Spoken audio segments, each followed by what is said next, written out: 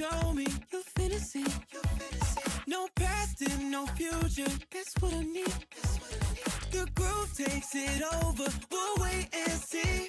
Even I might blank out, you and me. I thought that dream could light away. Take me higher, take me away. Whoa, oh, be my savior, take me away. Take me away. Sit and talk once more, you're hosting a magic show I cannot escape. There's nothing else left for me to do. Going to the other side, other side. I don't wanna be alone tonight. Oh, leave me with your all the time. There's no one else left for me to lose. Heading to the other side, other side. You take me higher, take me away. Whoa, just be my savior, take me away.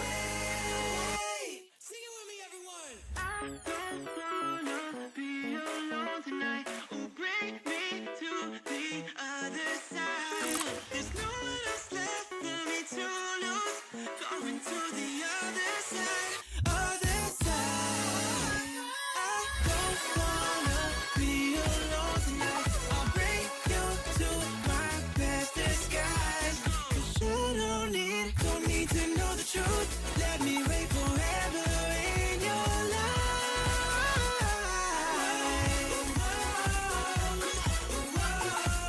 Let's go.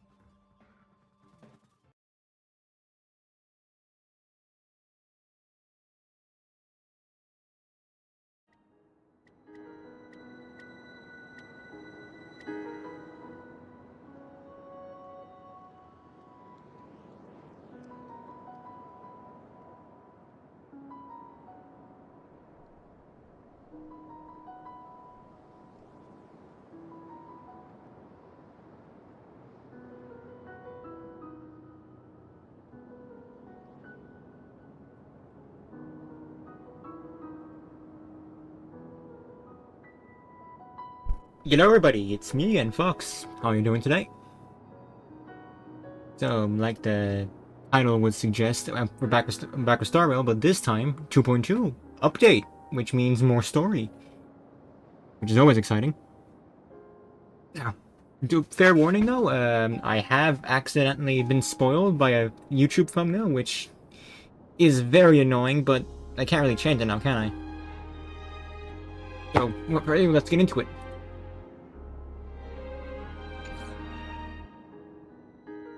I haven't played my assignments yet.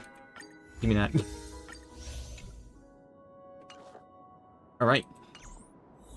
Let's get to it. Let's get my suboptimal team to continue the story.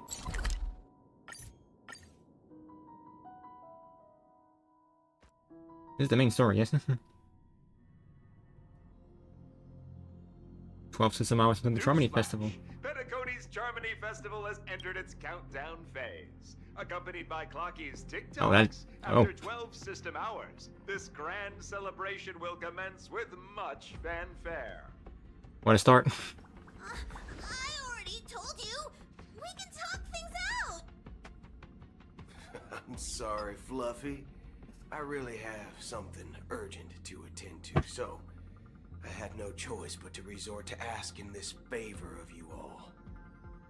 Since you already know what you're doing, I'll also have to remind you of its risks. Hey, partner, what's with the hostility? I thought pulling this thing out was just a way of saying hello. You think pulling on a gun is a way of saying hello? I mean, I get you're like a bandit or something, but one hell of a way of thinking. For the last time, state your identity and purpose. My name's Boot Hill, and I'm a Galaxy Ranger. Or Keith. A Galaxy Ranger? You look like you seen a ghost. Did you think we all went extinct? Well, that's the price you pay for being off-grid for too long. The righteous heroes of the hunt would never hijack the Astral Express. I ain't hijacked anything. What, chatting with someone while holding the gun is considered a hijacking? I would argue yes. It probably is. Exactly. Pardon my frankness, but there are plenty of rumors in the cosmos regarding the Galaxy Ranger's current status, and none of them are pretty stories. I have a hard time believing you. Oh, this is hilarious. The tale that this bunch of fools spin is getting out of hand. There's even a bit about the Galaxy Rangers being turned into gibbons by Dr. Primitive, and they're in some valley screwing around on swings. Of course, I know you won't believe me, which is also why, similarly, I have a hard time believing that you're the real Nameless. See the bullets in this gun? 9mm. 9mm. An eternal classic. I may need the Astral Express's help right now, but if you're an imposter just like that one, then this bullet might just end up in my head. I can't allow myself to be exposed to danger. That's just the way it goes, so you all have to first prove yourselves. Huh?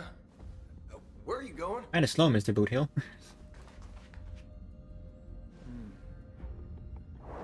Recognize this? No. Just kidding, I do. It's a model fudger. The Jade Abacus of Ally and Oath. The CN Joe really gave this to you guys? Model fudger? This is the Jade Abacus gifted to the Express by the Shenzhou Luofu's general, Jing Yuan. Its presence on board serves as the Shenzhou Alliance's official recognition of the Express. Is that enough? Not bad, kiddo. Oh, nice sound effect for the gun flip. And across these sprawling stars, a gentle squeeze is all it takes to rustle up a whole legion of Cloud Knights. Now, I reckon that'd be one fudging sight to behold. Now it's your turn. Been ages since the Galaxy Rangers had the spotlight shown on them. We ain't equipped with such fancy gadgets. But I've been around the block enough to know the way to handle these types of situations is easy as pie. Alright then. Feel free to toss any questions my way. Let's see if my answers can't turn your trust. If your gut tells you otherwise, still ain't too late to show me the door. Right there. Go. And why would I play along? If I truly am a real Galaxy Ranger, you stand to lose nothing. Alright then. Tell me, what kind of organization are the Galaxy Rangers? Oh, my friend. This question is a hard one. I don't think I can even consider us an organization to begin with. Everyone's on their own fated path along the hunt, with their own resolute sense of righteousness and not so welcome among such so-called universal values. This reply does not instill trust. It only makes your predicament more precarious. I'm guessing you're gonna ask about some form of shared faith, right?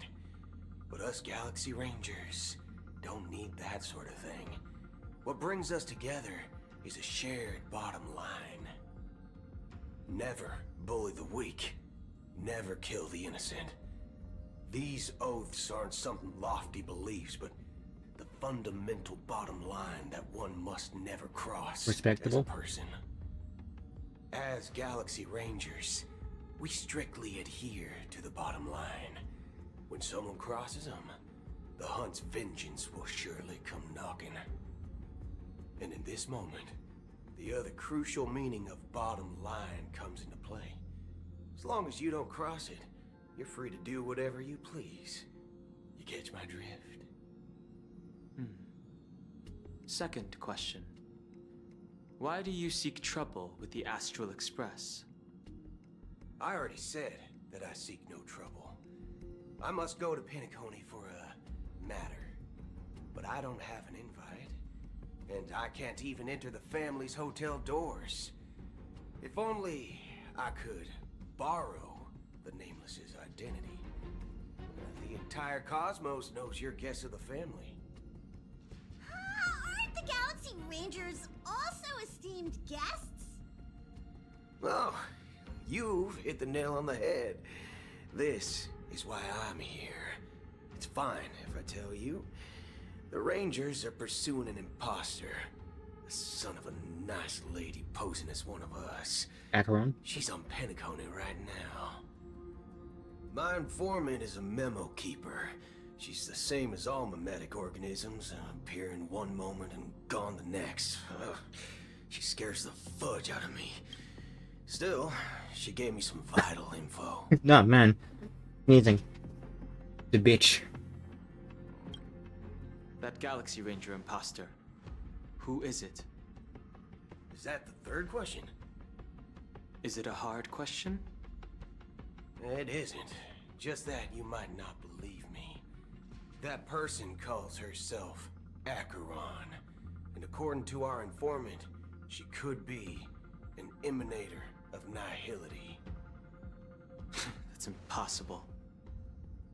That's what I said. Don't worry. When I first received the news, I had the exact same reaction as you. IX never gives anyone so much as a first glance, and that's perfectly normal.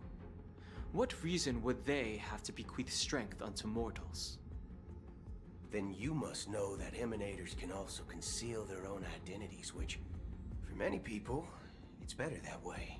That is. Otherwise, there'd be interesting. wanton bloodshed across the cosmos, or even, perhaps, turning their back on the path they're supposed to follow. I had the good fortune of running into an elation emanator. Its appearance was no different than that of those clowns. If it weren't through sheer luck that I got it drunk, I would have never known of its eminent status. Interesting. Even in the purest hunt, You'll find the Xianzhou Alliance under the spotlight and Galaxy Rangers lurking in the shadows. Paths are inevitably concepts created by people and exist in planes beyond our understanding. To reckon that nihility emanators don't exist, well, maybe we just ain't nihilistic enough. So, do you understand now? Your companions are in danger, and it's pretty harrowing. If you don't want to believe me, you'd best send a message to them, but I'd advise you to move fast. There are sirens I don't know outside. what's happening in the dreamscape or how much of what the memo keeper said is true. And that Acheron, who knows what she intends to do. Avgin means honey. That is sweet. Ha. I'm hilarious.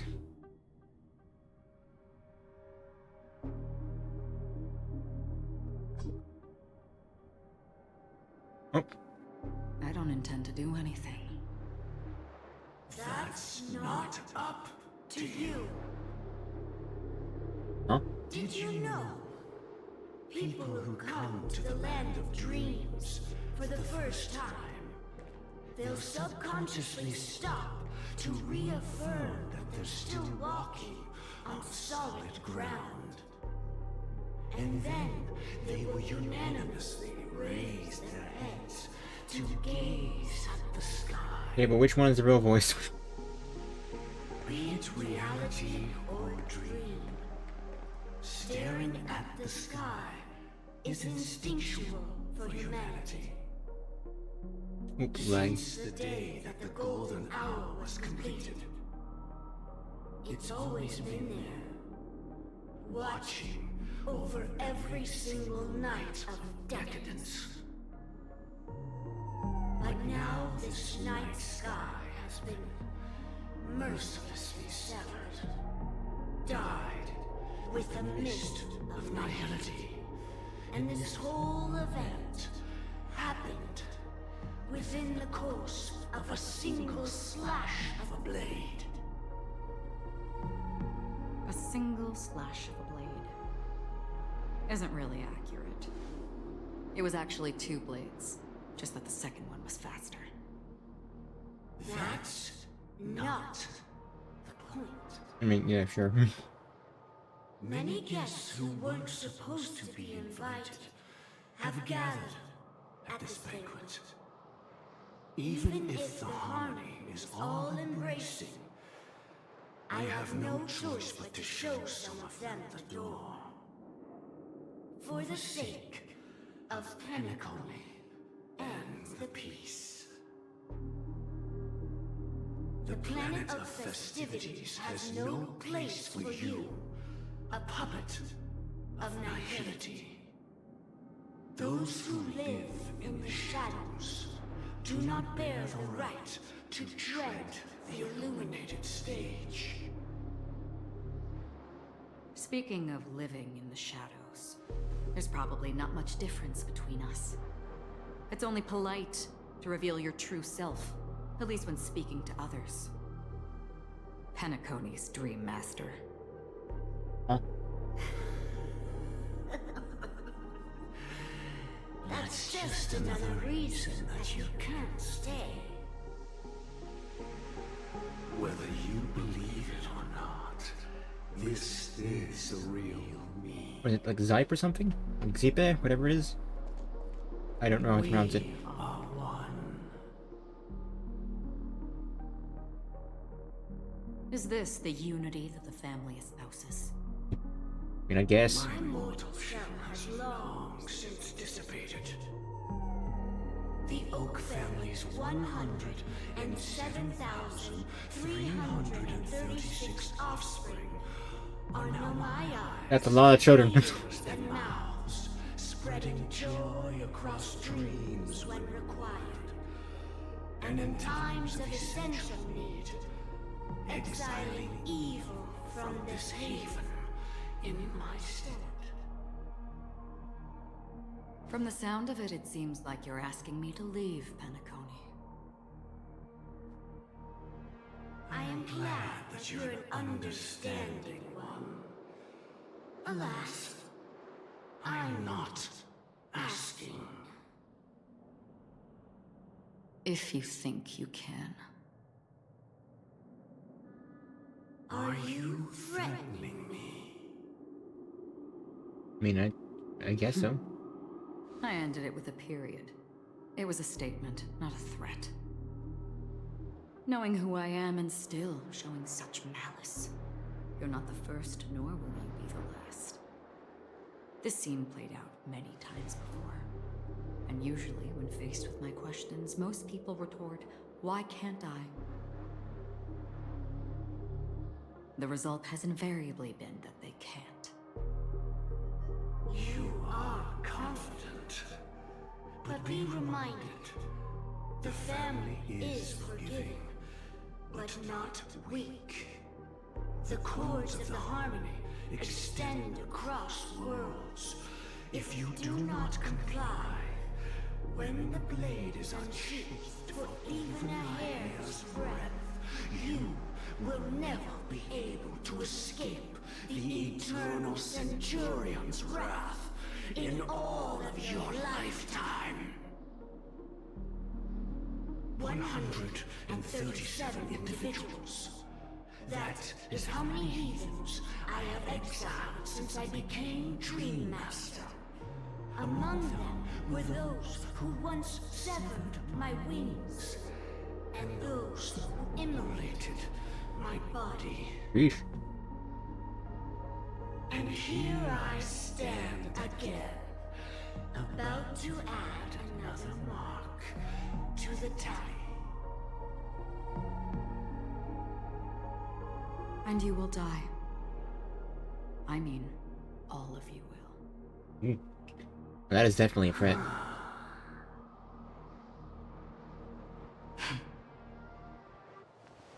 But that won't come to pass. I'll do as you ask. I'll leave. A wise choice. I wasn't aware there was a choice. To you, that surely is the only option. Please bear in mind, you and Penacony are of different worlds. Those born on the far bank cannot seek solace across the river. What? Leave and never return. The radiance of the planet of festivities is overwhelmingly bright, luring in tricksters, wrongdoers, and criminals. But even the harmony itself will never welcome the self-annihilator of nihility. And even more so, when this self-annihilator heralds the destruction of everything. Your strength is obviously a gift of the sleeping and shapeless, immeasurable and fathomless, like a tributary spawned from the abyss that brings death. What the fuck is your obituary? To all. Acheron. A befitting name. Take it from someone on the other side of your so-called river. You know better than I do that Penacony has already deviated from the harmony. Whatever your intentions may be, I foresee only one outcome. Bird. Its future holds nothing but nihility. Just like all the worlds that have drowned in their shadow. Right, Mr. 9. Oh, switching to Robin's POV, question mark, aren't you dead? Or in some form of death? I don't know.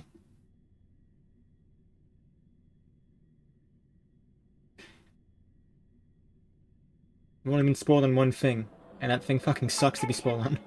The unusual event that occurred moments ago was due to a technical malfunction at Clock Studios theme park. Oh yeah, music. promptly responded to secure the area, and we're happy to report that there have been no injuries. What? Whoa. Oh. Oh, I swear that was no movie shoot. So many chips fell from the sky, and I even caught one of them. But it vanished in an instant before my very eyes. Excuse me. Get ready Are you now. talking about the Clock Studios theme park incident? Yeah, what about it? Oh, Miss Robin, am I seeing things right? No need to worry. I apologize for any inconvenience caused to your delightful dream journey. What you just mentioned about the chips really piqued my interest. Would you mind providing more details about the incident? Oh, hello. Hi. How are you? Oh, I'm doing good. How about you? it's just those chips you normally see everywhere. The green ones? They fell from the sky as if it were raining. And then those chips simply disappeared. It appears to be the Dream Sim tech the Iris family has been developing. Huh? Chat's not working. Miss Robin, That's you mean gonna issue a fix later. those chips were all part of a performance? But I really... Shh. This technology hasn't been made public yet. It was originally planned to debut at the Charmony Festival, but it seems it's been leaked. Can you help me keep this secret? The raining chips were supposed to be part of my act. Oh, I see. Then it all makes sense now. I'll do anything to help make the Charmony Festival a success. Thank you. As appreciation, Uh-oh. I'd like to give you a token gift. Stream's going good so far. It's been This half an hour. button is... Press it at just the right moment in the celebration, and there could be an unexpected treat in store for you. Alright, it looks like there are other guests who are also confused. I'll have to excuse myself. Please, enjoy the dreamscape. So many people talking about it. Whoop. This commotion at the theme park definitely made waves. Did it not break it? There we go. It broke now. Die. The family promised they would protect the guests within the dreamscape, but I witnessed a group of organic life forms making their way to the theme park. And soon after, a rip tore through the sky, and black rain started leaking out of the void. The family needs to provide a reasonable explanation, or I'll take my loved ones and return to reality. I thought the dreamscape was supposed to be a paradise. If it's not, then there's no point staying here. It appears the good sir has seen many great events. And it's true that an uninvited guest has unexpectedly entered the dreamscape. However, their target is not the ordinary guests, but the ambassadors of the IPC. Ah, the IRS, my favorite The people. family will certainly ensure that the safety of the guests is of the highest importance. Miss Robin, I know the Bloodhound family has already sealed off the theme park and has control over the situation, but it won't resolve the problem. The family can try their best to protect their reputation, but as a guest, I don't wish to gamble with my life. That's fair. But Completely as fair. you can see, sir, no innocent bystanders were affected in this incident. Perhaps the dreamscape is not as perfect as promised, but there's no place safer than dreams under the family's rule. I believe you know this better than I do. If this incident happened in real life, how many people would be able to walk away from it? I could stay here, but keep in mind, guests come to Penacony to enjoy the dreamscapes. They do not wish to be entangled in a conflict between the family and the IPC, so let's not have any more unnecessary incidents. Of course. With the Charmony Festival about to commence... Another button? I know what that button does. Rest assured. I think. To express our apologies, the family has arranged this gift for the guests. Thank you for understanding. Nice. When... I could stay Oh, here. whoops. I'm gonna check something real quick. Funky phone.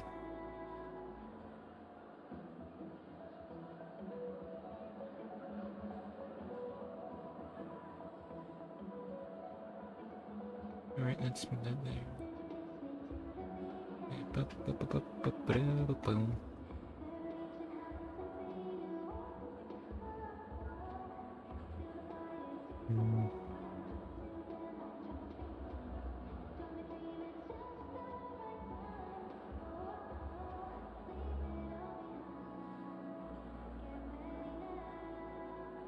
Yeah, I'll fix that later. That's fine.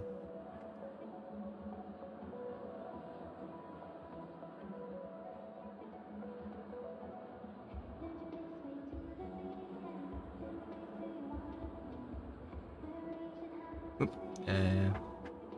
yep, okay, there we go. You've had quite a bit. Let's see. Hello. May I ask what happened here? Nothing to be worried about. There's been a small rehearsal mishap at Clock Studios theme park. Please stay calm. Hey, are you a fool? You don't even recognize Miss Robin? Who do you think you're talking to? I'm sorry. I've just been transferred to the Bloodhound family, and I'm still not too used to working on the streets. I didn't realize it was you. I'm so sorry. Hey, Chair is don't breaking. sweat it. You guys have a tough job. I know how it is. How's the situation looking? Oh, we've sealed off the theme park. Most guests are used to bizarre phenomena in the dreamscape, and so far, no threats have been detected. We can expect order to be restored soon. Rest assured, Miss Robin will intensify our patrols to ensure that no incidents occur. I trust you guys. But regarding what happened in the theme park, what do you hounds think about it? It's okay. Feel free to speak your mind. Well... Actually, I was there shortly after it happened. Is it true that the IPC's ambassadors came with ill intent? And that Galaxy Ranger who easily cut through the sky? Miss Robin, to tell you the truth, everyone's been talking about it. The myriad factions on Penacony have already been causing unease for everyone. Thank you all for your loyalty towards the family. The planet of festivities has indeed run into some trouble. The representative from the IPC, he's trying to regain ownership of Penacony and is prepared for a hostile takeover. Of course, the family did not agree. The result of the failed negotiations is as you see it now. No wonder. So this is the main reason why the IPC staff were banned from entering the dreamscape. Did they apprehend the troublemaker in the end? Don't worry. Mr. Sunday is currently tracking his whereabouts, and I'll have something to show for it soon. However, given the situation, the IPC surely won't let this go easily. Therefore, we are relying on you hounds to maintain the order and stability of the dreamscape. Please be assured, Miss Robin, we take our orders seriously. We won't let those IPC cronies get away with this. Thank you for your hard work. If there are any other members who still feel uneasy, please tell them on my behalf that protecting the dreamscape requires everyone's help. This is a small gift prepared by Another the baton. for the guests. There's one for you too. Please, open it at the Charmony Festival for an unexpected surprise. That doesn't seem good in the slightest. Can't believe I received a gift from Miss Robin. It feels like I'm dreaming. Wait, I am in a dream. Oh, really? If trouble comes knocking on our door, we're not afraid to go to war. Rest assured, the dreamscape's peace will be protected by the Bloodhound. I forgot to record. Yeah, it's fine. I'm just done with the phone.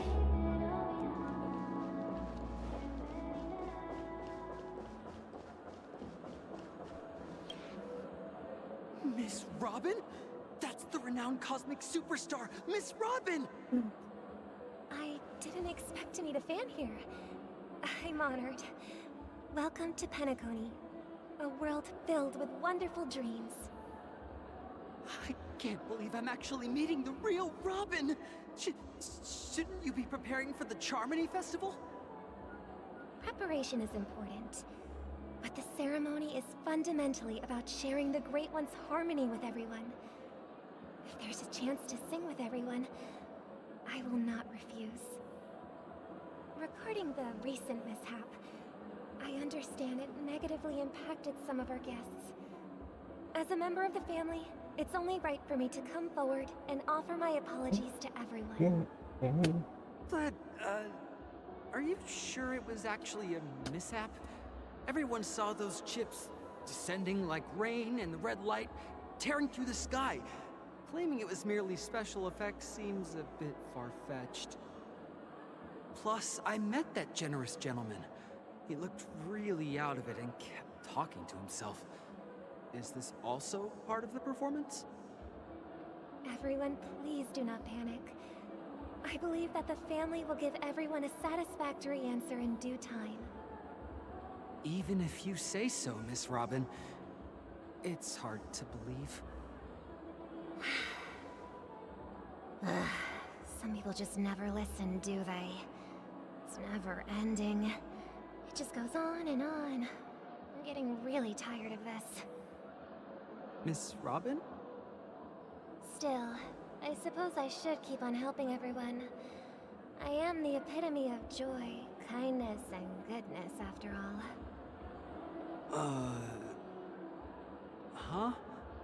What was I just doing? And, who might you be, miss? Here, take this, little guest. This gift has been special. I knew it. It was Sparkle. It was her all along. Make sure to take good care of it until the opening of the Charmony Festival. So I never noticed that tattoo on her When back. the show reaches its climax, press the button together with the others around you. You never know. Something very exciting might happen.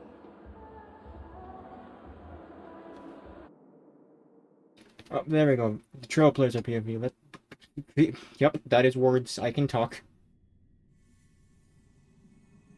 We're back to where it all began. You entered the golden hour from this place. And it is also from here where you will enter the true Penacony. It is a pleasure to journey alongside you once more. But it's time I laid bare the entire truth before you. As you might have heard, I also go by another name. Stellaron Hunter Sam. Obviously answering, doing option 1. I'm fine. Sorry, I hope I haven't scared you. Not scared, but very sad. Any questions? Do you remember when we encountered death in that strange dreamscape? When I was caught by that meme?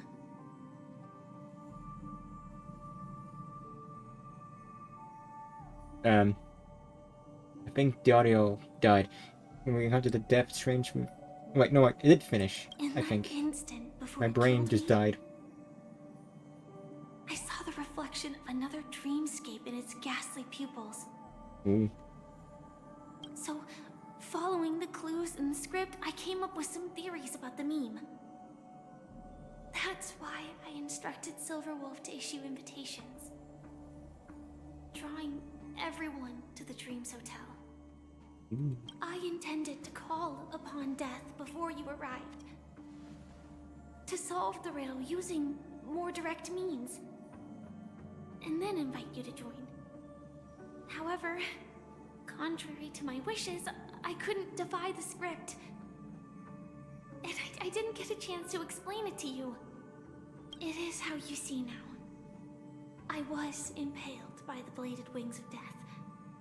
The heavy pressure of concentrated memoria, miasma, exploded in my mind as if it was actually reality. It sounds incredibly painful. But after the momentary numbness subsided, I found that my body was absolutely unscathed. I was still alive. And it was just as I thought. I had arrived at a place starkly different from this beautiful dream. Beneath the dreamscape of Penacony lies another, more chaotic, more primal memory zone. Its name? Land of the Exiles. Ah, yes. The Exiles, my favorite people. Then I returned to the hotel in the dreamscape, hoping to tell you of its existence. Yet I could not reveal my own identity. So I could only divert your party's attention and lure you away from the battlefield. And then that failed? And after all my attempts proved futile, it wasn't until not long ago when a crimson blade of light shattered the high wall of the dream, causing you all to fall far into the abyssal depths of the dreamscape, that I was able to awaken you and your companions one by one. And that's it. That is all that's happened so far. I completely understand. No, it's tough to believe all this without reservations. I just want to say, you are very close to the final answer. Just one more thing needs to be done. And then I can prove it to you. Now, let's leave this place. Please, take I accidentally skipped. deep breath and visualize the dreamscape's outline in your heart. And remember, you must not open your eyes at all times. 3, 2, 1. Don't be afraid. The one who has come to greet us has arrived. After pressing switch, you think for a search of memory crash into your chest, churning and raging, your conscience becomes like scraps of paper caught in a whirlpool, breaking apart, dissolving, and dispersing within the turbulent muddy current. Innumerable voices resonated through the symphony of memoria like roaring thunder, and among them, one echo stood out with an exceptional clarity. You knew it came from the girl beside you, your hearts beating to the same rhythm, peaceful, and even more peaceful, until in that quiet darkness, memories ripple into existence. I never knew you could do this. Blade can drive. Do you have a driver's license? I do. That is surprising. Why? Because this is Japella, the city of sins? No, it's nothing. I'm just thinking that you haven't slept in 20 system hours. That's a long time to not sleep. Are you sure you're okay? I'm fine. I'll survive. Same goes for you. I'm not so sure about that. Slow down a bit. Infiltration is over. Feel free to activate Sam anytime you like. There's still some time before the next part of the script unfolds. Let me stay a little longer in this body. Long silence ensued, and neither of them brought up any topic, seemingly accustomed to the silence. It wasn't until much later a soft sigh once again broke the quiet in the car. Such a long tunnel. Didn't feel this long when I set off. In half a system hour, it will lead us to Kafka. And then comes the downfall of the Japella Brotherhood. Is that also part of the script? It's in your script too. Sorry. I didn't notice. Their destiny won't change just because of your selective ignorance. I told you before, it's a bad habit. What about you then? Is this the moment you finally find the death you've been looking for? As always, it's a blank slate. It's not on this planet. Why the sudden inquiry? Because I'm currently in a car with a sleep-deprived driver. I just want to get there in one piece. This car has full self-driving capabilities. I'll just put my hand on the steering wheel. Will that do? Hey, don't take everything so seriously. Elio would always say there's only one type of destiny. The inescapable type. He can see the future, and we, likewise, are aware of our predetermined end. But before that moment arrives, we can still choose what we do. We all have this right, don't we? After today, Chapella's name will disappear from cosmic history, and the Everflame Mansion will take its place. In the not-too-distant future, you'll receive an invitation. That's your next stop. Land of the Dreams. Penacony. Oh shit, so that happened before. Hope you find whatever you seek there. Be it answers or salvation.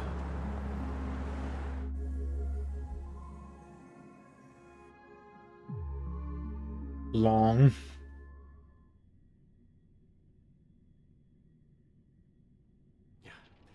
Glad to see you're safe and sound. Ooh. You're here too, Mr. Young? Close your eyes. This is the answer. Isn't it incredible? The monster that we have always known as Death is actually the guardian of the land of the exiles. It abides by a certain rule. Abducting people from their dreams and bringing them here. Okay, hallway. The question that has been perplexing us, does death really exist in the dreamscape, appears to be a cognitive trap.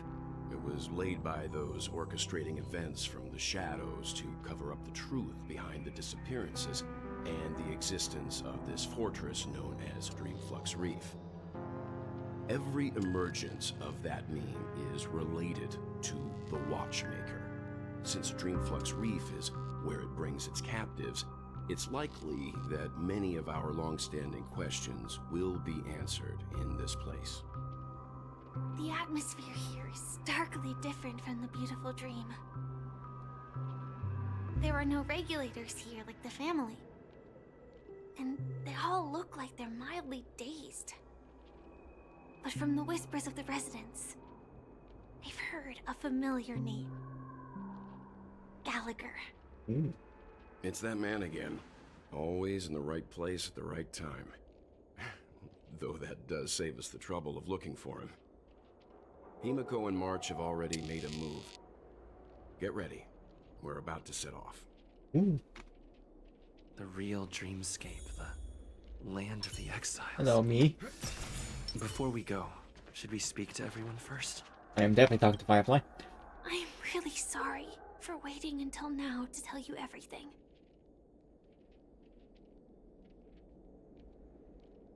Two reasons. Firstly, the script.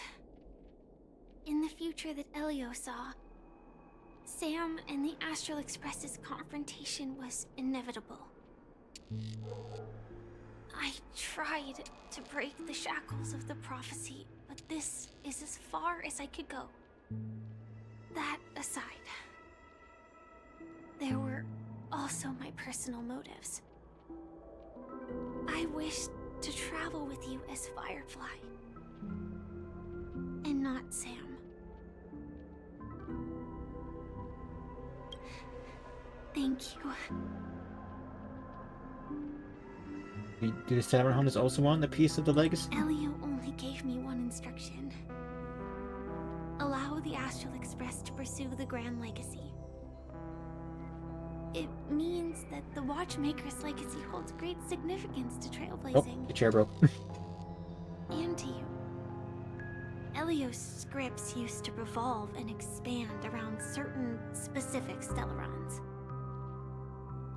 But with your appearance, this condition has apparently ceased to be appropriate. Perhaps he also saw the impossible in the future. So who exactly is Sam? Do you still remember that medical cabin I told you about? Well, that's Sam. It belongs to the Iron Cavalry of Glamoth's Firmament. Ah, so that's this acronym for Sam. Strategic Assault Mech. A Firefly Type 4 Tactical Heavy Assault Mech. It is the cradle of my vitality. And the meaning of my birth. And for the longest time it was how I should have looked to the rest of the world. Let's talk later. The time scale of Dreamflux Reef differs from reality, so we mustn't lower our guard. You're sensitive to Memoria. A slight misstep, and you could get lost in this memory zone. Right now, Mr. Welt, what you got for me? Something on your mind? Let's talk about it. The Acheron's blade slash. No wonder Miss Acheron is so averse to drawing her blade. It's hard to imagine such terrifying power could reside in an ordinary sheath. If it weren't for the fact that Aventurine's power originated from the preservation, the entire dreamscape would have been affected. Wait, so if Aventurine had any other power, the dreamscape would be just fucked entirely? Ooh. Wrong sword. Feel burdened by this. Even without that Stellaron inside you, Aventurine would still have found other methods to accomplish his goal. Let's just believe in Miss Acheron. And given her prowess, I don't think we've got anything to worry about. What are your thoughts on Gallagher? During your investigation, he shared a vital piece of information. Mikhail, the former watchmaker who collaborated with the family to construct the Penacony we're familiar with today, had a falling out with the family for specific reasons. But this is precisely where the problem lies. You were clearly investigating a murder, so then why, as a security officer, is he changing the subject to talk about his past with the watchmaker? Lore reasons, now, maybe. with Firefly mentioning his name again, it's hard not to be suspicious. Regarding Firefly and the crew. Before we found you, she'd already revealed her Stellaron hunter identity and shared a lot of information. Who would have thought that the Molten Knight's true identity was actually a young girl? For her, this is a secret that she cannot allow others to know. That being the case, I think we can believe she's willing to cooperate. Well, I do blindly. But she didn't reveal all her secrets. I just can't shake the feeling that her situation is different from that of the typical dreamer. And I hope that doesn't lead to any dangerous predicaments. I hope you've regained a little composure. We'll move out when you're ready. I am ready, let's go. Not yet, I'm gonna check this alleyway real quick. Smart move. Oh, a chest. Gimme, gimme. That is a wall.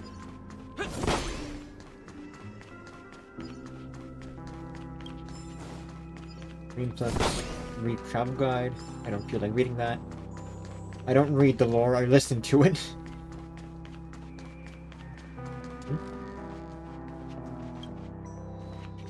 Left open. The red light exposed fork must be an invitation from an evil entity. You must control your curiosity for the sake of your soul. Spooky.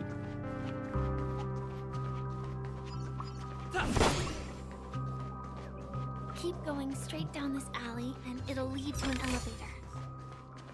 It'll take us to the center of the land of the exiles. I'm getting all these chests for I think to get as many wishes as I possibly can for Firefly.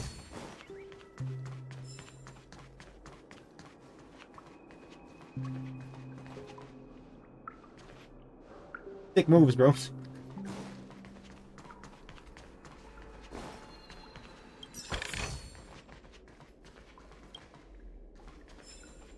Go away, investigative report.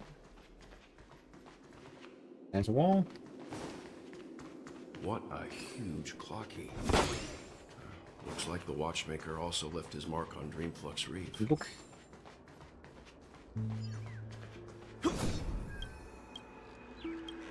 Yank the bird. Ooh. Wait, invisible? Reaction was really fun. Right, what you got here? Investigate. Giant. Ooh, that is kind of harrowing.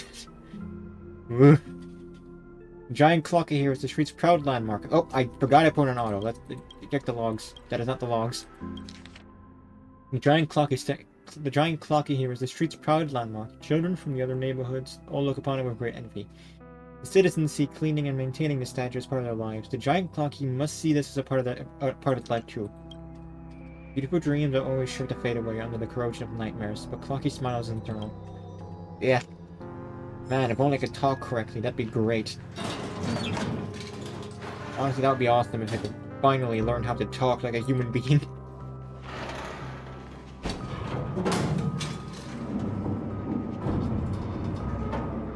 Up we go. Does it make it any less creepy?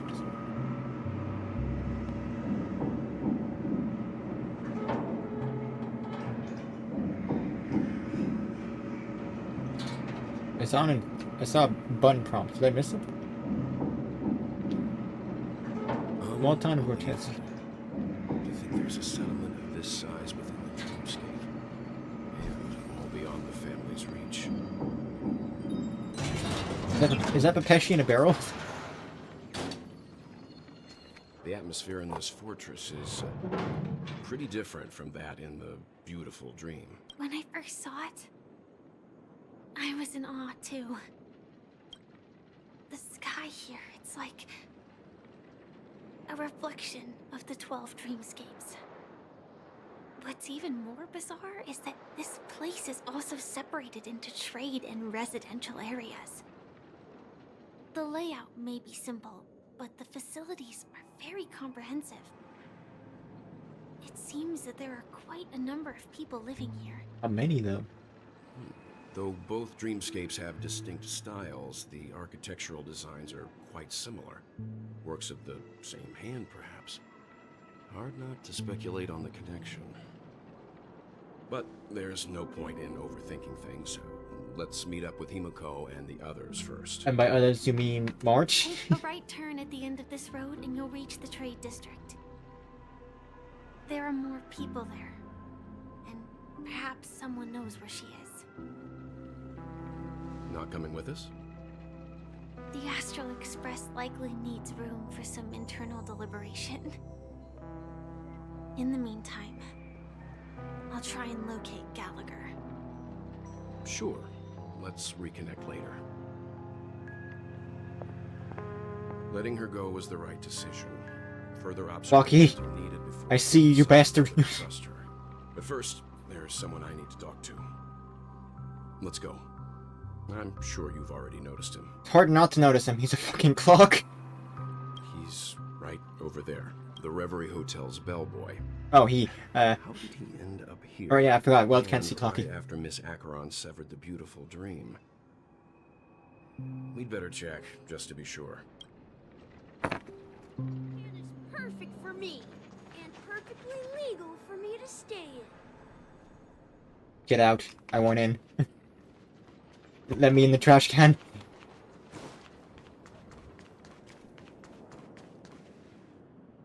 Huh? You're the guest from before. We meet again! And a new friend. Forgot to introduce myself. I'm the hotel's bellboy, Misha. Hello, Misha. I'm Welt. We met in a dream. Oh, And who might this be? Well, can you see him? Tick-tock! Old friend and new friend! Let's high-five! You can see him, Mr. Yang? Memory zone meme? Nope.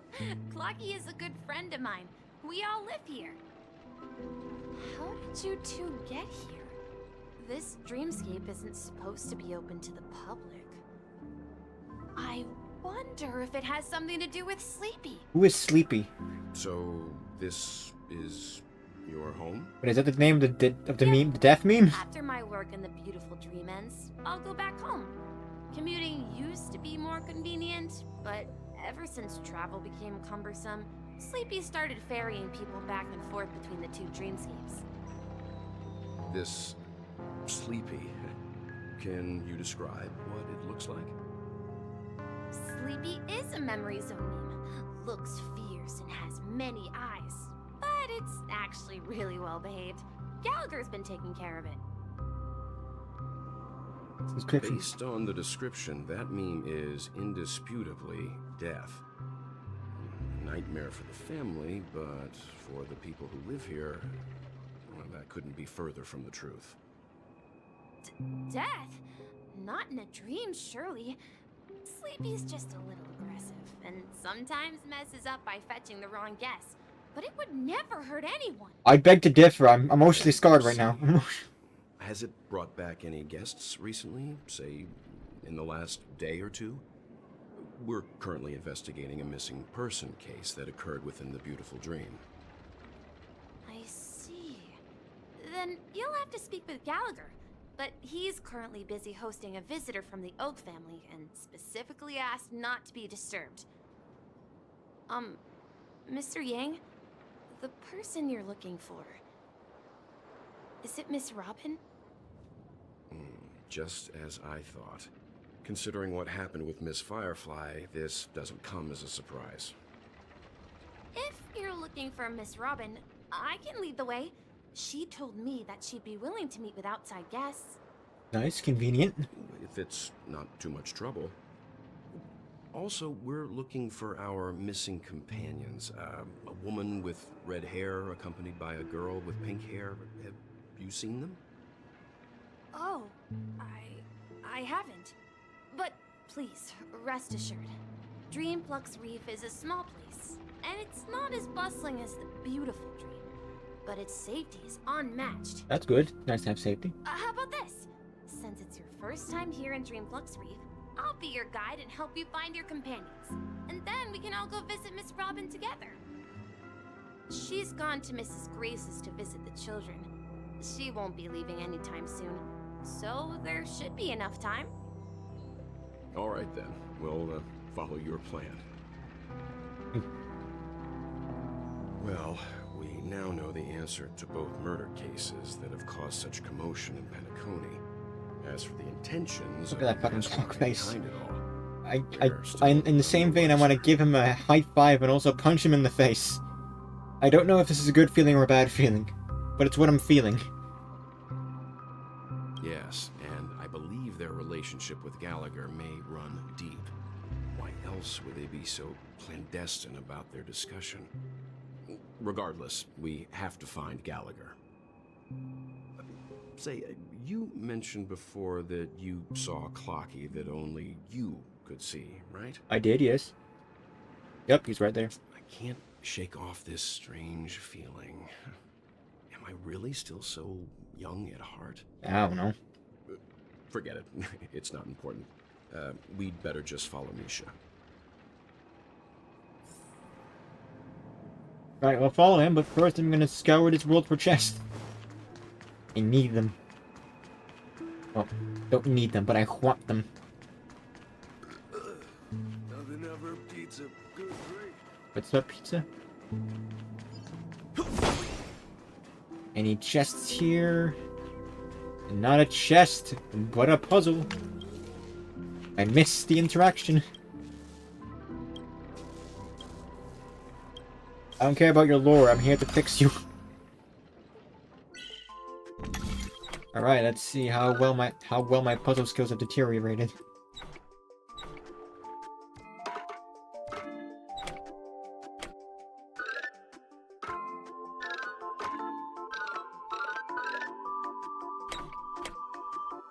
No, that won't work. None of that. Can you work? Could work. No, you can't. Because the where I can move it does not align.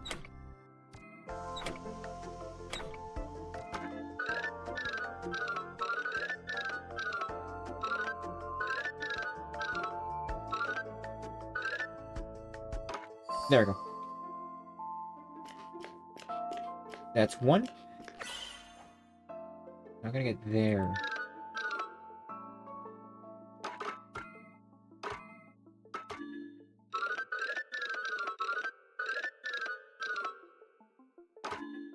No.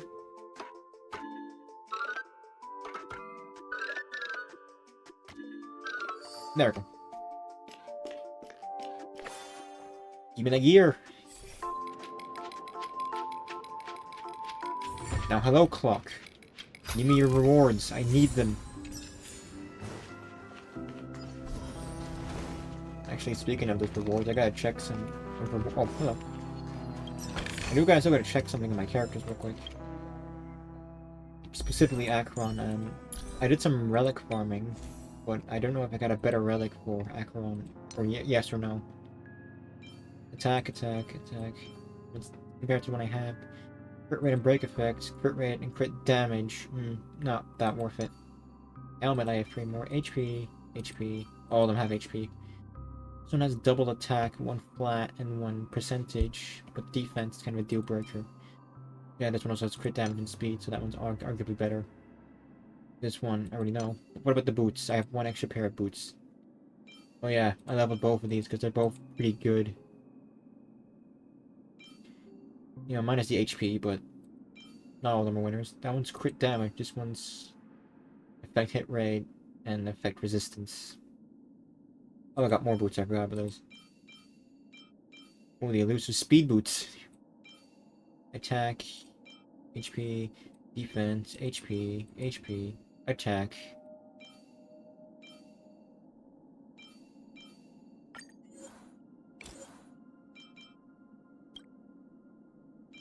Gets anyone on 4, right? Yeah, not worth it.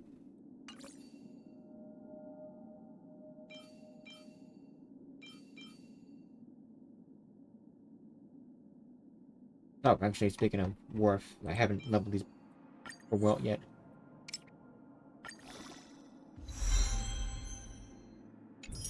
Not great, but these are mainly here to just have him, you know, give him something that doesn't die immediately. Oh, hello, Nelson. Goodbye, Nelson. Oh, hold up. I'm gonna get this gear. Let's see, angry? The calm gear. Got anything for me? Oh, it's not that yet. Give me these. Thank you. Let's see, any more chests for me to yoink?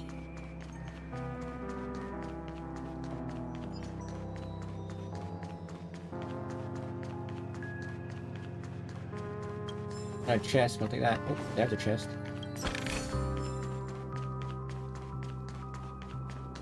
And another chest. Let's see how you Here's a broken clock. I don't blame her. Liquor sucks. At least everything I've had so far sucked. Alcohol will never be the same.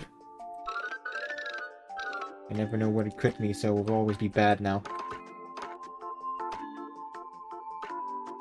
There we go.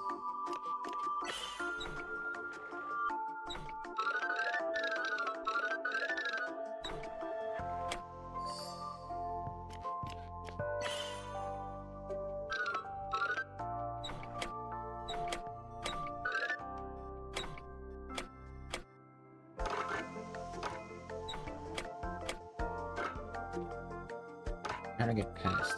Okay, yeah, that makes sense. A lot of gears here. Now I get them back.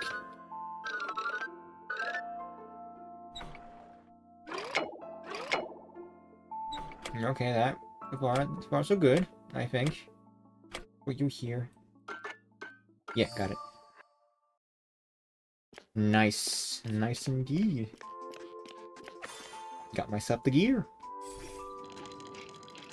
Geared up, if you will. My jokes are terrible. I wonder I have 4 followers. My jokes suck. The family will be done for. Done for. Goofy, is that you?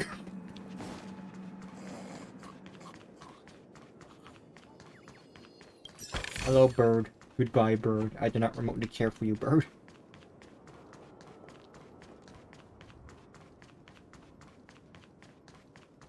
Any more chests? Hello there, chest. Gimme. How many vents? Kinda like that one game. Oh. Captain is that.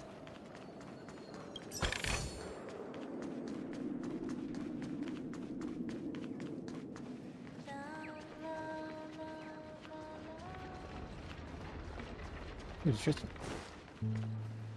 Oh no. Everyone, look! From here, you can see the most spectacular view of Dreamflux Reef. The giant void. A black hole? No. An accretion disk formed from consolidated memoria? Was Dreamflux Reef built on such unstable memoria?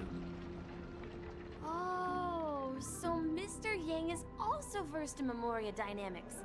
I was just trying to figure out how to explain this huge hole to everyone. I bet you guys have a lot in common with Miss Kami. Who the hell's Kami? Gimme. Okay, how many big do I have? Let's check. Yep, enough for another pass. And at this moment, I have 99.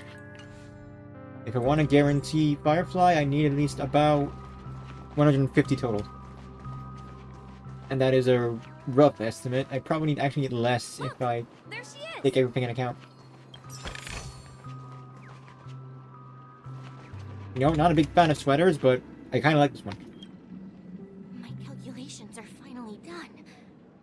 In another 10 system hours, the above dream will swallow the dream below. My hypothesis was correct. This place will cease to exist as the dream devours everything. Who are you all, and why haven't you left yet? This place is about to disappear. Why aren't you leaving? Amy, a dreamscape surveyor specializing in Memoria dynamics, and this is my life's work that I'm researching. See that huge gaping hole? It was just a narrow rift many years ago, but now it's grown into a giant hole. The surrounding Memoria has been flowing towards the other end of the hole at a constant velocity, slowly but surely. But the scary part is, according to my calculations, the flow rate of Memoria has recently changed, and it's faster than ever before. It's almost as if something is sucking it in from the other side. By constantly improving upon Madame Rosalina's Memoria measurement method, I've finally obtained accurate results. Ooh. After 10 system hours, the Dreamflux Reef will cease to exist. Just like the melting of glaciers, everything will crumble and disintegrate. Oh, that's nice. Dreams on that side of the void will fuse into one. Please don't worry. This sort of thing has happened many times before. Miss Kami isn't a bad person. She's just a bit lost in her own world. She'll probably realize she's wrong soon enough. I hope so. You don't say. There was something else that piqued my interest. Who is Madame Rosalina? Oh, do you know her too? Or are you also a fan of Memoria dynamics? We're very interested in Madame Rosalina's achievements. Could you tell us a little more about them? Why, of course! She's an excellent scholar of Memoria dynamics, and the first person to apply Memoria rate measurement methodology on interstellar travelers. Regrettably, due to the presence of the Garden of Recollection, ordinary people don't pay much attention to the nature of Memoria. She departed this world without much fame, leaving only a few thin journals behind. It's kind of sad. I came to Penacony to learn more about my idol, and went to great lengths to seek out Dreamflux Reef, all because this is her final resting place. Prodigies always meet their demise prematurely. If only Madame Rosalina had more time, she would have discovered a way to reverse the flow of Memoria. I felt it. The source is in the golden hour. There is a certain anomalous presence stirring the currents of the memory zone. I must uncover more concrete proof. I must convince everyone. Of what, exactly? Does the name Madame Rosalina sound familiar to you? Does it? Oh yeah, which one the name was? That's right. It seems like she did a great deal of research and calculations in Dreamflux Reef before abruptly passing away. Miss Katie regularly mentions her. I hear Madame Rosalina passed away during the prison war. She could see the Penacony of today. Its people building homes in the memory zone. I bet she'd be really happy. Perhaps. Our destination is the commercial district. That's where the largest crowds gather in Dreamflux Reef. We're We just might there. be able to find the others there. Ah, look, it's March. Let me go. It's frightening a child. Please, come to your senses. I'm begging you. Ghost! There's a ghost! Don't come near me! Oh my. I'm human and so are you. Can you get a grip? Mr. Yang and Mr. Trailblazer, I've been waiting for you. Quickly, come help. I bumped into a member of the family on the way here. He was so scared and I just wanted to calm him down. But... Let me go! Let me go! I've only done good in my life. Why can't I rest in peace after death? Oh, that is sad. Well, this is how it turned out.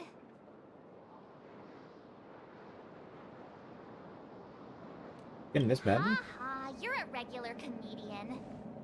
I'm very funny, He trust me. thinks he's dead. Although, when I first fell in, I also thought the same. Dear guest, this What's going on? I think I not forgot the something. afterlife. This is Dreamflux Reef.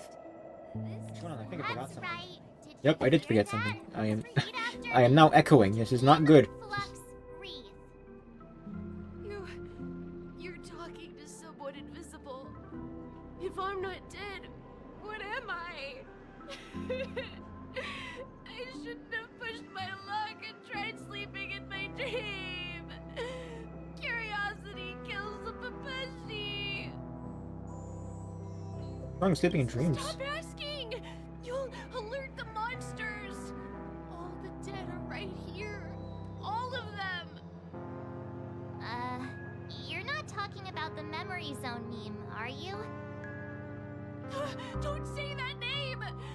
It's all your fault. They're coming!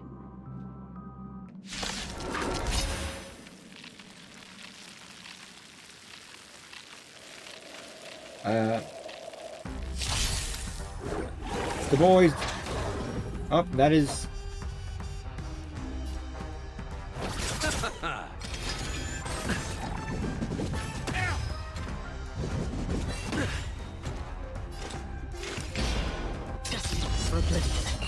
Time for some They're hardship. dead. Stand down. I'm on guard. I weep for the departed. And now you do the big one. It is your fault.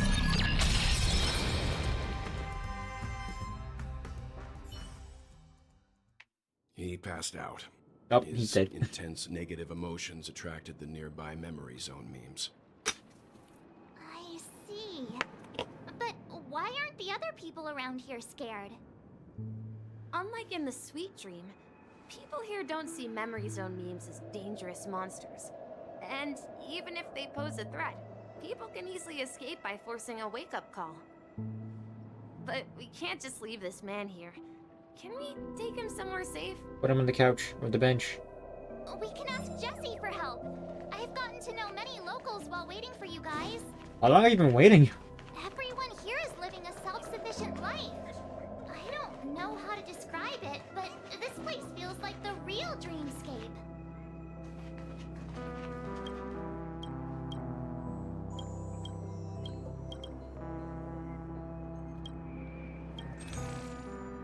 Ooh, music. Yes. Way of the Wolf. Broken Strings Roar. When used, the ally character with the highest current attack deals 35% more damage in the next. Their likelihood of being attacked by the enemy target is increased. Ooh. Not a bad thing. What is this? When used, all allies' basic attack damage increases by 45% and skill damage decreased by 12. Ooh, so basically, if you have a lot of characters that rely on their basic attack, that's very good.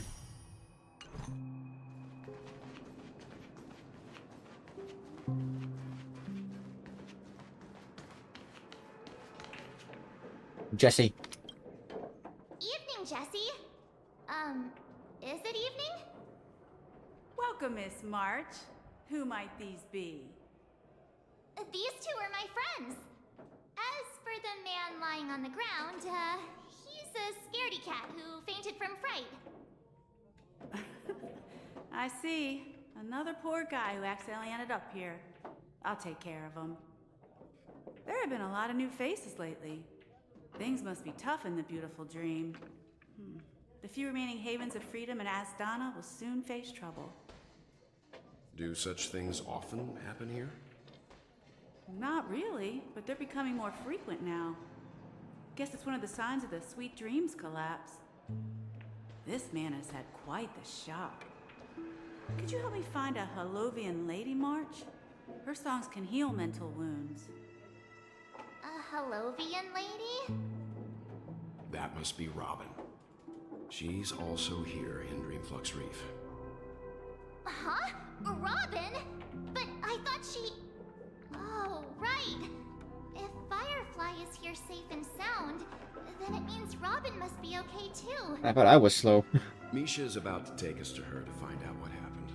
But before that, let's meet up with Himiko. You were with her earlier, right? We met some stowaways in the residential area. Most of them came from neighboring star systems. I heard that places like Dreamflux Reef are scattered throughout the memory zone of Asdana, like islands in the ocean. They existed before the family arrived. I also heard that when Dreamflux Reef took shape, it was the center of all dreamscapes in Penacony. If that's true, it's no wonder there are so many similarities between this place and the Sweet Dream. Himiko must be gathering information. Let's hurry up and get going. Ooh. Let's see how you handle a stroke of genius like this.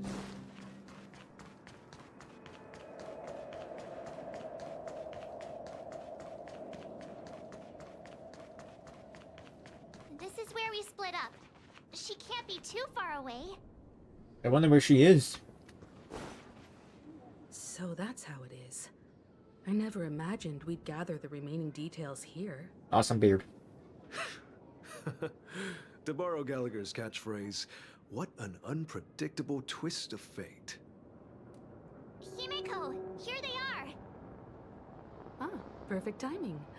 Now that everyone's here, I'd like to introduce everyone to Micah, who's partly in charge of the Land of the Exiles. Micah, these are my companions. It's a pleasure to meet the Nameless. You know us? I've been keeping an eye on you since the day you arrived in Penacony. We would have met under more appropriate circumstances if Dreamflux Reef hadn't been isolated from the 12 Dreamscapes. Please, allow me to formally introduce myself. I'm Micah, the Gravekeeper of Dreamflux Reef. Gravekeeper? Life in Dreamflux Reef is pretty liberating. Everyone here mostly keeps to themselves, without meddling in others' affairs. My daily task involves cleaning a few tombstones. You're too modest, Micah. When lost dream chasers stumble upon this place, you're the one who takes care of them, guiding them back to the sweet dream, or showing them how to survive the wild dream chaos. Oh, that's nice. So, guardian of sorts. Were you talking to me, Mr. Yang?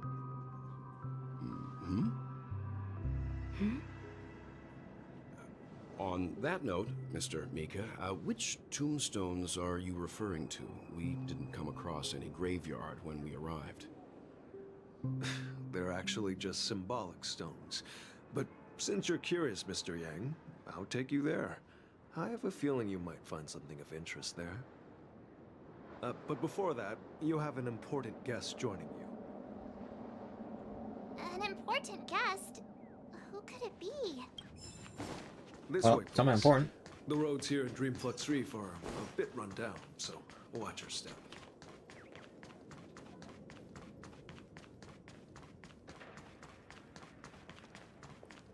I remember when this place was all...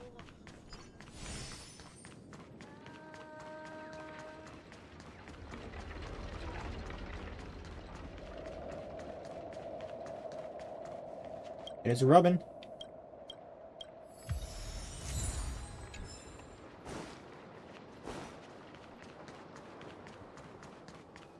There she is. Everyone sang so wonderfully. It's not often that I tried this music style, but I've gained some valuable insights from it. Oh, I can't thank you enough, Robin. Well, these kids have made incredible progress in only a few days. It was nothing, Grace. I merely taught them how to sing. It was you who brought hope into their lives. Life must be quite difficult for them in reality, I imagine. That's right. Whenever it's time to say goodbye to these kids, they're reluctant to leave. But I've explored every corner of Dreamflux Reef, talked to everyone I met, and they all told me the same thing. This shattered dream is not worth clinging to. It seems you truly are a child of the Harmony. Emma and Andy are orphans I took under my wing. Carol there, with her blind eyes, used to work at a nutrition center in the outer ring of Penacony. The children? And as for Gary, he's been living with autism since he was a child. They're not old enough to enter the sweet dream managed by the family. If we compare people to birds, these kids are like fledglings with impaired wings. But in this dream, well, they can fly freely. Even if they stumble along the way, well, they're still relying on their own strength. And me, an old lady with no legs. Well, without this dream, I couldn't even walk toward them. I'm glad that you found a new life here in Penacony. It's just... Don't worry, Robin. Dreams have their significance, but they aren't everything. Both the children and I understand this. No matter how long we fly through this dream, we will one day return to reality. But you know what? Emma and Gary aren't plagued by their insecurities anymore. No, and Carol is learning how to cope with her blindness. And Andy is livelier than ever. Well, even I've become more optimistic. You see, in dreams, we learn how to live. Once we return to reality, we learn how to survive. That's a good way of looking at it. And should our feathers be damaged, then we share our wings with one another. There's no need to covet an illusory sky in dreams, because we have the right and the ability to fly towards a broader horizon. It's a relief to see you safe and sound, Miss Robin. It's nice to see you all again, Astral Express crew. I heard my disappearance caused quite the commotion out there. I'm really sorry about that. Since you're here, can we assume that you're fully aware of the situation in Penacony? Ever since I returned to Penacony, my voice started to change, until it gradually faded away. At first, I thought it was a temporary ailment, perhaps due to having been away too long. I thought maybe it just takes some time for my body to acclimate to the high concentration of Memoria and Asdana. But now it seems the root of the problem goes way beyond me. There are elements around me that don't align with the harmony. Losing my voice is just one of the signs of the Sweet Dreams collapse. The Sweet Dreams collapse. That memo keeper mentioned the same thing. So it's real. While I was away from Penacony, the boundaries of the 12 dreamscapes kept expanding outward. Whenever I mentioned the anomalies in my dreams, the family heads refused to talk about it. Only my brother was willing to respond. Later, I discovered the secret letters from the IPC ambassador, which further convinced me that there are hidden secrets beneath the surface of Penacony. So, following the clues in the Oak family's dossiers, I found my way here. The land of the exiles, concealed by the family under the guise of death. A dream within a dream, where Penacony's past is buried. Hearing you speak, it sounds as if your voice has made somewhat of a recovery. I hate to admit it, but the harmony in this place resonates more broadly than within the Sweet Dream. It's regrettable, but the family has experienced betrayal. The traitor, or traitors, abandoned their original principles and, using the name of harmony, exploited people's weaknesses to turn Penacony into the planet of festivities, trapping everyone in the illusion of the Sweet Dream. That's awful. This is not the strong defending the weak, but rather the strong exploiting the weak. A world without equality won't ever be favored by the harmony. And naturally, those voices blessed by them have lost the ability to sing. Could there be another force influencing the family's shift in philosophy, Miss Robin? Considering what happened with Acheron, it's difficult to conceive of another entity within the realm of the harmony capable of influencing everyone. Unless a power surpassing that of an emanator is involved. I'd heard about what happened to the Xianzhou Alliance, but as far as I'm aware, the family hasn't faced any such external interventions. Who knows? Perhaps I've just been away too long and missed something.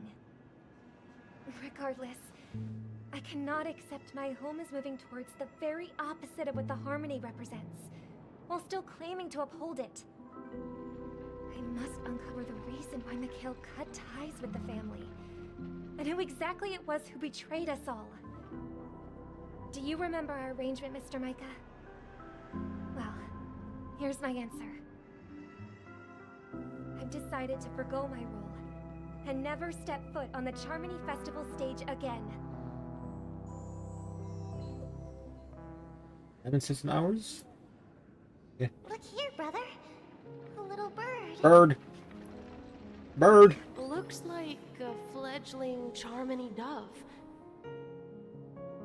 But Charmony doves don't live here. Small bird. So how did this little bird get here?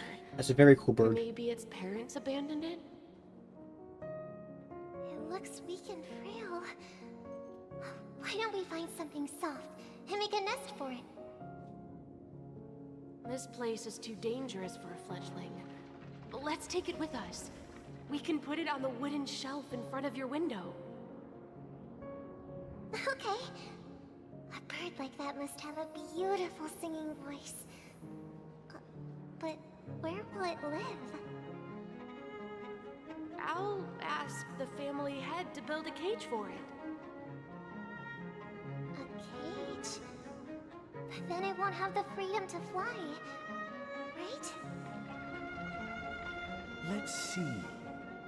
What is it that has captured the attention of the two best interpreters of the Great One?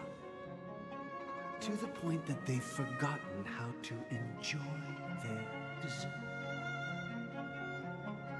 Oh, poor little thing. Doesn't look like it's doing well. Do you want to rescue it? That kind voice sounds kind of ominous. I do. But I don't want to lock it up in a cage. Why?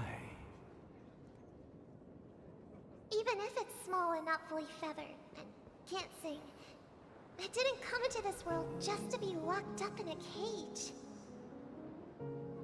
Birds, they should be flying free in the sky.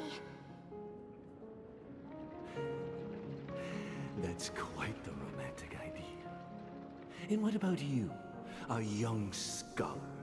Do you agree with your sister? I think she's right. But if we leave it out in the wild, it won't survive for more than a few days at best. Ah, I see. It seems our little scholar is still a bit unsure. Well, let me tell you youngsters a story. Well, next stories. Gimme. Gimme. Come on, As gimme. you probably know, Charmony doves can fly through the air. When they fly really high, the friction caused by the flapping of their feathers against the atmosphere creates amazing lights, so that they look like shooting stars. We've seen this spectacle so many times that we think it's just something they can naturally do. But that's not the truth. Their radiant display is the result of countless struggles against nature over generations. Their ancestors were too weak to survive on the ground, so to escape predators, they started seeking new opportunities in the air. After countless attempts by many generations, one of them finally figured out how to fly. It soared into the sky and never looked back at the ground again. So, you mean birds aren't born to fly, but they find a way to do it through their determination, right? Well, that's an idealistic way of putting it. So, what are your thoughts, Sunday?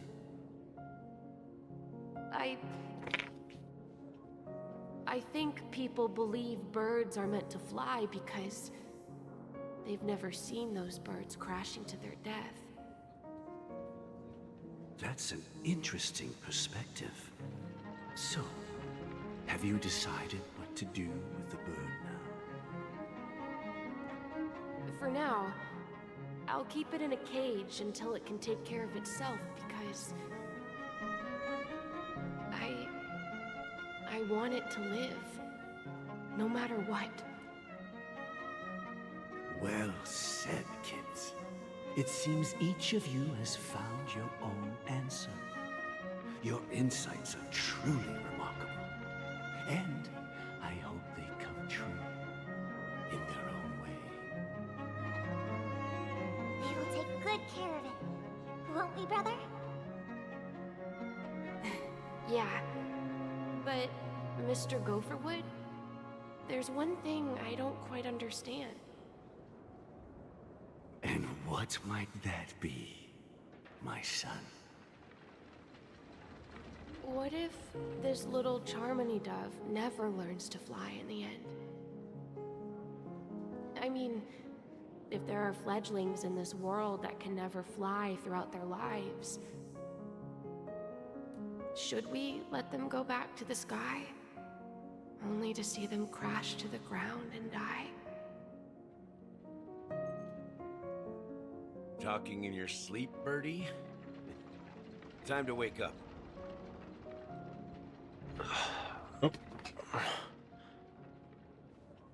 Huh? Need a hand? I'm still alive? It appears so. Yeah. Happy about that. Where is Robin? Tell me. Now. I knew that was going to be the first thing you'd ask. Yeah, it makes sense. Don't worry, your sister is here, safe and sound. She's probably walking around the streets now. If I were you, I'd be more worried about myself. After all, right in front of you is the guy who just stabbed you in the chest with a dagger. If you wanted to kill me, you wouldn't give me the chance to speak. Just tell me your demands, lackey of the Watchmaker.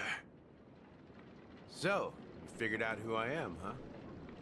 No wonder you had the guts to go against the Dream Master and the Four Families. Looks like I made the right choice. Choice? You are aware of my plan and see through my act. Time is running out, so let's drop the charades. I'm suggesting we cooperate. Cooperate? What makes you think I'd cooperate with you? The fact that the famous Robin has chosen my side. Plus, some clues about a traitor and a bright future for Penacony. Any of that catch your interest? I find it hard to believe a man who's full of deception. Fair.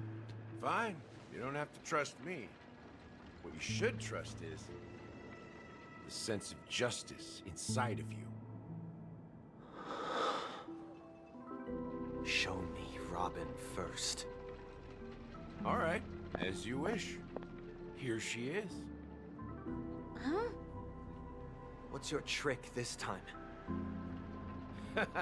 Just kidding. I mean, this lady will lead us to Robin, right? And the crew, too. There are too many people who you owe an explanation. That'd be great. Please follow me, Honorable Oak Family Head. Now, all the actors... Angry Firefly. are on the stage. Even when angry, she's adorable.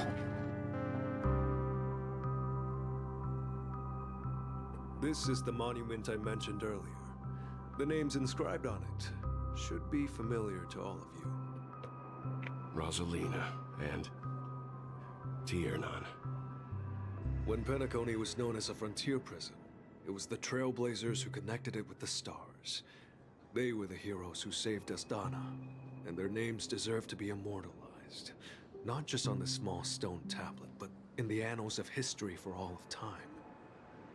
However, today, the planet of festivities is nothing but sweet dreams. That heavy piece of history is all a distant memory. Just like that prison.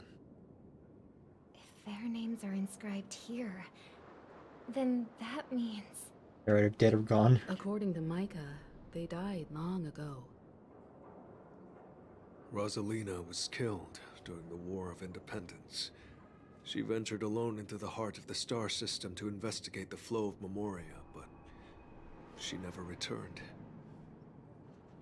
Tiernan was a skilled gunslinger, strong and reliable.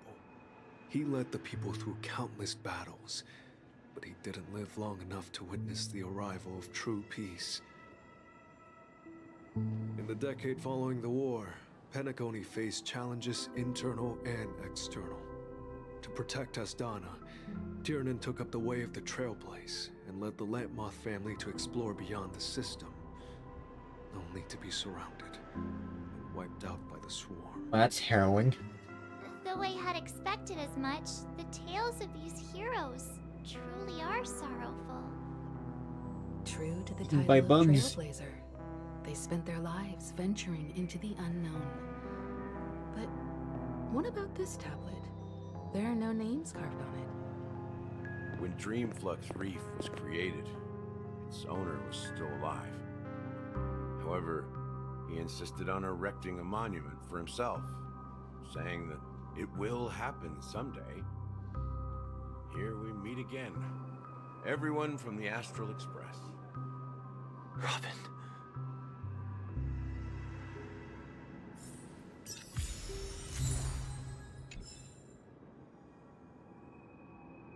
People everywhere.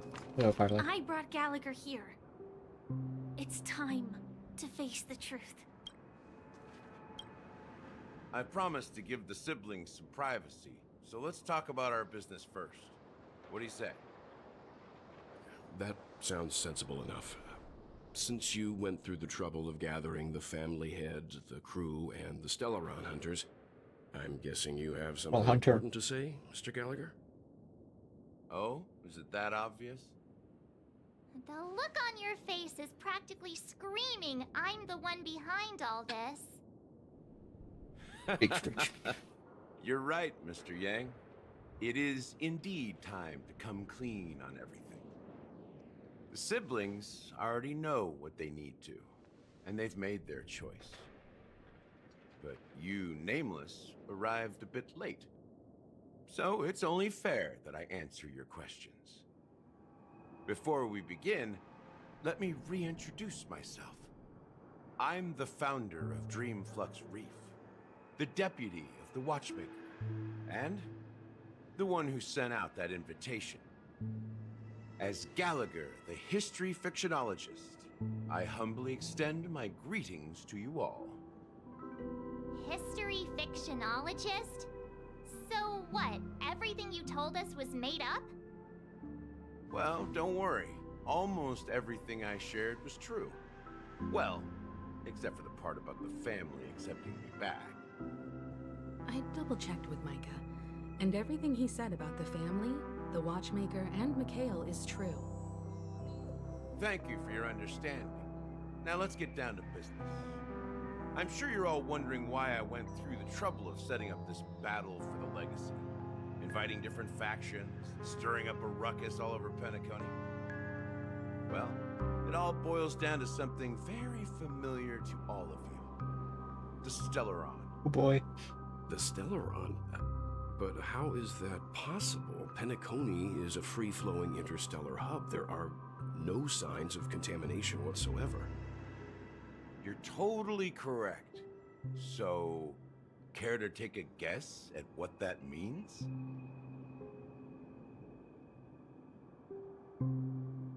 I wish that were the truth. But if that were the case, I wouldn't have invited all of you. I don't know, good guess. The sweet dream doesn't come out of thin air. If you think of the memory zone as the sea, creating the land of the dreams is like filling that wild ocean with earth to make an island. To achieve this feat, without the help of an emanator of remembrance or enigmata, the only way is to use a Stellaron.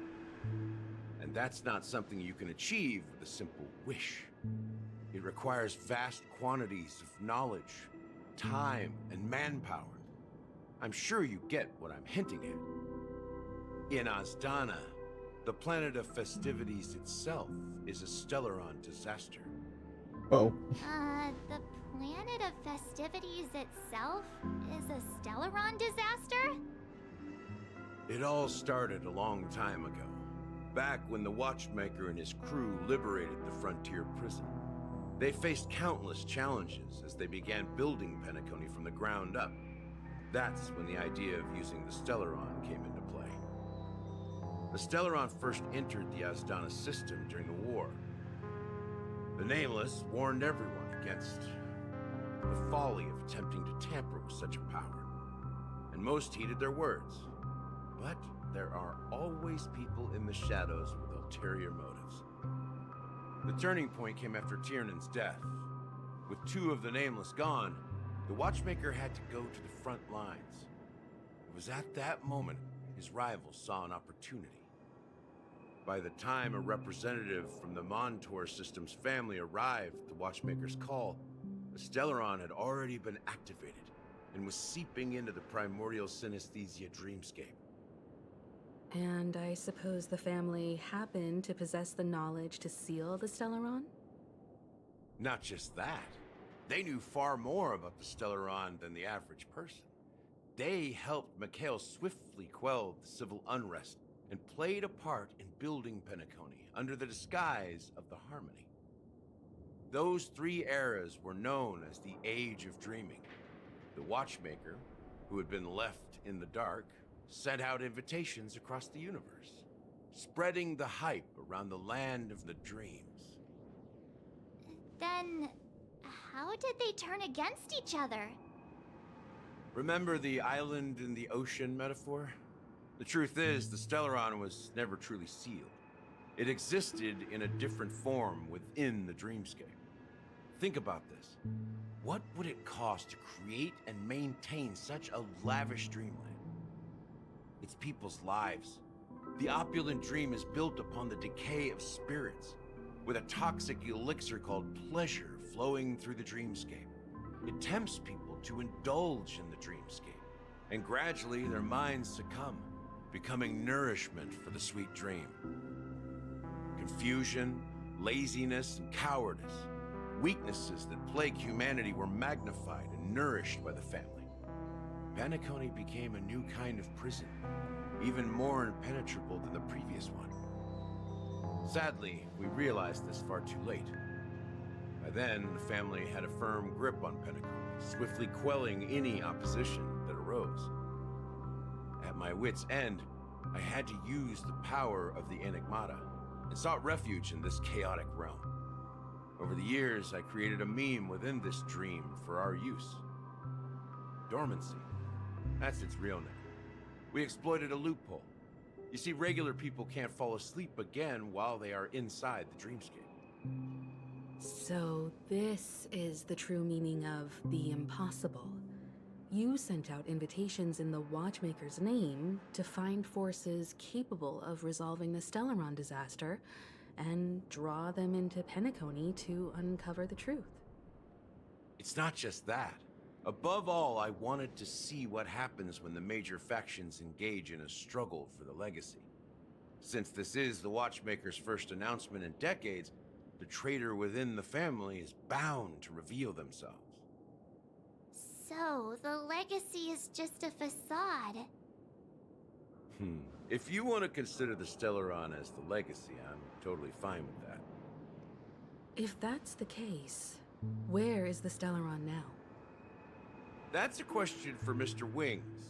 The Stellaron is still under the family's control, and as the head of the Oak family, I'm sure he holds all the answers.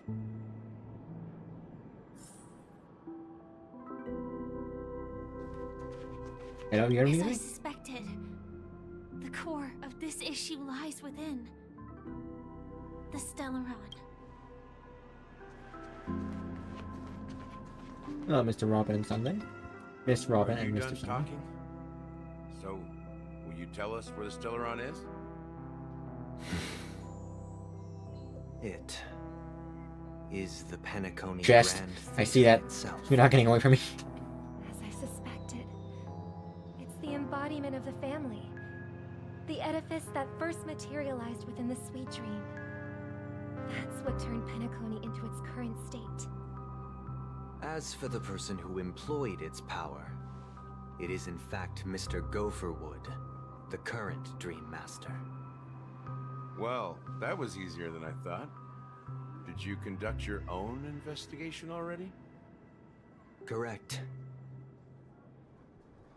When I was trying to track down the person who murdered my sister, apart from you, Gopherwood was my second suspect. Confronting me first turned out to be a smart move on your part. I didn't have other options. The Dream Master has been elusive, and even the heads of the families can hardly get an audience with him. Moreover, Mr. Gopherwood has been kind to my sister and me. And I didn't want it all to end like this. What do you mean by that? To be honest, my brother and I are also victims of the cancer of all worlds. We grew up as orphans, and were adopted by the family when they came to help. Mr. Gopherwood recognized our potential and brought us to Penacony. But I can't just stand by and watch Mr. Gopherwood become an enemy of the Harmony. I won't use my voice to support an evil cause. I won't step on that stage and sing, no matter who the traitor is, or what orders they give me. I won't let the Charmony Festival become an event that destroys Harmony itself. Yeah. For the paradise in our dreams. Indeed. For the paradise in our dreams. As the head of the Oak family, I'm responsible for ensuring Penacony's promising future. Robin and I will head into the Sweet Dream and confront the Dream Master. And if it turns out that the family has truly strayed from the Harmony, I'll fight alongside you. We'll put the Charmony Festival on hold and make sure Mr. Gopherwood pays for his blood debt. The enemies you are about to face aren't like this old dog here, who can barely even bark. Since our interests are aligned, why don't we team up? Maybe, just maybe, we'll have a shot at success. We have always been following in the footsteps of our nameless predecessors, and there's no reason to stop now. Yeah, we Nameless won't back down from a challenge. Isn't that right, Mr. Trailblazer? Let's see. That line actually makes me a bit nervous. I didn't read it completely. What did it say? Ain't nothing to fear no more. We can win. Rest assured, sitting on the sidelines isn't in our nature. Mr. Sunday, Miss Robin, I'm willing to accompany you on behalf of the Astral Express. Having a third party present should help with negotiations, and could make all the difference if things get ugly. Thank you, Mr. Yang. Thank you all very much. The Charmony Festival is about to start, and time is against us. We must hasten. Gotta go fast. Everyone, let's gather over here. We still need to make some preparations. Yep, and I will do that. Just 1 second. I'm gonna take a very funky route. First, check down here. There's gotta be something of worth. Nope, apart from that guy, which I do not care about. But there is a chest right there, and I want it. This trash can is perfect. I need its contents. Thank you. Goodbye. 1 second, gotta check something. Right, yep, that's still looking good.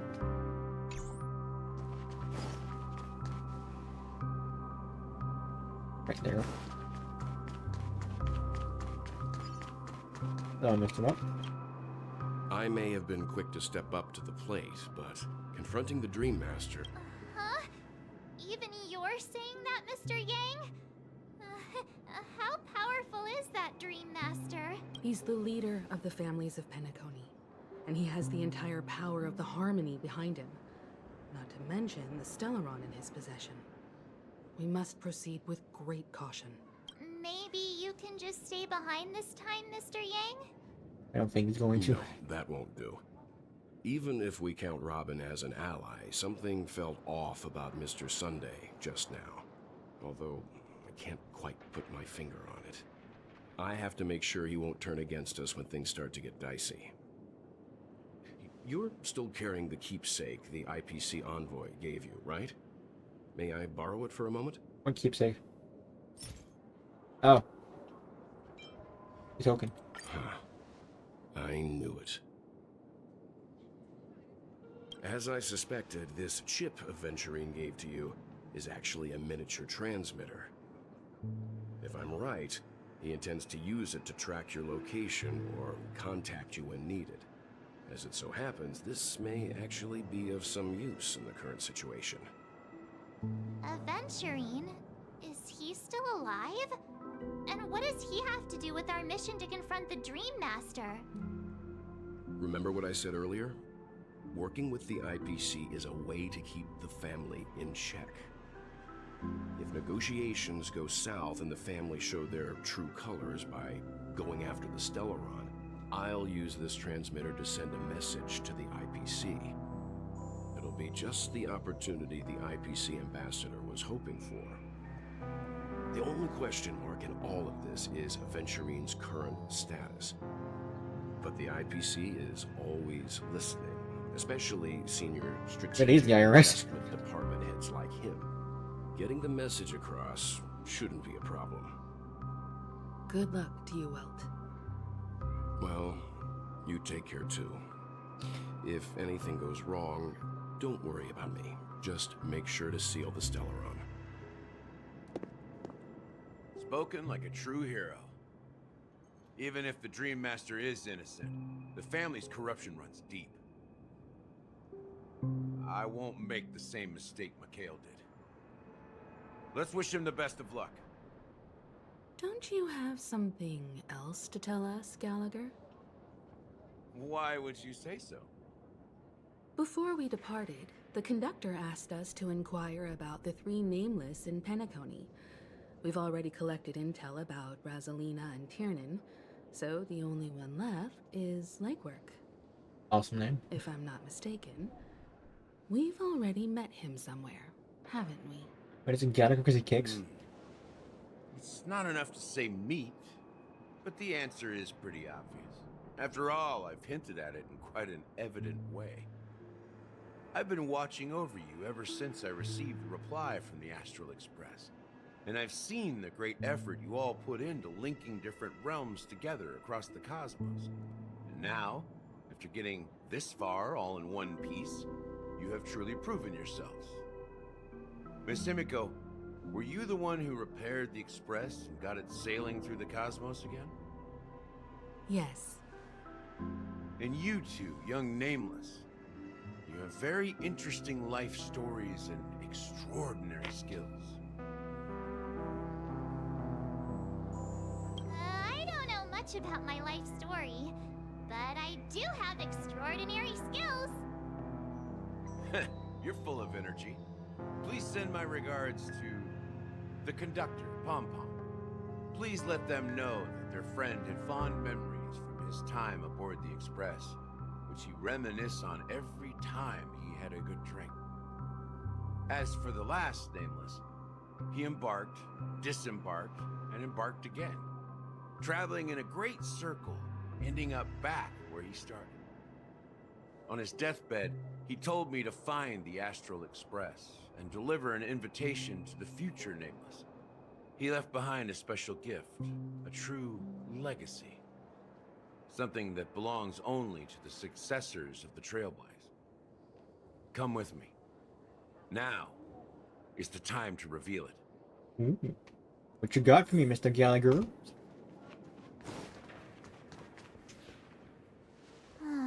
Back here again. That's sad. Sometimes I feel like you're still alive, old friend. Like you've still got so much to say and do. I've kept my promise and brought the future Trailblazers you've waited so long for. I don't know why you were so obsessed with that train, but I remember your last words. Don't let us down, old man.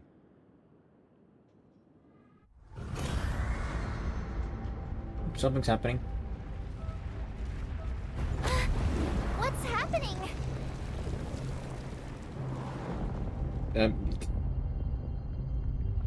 It's Robin's song, Rise Up.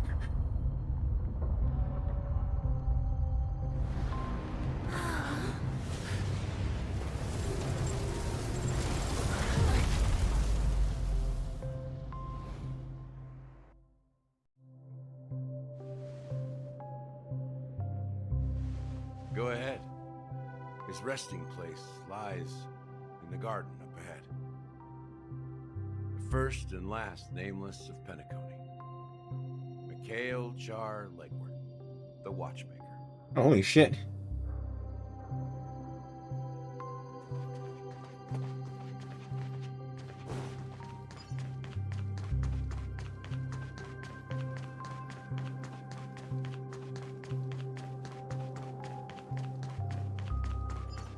Any more chests for me here? Mr. Watchmaker? One there. Not down here though.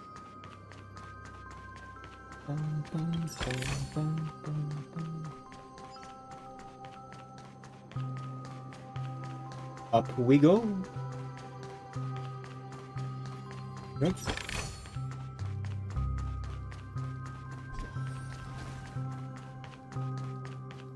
That is a coffin if I've ever seen one. Oh no, wait, that's a chair. Oh, hold on. Beneath the sea surface of the memory zone, in a garden closet to the full moon in the water, an elderly man rests on a recliner, enveloped in utter silence. The Watchmaker. Mikhail Char Legwork has passed into an endless, timeless dream, where no sound could ever waken him. Sure enough, the Watchmaker is the third nameless. Even I could guess that one. He's also dead. He's also... The legacy he left behind was a dream bubble. I believe inside that bubble, there's something that holds meaning only for the nameless. After all, when I checked its contents, I found nothing inside. Maybe some trailblaze runes? Even more mysterious than me. Well, let's have a look. The board sees Himiko's nod ever so slightly, turning in your direction. You take a deep breath, steady your mind, and turn your gaze towards the Watchmaker. Press your hands against the dream bubble, and Big Fish's memorial converges on their strain. Then stretches outward from your fingertips. As if weaving a delicate web, it gently cradles your palm. A chill travels from your fingertips, carrying with it a myriad of vibrant, intertwined memories. As experience would suggest, but this time, you see nothing at all. The dream bubble is clearly extraordinary. Perhaps the approach was wrong, you think, holding your breath and closing your eyes. With one knee on the ground, you press your forehead against the thin film coated memoria. Yet, before you, there remains an abyss of darkness. No crimson sun descending upon snow-capped mountains, no gentle laughter, no twinkling stars, no echoes of swords clashing, and most of all, no traces of trailblaze. There's nothing, and nothing is there. Indubitably, this is but an empty dream bubble. Wait, what's going on? Seriously?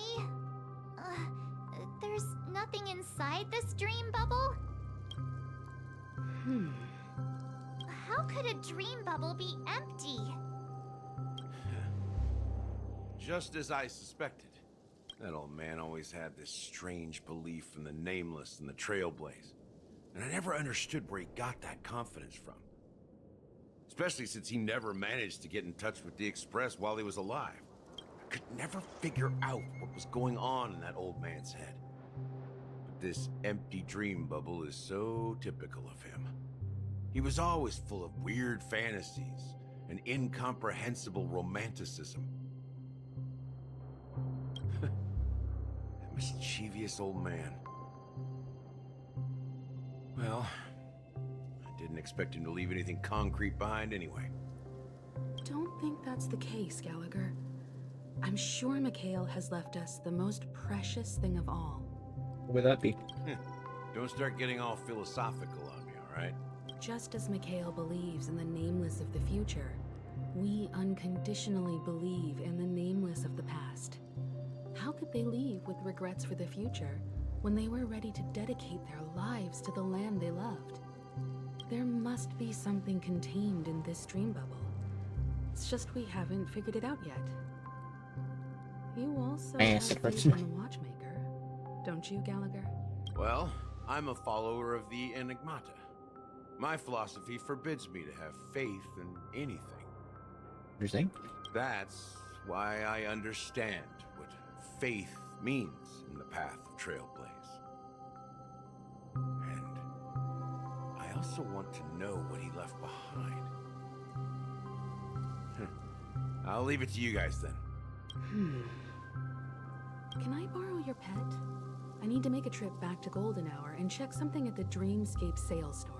It's for Mikhail, and for the future of Penacony. Holy shit, it's Boot Hill. Welcome to the Reverie Hotel. How may I help you? Greetings. We're the Nameless from the Astral Express. The Astral Express? But I thought... Yes, my companion's already checked in. My name is Dan Han, and I believe my personal information is recorded in your system. I see, but your companion said you wouldn't be coming due to a change of plans. Now the plans have changed again. And you are... Me? I'm Pom Pom. A new nameless. Yep, that is Pom Pom. Totally Pom Pom. Trailblazer. We responded to the family's invitation before he boarded the express, so he wasn't registered in your system. Is it possible to accommodate him as well? Oh, I see. Another one of the Nameless had a similar situation. Seems like a lot of people are joining the Trailblaze these days. Since there's a precedent, it shouldn't be a problem. Just give me a second to contact your companions. I'm sorry, dear guests, but it seems I'm unable to reach the other members of the Astral Express. What do you mean by unable to reach them? Well, so how did you call them? My apologies. This is the first time I've encountered a situation like this. However, the system indicates that those guests are still in the dreamscape. What system? What are you looking at? How about this? Give me their room number, and we'll go check on them ourselves. I'm afraid that's not possible. I need to verify both of your identities before I can share any guest information. How about you just wake up someone? Let's say, Wilt? I'm sorry, but there are strict rules regarding forced awakening. It cannot be done without the proper clearance. So nothing works, huh? What's your solution then? Are you saying we sleep here? At the reception? Please be patient. We need to contact your companions in order to confirm your identities. And now it seems you need to confirm our identities before you can contact our companions. Yep. It seems We've gone circular. That's great. Fudge. Look, nothing personal, but if you can't handle this, go find someone else who can, okay? Please calm down, dear guests. I do recall that Mr. Sunday, the Oak family head, personally handled this issue earlier. Oh, please wait a moment while I contact him. I don't think she's trying to give us a hard time. She really just doesn't know what to do. I have a bad feeling about this. You tried to contact them on the express earlier, but they didn't respond. Something doesn't seem right. I need to leave for a moment. You can stay here with the receptionist. Sure thing. Just don't keep me waiting forever. Don Home seems pretty worried about his companions. I should give him some space.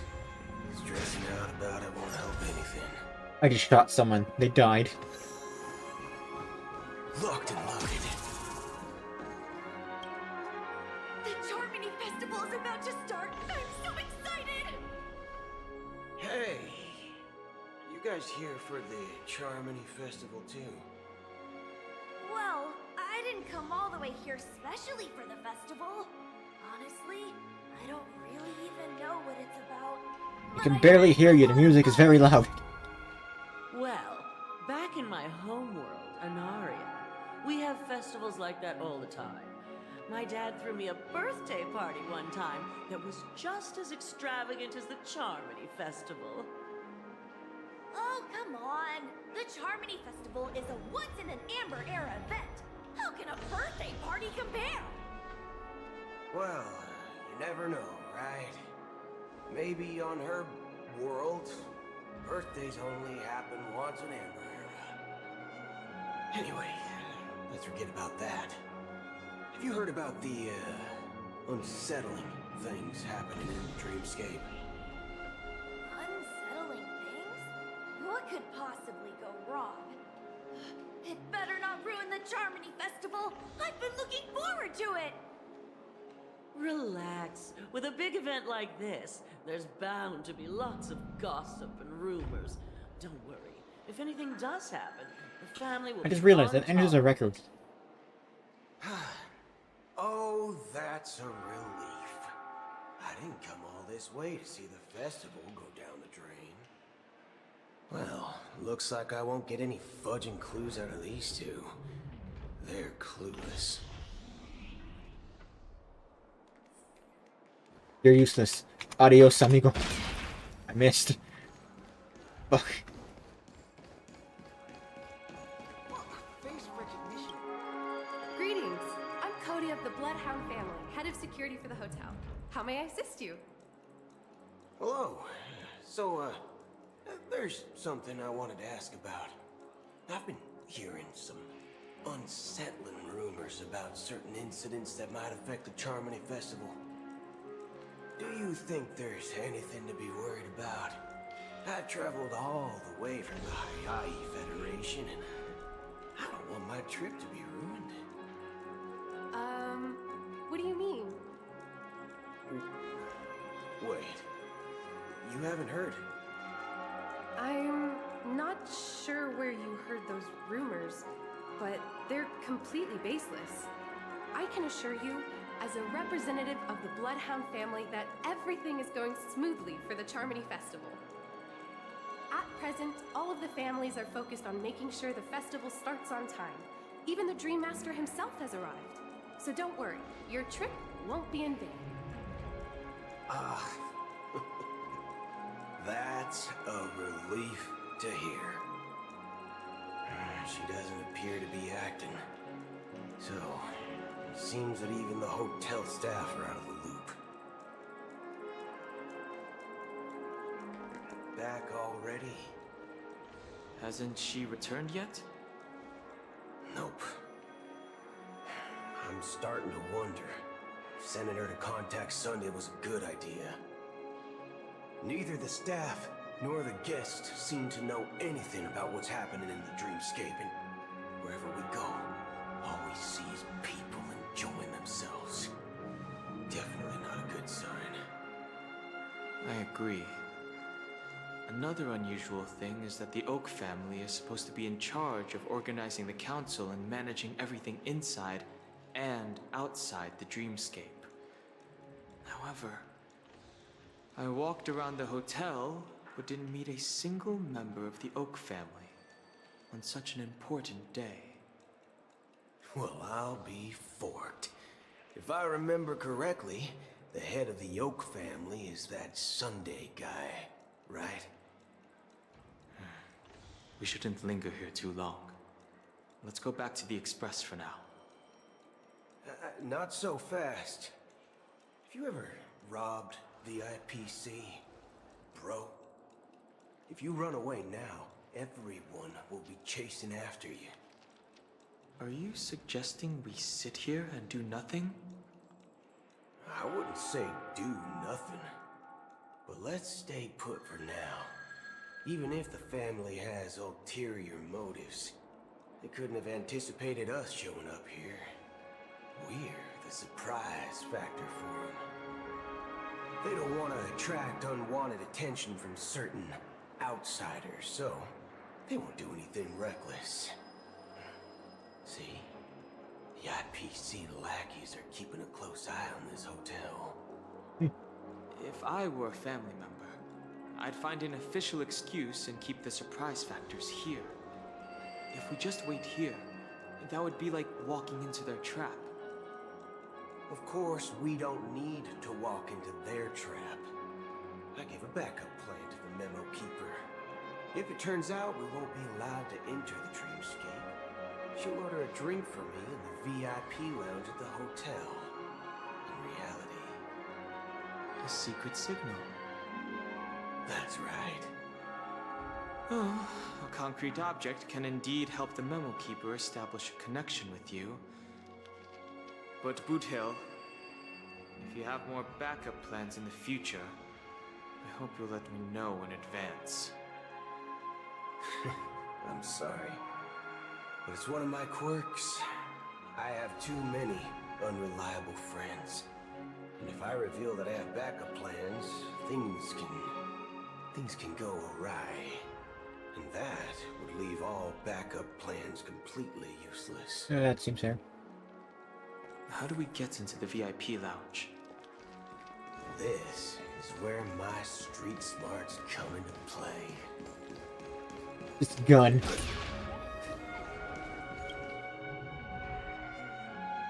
You're the lobby manager, right? Yes, I am. How may I assist you? We're the Nameless from the Astral Express. We wanted to check in, but there's something wrong with your system. The lady at the front desk said she would contact the manager, but now she's nowhere to be found. Now, we've been waiting here forever, without any food or water. What the fork, man? Is this how the family treats its guests? Is this your idea of street smarts? Starting an altercation? It's called standing up for your rights. I apologize for the inconvenience. Please wait while we try to contact Mr. Sunday. I'll arrange 2 premium seats in the VIP lounge so you can rest there while you wait. See? Just like that. Just don't call yourself a nameless next time. Wow, this bar's something else. Certainly worthy of the planet of festivities.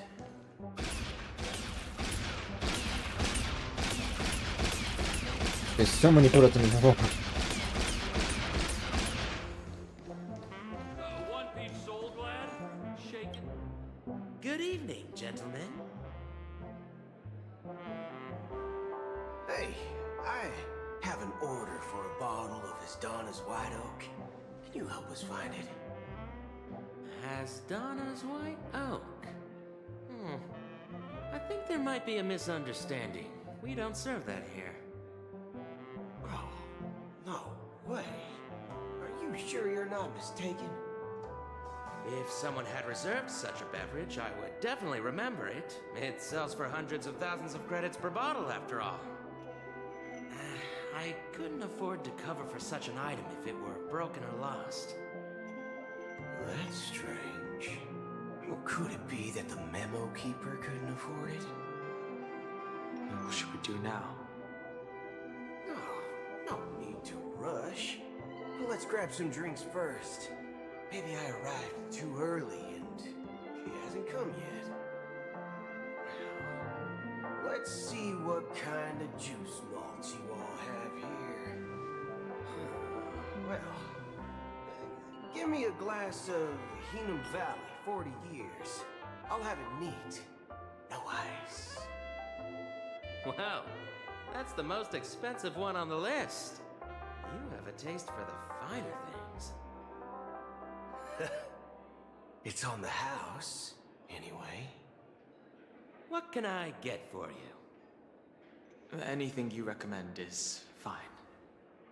Then I would recommend today's special, Glass Village. It's classic Soul Glad mixed with Laboon juice. It's refreshing and suits your cool demeanor. Just 1 minute. This flavor.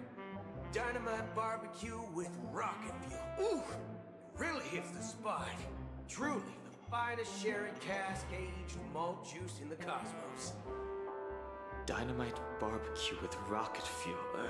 Is that really something that humans enjoy? Hey, this guy doesn't know anything at all. As long as you're satisfied, dear guests, please enjoy. Let's give the memo keeper another half system hour. If she doesn't show up, we'll need to come up with a new plan. In the meantime, let's take stock of the situation. What do you think? The situation is unclear. Something must have happened on the planet of festivities, but the public is unaware of it. Someone in a position of power within the family must be covering it up. It's unusual for the followers of the Harmony to invite other factions, let alone the IPC and the Masked Fools. If what you said about the Emanator of the Nihility is true, the situation in Penacony is a little complicated, to say the least. Actually, there's something else I'm concerned about. Regarding Acheron. As you know, the faction that follows the path of the Hunt are some of the most dangerous folks in the cosmos to mess with. I mean, who in their right mind would impersonate the Xianzhou Alliance or the Galaxy Rangers. It's like asking for a death wish. Isn't there a saying among the Xianzhou people that the Rainbow Sect lets their luck's arrow do all the beating? Talking. Do all the talking. Well, you know what I mean. Even though the Galaxy Rangers have been out of sight for years, we've been keeping an eye on this region. Even the dumbest criminals know better than to mess with the Annihilation Gang, much less the Rangers.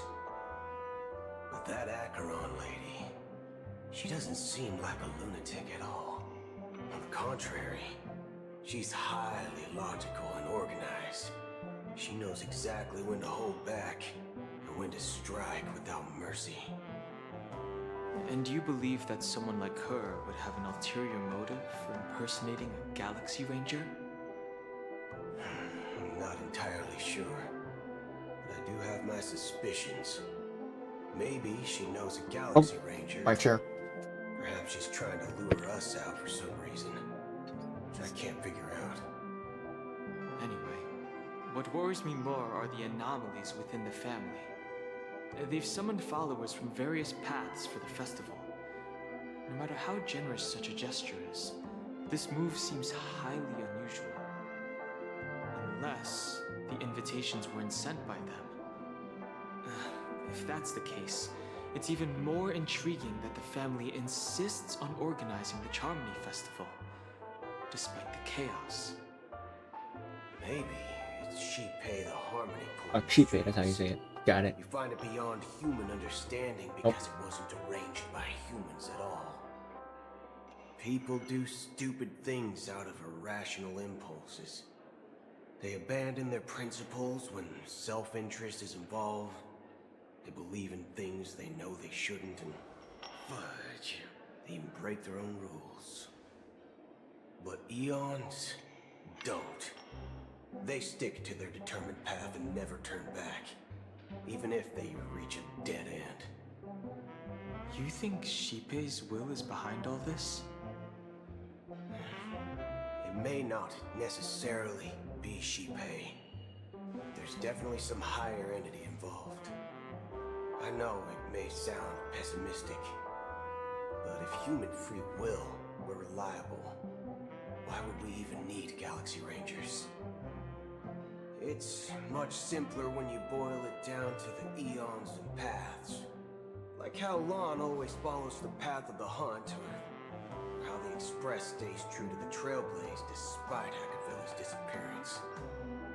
But in my opinion, Akavilli's fall holds significance for the Nameless. Oh, so you're saying the Nameless now have to take responsibility for their own choices because their absolutely right leader is gone? Exactly. I believe the purpose of the journey isn't just about following a path that's always considered absolutely right. It's more about doing your best to choose the right path for yourself among countless possibilities, even with limited insight and judgment. I don't know what you've been through, but I agree that people must take responsibility for their choices, because no one else can do it for them. That's why the Galaxy Rangers need to uncover the imposter and figure out her true intentions. Just in case. I have a backup plan if the Memo Keeper doesn't show up. This is my final backup plan. I promise. You sure have a lot of cards up your sleeve. I have them there. Well, going back to my old career would make things a lot easier. By the way, when you were walking around the hotel, did you happen to see any important-looking guests? What's your plan? It's simple. We just grab some hostages and use them as bargaining chips with the family. Or maybe we can even take their identities. No need for that. We'll return to the Express now. Wait. Are you getting scared? Draw your weapon. Let's make a big scene. Are you leaving, esteemed guests? Would you like to cancel that Asdonis White Oak you just ordered? Huh? Asdonis White Oak? But didn't you just say... Ha ha! Looks like you are a bit intoxicated, esteemed guests. You ordered a bottle of Asdonis White Oak just a moment ago. Looks like your memo keeper friend has finally arrived. Oh, right. Sorry, my memory's not the best. You know, too many modifications and all. Anyway, let me check. Well, fork me. It says Donna's White Oak, all right. And there's a note. I'll be waiting for you on the Astral Express. No mistake, that's her message to you. She knew the hotel wasn't safe, so she suggested we find another place. Well, looks like we took a detour, but now it's back to the Astral Express. So, what are we waiting for? Let's go.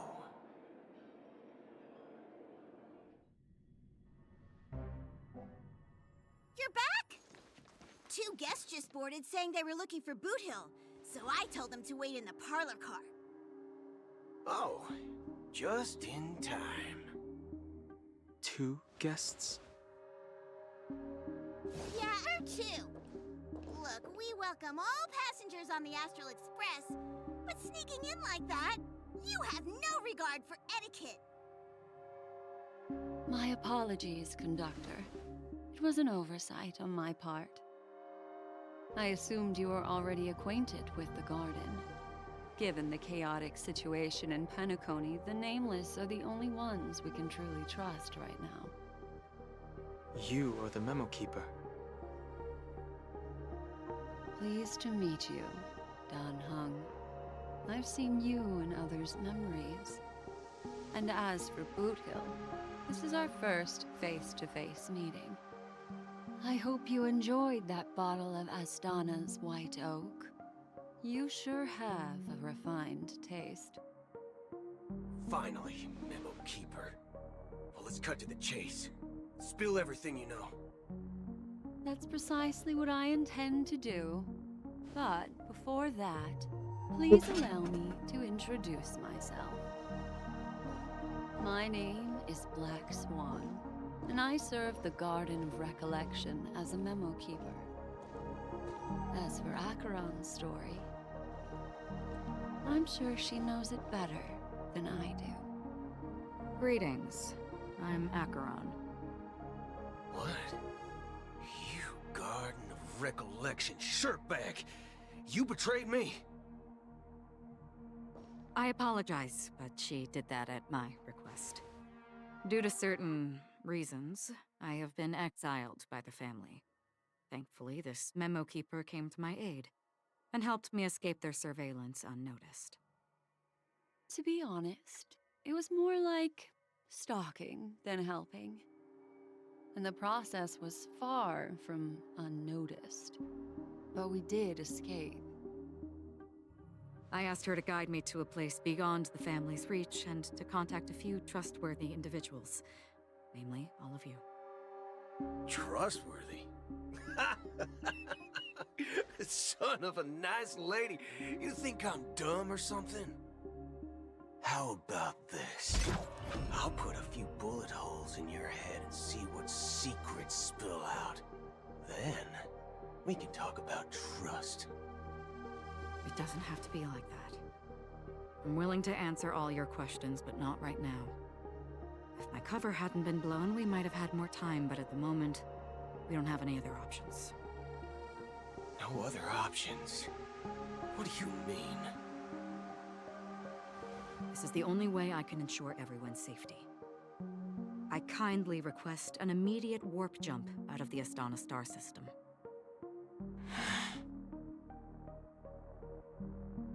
This passenger is requesting... As far as I can tell, she's not a threat and seems to be telling the truth. I've briefly traveled with your companions and know their whereabouts, Dan Heng. Please rest assured, your nameless companions are safe, but they need our help. As for Boot Hill, you may have guessed, I've been waiting for you. Galaxy Rangers are known for their elusive nature and limited contact with each other, so this was the only way I could reach out to you. Only by doing this can I find a true Galaxy Ranger and fulfill a long-standing promise. To return his relics to their rightful owner. Someone once told me that every rainfall is like a gift from the heavens, a sign of their mercy upon the world. Raindrops are said to be the tears of the gods, shed in response to the sorrows of the world. Their constant pouring is a reminder that the gods haven't abandoned us yet. So, how long has this rain been going on for? I used to believe, just like you, that it would eventually stop. Years and decades passed. And in the end, such hope faded away before the rain did. Looks like the god you mentioned doesn't exist after all.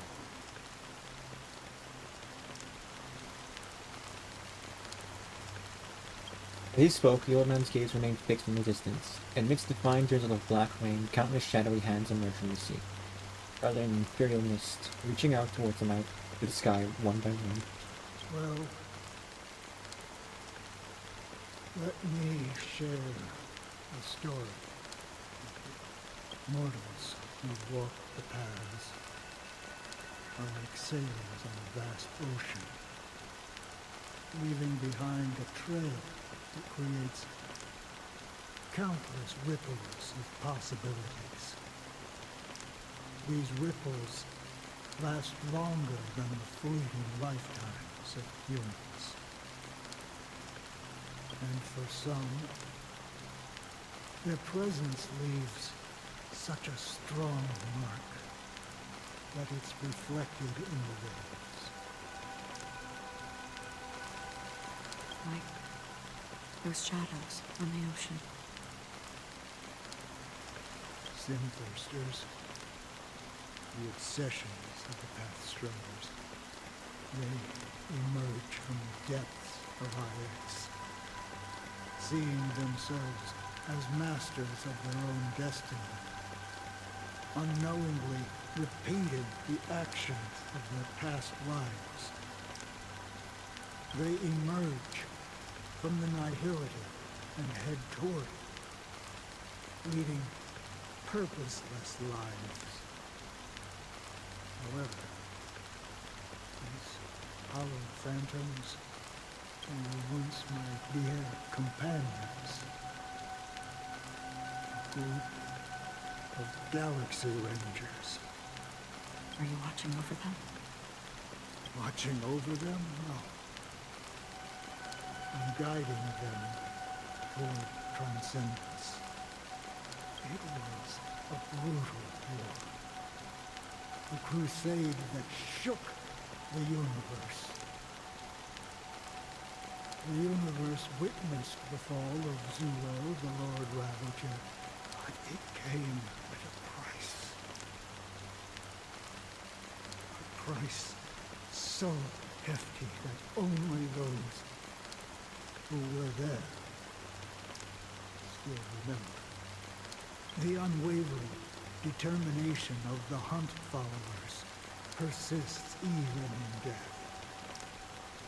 So someone must guide these lost souls to their life beyond. They were heroes in their time. And they shouldn't be reduced to mere puppets of nihility. As for me, I've suffered too many losses on that battlefield to advance any further. And that makes me the most fitting person to carry out this task. But you know, these sin thirsters, they're not who they used to be. Does this seem pointless to you? Well, some tasks have to be done, even if they are pointless. I can help you. For what? For the meaning of the nihility. That's what I've been seeking. I see. After all, this realm is off limits to ordinary souls, right? Thank you, stranger. I wish that you find what you seek. Before we part ways, I have one more question.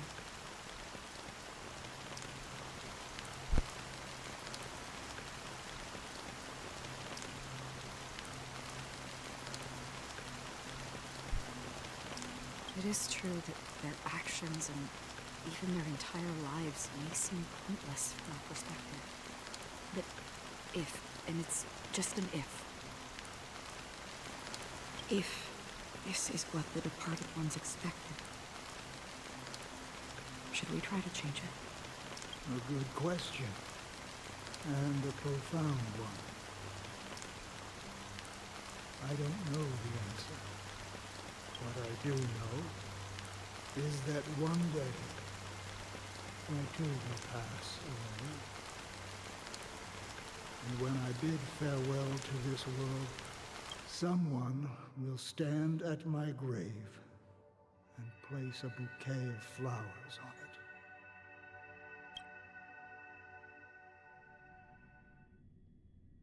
That was a really cool scene. When I appeared as a child, my speech, mindset, and soul reflected immaturity and innocence.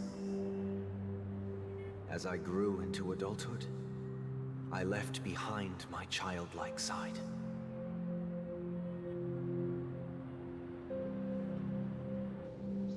I humbly request your blessings, esteemed advocate of Shipe. Come to me, my kinship.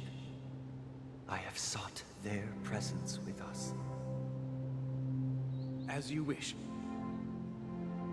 I have faithfully served the Alfalfa family for nearly a decade, promoting the path of the harmony to the best of my ability.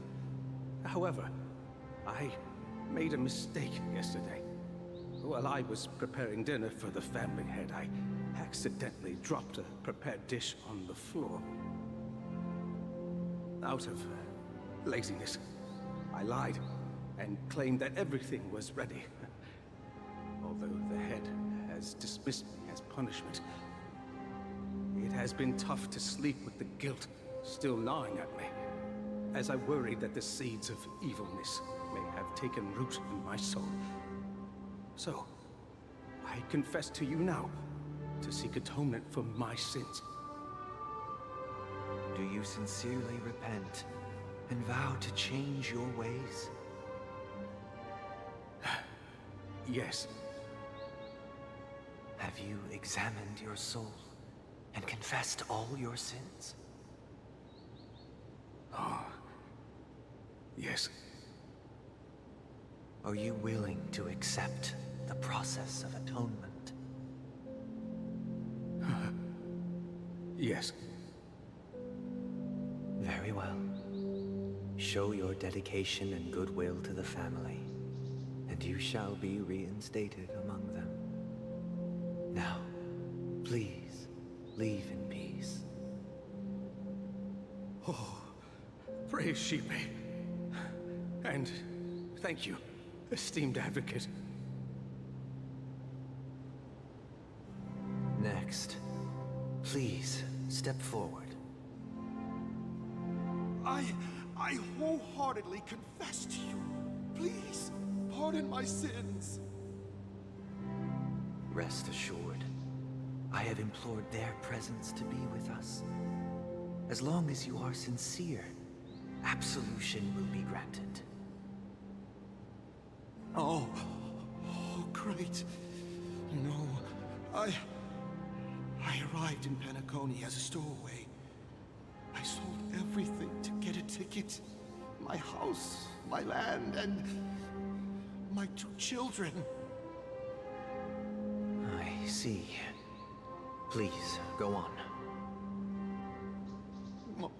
My children were starving, and I hoped they'd have a chance at survival if they became slaves here. If I can strike it rich here, I'll lift them out of that situation and give them the life they deserve. But the Bloodhound family got wind of it.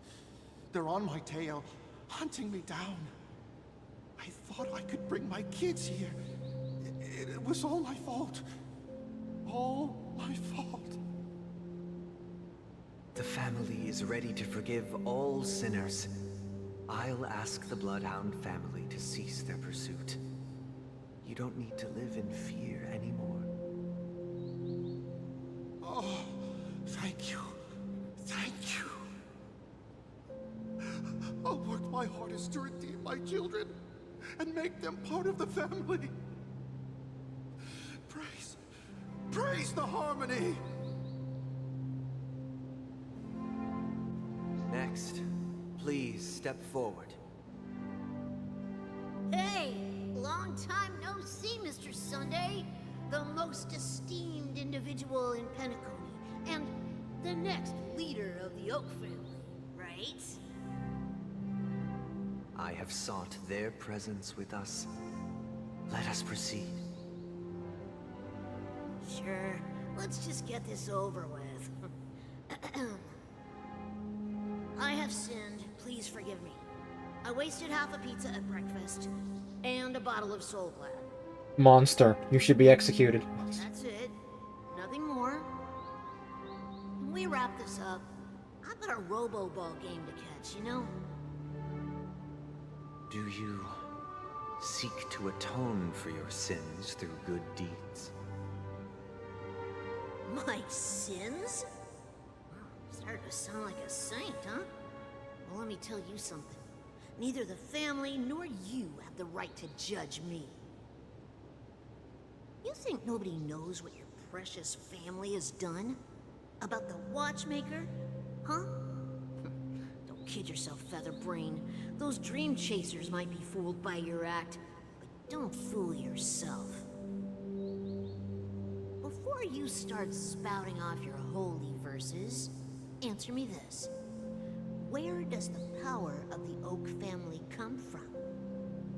And your power? What makes you think you can sit there all high and mighty, looking down on everyone else? Well, I've spent enough time in confession today to enter the Harmony's paradise, right? Then I'll take my leave. Good luck with your election, and, don't make me regret my investments in you.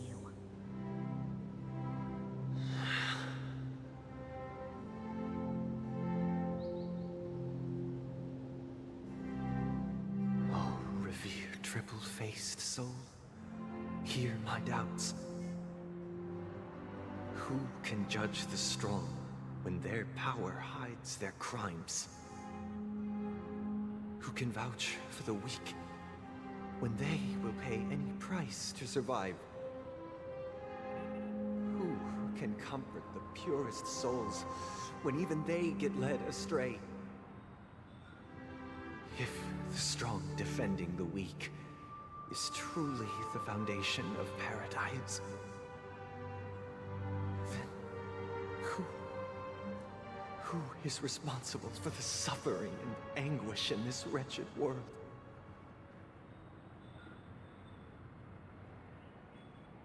Brother? Brother? Brother, are you all right? I'm fine. I've been working long hours, and I just made a trip to Dreamflux Reef and back. So, I'm a bit out of sorts. But it'll all be over before we know it. You've been working non-stop on the Charmony Festival, Mr. Sunday, and no one could have predicted this incident. Even if the Stellaron does pose a grave threat, I still feel sorry for all the trouble we've caused you. No need to worry about troubling anyone. The Charmony Festival was meant to spread joy and harmony across the cosmos. But now that we know the truth, I'm afraid we'll have to cancel it. It has always been our wish to make everyone happy, so... we'll do our best to explain everything to the Dream Master. I'm sure he'll understand. I doubt it. Even if the negotiation does not go smoothly, I'll refuse to go on stage. Without the Chord Master, the Harmonious Choir would not arrive, and the Charmony Festival would be just a grand performance, and nothing more. I'm relieved to see your determination. You know, since arriving in Penacony, we haven't had any contact with this Dream Master himself. I'd heard of the heads of the 5 major lineages, but the Dream Master is a mystery to me. The Dream Master rarely grants an audience, even for us. But, given the urgency of the situation, he's agreed to meet us in person. Perhaps you'll be the first guest to meet the Dream Master in years, Mr. Yang. Let's hope we can reach a consensus that satisfies everyone. Indeed. Let us hope so. It's about time. We'll have to get ready for the meeting. I apologize for any inconvenience caused by the urgency. Don't worry. I'll be waiting here. It's Mr. Sunday! Hey, come over here! Be gone, child. I missed. Looks like someone needs help. Let's go check it out. Mr. Sunday. Hey there! Okay, see the moon in the sky? It's about the size of the cap on my soul globe. If I just reach down my... The moon? You mean the Grand Theater? Yeah. Look at me. I've been away from home for too long. I must be missing that moon. But it's no big deal. The Grand Theater here looks much better than the moon back home. It's just magnificent. They told me not to sell everything I had just to come to Penacony. How short-sighted. Selling everything you had? Why would you go to such lengths? Why? Can't you see? Life back home is miserable. It's not really living at all. It's better to be here at Penacony. No pain, no worries about tomorrow, just sweet dreams. You can do whatever you want. That's what I call living. Yeah, now this is the life. Is this truly living? Huh? What did you say, young lady? I didn't quite catch that. Oh, it's nothing, sir. You see, the traffic on Glock's Avenue can be dangerous. How about I ask a Bloodhound family member to escort you to Ideen Park over there, so you can continue enjoying your sweet dream? Oh, yeah, that's a great idea. Wow, no wonder you were the leader of this sweet dream. You're totally a lifesaver. See you around, Mr. Sunday, and it was nice chatting with you.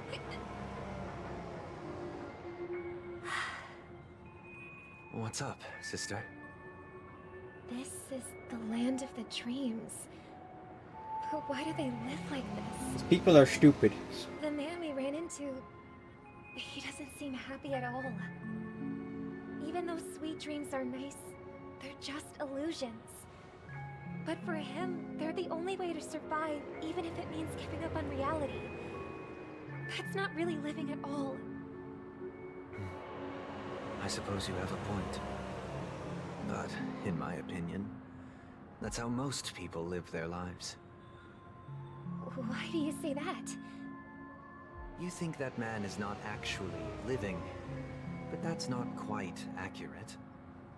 Even without Penacony, people create their own illusions called self-value. People believe they have a predetermined value to fulfill. Gaining value means gaining power, and those deemed worthless are seen as the weak. However, value doesn't come out of thin air, and there's a limit to it. To accumulate value, people have to take from others, so the weak get exploited and oppressed.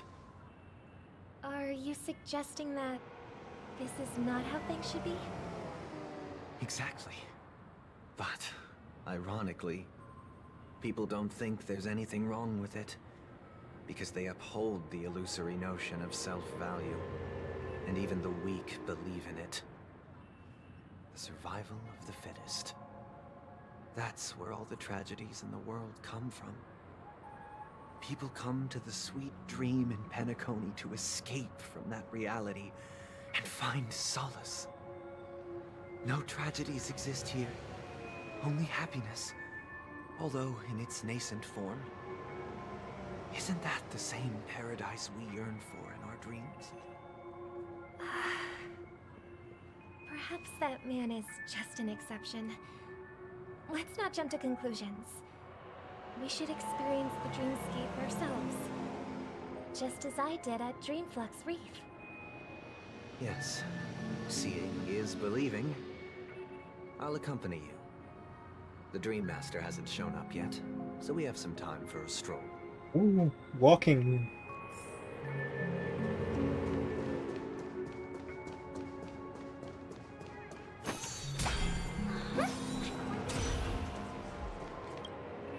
Glad to meet you again, Robin. How are the preparations for the Charmony Festival coming along? We're all so excited about it. It's going smoothly. Thanks for making the trip to join the festival. You're too kind, Robin. It's a pleasure to have guests from all over the universe celebrating day and night. I can't stand being lonely or bored, so this jubilant dreamscape is perfect for me.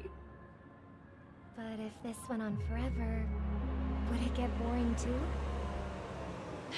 Nah, not at all. Who would get tired of having so much fun? Everyone. Every day, you get to wear fancy clothes, explore all sorts of dream bubbles, indulge in delicious food without gaining weight, and you never get old or sick. As long as you can afford a room, this place is the ultimate paradise. But you know that only a few things can be brought back from the dreamscape to reality, right? That's exactly why I don't plan on bringing anything back. Just enjoying the dream itself is good enough for me. I mean, I'm not one of those long-living species. I only have around 60 or 70 years in this lifetime, and there's so much to worry about. Being happy here is pure bliss. Only in this sweet dream can I truly feel like I'm in control of my life and fate. Who would want to go back to reality after experiencing this bliss? I see. I genuinely wish you all the happiness in the world. And I wish you a fantastic performance, Robin! I'm off to the Blue Hour for the ball. See you later.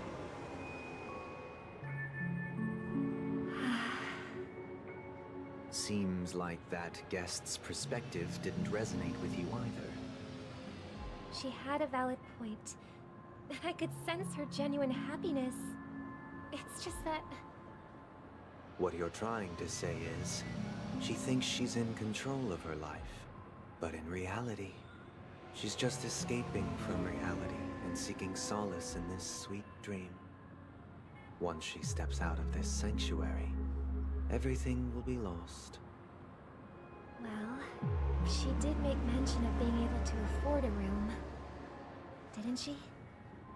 However, the paradise in our dreams, it doesn't have to end. No. And the paradise we yearn for shouldn't be just a fleeting dream either.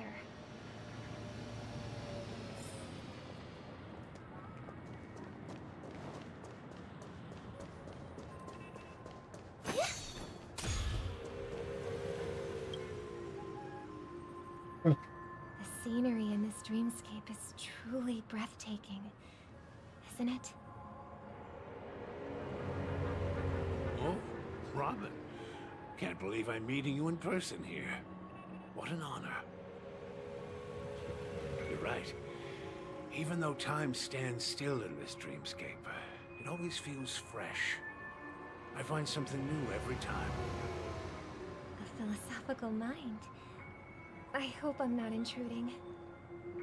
Oh, not at all. Now, with little time left, I yearn for meaningful conversations, especially with someone as esteemed as you. Do you mind if we chat? It's my pleasure. No need to be formal. Just speak your mind. You said, with little time left. Please, forgive me for being blunt. But is that why you came to Penacony? Yeah. I was part of a war, and while escaping from the Sicosian mothership, I got exposed to some radioactive materials. And then, all my comrades died, and my hometown was wiped out by neutron bombardments. I couldn't bear to live with everything I knew gone. That's when I heard about a possible solution here, so I came. How heart-wrenching. I hope the family has been able to help you. They have. I'm truly grateful for that. They provided me with a comfortable room, the most advanced life support devices in the cosmos, and a stellar team of caregivers. My physical body is now in the dream pool, sustained by life support. The me you see here is whole, rational, and no different from any other person.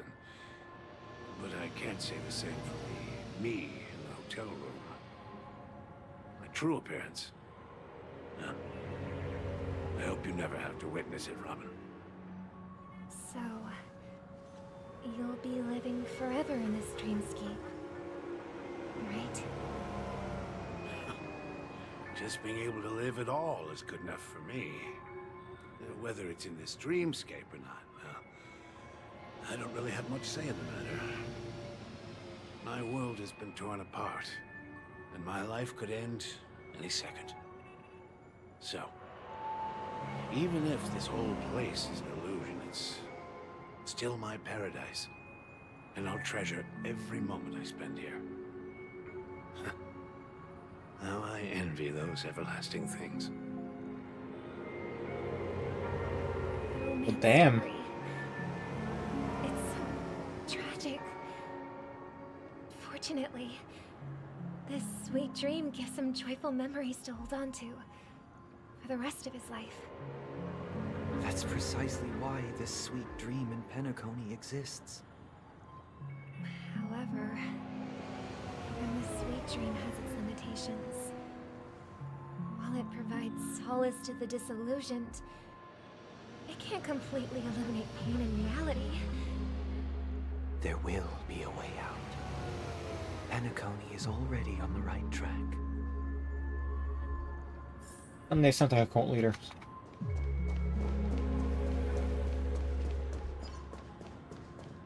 Look what we have here.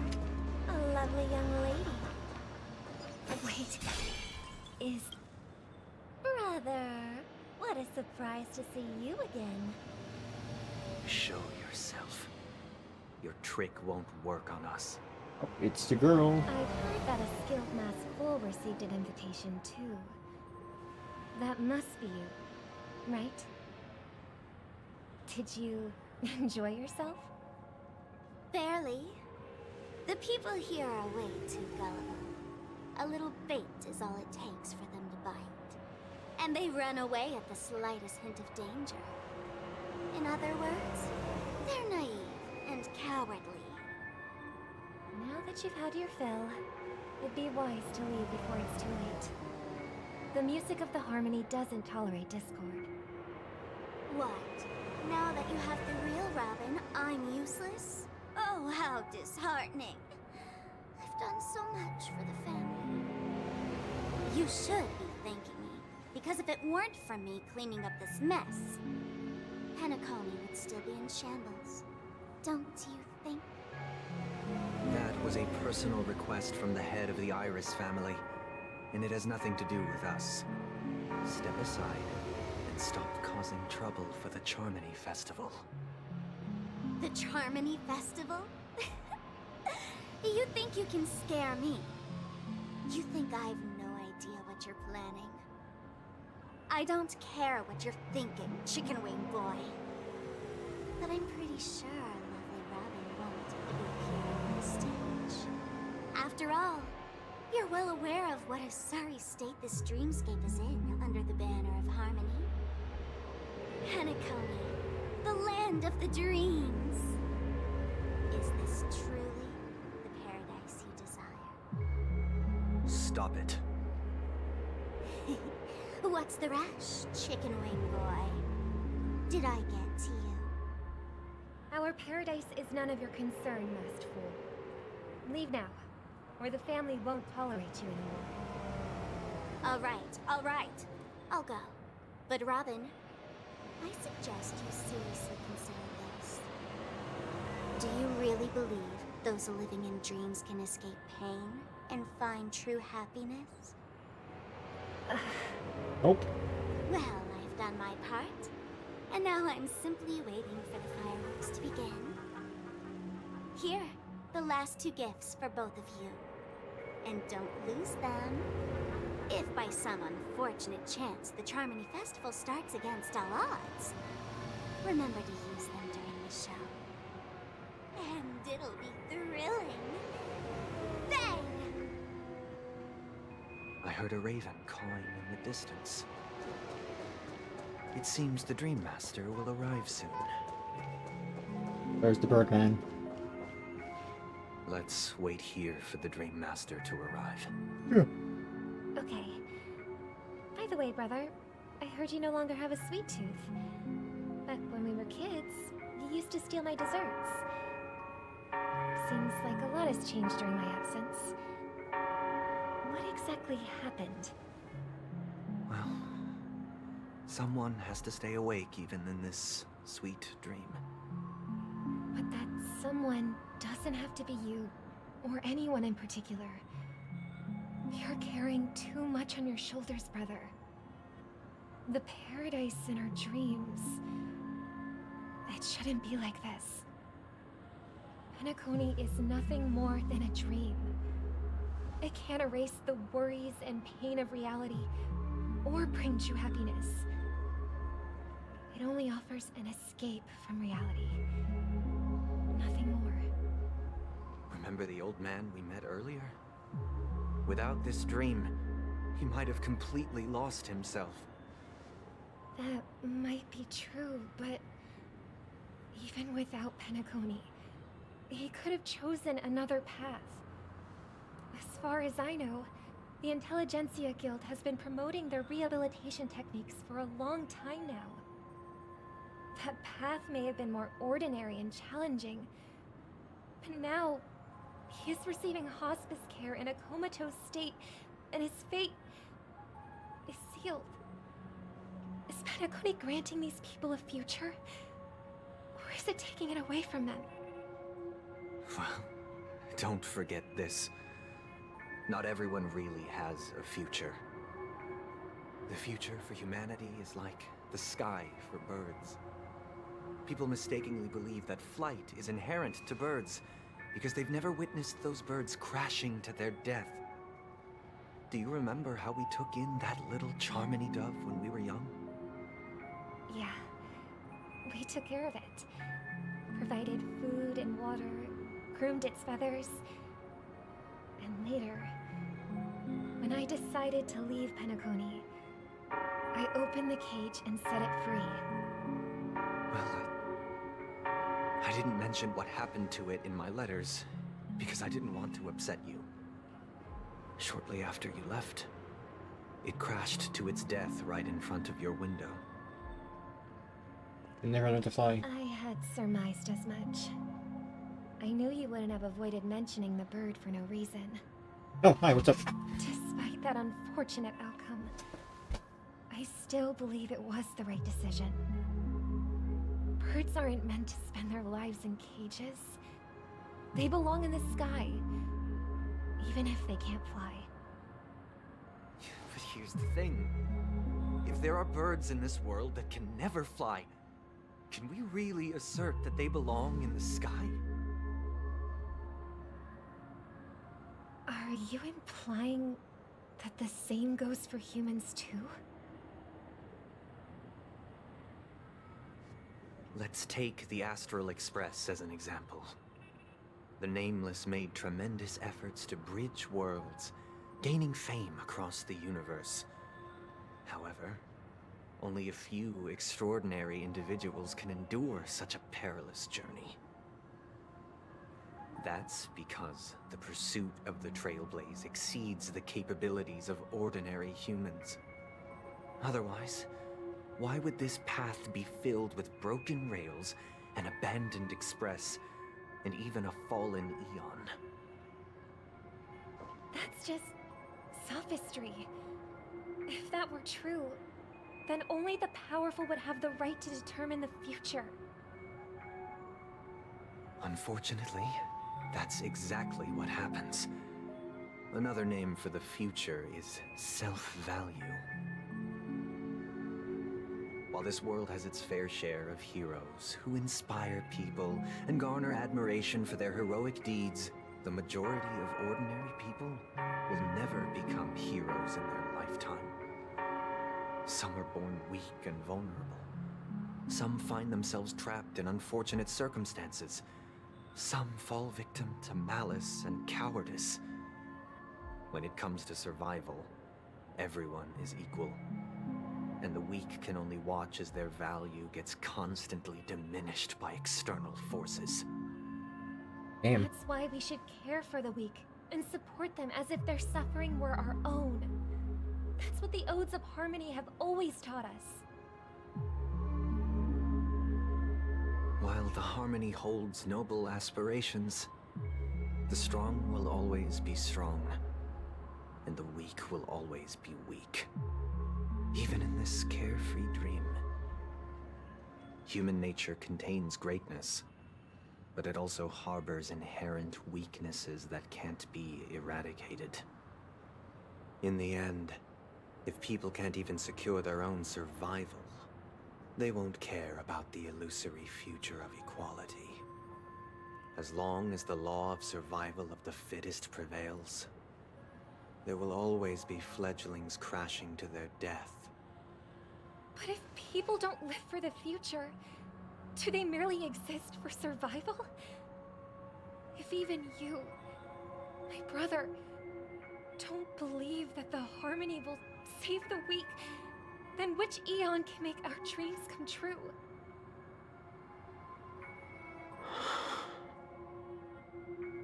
People often forget that when the first bird took flight, the entire world envisioned a future where no more fledglings would ever crash to their death. Are you reading, sister? What are you reading? Mr. Gopherwood gave me a picture book. It's about the story of the harmonic strings. If I could become a chord master, I'd like to summon Dominicus, the harmonious choir. I want to sing with everyone and spread our wishes so that all can feel happiness and joy. I see. Then, I would summon the harmonious choir too. Don't you have a wish of your own, brother? Of course I do. It's just that it includes your wish and everyone else's. I long for a true paradise where everyone can find peace. Then, let's build a stage there, and invite everyone to our performance, so that both our wishes come true, through the power of the harmonious choir. It's a deal, then. Yeah, it's a deal. But how can I become a chord master? Music. Maybe you'll have to become a star first.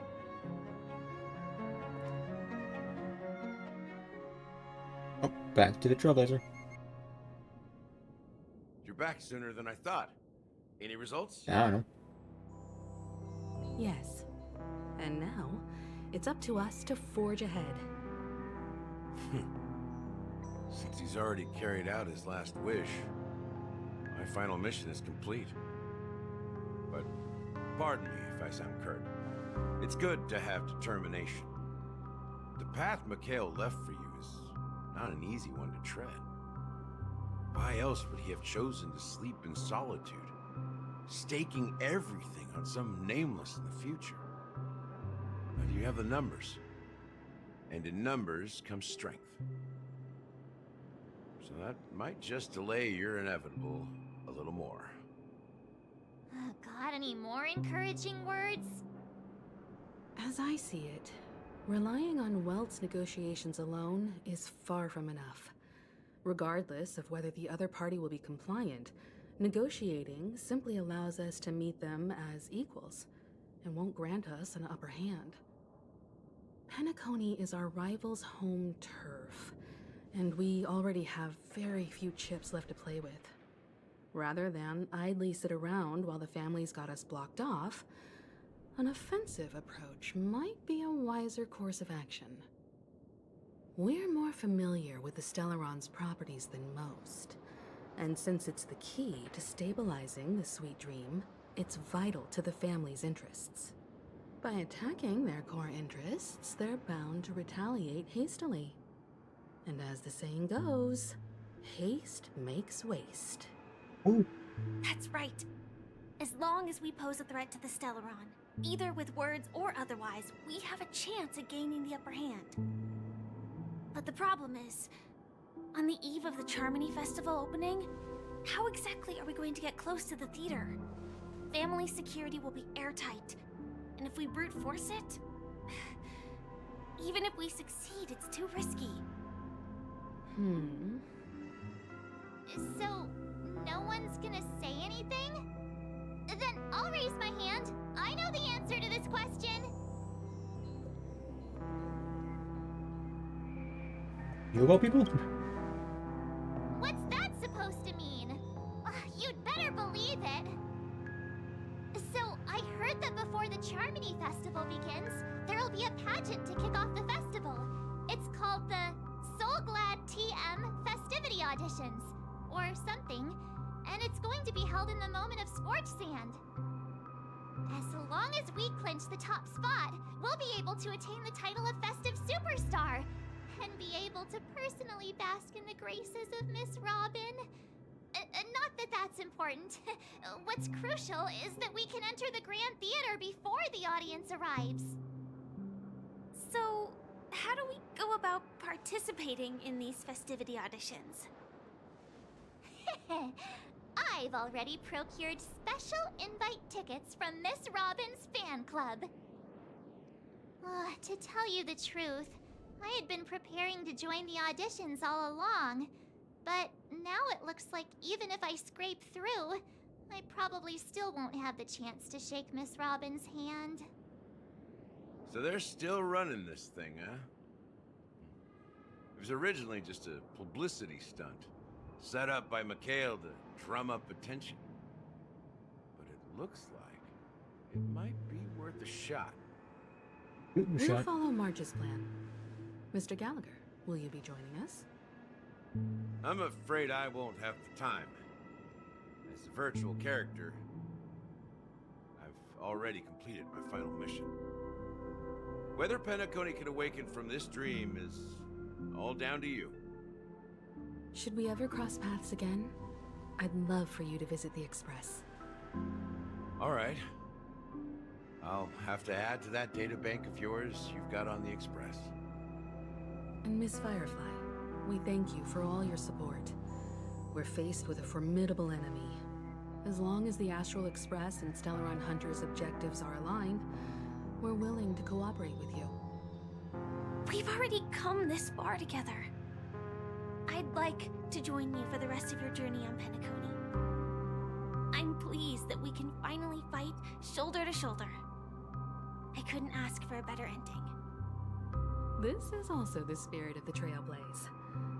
Now, everyone, let's prepare to move out.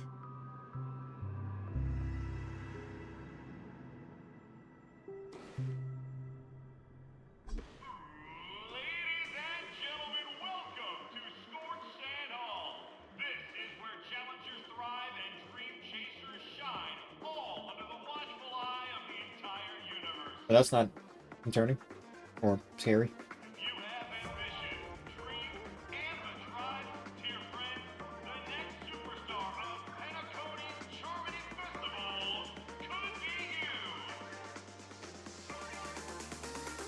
Wow, they've really outdone themselves. Oh hell yeah! Holy shit!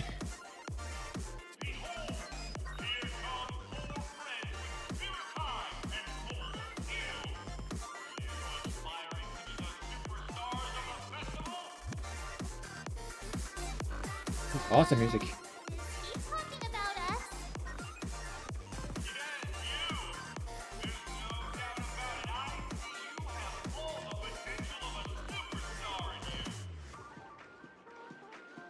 Excuse me, you four. What are you hoping to get out of all this? As the last group of contestants, how confident are you in overcoming all of the challenges? Not in the slightest. No. Would you be open to a brief exclusive interview with us? It'll be quick. Your journey is long and fraught with peril, yet under a sky blanketed by banners, you vie for the crown. The sword and rose! Protect the beauty! The beauty, the beauty! Magnificent and majestic! A knight's head is hard as steel. Brother Lance's focus is stubborn as a heel. We don't all have to be winners. But if we don't have fun, we'd all be sinners. People are pouring in. Kinda feels like all sorts of baddies are showing up. Let's get in there quickly and enter the competition. Go. Ladies and gentlemen, please make way. Make way. Coming towards us now is one of Penacony's top 10 wealthiest tycoons and the soul-glad business empire's founder, Mr. Dean.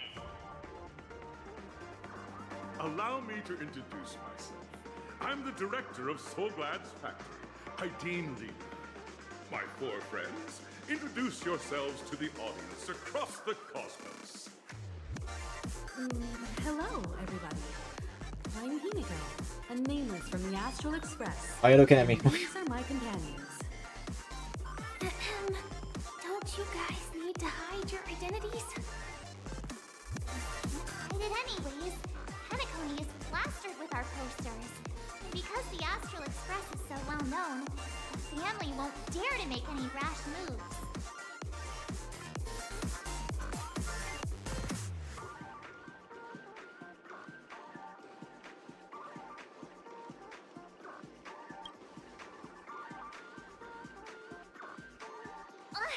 Don't expose my net handle to everyone!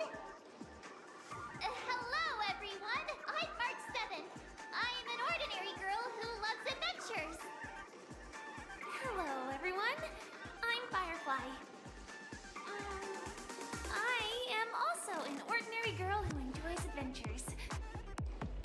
So it's a bunch of nameless guests. This final face-off is bound to be spectacular. Time is precious. My four friends, come with me.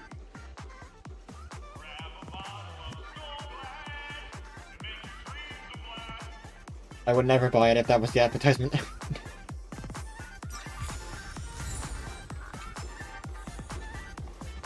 Whoa. Good.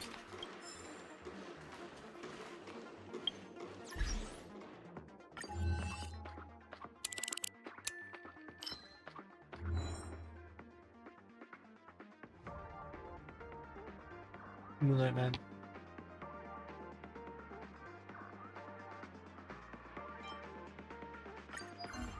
Just sticker number 1, number 2, number 3, number 4. Yep. This doesn't have to look pretty. There we go. Horrendous, but it works. This place is buzzing. That's right. This event is a miniature representation. Oh well, not doing that. Known as the era filled with boundless possibilities.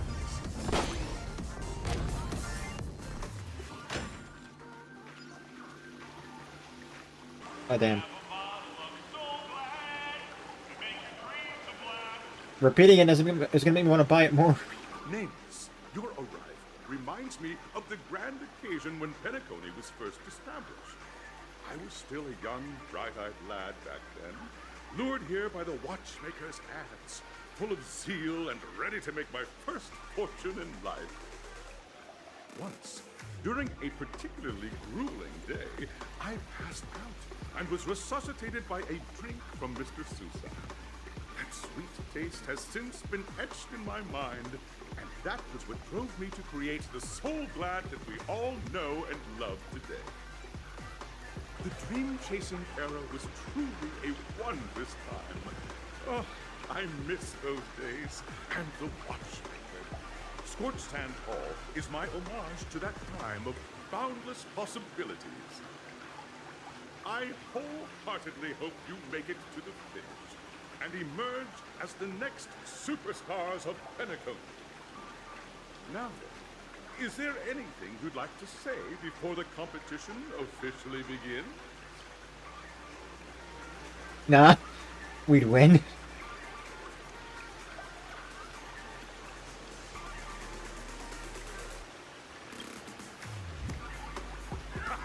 That's the trailblazing spirit.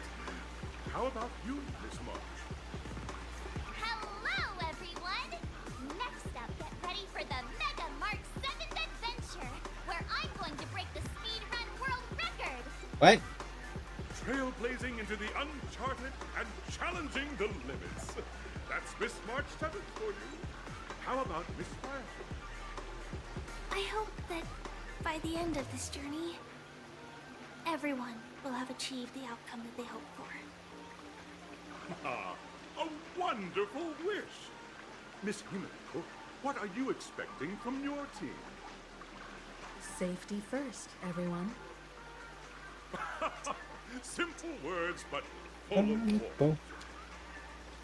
Waiting for you are 3 stages, each connected to that era. The first 2 stages offer 2 distinct paths to choose from, with unique challenges on each round. And in the last stage, you will face off against a champion who has defended the title to this very day. A beloved contender whose noble virtues are unrivaled. Those are the rules. Simple. Everyone clear?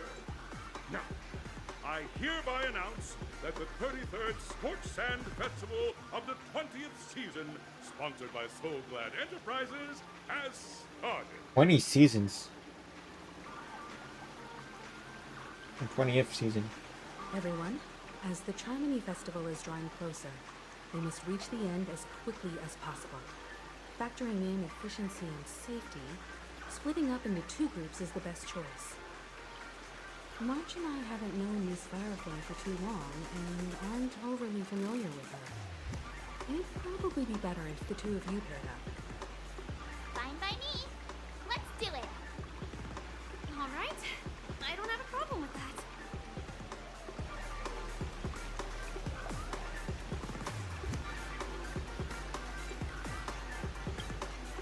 We'll split into the assigned groups then. Let's not waste time.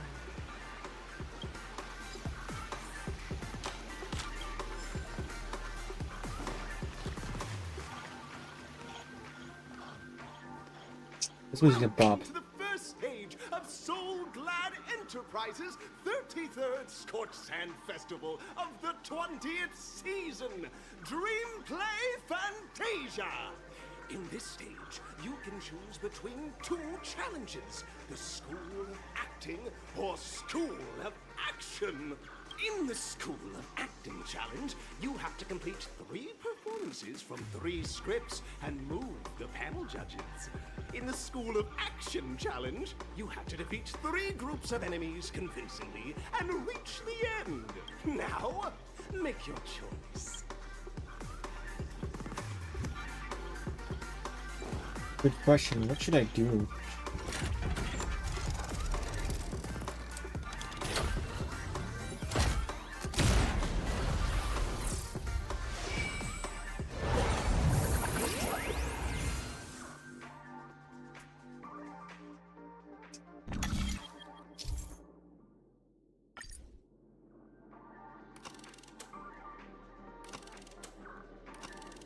Let's go for the acting challenge. Why not?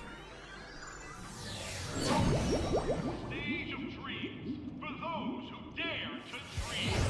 Welcome to the School of Acting stage. Step onto the stage and move the judges with your heartfelt performance. The next cosmic star of Penacony could be you. Competitors, allow me to introduce the rules of this challenge to you. There are 3 stages up ahead. On each, you will find an outline of a script. These 3 scripts were written by the legendary filmmaker, The Watchmaker, and depict various stories from Penacony's era of pioneering. Your task is to bring those moments to life, find the right words, and act convincingly to make the judges feel the script's intended emotions. Oh, I wish you a successful performance. Also, a bit of trivia. The record score for this stage is held by a participant with fiery red hair. His exceptional performance brought even the Wait, is that Genty? to tears. Looks like he wasn't really acting at all. We are running out of time, so let's get this over with quickly.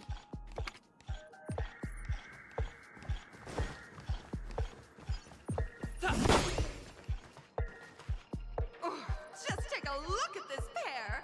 Such star quality. Since you come as a pair, I'll prep a 2-person scene for you. Ooh. You two, are you ready? Ready. Envision that you both, driven by the spirit of exploration, are arriving at the land of dreams that is Penacony for the first time.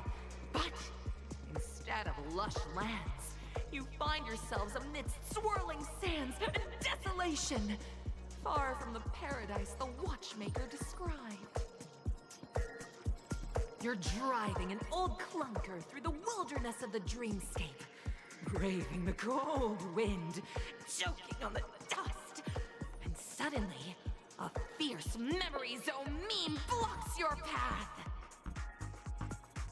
Now, Mr. Greyhair, what line would you deliver to express your disappointment in Penacony?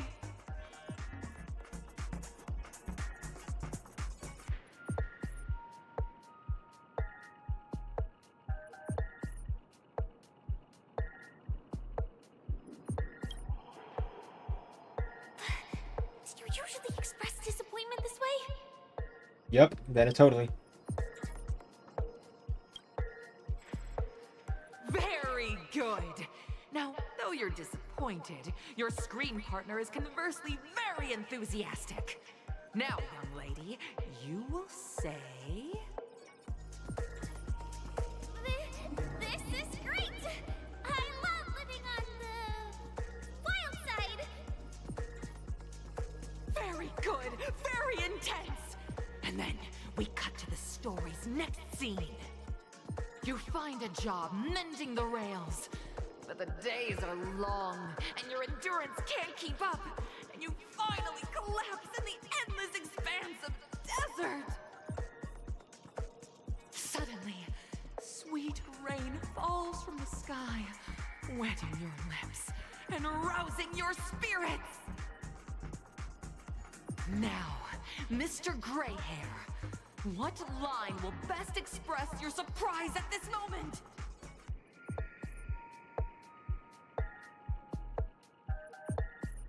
Oh, we Pennycody, my Pennycody truly abandoned me. What?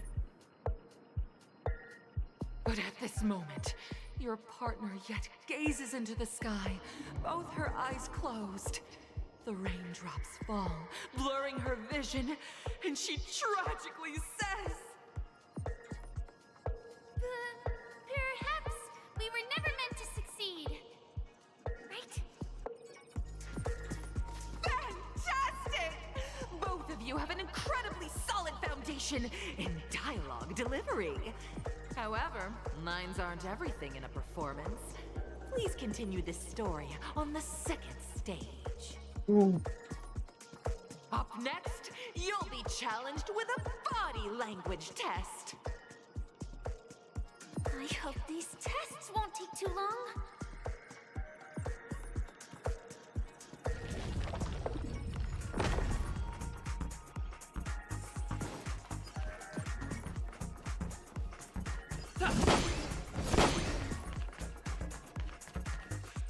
Here, you two are required to skillfully utilize body language to portray the story context I've laid out for you.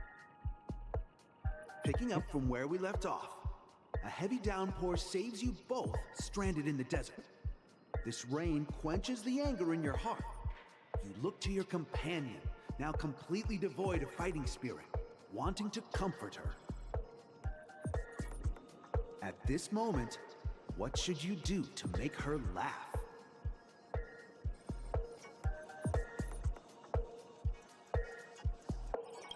Pat her head. You seriously think that would make someone laugh? Potentially. I don't know.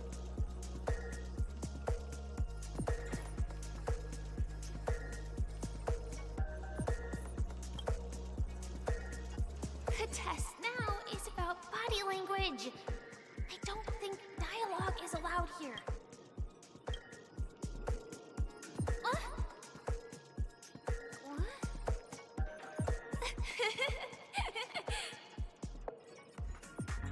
Right answer.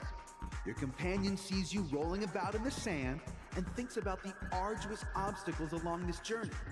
She can't help but let loose a laugh, rekindling hope in her heart. And so this girl... I'm gonna get back on my feet and keep moving forward. A tug at the heartstrings! The story continues to develop. The heavy rain leads you both to sense a business opportunity. So you start venturing into the umbrella industry. But just as the business begins to pick up, competitors start flooding the market with low-priced goods, squeezing your market share. You have no choice. The goods you stockpiled at high prices have to be sold at a loss. This is a pretty self-destructive move, which drives your business to the brink of bankruptcy. At this moment, what would you, who refuses to admit defeat, decide to do?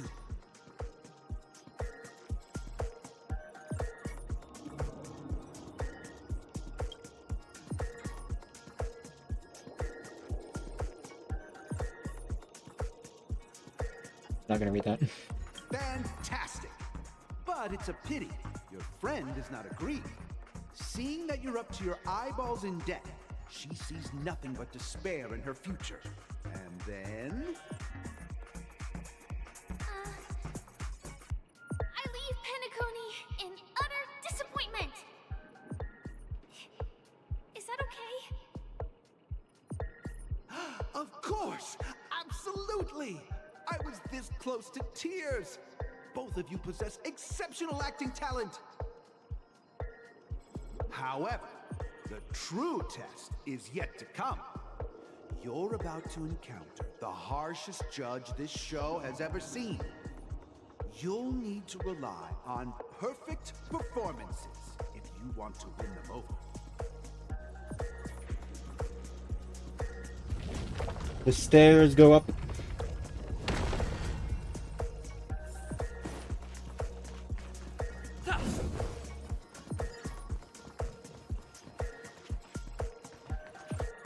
Well, final stage. Actually, all the scenarios that you previously encountered were all from the film Once Upon a Time in Dreams. Two companions arrive on Penacony with nothing but a dream. Their desire for achievement is met with continuous setbacks. Ultimately, one continues on, despite spiraling into debt, while the other concedes defeat and leaves. Many years later, their paths cross once more in the thriving Penacony. Yet, they refuse to acknowledge each other because...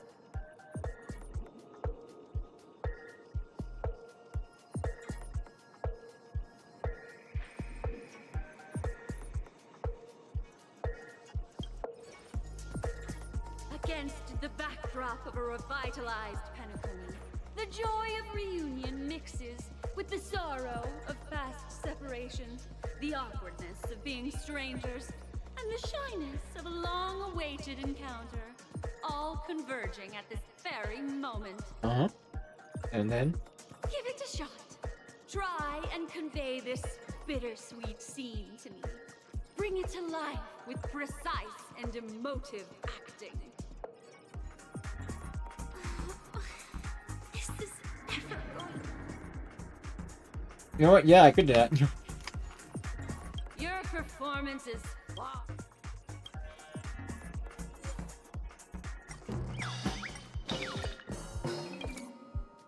Cut! Huh? We haven't. It's so touching. Your portrayal outdoes the original. It's simply. Huh? Yep, simply. Beautiful. We have passed the test. We ought to hurry up. Stellaron is at stake. Yep, that's the thing. Give me that treasure chest first. I'll come back for that clock later. Congrats to both of you for clearing the stage, but look at the time! You finished much faster than that red-haired contestant did. Ooh. That red-haired contestant. Who is that exactly? You'll find out eventually, but only if you clear the next test first. Welcome to the second stage of the 33rd Scorched Sand Festival in the 20th season, sponsored by Soul Glad Enterprises. Gunfire time! You have the option to choose gunfire and undergo Brother Hanu's trial, or time, where you'll face Clucky's trial. I'm going for Hanu. Now, make your choice!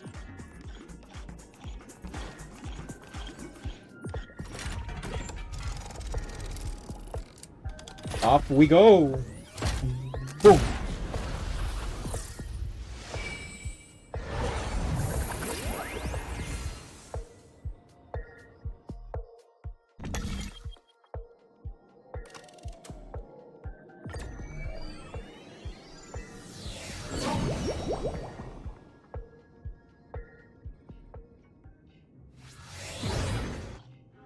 Dear friends, welcome to the enchanting universe created by the Watchmaker. Awaiting you is the morally dubious yet ever-charming character from the animated Clocky series, Hanu! A boy. It is said that these cartoon characters were inspired by the Watchmaker's own experiences. According to research by Clocky scholars, the original Hanu of reality shared a deep friendship with the Watchmaker, akin to comrades in arms. Whoa! Enter into the world of Hanu via the TV by the entrance and partake in an enchanting and suspenseful story with him. Good luck in there. If it's a gunfire trial, we should be able to settle this with a fight, right? I hope this won't waste too much of our time. Yeah, let's hope so.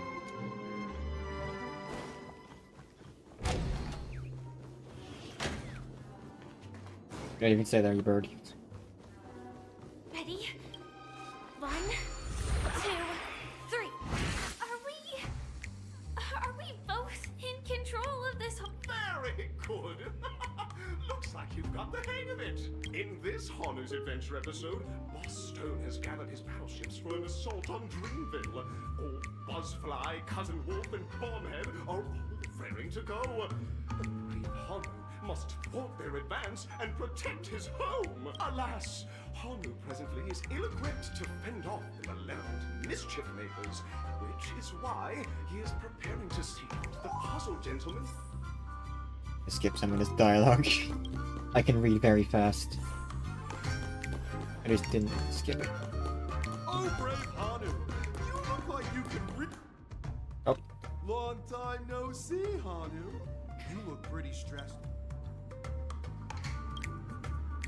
Oh my! Listen. I don't care about you, puzzle. Now, I can't wait. Let's stay alert and make sure those monsters don't spot us.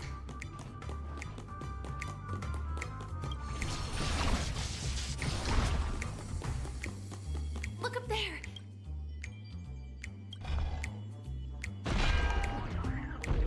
He's out for the count.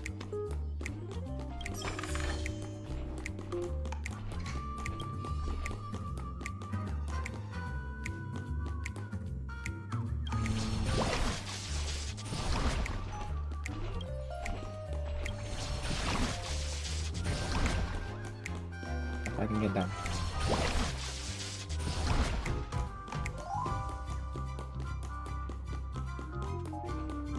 Finally, that's all the jigsaw pieces. Let's hurry back. One, two. Nope.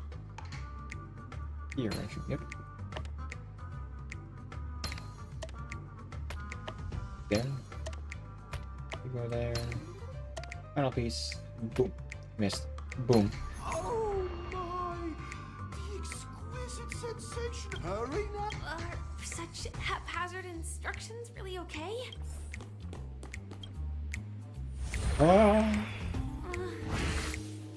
Disconnecting from that thing so suddenly has left me feeling slightly disoriented.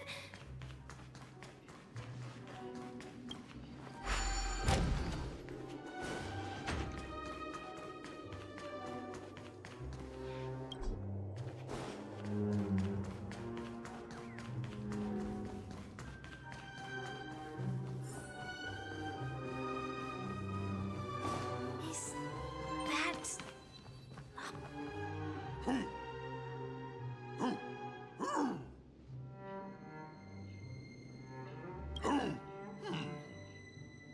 What exactly is he talking about? Tick-tock! It's time for me to make an appearance. Ah, the plot thickens. Clocky? I can also see him. Is this character part of the show? In Dreamville, Clocky is everywhere and can do anything. Like right now, I can be your translator. Tick-tock!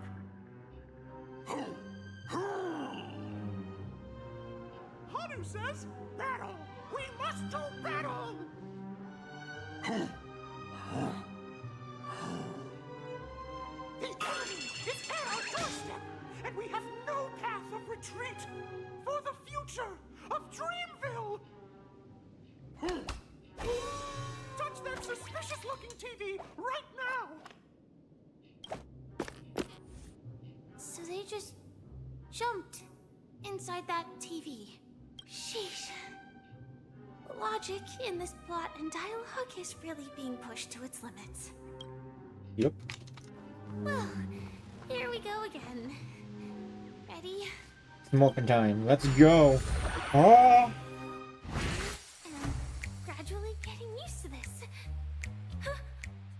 Who knows? I might even be able to perform some high-level moves with Hanu. No? Did someone say high-level movies just now? That's right, pal. The upcoming script is just last we saw. Hanu, what brave... Yep. But we still don't have any weapons in hand. Guess what? Hanu's favorite bazooka. What a coincidentally convenient plot twist. It'd be even more awesome if the organizers allowed me to wear armor.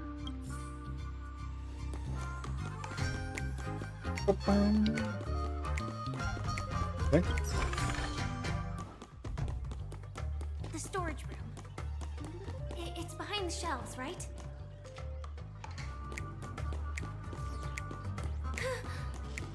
He wasn't lying. There's actually a bazooka here.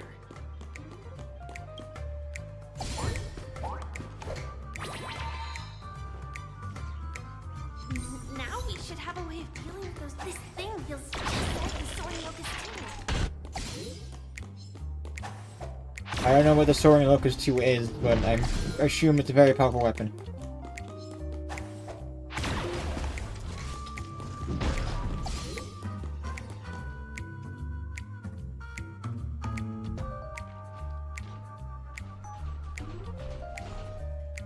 Careful. It looks like we've got more. Boom.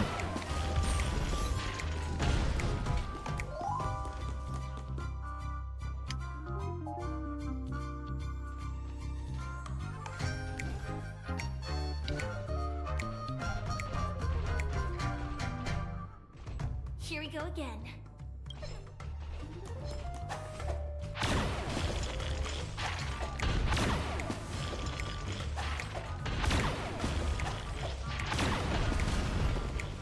Nice. That should be all of them, right? My home is on the street! Everyone! Just in case, I'm gonna collect his ammo.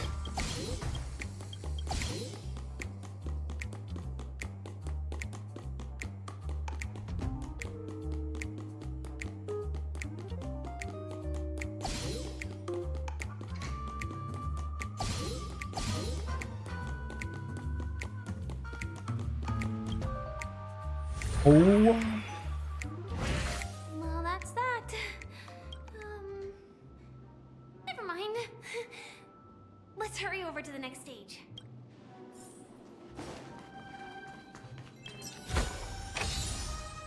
Grand determined boots. Thank you for the boots.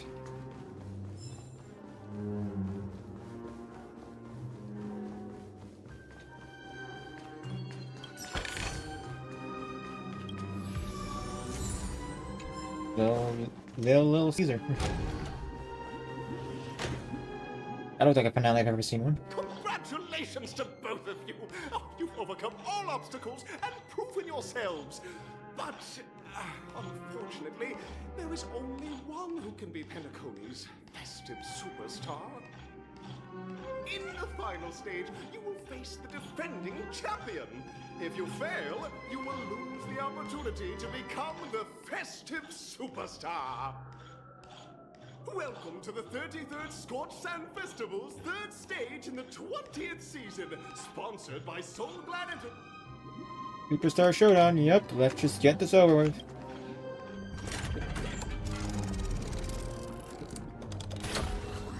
Three, two, one, boom.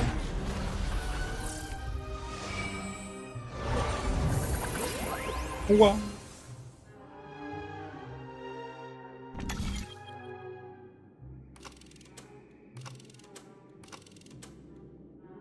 Does the arena matter?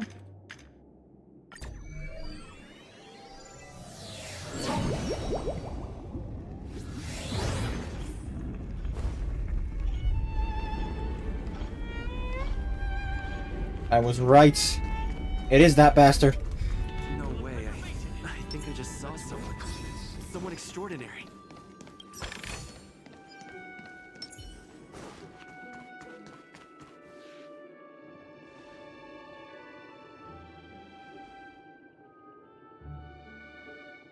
Where's your voice? Are you a knight of beauty?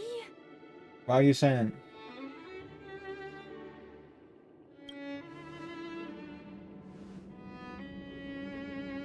Deeply, yep, okay. You know what? I'm not gonna read Argenti's lines.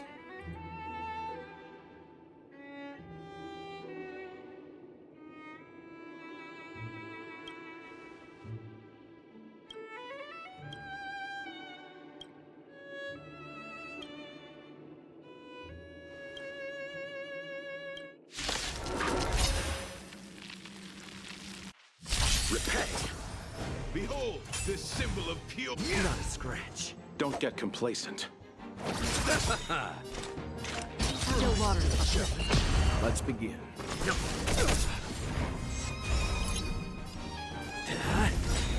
Lance ablaze. Lance! Forward! You're fighting a gentleman. Put forth all your might. Major. Eternal step. And return! Confess! For oblivion. I weep for the departed.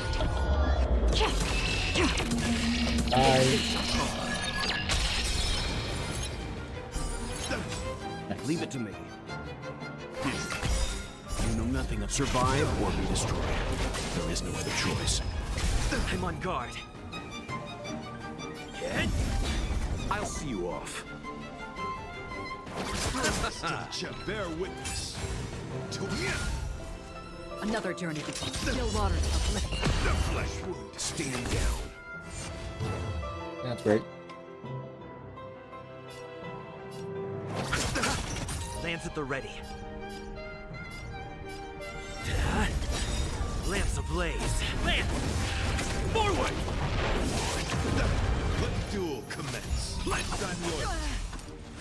I underestimated you. Yep. Don't worry. Okay. It's just a scrape. Just for oblivion. Put forth all your might. Eternal step. And return! Bit more survivability. Behold, this symbol of pure beauty. I weep for the departed.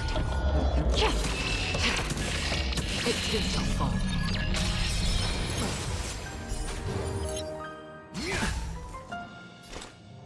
Still water. Let's begin. You chose the wrong end. Confess. Put forth all your might. Another journey begins. Just for oblivion. I'll see you off. Receive Oh, that was the wrong button. Nice teamwork. Leave it to me. Lance ablaze. Lance! Forward!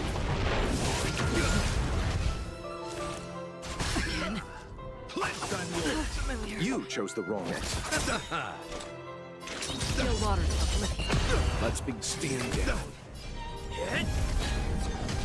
Bear witness. Eternal slither. And return! You know nothing of the way. Survive or be destroyed. There is no other choice. I weep for the departed. It too shall fall.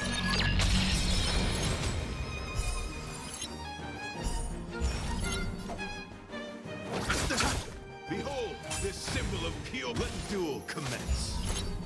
Just for oblivion.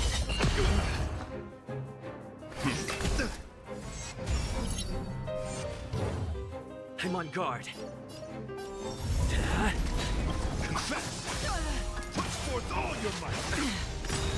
Move. Don't worry. It's What? just a scrape. I'll see you off. Lance ablaze. That was an accident. Whoops. Lance! Forward!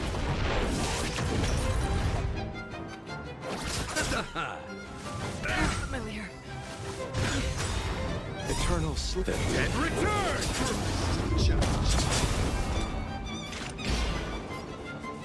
Still water. You're fighting a gentleman. Put forth all your might.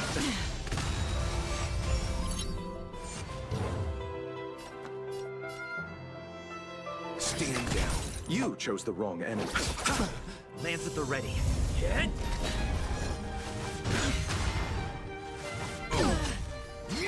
I'm fine. Receive divinity. Timely that? treatment. You know nothing of survive or be destroyed.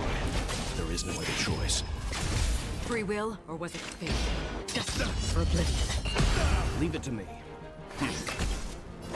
Bro. Eternal slither. And return!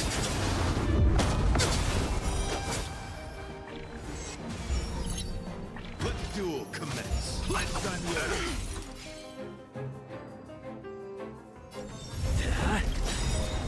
ablaze. Land! Forward!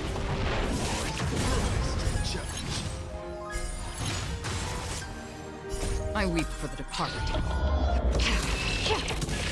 It too shall fall. Still waters uplift. I'll see you. Put forth all your might.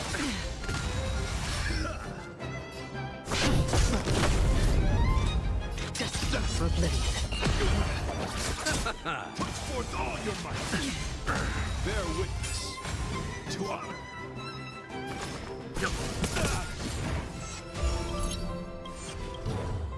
You are fighting a gentleman. Confess. Familiar. You know nothing. Survive or be destroyed. There is no other choice. Yep, do that. Eternal stay. And return!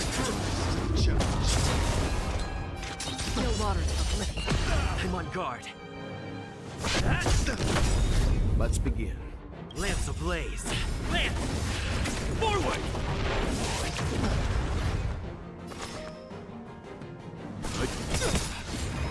I weep for the departed. That should be it. It too shall fall.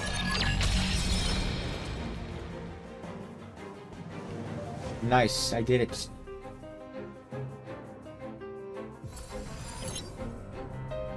Where's his voice though? I don't know where it went. Yep, talking about how it's beautiful. Huh? We don't have much time. May fate allow us to meet again, Night of Beauty. In that case, let's make our way to the end. Penacony's really thronging with talent. I hope we make it in time. Oh, I'd love some health back. No? Okay. Okay, so let's wait. Off we go. 3, 2, 1, go.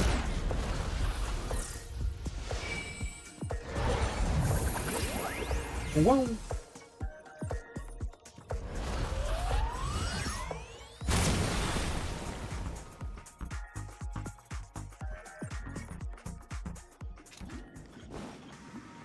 Congratulations to the Galactic Baseballer and Firefly on becoming this Scorched Sand Festival's champion! We look forward to their amazing entrance in the Charmony Festival! Woo. Let's give a round of applause to our aspiring young guests!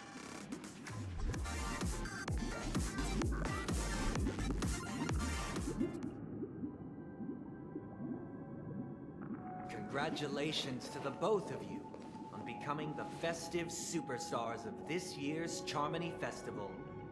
Before entering the Grand Theater, I, on behalf of the organizers, extend my sincere congratulations to you, wishing you joy under their radiance. That isn't ominous in the slightest.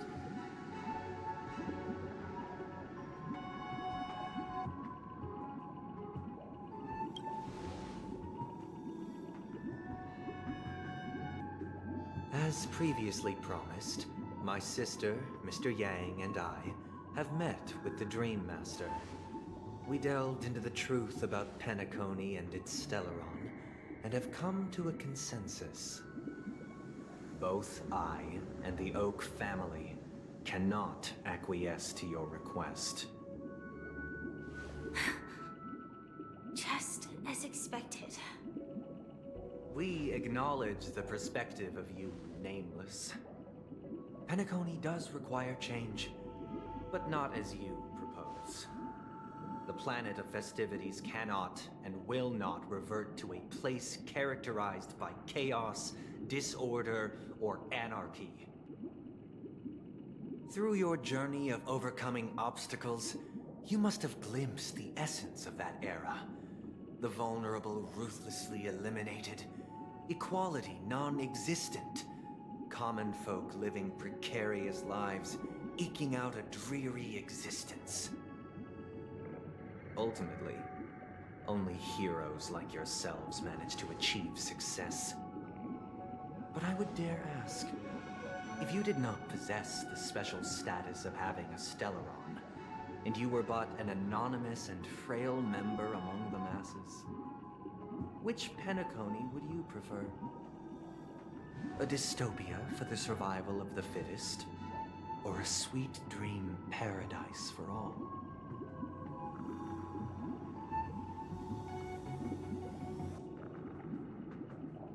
Why are you asking me? That's not the point! Don't let him mislead you! Who says he is? Mr. Sunday, even if the members of the Oak family can't fully agree on what to do about the Stellaron, now's not exactly the time to be holding an extensive discourse about Penacony's past and future, is it? The Stellaron issue concerns the life and death of everyone on Penacony. If anyone has a better suggestion, the crew is more than willing to listen. Also, it'd be best to tell us the ins and outs of that meeting. This way, we'll at least know what Welt and Miss Robin are dealing with, and the reason why they failed to make our appointment. Ah, Navigator. That is precisely my intention. With all present, let's begin by discussing the details of that meeting. Let's talk about our tribulations and choices, our ideals and beliefs, and our final course of action. The only path to take.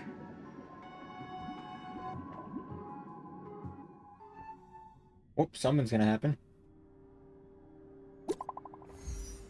Huh? There's one to let you know something. Suggestion if you...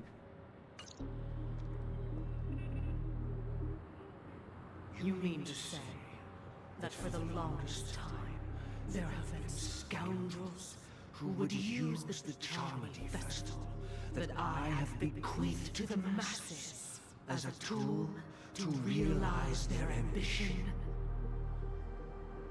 Indeed, Dream Master. Once the Charmony Festival begins, the Stellaron's powers, along with the song, will be broadcast across the entire planet of Penacony. And then everyone in their dreams will be unable to awaken. That's terrible. This is indeed surprising to me. The dreamscape is maintained by the collective effort of the 5 families. If someone were to use the Charmony Festival to recklessly disseminate the power of the Stellaron, this individual must hold a position of great authority. Do you have any suspects? I'd like to ask, did you really not know of the Stellaron's existence? I would have never thought that this nameless would point the spear at me. Quite astonishing indeed. If I have offended, the Astral Express extends its sincere apologies. But the current circumstances are dire and leave no room for meticulous inquiry. We're doing this out of concern for the Dreamscape's safety. So, if you could, please alleviate our concerns.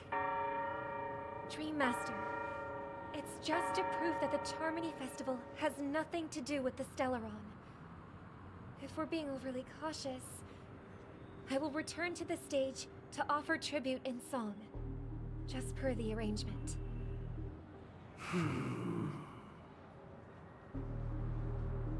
Sunday, Robin, I've watched you two grow up and know your dispositions like the back of my hand. Both of you, right now, can surely be lauded as their most devout advocates. I already know your resolve. The magnitude of this matter is enormous and cannot be taken lightly. Since Mr. Yang has asked with such earnestness, I will personally respond in kind. If there is a need, the entire Oak family will be mobilized to heed your call. Someday, might I ask you to beseech them to cast their light unto me, and question me in their stead, so that no lies may be concealed? I will do as you command. Robin, could I entrust you to be present as a witness, to document the truth, and to proclaim my innocence, so that all slander may be utterly dispelled? I will do as you command. May thy will be carried out on earth, just as it is in the heavens. Oh, triple-faced soul, please sear his tongue and palms with a hot iron, so that he will not be able to fabricate lies and make false vows. Let us begin. There is nothing else to prepare. That was sudden. Understood. Question. Have you devoted your life to your god, never worshipping other gods? Naturally. Do you love your god as you do yourself, always heeding their admonishments? Naturally. Have you strayed from the path expected by your god, betraying their name? Never. Have you ever been inordinate with your asks of your god, coveting more than the foundation of the creation itself? Never. Then, a final question. Do you swear to fulfill all vows, past, present, and future? With the Eon as my witness, if I do not deliver on my words, or if I renege on my vows, may I be cursed in accordance with divine law. They have seen your faith, and have endorsed your faith. With this, it can be evidenced... Just a moment. What is it, Mr. Yang? I have another question I hope to have answered.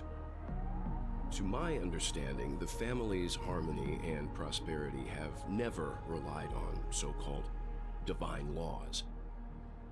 The god you both mentioned, are they truly Xipe? Mr. Yang should know that those belonging to the family toil together as if they were kin, embracing solidarity and unity under their light.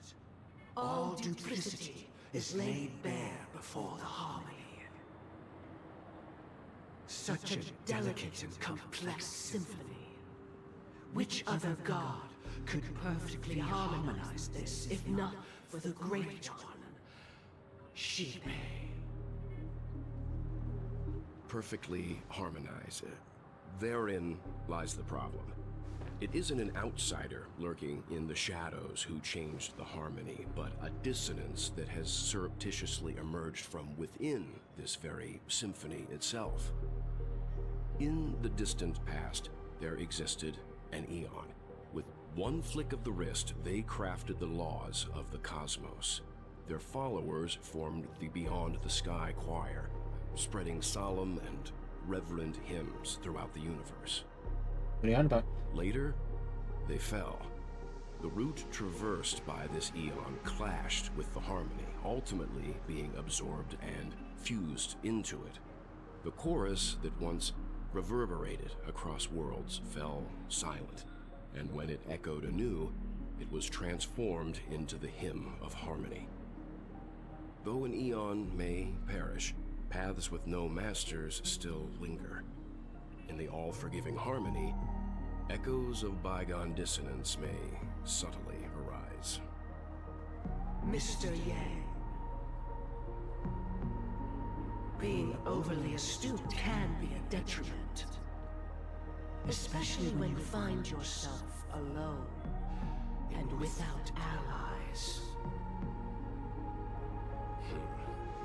So this is how it is. For the sake of our grand cause, Sunday, please afford these two an opportunity to rest. What? Oh, he's a snake.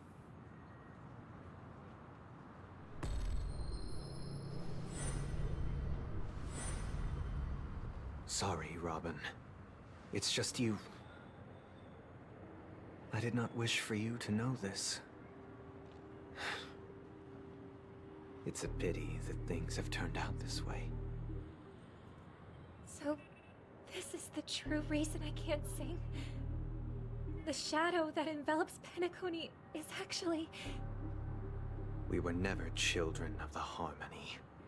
Our ideal paradise could not have been crafted by Xipe. True bliss can only be guaranteed by the one who transcends the many.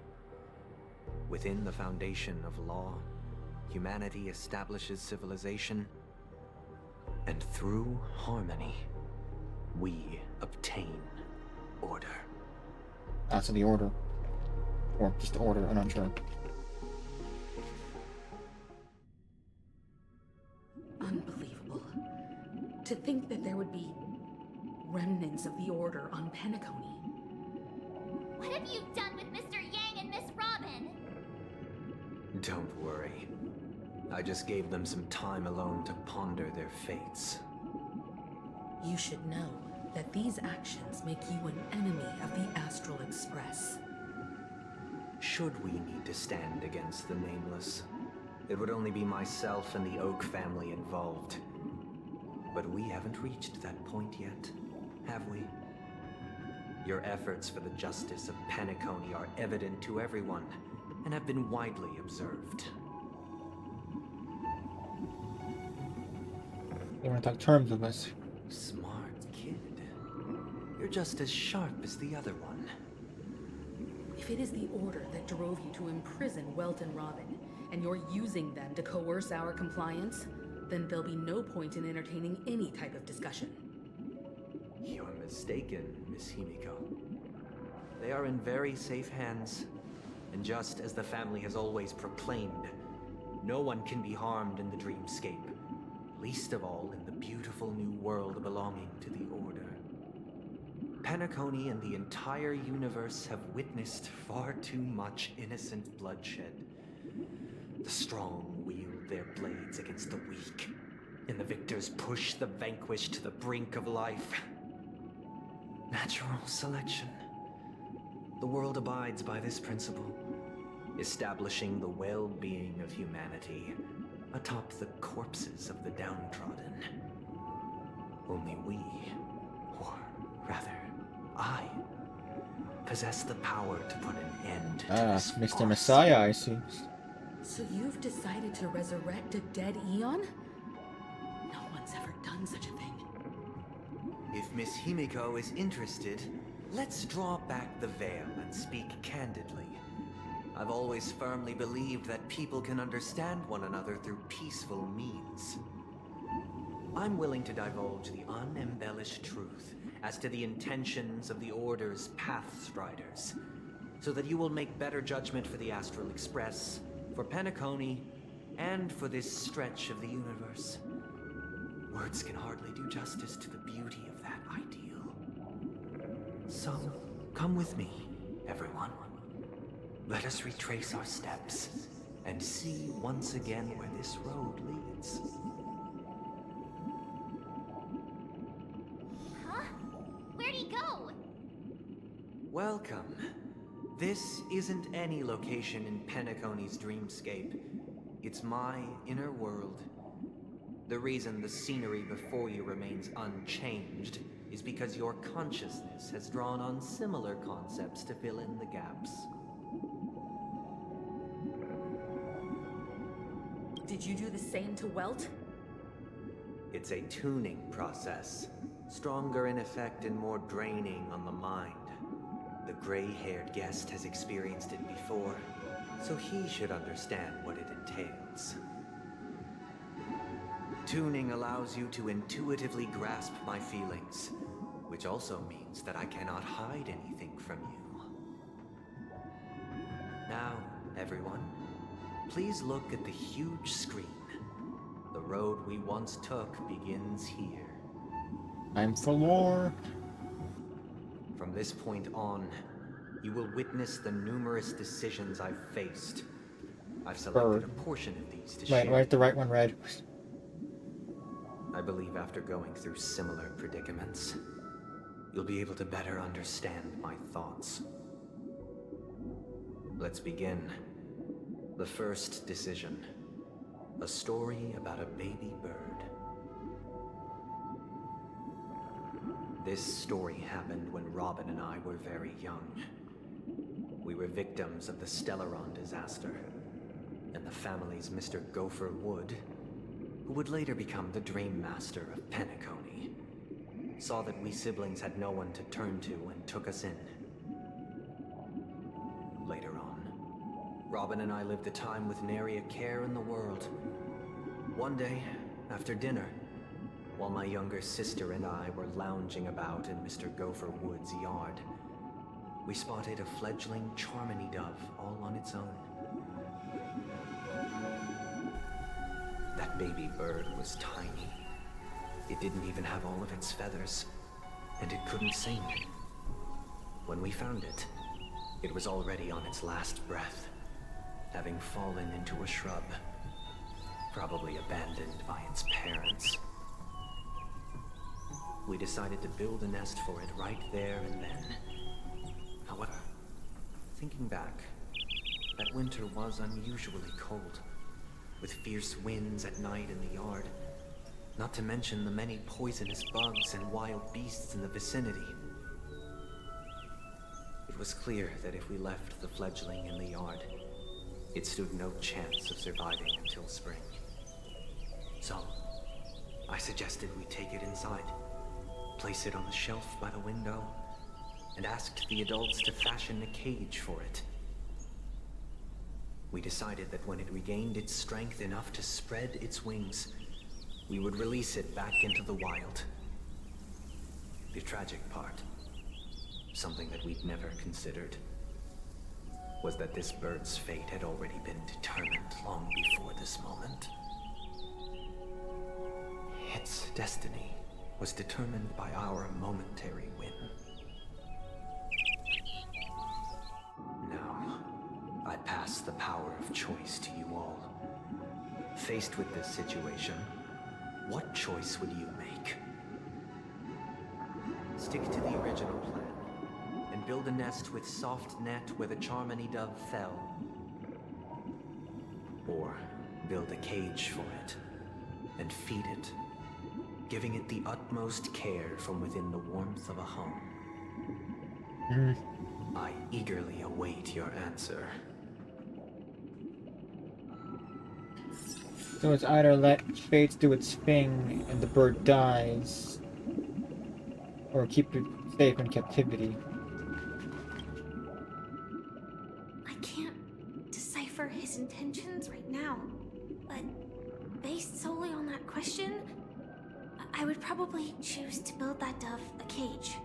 Even if I was gonna release it back into the sky, it'd have to be strong enough to fly first. If I left it where I found it, I fear it'd never get the chance to fly ever again.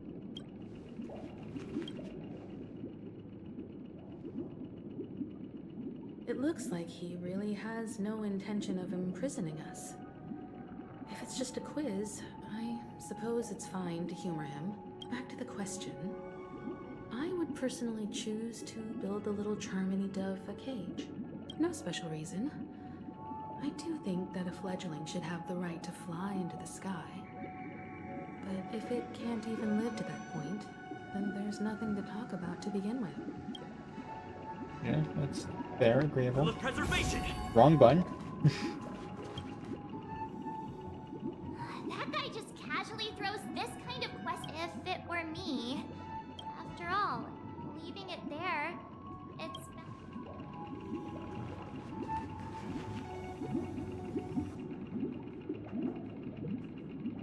Especially on the floor. That bird will die. And I have a conscience, I can't do that.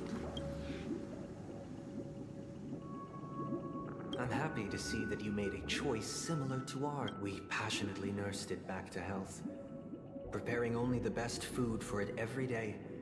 We even preened its feathers. Later, on the day that Robin left Penacony, we opened the cage door and let it fly back into the sky. I watched it for a long while by the window, probably about 3 or so days. In those 3 long days, the little Charmony dove tried again and again to spread its wings to fly into the sky, but fell to the ground, only to keep trying. Finally, on the 137th attempt, it succeeded. But its attempt did not go perfectly. After flying unsteadily for a while, it fell to the ground, unable to grasp the direction of the air currents. The fall shattered its wings. It writhed helplessly in my embrace. But it was all for naught, finally succumbing to a painful demise. And in that instant, our tender care, our given love and hopes, they all became the inevitable push that sent it to its death. I deeply regret the choices we made. Next, let us head to the second decision. This time, it's the story of a dream chaser. This story happened when I was appointed as Bronze Melodia, a position exclusive to the Oak family, charged with listening to the problems and vexations of Dreamscape residents, and providing them with the relevant guidance. It was during that period that I had the opportunity to hear voices from all corners of the Dreamscape. Joy, sorrow, arrogance, regret. The complex tapestry of human nature that formed the world. And I was fortunate to catch a glimpse of it. He was a dream chaser, and an illegal stowaway. Just like the rest of them, he came to Penacony in search of a better life. Except that, to most people, the price he paid, I suppose you could say it was everything. He told me I sold everything I could at home. The house, the land, even his 2 children. He said he could not afford to raise them, and that at least they could eat if they lived as slaves. He had a plan in place. He would buy back his children once he had made his fortune, and enjoy Penacony's beautiful dream with them. Alas, his plan to smuggle himself was somewhat clumsy, and he was sniffed out by those pig-headed hounds.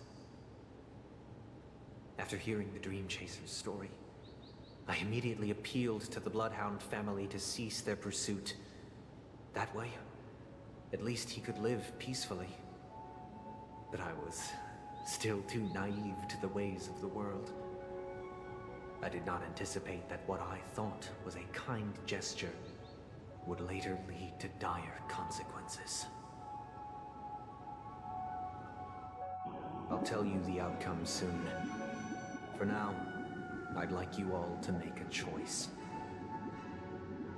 Will you do as I did, and try to convince the Bloodhound family to stop their pursuit, so that the Dream Chaser may live peacefully and realize his wishes?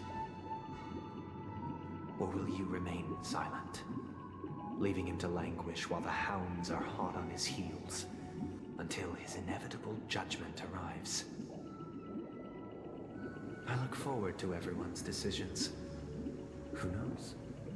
Perhaps they might even alter the outcome of this tragedy.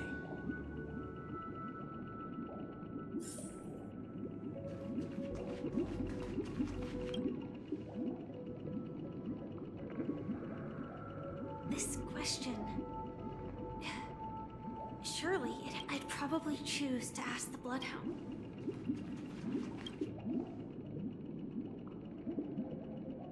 A dream chaser story. If I act bad, what cruel repercussion would this choice result in?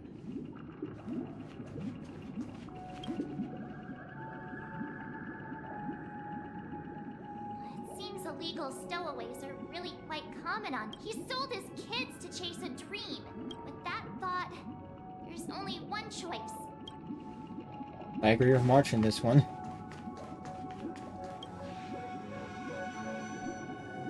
It seems you, like me, are pondering whether a different choice could have led to a better outcome. Sadly, his fate would only be more tragic. Say he never gets caught. He would only die from delirium. The methods with which illegal stowaways enter dreams are unorthodox. Not flawless like the hotels. Living in the dreamscape would be a mere pipe dream. Should he be apprehended? Could the hounds afford to turn a blind eye? The answer is a definitive no. They couldn't bear the resulting consequences, and thus wouldn't dare extend a helping hand. As to your choice, I once again offer my heartfelt apologies. Next comes the third and final decision. And the story this time is my own. Okay, what you got, Mr. Sunday? This story happened the day I was appointed the Oak family head. At that time, Mr. Gopherwood was the current Dream Master, and as per his wish, we had a private conversation. What surprised me was that the Dream Master had only come to deliver a letter to me.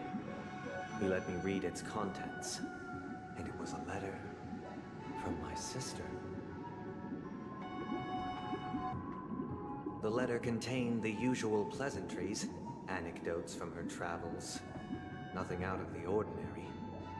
Just as I started wondering how this letter related to our discussion, the Dream Master began to speak. Do you know who wrote this letter? My sister, of course. But why would you personally visit me to hand me a letter from my sister containing mere trivialities? To help you grasp the full scope of this issue. Do you know where Robin is at this moment? From what the letter indicates, she must be in Caspelina 8, correct? She's touring there right now. Correct.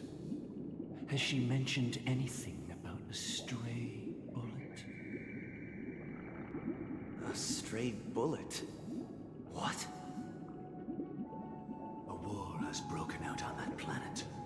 It is because of this very reason that Robin chose this destination. To spread the word of the Harmony. And to save the lives of that planet. She personally made for the front lines.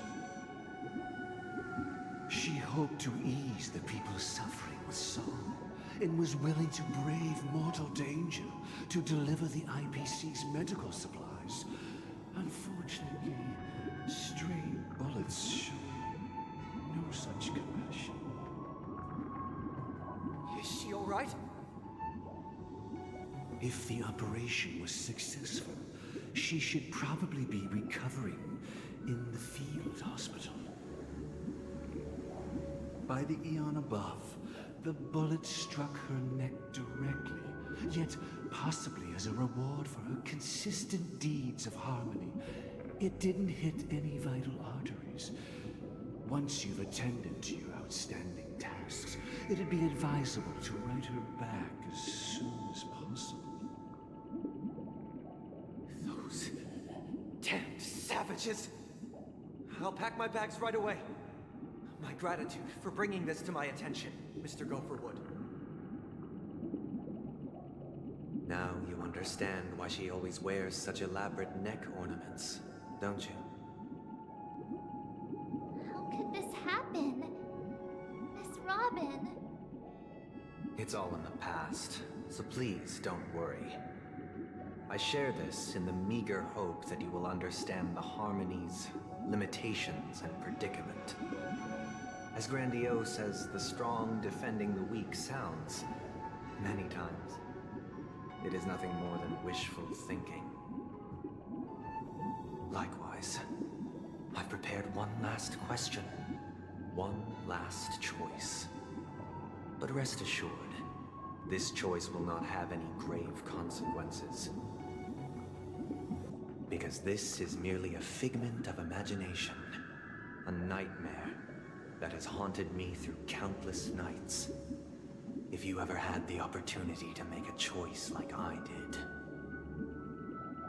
would you still support Robin's journey on the path of harmony?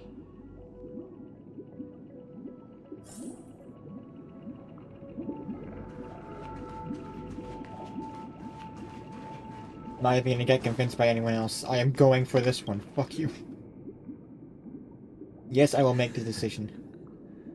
I see. I am now aware of everyone's stances.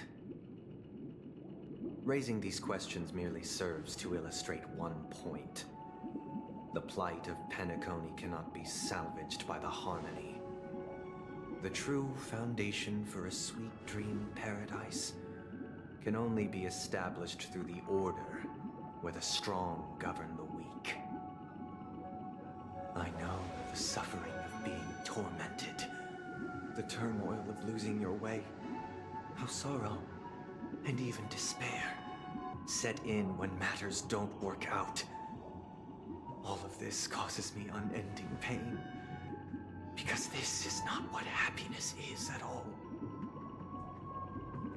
We must teach the weak how to live a happy life.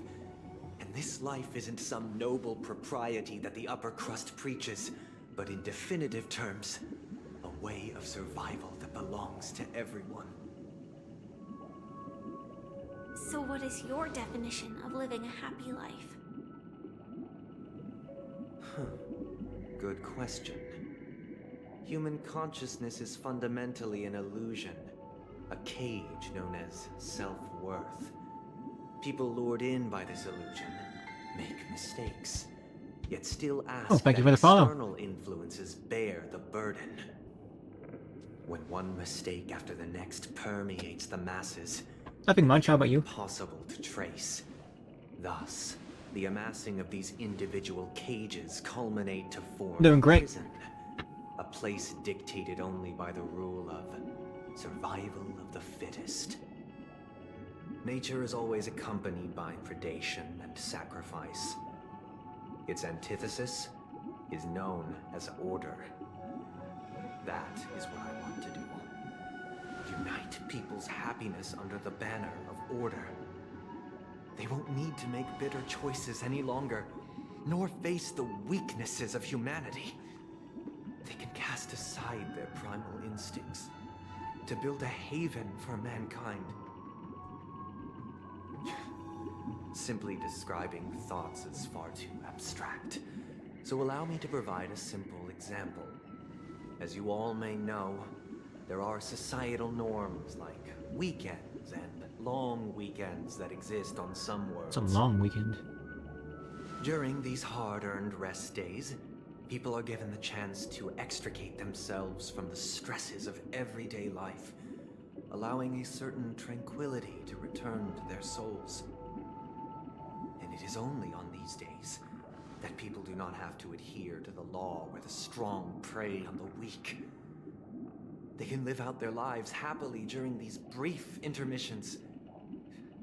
It's just Yeah, I can see the chat, don't worry. that 2 or 3 days are still too fleeting compared to the span of a lifetime. From where I stand, society's ideal system should be 7 rest days.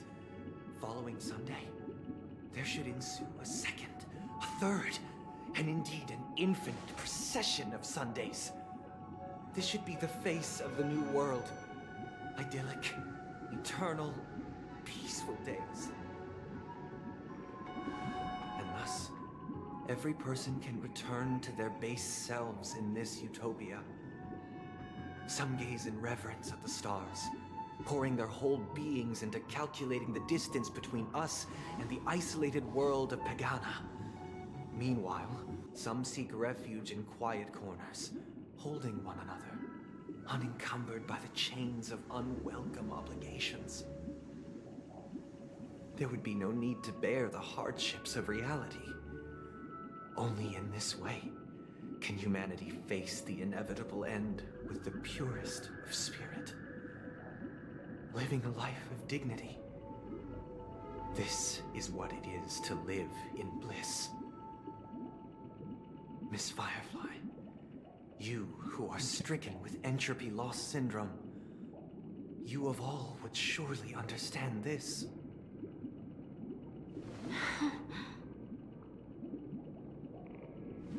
What game do I like to play? Like a flawless theory. I like to play lots of games. There's no real preference to anything.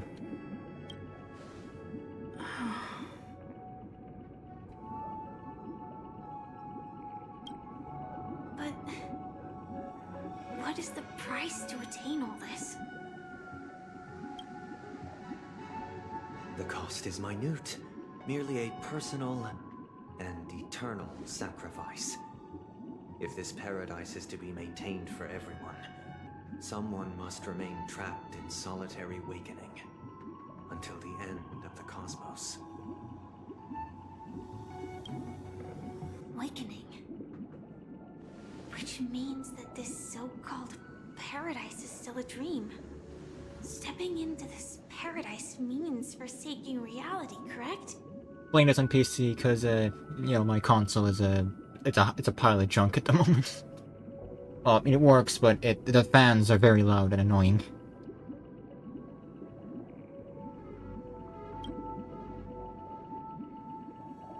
It is not forsaking, but transcending. Flesh, blood, sorrow, weakness. If the physical is the root of spiritual suffering, it is only logical that we defeat it.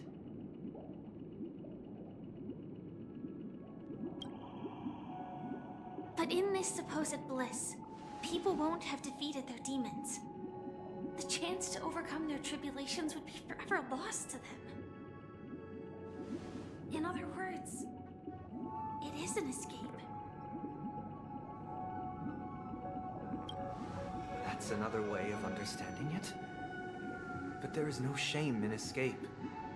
On the contrary, the seeds of escape exist in everyone's hearts. Don't you agree, Miss Firefly? And as to why we sleep, it is because we are afraid to awaken from our dreams. But this is not in conflict with the grand plan. Only in acknowledging this can we truly understand the frailty of human nature, and from there, show compassion and protection. Yeah, I'm not a full-time streamer at the moment. I'm just doing it as a hobby. I just do random freelance jobs to, you know, earn my keep.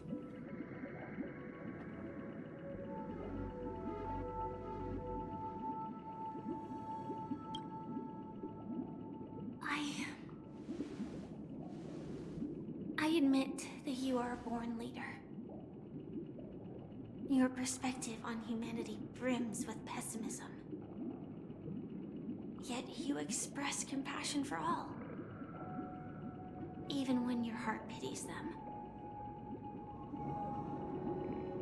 But unlike you, I live for the self. From my perspective, individuals making choices for themselves is their birthright. Yay. The want to escape may be innate in the weak. But whether they are weak or not, it is not up to another to decide. I've been streaming for about a month at this point. Maybe a bit longer. I haven't really checked. I'm enjoying it so far. Even though the turnout might be a bit low, but still I'm having fun, and that's all that matters. Perhaps in your mind, you also view me as weak.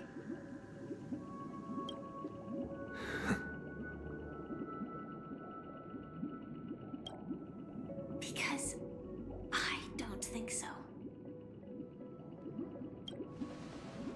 Since Miss Firefly has said her piece, the Astral Express will also naturally give you our answer. Not my favorite game, but I do really enjoy it.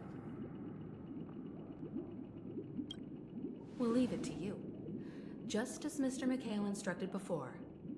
Tell him our choice.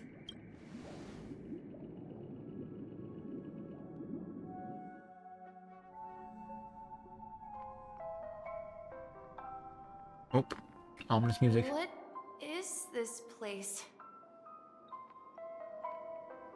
We like to play games as well. What do you mean of that? I don't understand the sentence. Does this place ring any bells, Misha?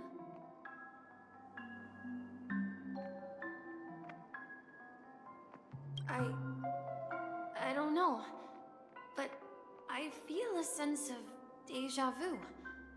What is this place? Oh, I play tons of games. Just you know, updates, and I thought might as well stream it. It's the realm within a dream bubble. This was left to the Astral Express by a nameless, but weirdly, when we entered it, it was completely empty. And for example, I play like I mean, I've played GTA before. It's fairly fun, and I cannot get into League of Legends. I tried before. Played it with a friend, and I did not only not understand a single thing of it, I also just didn't enjoy it. Just not a big MOBA guy. Games are very good for viewership. They might be, but I'd rather play games I enjoy than play games for views.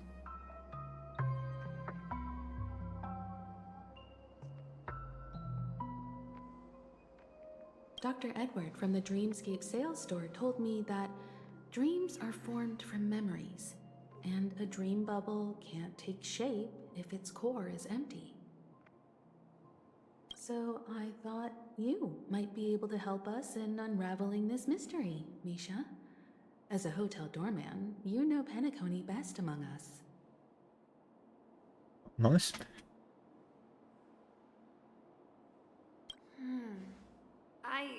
I don't know much about dream bubbles, but if you want to figure out what this mansion is, I'll do my best. No, I'm from Europe. I'm counting on you then. Himeko, I still don't get it. Why were you so sure that Misha had a connection with this dream bubble? I wasn't sure.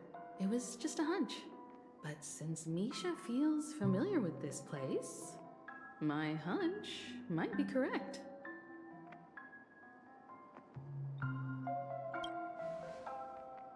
Exactly.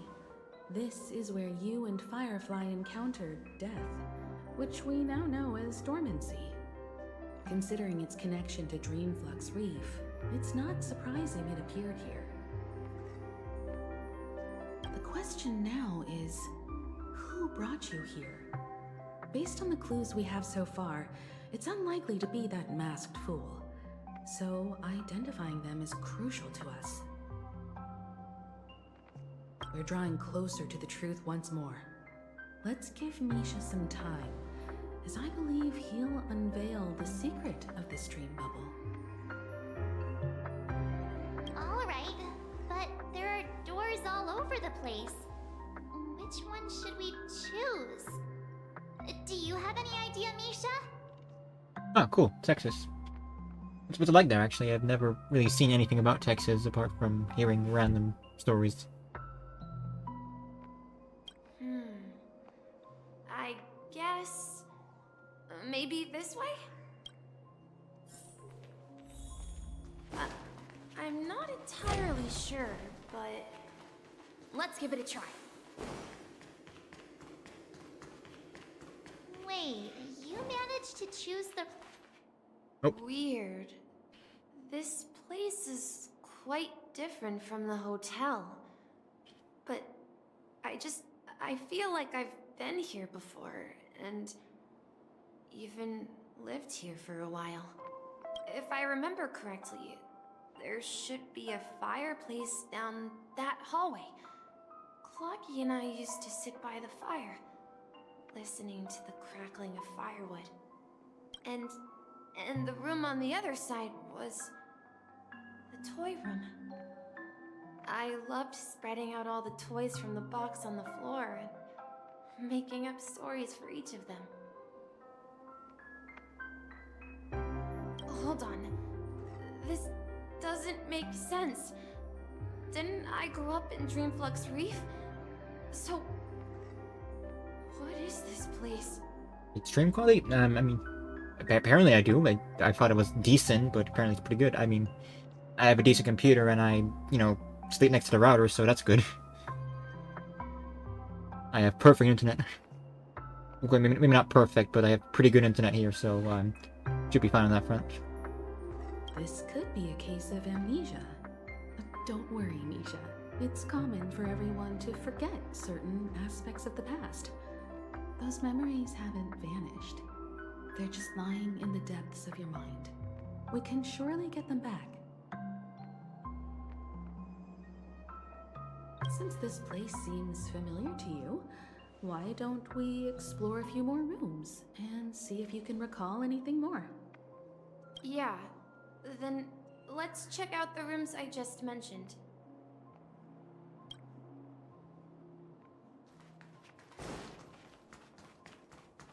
Fireplace. Mikhail, that's the name. Now we all know him as the Watchmaker. So, who is he talking to? Do you know anything about it, Misha? I do have Discord. Oh, thank you for the follow. How are you today?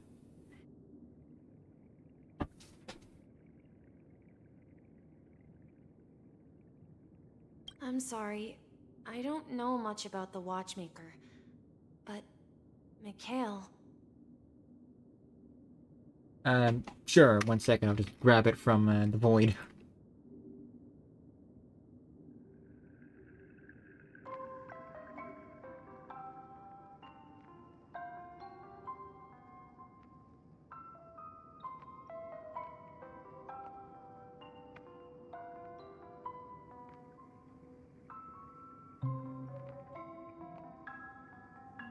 Where do you get it from? Yeah, no problem. I like talking to people. How do I get it? I'm gonna have to pull up my girlfriend Google.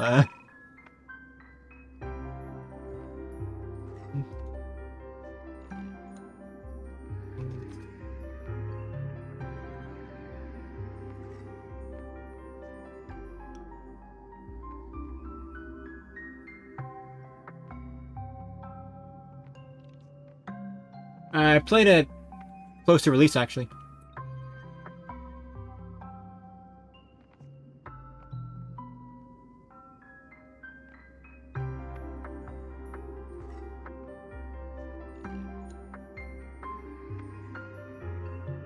Yeah, just taking a while. I'm just sending you my Discord name.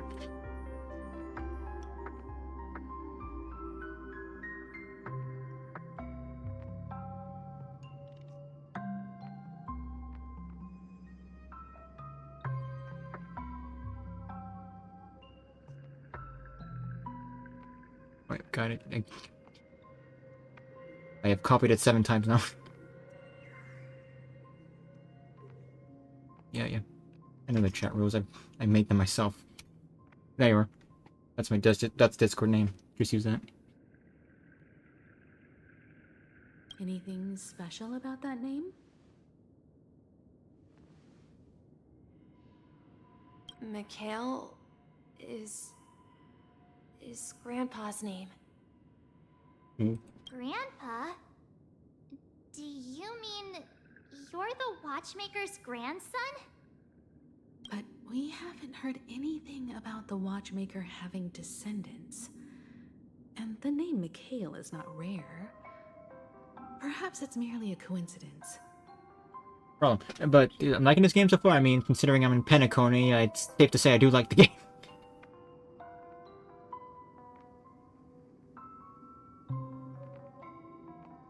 Yeah, hold on 1 second. I'll just quickly do my Discord maneuvering because I'm. Yeah, sure. Let's go. Don't worry. You're right. Could you tell Oh, us more that was fast. about your grandpa, Mikhail?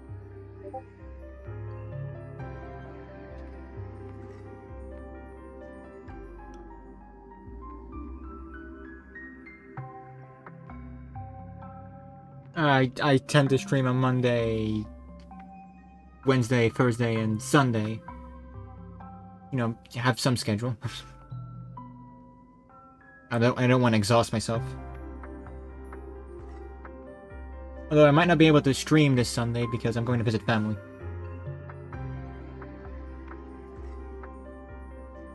Yeah, sure. He was a seafarer who fearlessly ventured into mysterious seas and storms. He was always on the sea and had lots of friends who accompanied him on his travels. He didn't want me to call him Grandpa because that would make him sound old. He believed he was still young.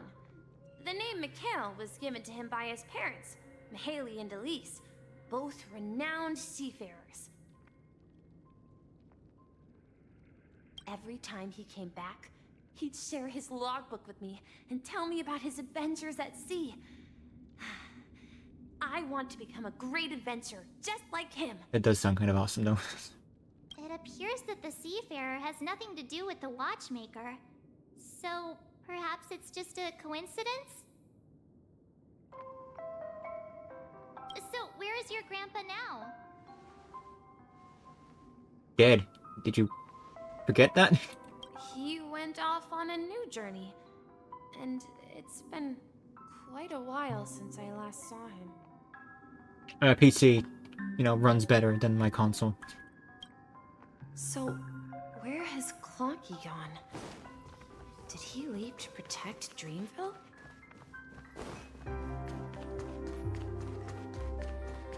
The toy room. I heard some noises from the room. Origami Bird? That's a friend of mine. You and Origami Bird are friends? Yeah. It's a member of the Compass crew. Just like Clocky and Miss Mirror. It's Miss And Mirror. there's more than just one Origami Bird. They are a big family with lots of brothers and sisters who look the same.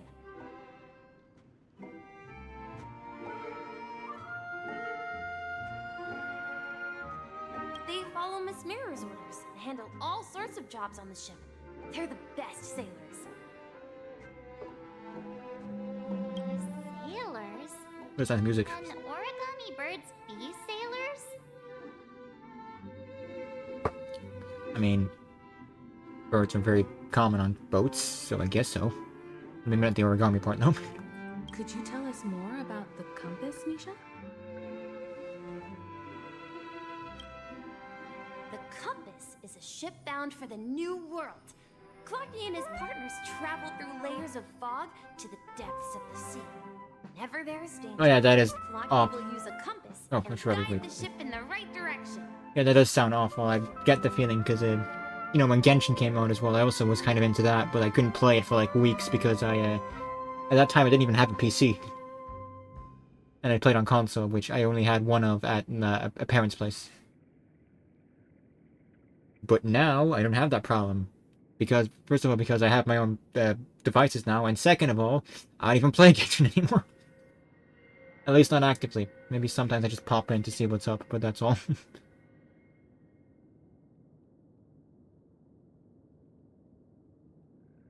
That's a great story.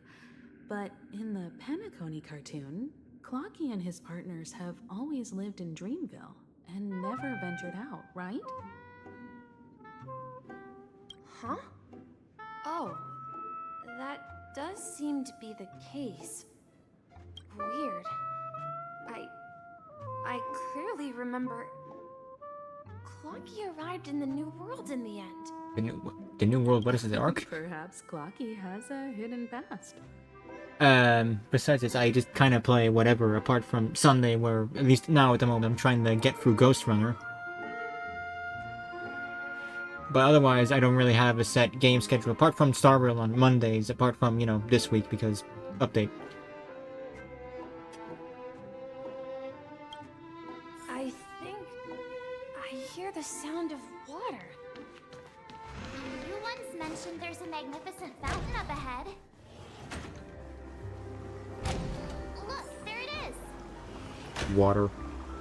The water resembles a precious jewel, embedded in the dreams of all seafarers. Well, yeah, Souls games also sometimes fun to play. Although the only Souls game I have played is Elden Ring. Every time I gaze at the shimmering lights beneath the waves, it feels as though I'm back in this place. Yeah, I'm probably not gonna play standing by your side. I'm forgetting his voices.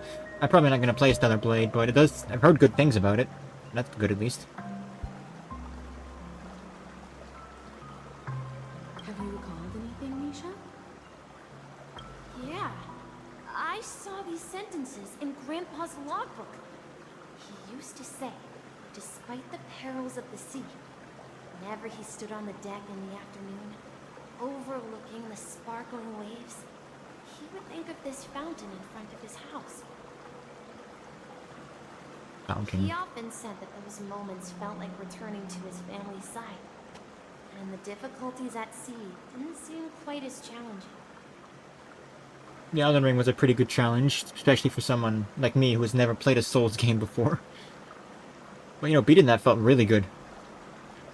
Country, I'm from Europe. That's basically says everything.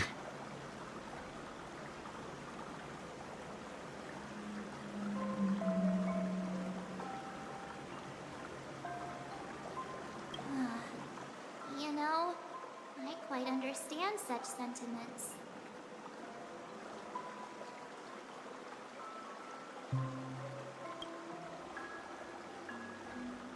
Hey, don't tease! I was just being a bit sentimental. Perhaps every adventure Ooh, what's it like there far in the from US? home carries a fountain within their soul. Even though the other side of the sea remains shrouded in the unknown, the fountain in front of his house serves as a compass, leading him back to his cherished ones. Yeah, while Grandpa was at home, we would stand by the fountain and place the compass, a toy boat that I made, into the pool. Cool. Back then, I would ask him when I could go on adventures like him, and he would always laugh and say I was still too young. Sure, go for it. I don't mind. It seems this Mikhail is truly a seafarer and has nothing to do with the watchmaker.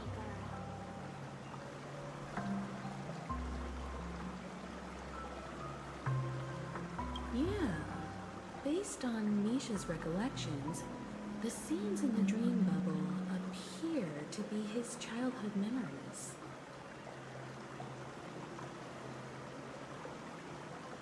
But this raises more questions. According to Misha, he was clearly born on an oceanic planet and led an ordinary life, with no connection to Penacony at all. Could this be some sort of metaphor? Perhaps the sea refers to the memory zone. I'm sorry. I don't know, but my memories keep pouring out uncontrollably, like water flowing from a fountain. Perhaps I'll remember more things if we go further. I guess further we go.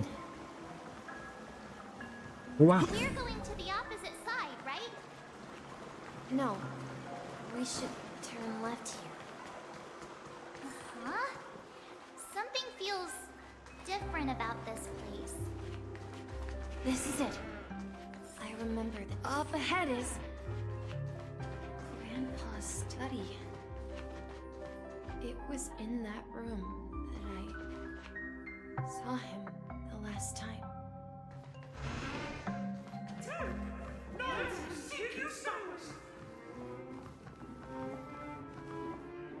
The atmosphere in this room feels totally different. Sure, I'll have a look. There's no problem. No harm in that.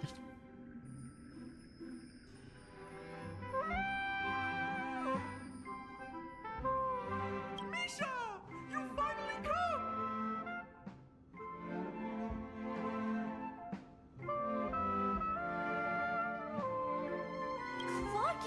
You're here! Yeah, go for it. Yeah. This is the room where we first met each other. Are those books on the bookshelf logbooks left behind by that seafarer? Yeah. Whenever he came back, he placed a logbook on the bookshelf in his room. They Yeah, no problem. contain records of his expeditions to every corner of the world.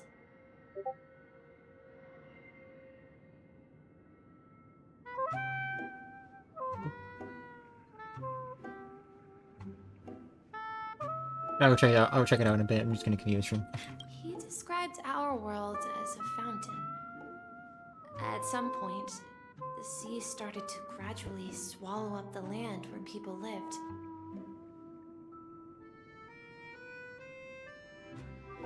To ensure that everyone had land to settle on, he had to continue exploring the sea in search for the source of the rising seawater.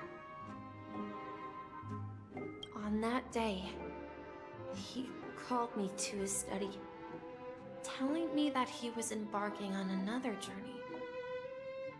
However, I could sense the gravity in his expression.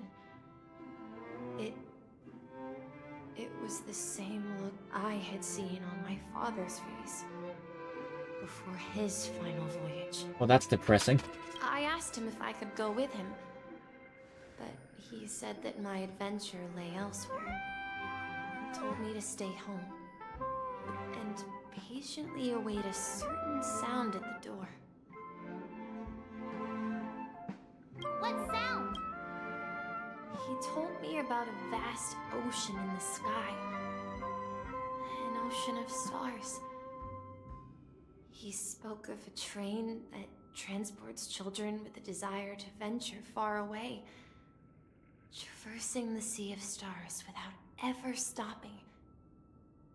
He said that he knew the crew on the train, and that he had asked them to take me along. He said the journey I had always dreamed of would start there. A train? Could it be? It's the Astral Express. I remember now. Grandpa's friends are a group of nameless who came to this world to resolve a disaster caused by a star. Then, he gave his pocket watch to me. It was his cherished treasure, appearing in every one of his adventure tales. He explained that difficult times were ahead, but assured me that the watch would guide me. He said, as long as I kept moving forward, I'd eventually reach my desired destination. And then, it was as if I heard the distant sound of a train whistle, echoing throughout the room. Exactly, Misha! And then we followed that whistle, didn't we? Yeah. I think I can still find the way we took back then.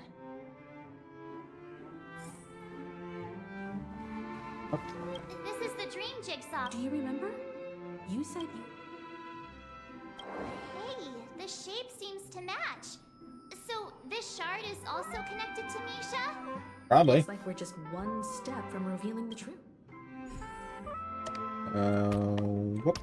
Nope. There. Nope. How about there? Nope. How about like this? Yep. There's the bottom. This one is the side. And we got the top.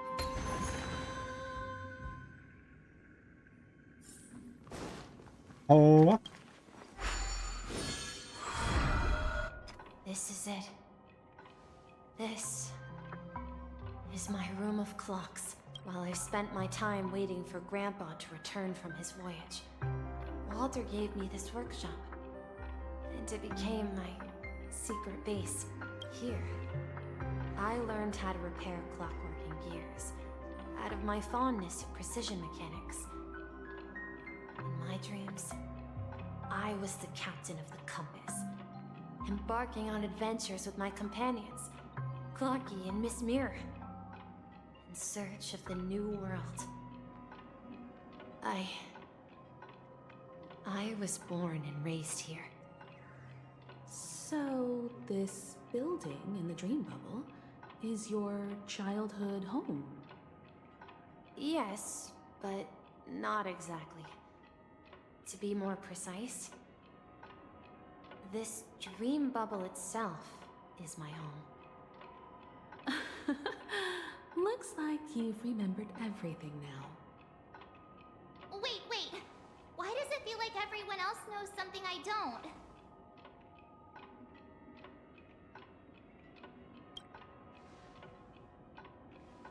March, do you remember when he mentioned a clocky that only he could see? Yeah, the little guy here, right? But we all saw him in Dreamflux Reef, right? And Mr. Yang even greeted him. Looks like everyone on the Astral Express has a childlike spirit. The answer lies in the Astral Express. His experience shows that neither Firefly nor Acheron can see this clocky. And when we were in Dreamflux Reef, you may have noticed that for some reason, nobody outside of the crew had ever talked with Clocky. Yeah, I noticed that too. Totally. I didn't just walk past A everyone. mimetic life that can only be seen by a select few. It's just like a hidden message left by someone for the nameless. But Misha can see Clocky too, right? They even grew up together. But Misha hasn't started the way of the Trailblaze yet. That's the key to the mystery, March. Now, take a moment to recall. Have you ever seen anyone outside of the crew interact with Misha? Wait. No way! That's the answer, March 7th. This dream bubble is the place where I was born. And I'm a dweller in this dream. Just like a memory zone meme. Oh. I should have stayed here and waited for you. But when reality and memories merged, I unconsciously pushed open that door and left the bubble with Clocky. So it's not that the Watchmaker's dream bubble is empty, but rather the stuff inside ran away? And the whistle you heard, was the sound of the Express arriving at Penacony? That's one way to see it, but I believe there's a longer story behind all this. It's best for Misha himself to explain all the details. How about we start with your name? Now, should we call you Misha, or...? Thank you all for helping me rediscover my true self. Now, please allow me to reintroduce myself. I was born on Lushaka, in the Presmere system, adopted by seafarers Mikhail and Char. They gave me a treasure, a name that carried their hopes.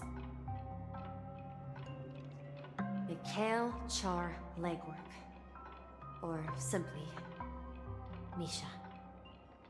If you prefer, you can call me by a more familiar name, the Watchmaker.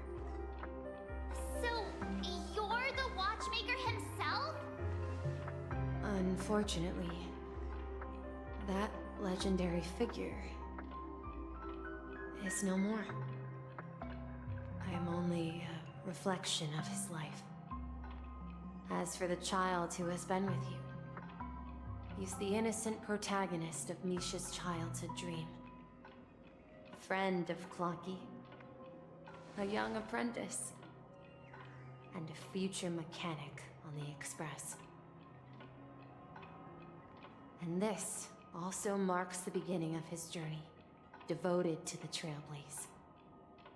At the end of the journey, I Oh. left this little flame, Your which I voice. so cherished, in my deepest dreams, hoping to pass it on to the nameless of future generations.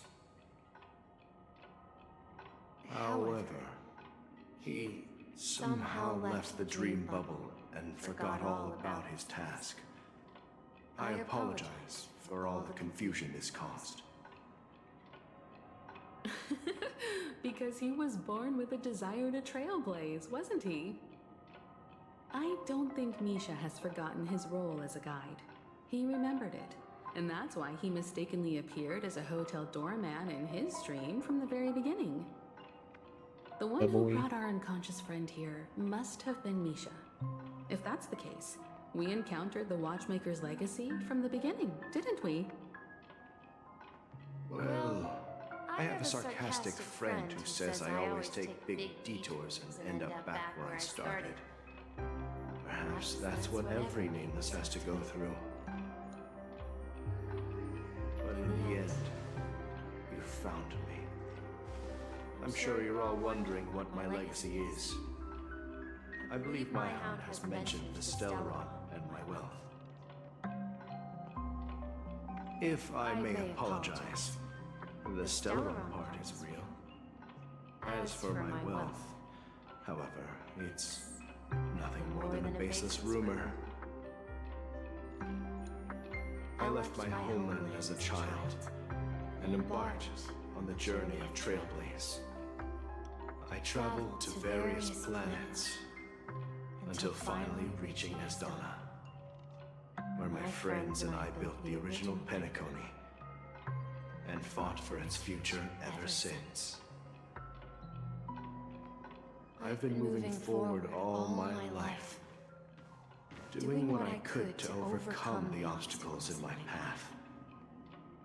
But ultimately, my journey reached its end, and I left behind no possessions worth entrusting. Give me your hat.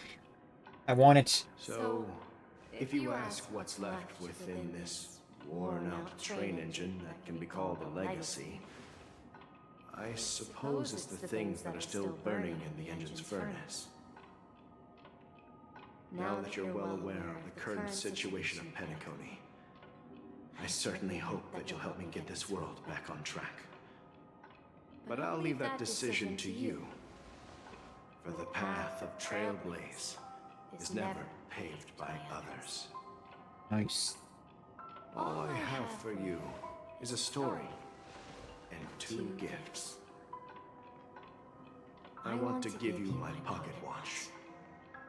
It has accompanied me throughout my long journey, guiding that naive child forward, and has been blessed with the presence of so many great people up to this day. And my hat, too. Yes. The one who navigated for me placed I got the hat. And planted a fanciful thought in my mind. The trailblazing expedition will never end. Now, it's time for you to make your choice. Once you've made up your mind, open that door and enter the long dream of an old man. I'll be waiting for you at the end of this corridor of time.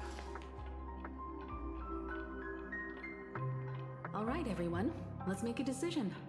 Although I don't think anyone will have any objections. I object. Of course. We've come this far. Surely there's no other option than moving forward. In that case, it's unanimous. Then let's proceed together to the end of this stream and tell Mikhail our decision. Let's go. Oh.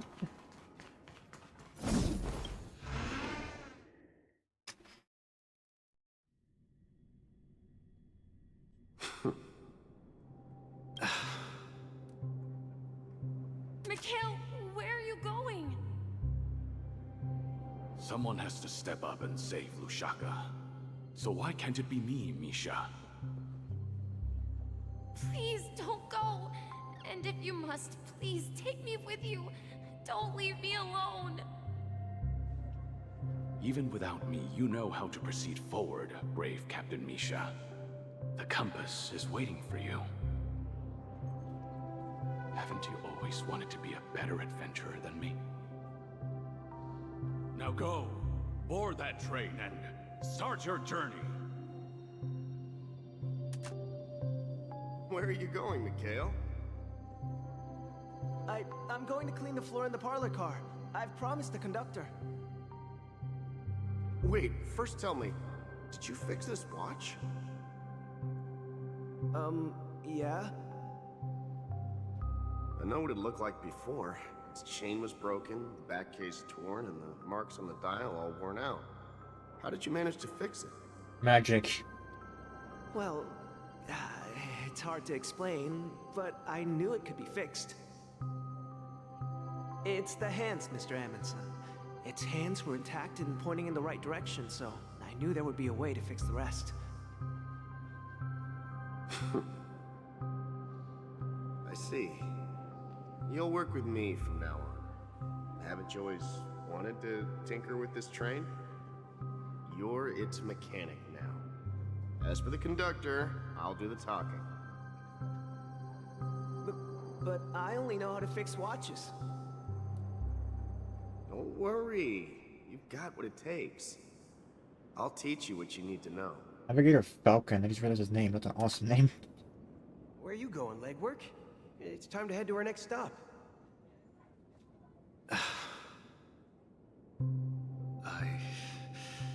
I'm staying in Astana with Rosalina and Tiernan. I see. This place reminds you of home. The people of Astana have only achieved a tiny victory and still have a long way to go towards true freedom. Hanunu needs us. Don't worry, not all journeys lead to the stars. Even if I leave the Express, our path of trailblaze will continue. Yeah, I knew you wouldn't stay on the Express forever. Leave in peace, my friend.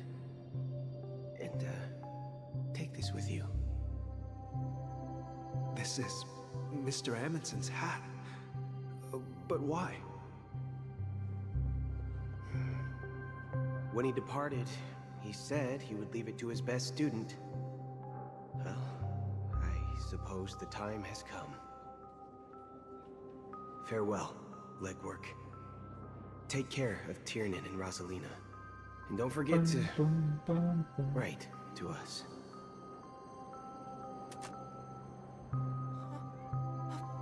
Where are you going, watchmaker? Don't worry, Micah. Just going on a little trip. Someone has to be at the forefront of the interstellar frontier, and I'm the only former nameless in Penacony. So why can't it be me? Because you're all we have. Have you forgotten about Tiernan? The cosmos is way more dangerous now. What will happen to Penacony if we lose you too? But what will happen to Penacony if we don't find a way out? Tiernan. How could I ever forget him? I've spent countless sleepless nights asking myself why I didn't go with him back then. We Nameless won't stop. Don't worry, Micah. It's just a matter of getting back to my old profession. Just wait for me to come back. But if, and it's a big if I don't come back in one piece, then you'll become the next watchmaker. Where are you going, old man? Oh, you're here. Answer my question. What are you up to? Relax, Gallagher. I just came up with a great idea. Wanna hear it? Oh, come on. Aren't all your ideas just ways to get yourself killed? I may be blunt here, but you're the last remaining hero in Penacony. If you die too, the secret of Stellaron will go to the grave with you. Yes, I'm afraid there's no way out in Penacony, so I'll have to consider alternatives beyond Astana. We'll organize a festival using the Watchmaker's legacy as a facade and send invitations to the entire cosmos to gather people here. So, a desperate struggle against the family? Desperate? Don't we have you here, my friend? This task is challenging, but what hasn't been challenging for us along the way? Well, whatever you do, remember, make sure to send an invitation to the Astral Express. Misha! Where are you going? Oh, it's you, Clocky. Take me to Dreamflux Reef. Last night, I had a long dream about the day we met. I want to write down that dream. Write it down? Why? Oh, so I won't forget it. Do you remember how you got your name, Clocky? Of course! You told me that when you were a kid, you lived in a room full of clocks. Those wall clocks and pocket watches grew up with you and were your best friends. Yes, but what I didn't mention was there's a funny misunderstanding behind it. I was a kid, and there was always a special pocket watch in my memories.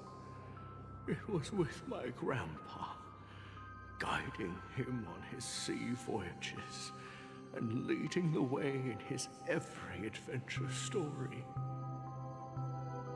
I wanted to have a pocket watch like that too. And that's when you appeared in my dreams. Yeah.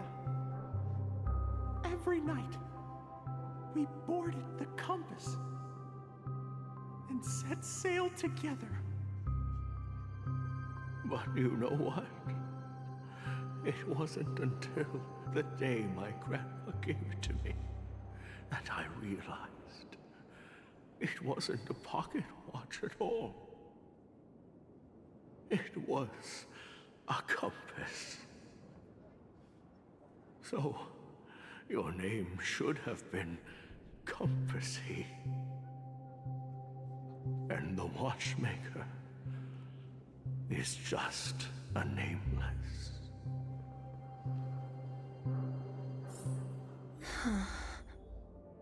We've arrived at Dreamflux Reef. So, where to next? You know, Clocky, I don't think I'll be going anywhere else.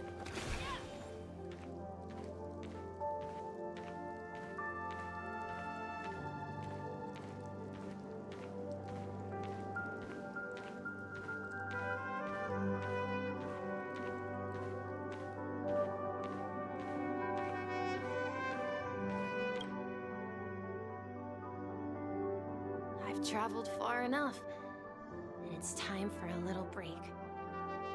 Oh. So, we'll set out again. When you're rested? No, I'll stay here. And then, this is where it ends. This is... where it ends? What do you mean, Misha? You told me that the trailblazing expedition would never end. Yeah, that's what I said. So now, it's up to you to decide your next destination. My next destination? What's that supposed to be? I've been following you. Misha? You're acting weird today. If you're feeling down, we can just do what we usually do. With the clockwork. No, I'm not feeling down. As for clockwork, yeah, it resolves all problems in this dream. So, do you know what clockwork actually is? Therapy? I'm not quite sure. Well, everyone gets lost at times. They may hesitate and doubt. Wait, is clockwork a compass? That happens in this dreamscape and beyond. But don't worry. Everyone goes through moments of uncertainty and hesitation. Eventually, they gather the courage to make bold decisions. Whether it's calming, joyful, angry, or sad. All they need is a little nudge to take that step toward where they truly belong. I'm leaving that little nudge with you, and I hope you'll share it with others. Such is the essence of clockwork, the will of the Trailblaze. Cutscene. Clocky's hands spin around non-stop, indicating confusion, frustration, and weakness. But ultimately, people still need to move forward. Just like your hands, always pointing ahead. This is where my journey ends. From now on, it is your path to walk. Trailblazing means taking paths your predecessors forswore, and venturing even further. The Penacony in Mikhail's dreams does not belong to Order. Oh, hell yeah.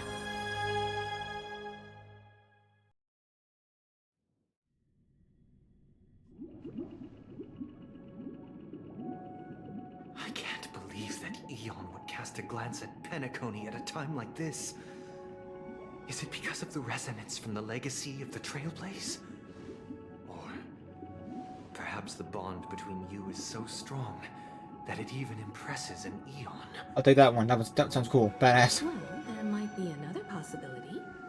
Perhaps they want to witness, on behalf of the fallen Eons, who will hold the future of Penacony. If that's the case, on behalf of the Dream Master of Penacony and the 107,336 members of the Oak family, That is a lot of I'm members. extending a formal invitation to all of you.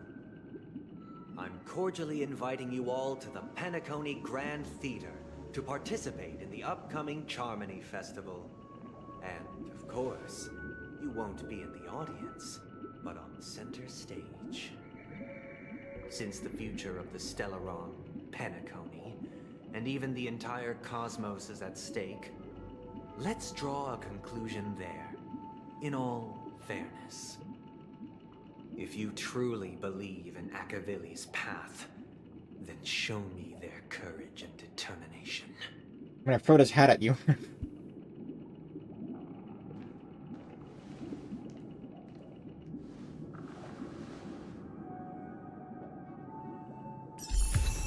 Hell yeah! Of course I'm equipping the new path. Yeah, I know. Let's set the trial. Let's see how well I do.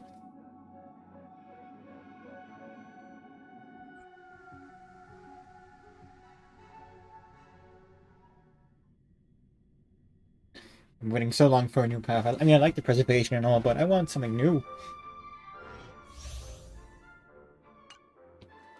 Please stay tuned. Ha! Yes. The hat fling. The hat swing. And the wing. It's all the style I want.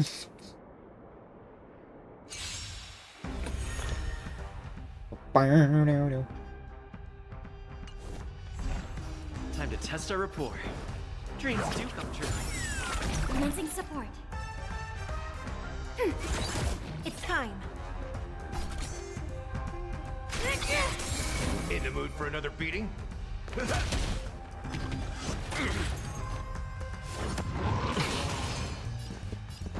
Let's improvise.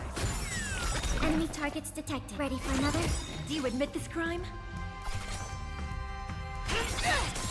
That's all you got? How's this taste? Great teamwork. The mood is set just right. Let the show begin. Yeah.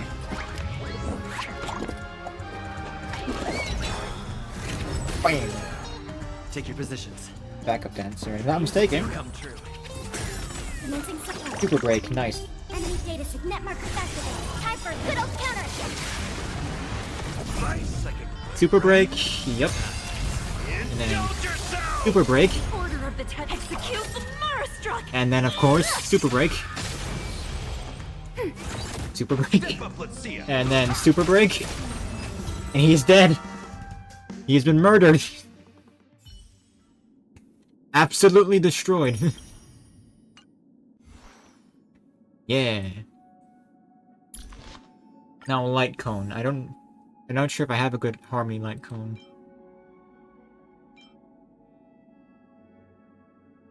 Yeah, I have that, and I have Carve the Moon with the Clouds. At the start of the battle, when the wearers and when the wearers turn when the fly. All allies. So this one is randomly gain a buff to all allies. For now, I'll equip this one. I have it. Might as well use it. I need these.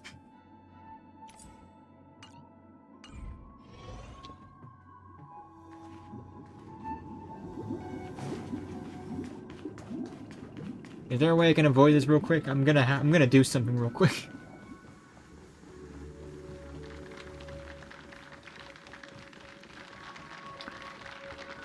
Alright, there is a waypoint here. Good, so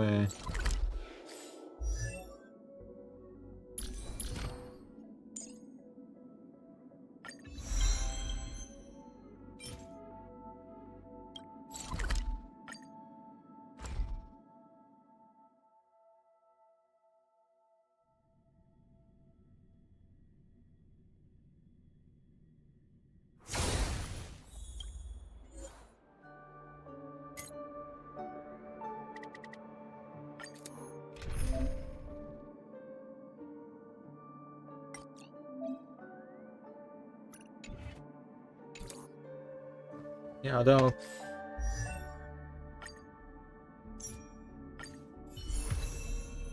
yeah, I'll flip back to preservation real quick. Right, people, I need to go use the bathroom, and I'm doing this anyway, so I'll be right back. And enjoy me beating the shit out of people.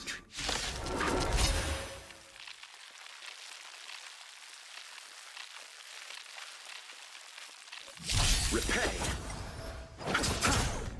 Still waters uplifted.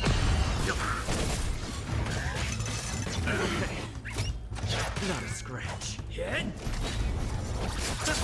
Destined for oblivion. I weep for the departed. Its gate shall fall.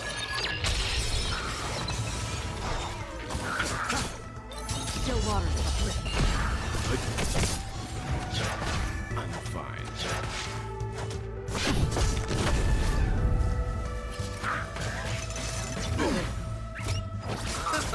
Destined for oblivion. Stand down.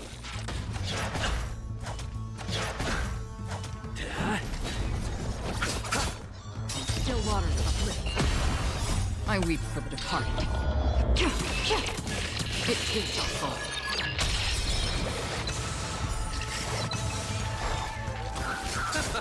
Destined for oblivion. Survive or be destroyed. There is no other choice. Land! Forward!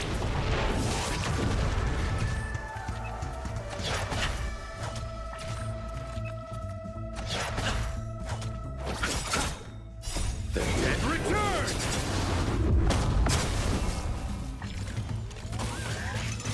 I underestimated you. Still waters uplifted.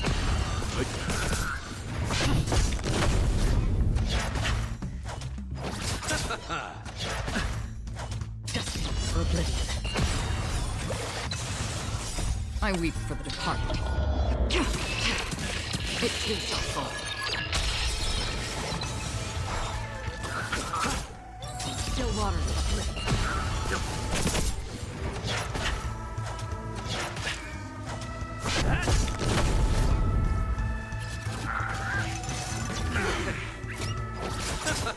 Destiny for oblivion. I'm fine. Hit! Land! Forward! Still waters uplift. I weep for the departed. It too shall fall.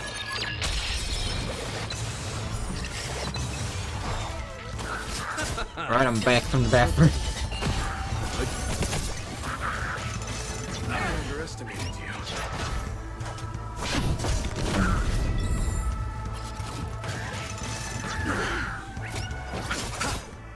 Still waters uplift.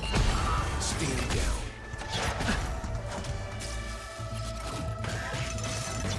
Familiar. Destiny for oblivion. I weep for the departed. It too shall fall.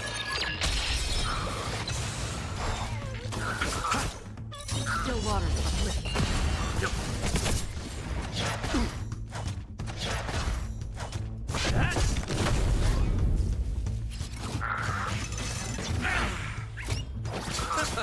Destiny for oblivion.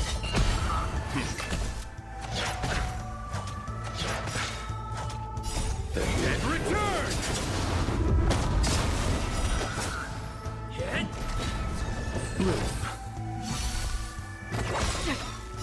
I weep for the departed. It too shall fall. That's battle 6 out of 6. You guys got some of those. That's good. That's good. But I need more. A lot more. So we go in again, but I'm gonna use a support character this time. Genuine, you could be useful because a lot of these enemies have electric weakness.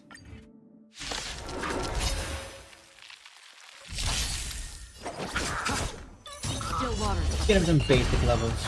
That's all they need for now. Conflict is pitiless.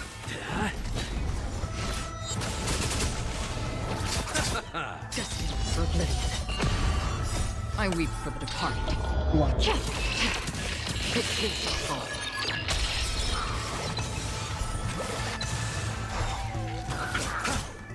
Still waters uplift. I got bitten by a dog. Murder the dog. Here is thunder.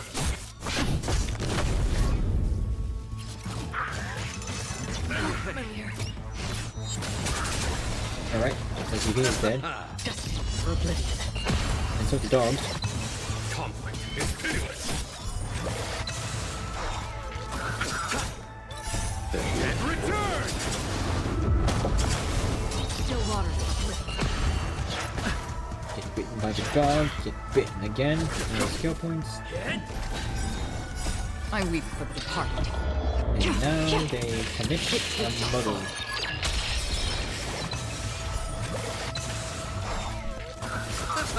Destiny for oblivion. Land! Forward!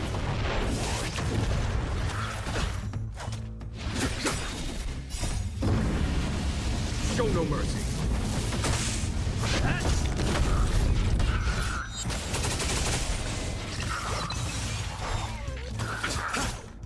Still waters uplift.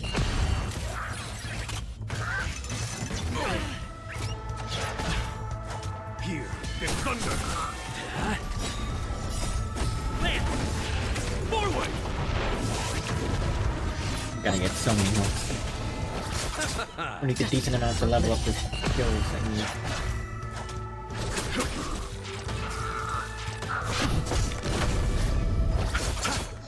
Still waters uplift.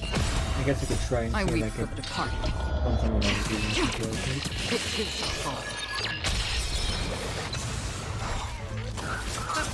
Destiny for oblivion. I underestimated you. Conflict is pitiless. Dead? Earlier. Still water uplifting.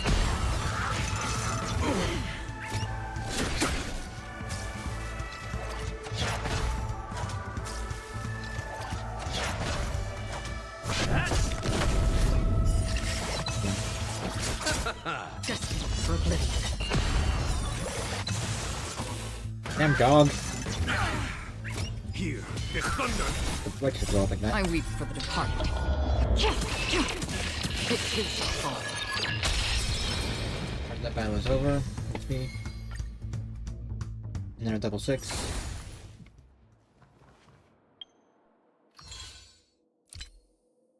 Yeah, give me that. I think 6 adventure logs.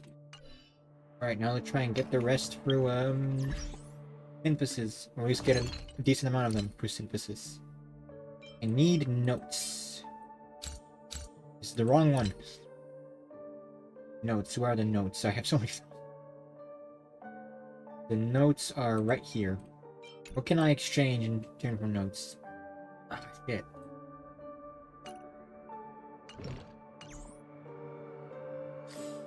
Let's first do the basic, Harmony, one shape, Tipe, whatever it is.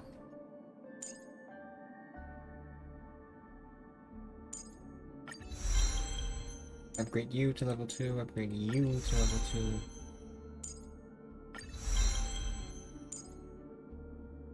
Okay, don't touch you yet, or you. All of the theater.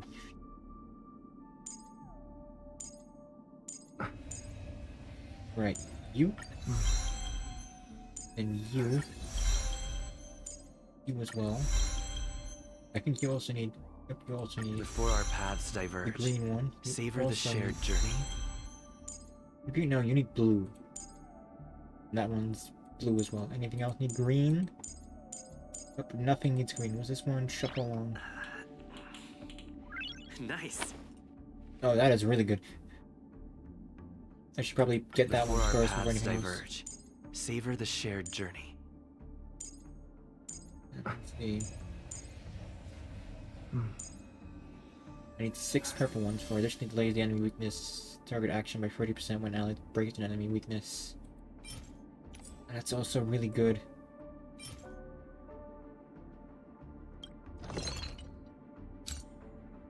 Ah man, if only I could make more of them. Well, theoretically, if I have enough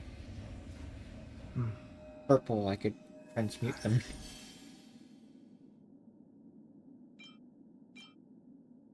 If I have anything to transmute, I can guess this arrow, and actually before the arrow, you and you.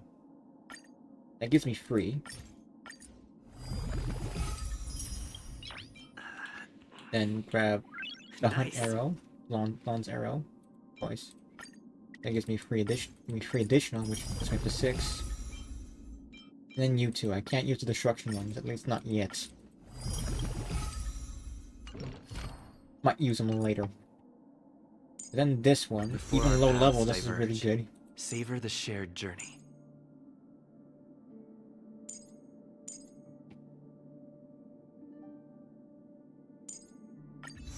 Yeah, I want to upgrade to the hat. I mean, backup dancer is the main buff, so we want to put to get that one high as possible. The talent? Rebels immediately regenerate 6 energy when enemies target. Okay, that's not bad. Then let's get the backup dancer effect a bit upgraded. Nice. I guess you as well. I technically have a lot of this, but I don't want to use it yet. I could. I might use it to top something off. I'm not going to use it yet. It's recommended gear. Is the one I prepared? Using crit rate. This one has attack. These boots are... I didn't even know I had those boots. Let's see how well these boots can become. These definitely so far aren't bad boots. Fancy shoes. 22 speed. I am concerned about what's inside the shoes, but who cares? Well, I do apparently, because I'm mentioning it.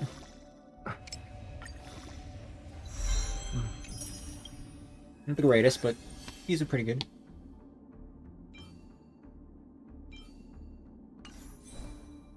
This one has good break effect, up 16.8 break effect. I'm gonna steal Ron's mace.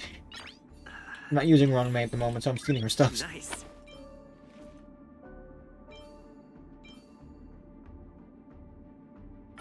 Give me that. The warrior uses their ultimate on an ally. All allies break effect. Expect to not be stacked. I assume that that will conflict, but for now, that's the best thing I have in place.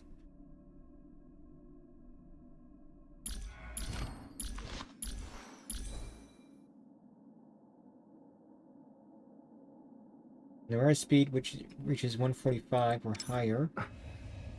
It does, so I have an additional break effect. I have 142 break effect, which for now is good.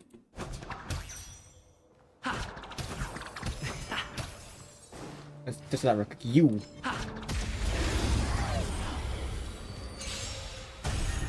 Did the rhythm get messed up? Let's improvise. Catch. Nice. Damage is lackluster. Still waters uplift. Just what I expected.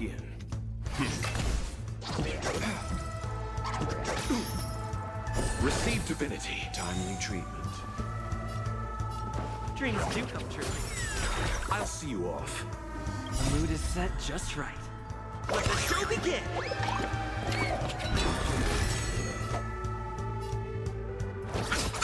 Yep, super. That is a lot of damage from super break. I haven't put a level yet. Oh, they're fucking. Yeah, this is really good. Leave it to me. I heard the whispers that the Harmony Trailblazer was good, but that is really good. I'm sure these are basic enemies, but imagine a boss of that. Let's improvise.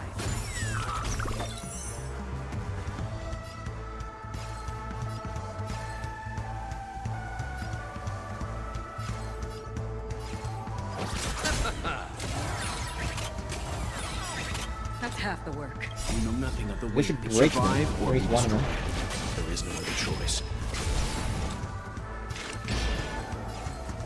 Still waters uplift. Time for some hardship. Stay in step. Dreams do come true. Boom. Yeah, this is awesome. It's very powerful. Reach the end of the story in your own way. I know I got my health back, but... Yay. Sick. Give me that too.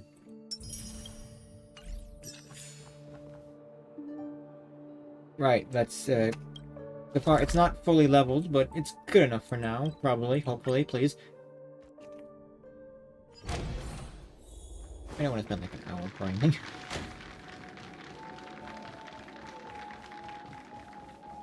Although again, I could use the things I have, you know, fully max it.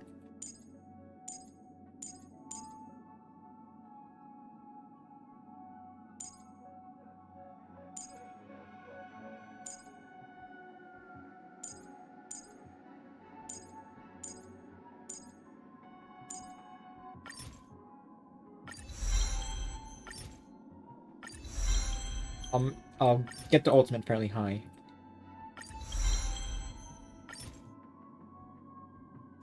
Seven, that's good enough for now. The rest will level later. Yo, what up? Does that mean he wants to fight us during the Charmony Festival? Most likely. I'm afraid so. This is weird. Aren't Arc villains usually plotting some dirty conspiracy in the end? But he actually said something like, "In all fairness." Could it be that he's underestimating us? Highly likely. Well, in my opinion, Sunday is deeply committed to his own philosophy and genuinely wants to prove that the Order is right. I sensed a strong conviction and a desire for dominance in him. Maybe he won't accept the outcome unless he wins fair and square. Hit the guy, but I can respect that. That's why he'll give it his all in the upcoming battle. He won't back down either. Yeah, you're right. We've Nope. even dealt with a Apparently Lord my chair will back down. destruction, so a follower of the Order won't be a big deal. Anyway, we can't leave the Stellaron unchecked. This is about trailblazing a bright future for Penacony and fulfilling Mikhail's and his predecessors' long-cherished wishes.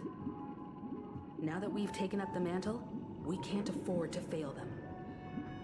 However, the same applies to the Order.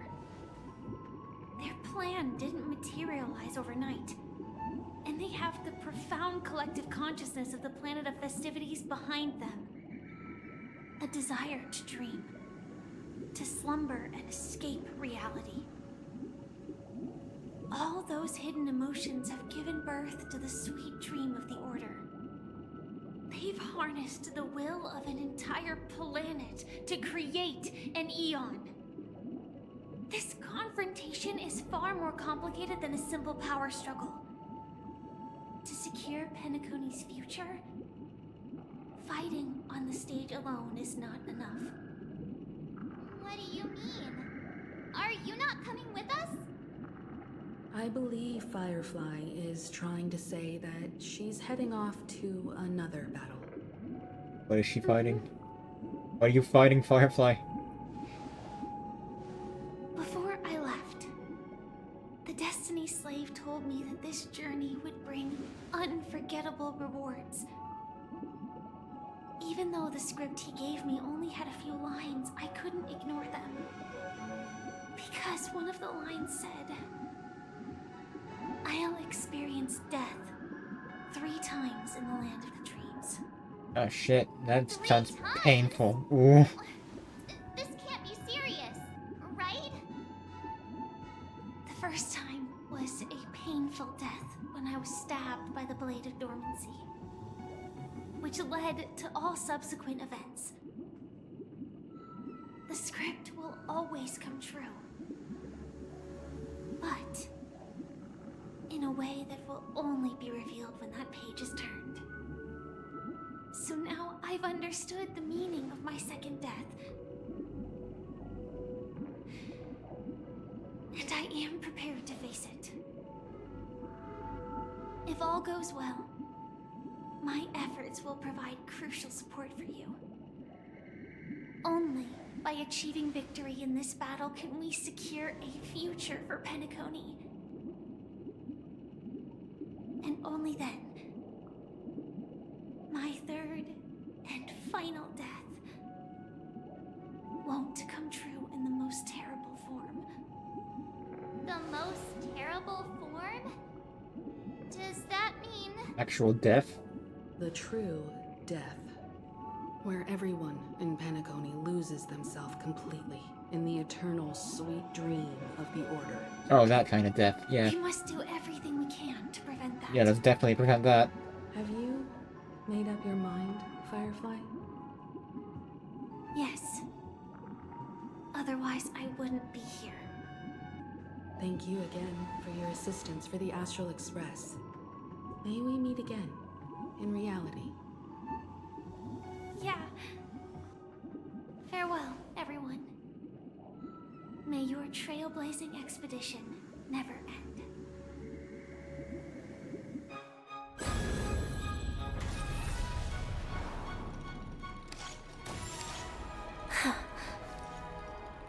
I dreamed of a scorched earth. Everyone, are you ready? No. A new shoot sprouted from the earth. It bloomed in the morning sun and whispered to me. Like fireflies to a flame, my biggest death. May we meet again in reality. Damn. After today, Japella's name will disappear from cosmic history, and the Everflame Mansion will take its place. In the not-too-distant future, you'll receive an invitation. That's your next stop. Land of the dreams. Penacony. Penacony. I hope you find whatever you seek there. Be it answers or salvation. You mean my 3 deaths? Silverwolf told me about it. It's such a shame that it's not part of my script. I get it, you want to die, shut up. Well, I want to live. I'm never afraid of death. The opposite of death is eternal life, and that's something I'll never desire. Fair, I don't either. People die, and I am no exception. Death is like a script, a fate that cannot be defied. But that's exactly why we have to choose where we want to rest forever. Do you exist just to perish? Are you not the same, Blade? The end you desire is not one dictated by others. If I were to die now, I would only be a weapon. I believe I should die as a human. Though its definition escapes me, isn't this the answer that ordinary people look for their whole lives? A name that can be carved onto their tombstone. The tombstone that belongs to me once bore the inscription, Glamoth's Iron Cavalry. Then it changed to Stellaron Hunter. But one day, it will bear the name Firefly. And all the brilliance she showed at the end of her life. My heart. It hurts. It's sad. That's quite unexpected, old man. Who would have thought your crazy plan would actually work? Do all you nameless fools just act on a whim? I can sense that this false sweet dream is coming to an end. The nameless may be young, but they had the ability to achieve this goal. Just like you did in your time. It's a shame you won't be able to see it firsthand. Maybe I won't either. Once something fictional is seen through, it ceases to exist. Well, that's sad. Not just those nameless. Even Mr. Wings is just like you. Stubborn, won't listen or give up, no matter what. Well, fate is unpredictable, I guess. If we weren't bound by those cursed paths, maybe we could have had some good talks. But in the end, we managed to do it. Now we can find solace. Remember how those idiots cursed us? They said, "Go to hell, you worthless traitors." Well, I don't know if they really meant it, but if longing for freedom means going to hell, then I'll be joining you soon, you fool. Oh yeah, save a spot for me. Let's get together and have supper again in hell. Can I join? I know I don't know you, but can I join, please? Oh, I almost forgot. There's one more thing. Here's to you. A glass of hello and goodbye, Trailblazer. To the imperfect tomorrow. The best tomorrow.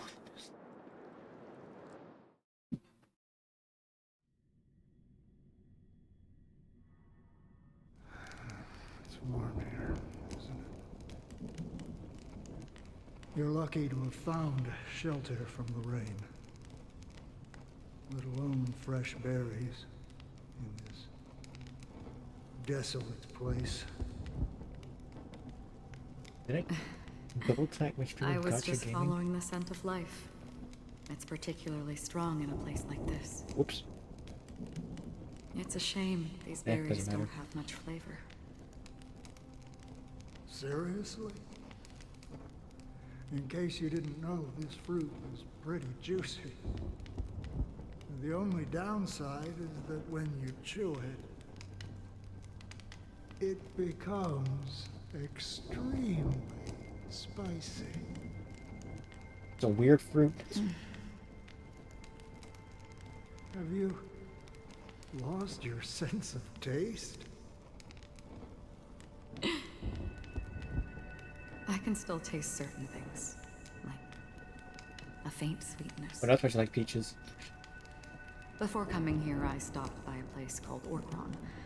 It had barren cliffs and nights lit by bonfires. Burgundy snow would fall from the sky, and when it landed on my tongue, it tasted like raspberries. The flavor wasn't exactly sweet, but it left a lasting impression. When I think back on my past, I realize that what's tying everything together isn't the big events, but rather these small yet unforgettable moments. Don't worry about it. Losing oneself is a reality that every self-annihilator must face. At least I haven't completely lost my senses and memories yet.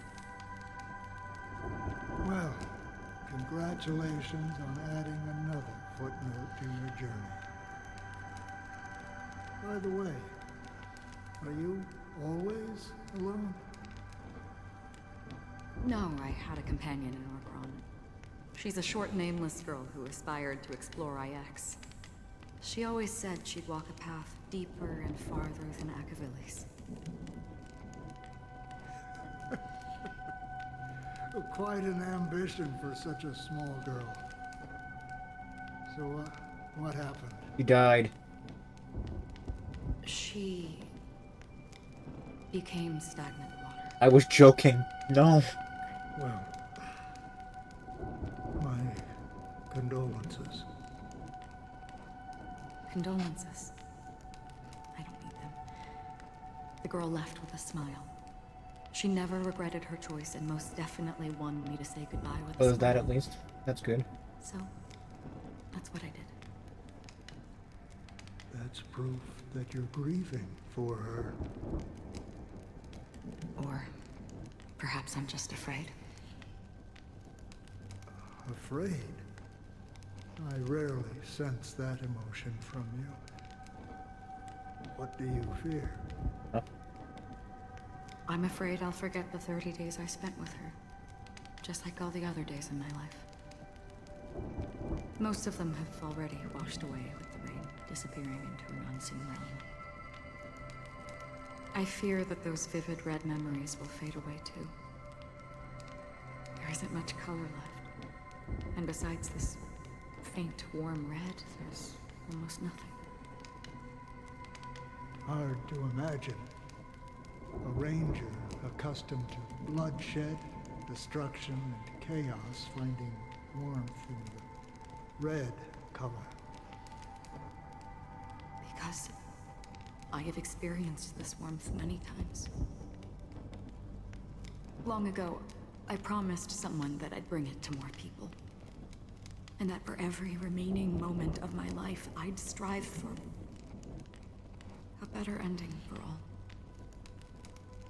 As long as this red color still lingers, I have a chance to fulfill that promise. It represents a burning fire, a blooming flower, the berries in this cave, and life itself, fleeting yet still dazzling. In the end, it will lead me beyond the horizon of existence. And on the other side, I will cut off nihility. Origin emanate of nihility, seeking to destroy nihility? The one blessed by the sleeping and shapeless is considering how to kill them. That's truly pure nihility. But you're right about one thing. After spending so much time near this stagnant water, only when I look at this vibrant red This guy has fire white hair. do I realize that Notice that. I'm still alive. When will this rain ever stop? It won't. Perhaps when the sorrows of the departed have finally quieted down, the sky will clear up.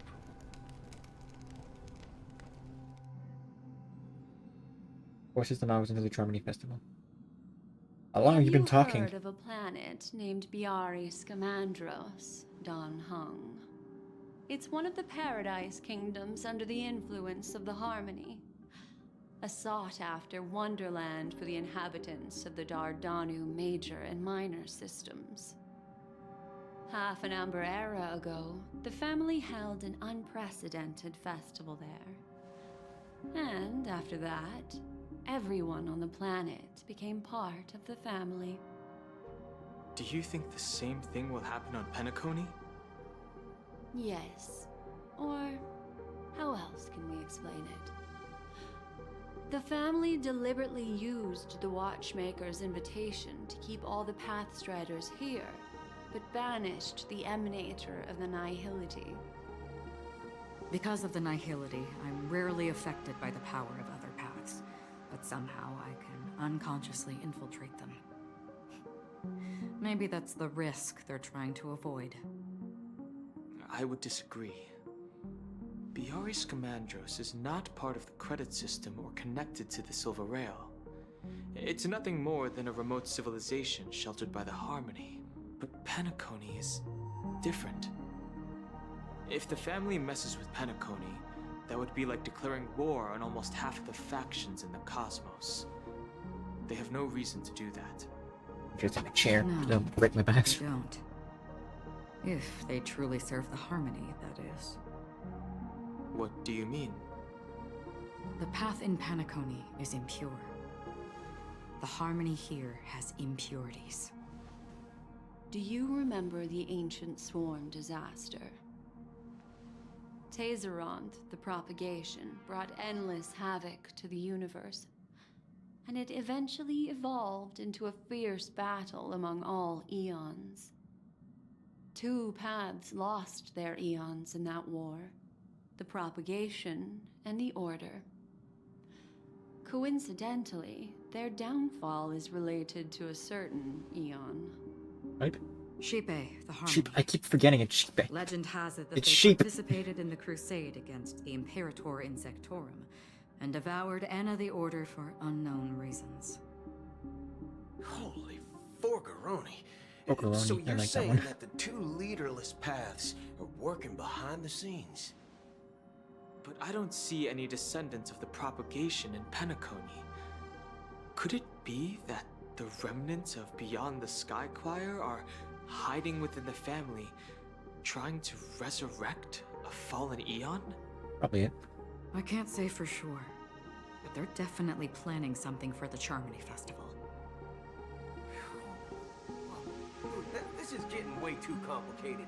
Is this why you want us to leave Astana right away? Are you giving up? The Charmony Festival will start soon. There's one thing that I need to confirm no matter what. A warp jump is the best way to do so. Time is running out. I have another plan.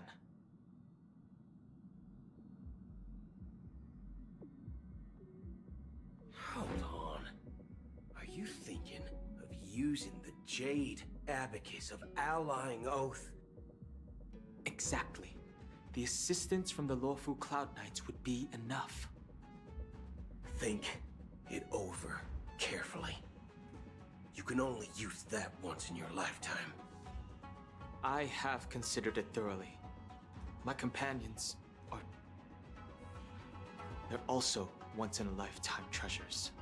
We got a MacGuffin and use it immediately. What the fuck?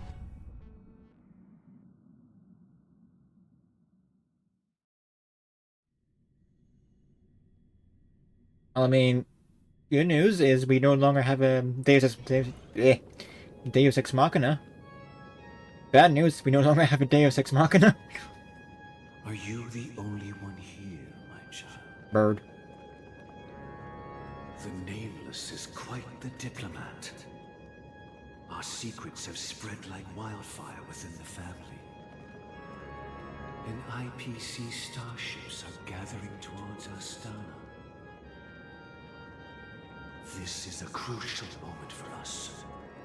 So, where is the chosen one who harmonizes the varied sounds? You call her by name?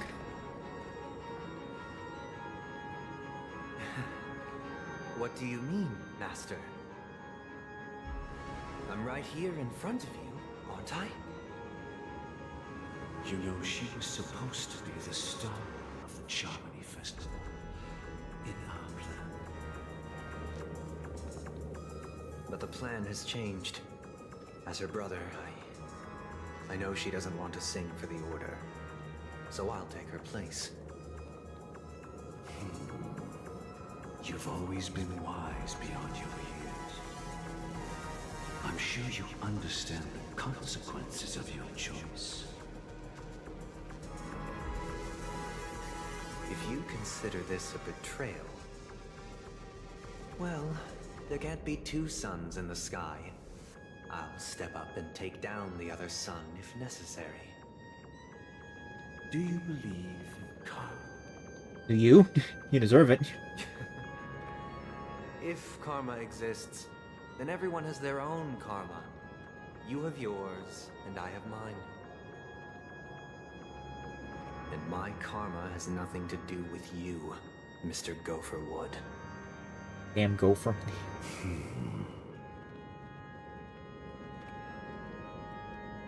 All right. Since you're willing to sacrifice yourself for her, I'll grant your wish. Well, Ass hurts. the compromise came sooner than expected. Why? You and your sister were born as twins of the Order. And one of you is destined to follow this path to the end.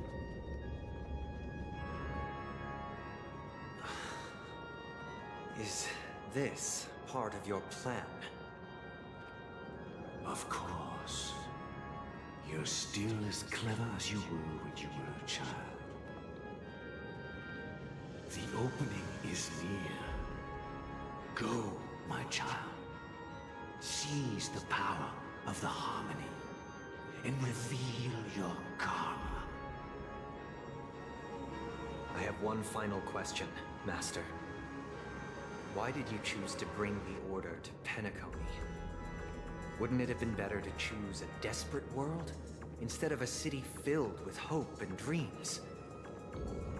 Why? It's for justice, my child. If we lose justice in our hearts, we'll make the same mistake as the Harmony did. So, it's not you who manipulates the dreamscape with the Stellaron, but... Well, that's where our conversation ends. Go ahead. The 107,336... You could just say the entire Oak family. That would have been a lot faster. I've dreamed of this moment too many times.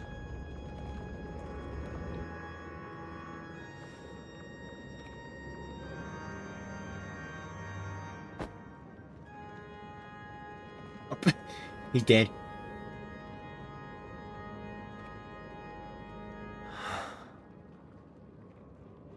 I shall ascend to the heavens, becoming the scorching sun.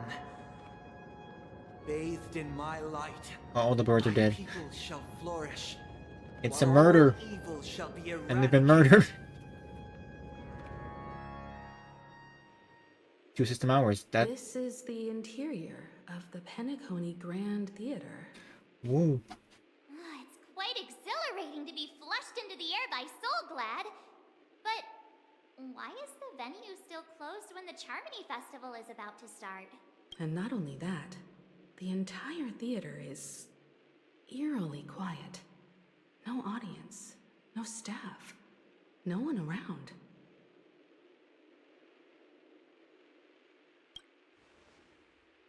even if we're late. A grand theater like this shouldn't be completely empty. Yeah, I guess that makes sense. Let's explore around. Be careful, everyone.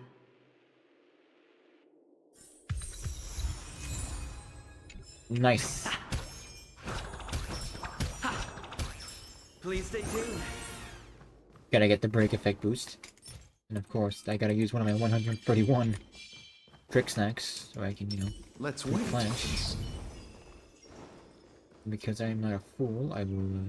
Oh, hello. Gosh, the atmosphere here is so creepy and unsettling. Even if there's no audience yet, there should be some staff around. Why is it so silent? Yeah, I'm gonna continue with the story first before anything else. Yikes, they scared the life out of me. Why are there so many puppets at the ticket office? Why is anything?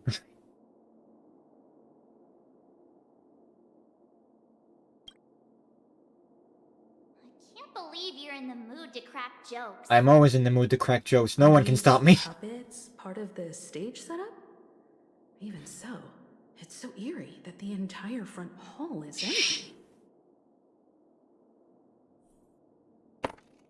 Sorry, my nose was my nose was whistling. In fact, that's my job, not my nose's. I heard a bird chirp.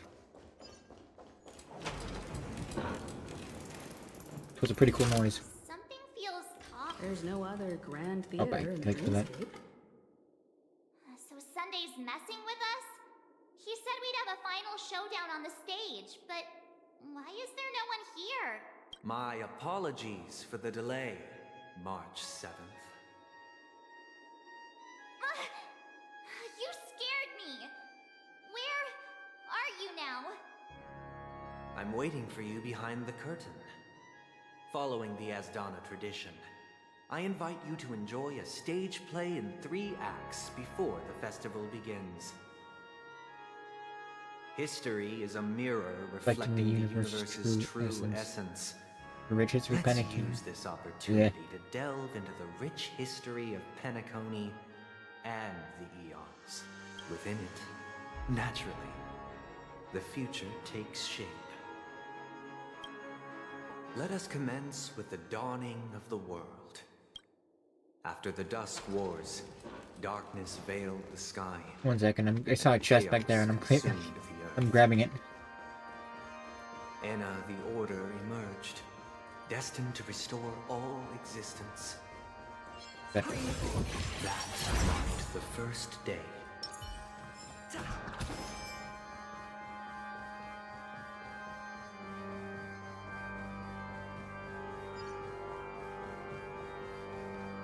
I combine like the Trailblazer and Ruin May, and then when I finally do qualify, like the ultimate break team.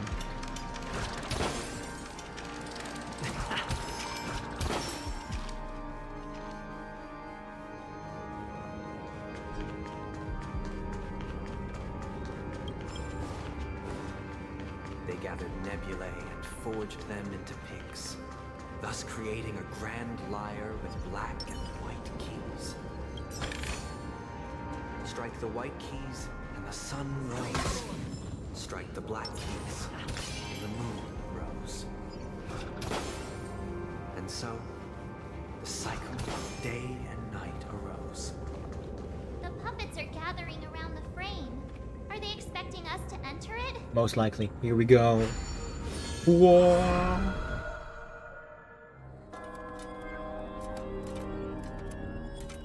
Ode to the Prisoner.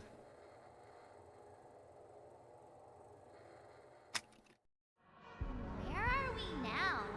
In space, that's where we The are. atmosphere here looks similar to Sunday's inner world. Perhaps this so-called stage play is created with his abilities. This act is named Ode to Prisoner. Given the atmosphere here, Thank you for the follow. it's about Penacony's past. I thought things were Hey, what's up? finally looking up as I managed to dodge prison during my recent trailblazing expeditions.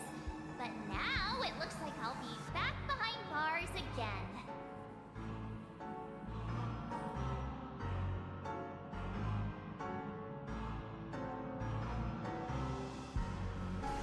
genuinely wish Oh, to man. avoid a violent clash with my esteemed guests from afar. Therefore, I've arranged 3 acts before the situation becomes irreparable. Where shall we start our narrative? Well, let's start with the time when Penacony was still a frontier prison.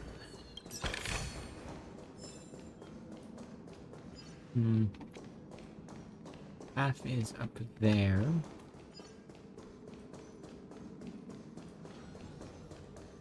Okay, that fighting needs to be gone. Dreamwalker 5. What was that? The location you discover scattered dream bubbles in the map, which end up being unconnected by two passable platforms. These dream bubbles cannot form bubble bridges. After interacting the corresponding dream module, the trajectory will be highlighted. Alright.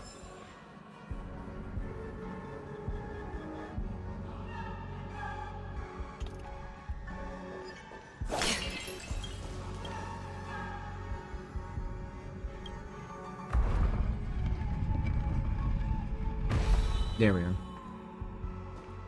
But it took long to introduce me to this mechanics.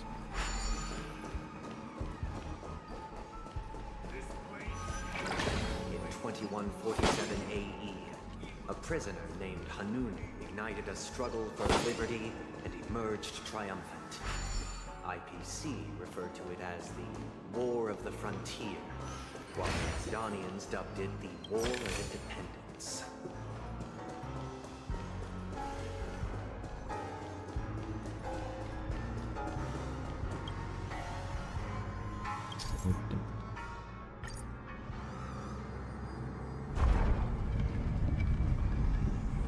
There we go. We've shattered the cages and expelled. It's true that Hanunu was a legendary hero, but it must be acknowledged that while he bestowed freedom upon the prisoners, he didn't grant them true liberation. What did he grant? Thank you for staying here, honorable travelers. Be gone. Three nameless states of the planet, endeavoring to spread the tenets of Trailblaze throughout the frontier prison. Alas, their efforts proved futile. Quickly move the module. I want that chest.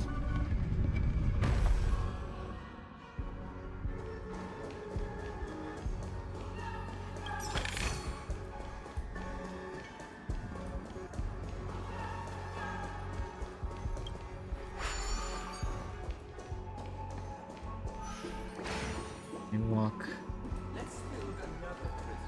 And Once I again, as Dana was engulfed in war, this time the enemies originating from within. The prisoners remained prisoners for the rest of their lives, fighting for freedom rather. I didn't know that would skip his dialogue. That is a shame.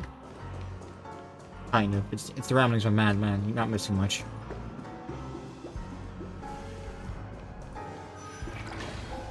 I don't know if I love or hate this music. It does a job well. I feel incredibly uncomfortable now.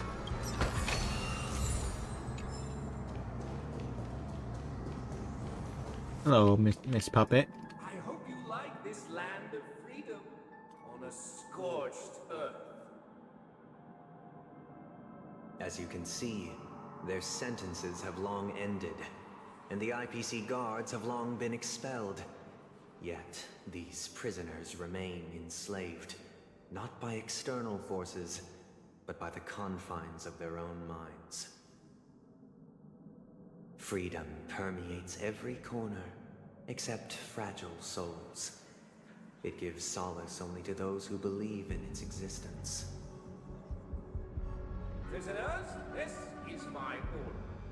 Learn the essence of freedom and teach your fellow prisoners to fight for their lives.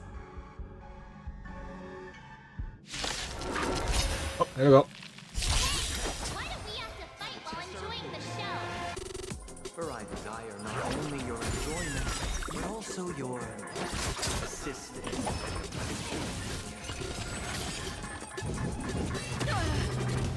Receive divinity. Don't worry, it's just a script. Eternal sleep. And return! for oblivion.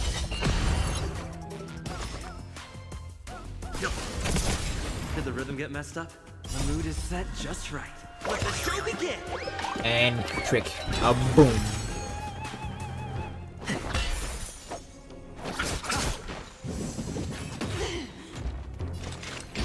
Still water for oblivion.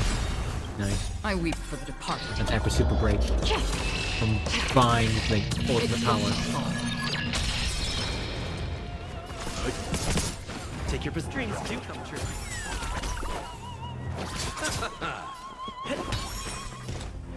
Oh, that was a misclick.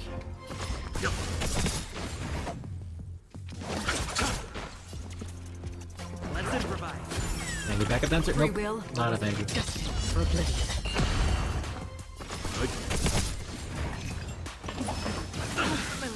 Blue, Don't worry, it's just a scrape. you know nothing of the weight. Survive or be destroyed. There is no other choice. Eternal sleep is not the end. The dead return! I'll see you off. Dreams do come true. Still water. And dead. No one can restrain you anymore. You are... Thus concludes the first act. Amidst a raging war, the frontier prison headed toward becoming Land of the Exiles. This must be how Penacony was constructed. With the aid of outsiders, the prisoners were finally liberated and established the Land of the Exiles. However, it appears that Sunday aims to convey the spiritual plight of the prisoners more than the physical aspects of imprisonment. This show is a bit too literary for my taste. But the battle part is quite easy to understand. Anyway, we've arrived at the exit. Let's go! We leave. Muppets, where are they guiding us this time?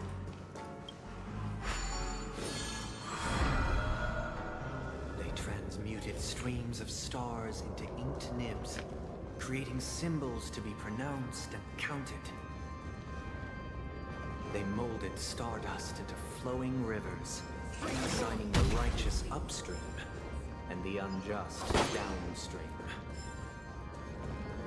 Thus, all things were marked, and the world learned to discern between good and evil. That marked the third and fourth days.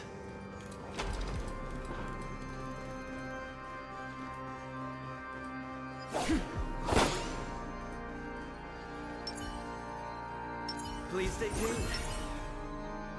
Let's wait and see.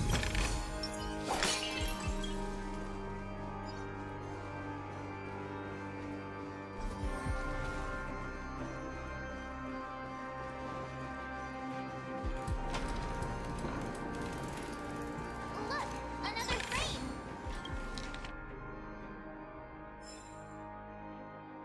Laux. The dreamscape we go.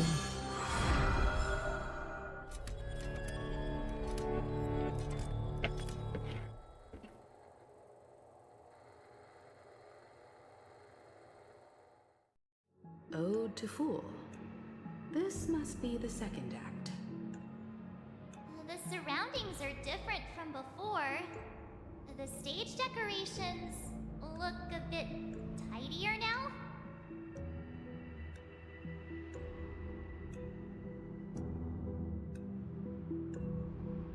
Behold the ensuing tale, a struggle for power.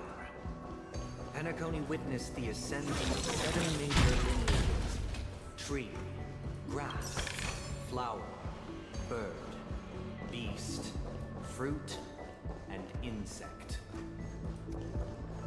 Peace never truly graced Land of the Exiles. The history in this era is rich and intricate, so please allow me to present it in allegorical form.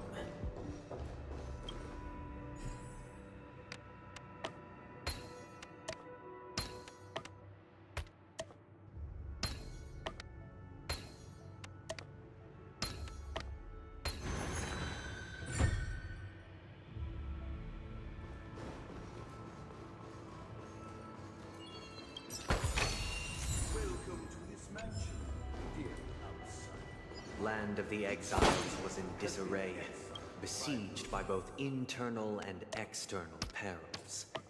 Though the 7 major lineages appeared united on the surface, each harbored their own ambitions, leading to ceaseless conflict. Stream 4. Lackmon family was the first to fall.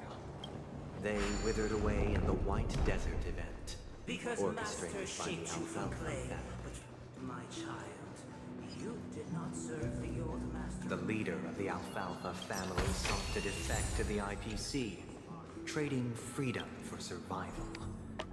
However, his eldest son slew him in the name of righteousness, and ascended as the new family head.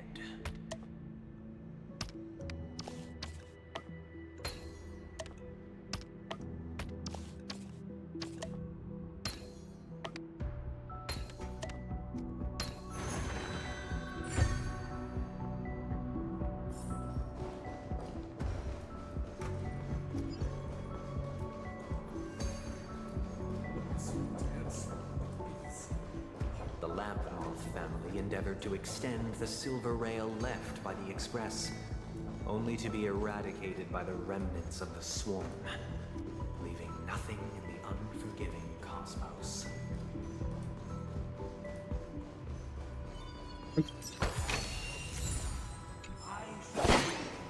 Only when Gopher Wood led the family to Land of the Exiles and earned recognition from all 5 major lineages did Penacony earn its new... Dear outsider, I beseech your aid in purging this mansion of the poison spread by the lurking instigators. You want us to help you? What do you need? I wish they could regain their reason and cast away the shackles of hypocrisy.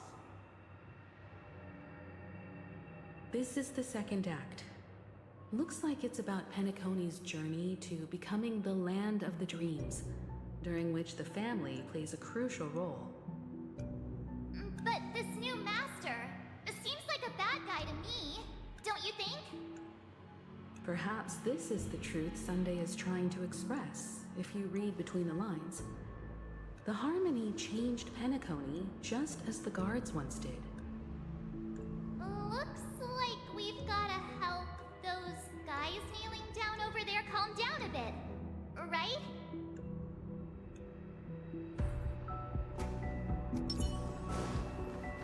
Either I shall be my own.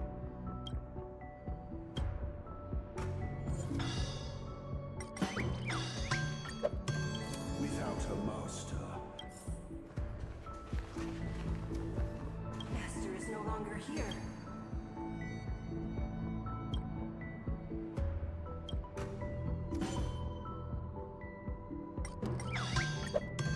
Master is no longer here. Once I...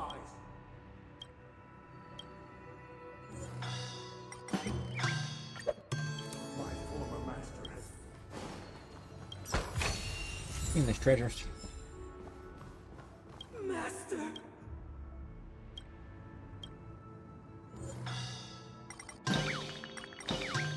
Calm. Master.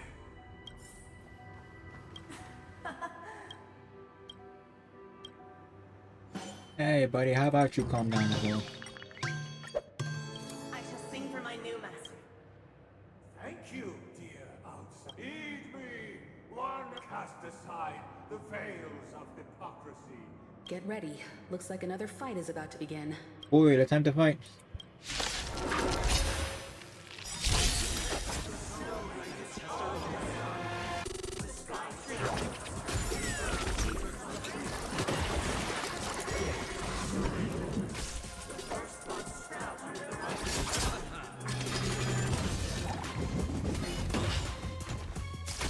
Free will, or was it fate?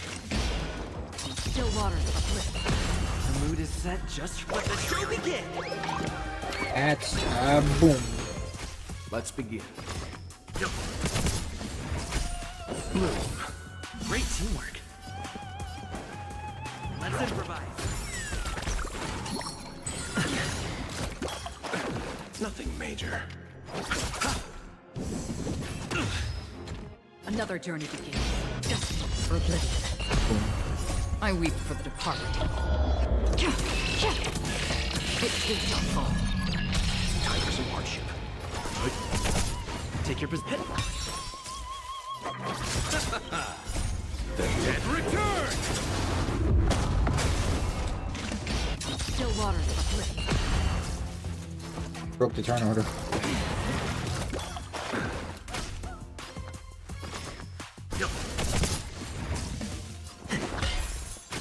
Huge. Receive divinity. Great teamwork. Repay. Stay in. Dreams do come true.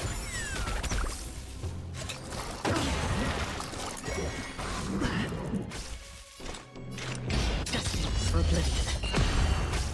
Leave it to me. Stand down. Let's settle nothing of the weight. Survive or be destroyed. There is no other choice. The mood is set just right. Let the show begin!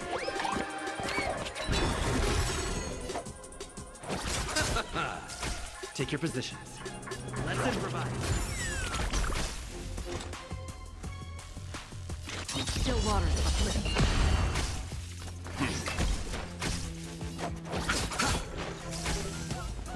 Dreams do come true. Oh, nice. And the super break is very useful.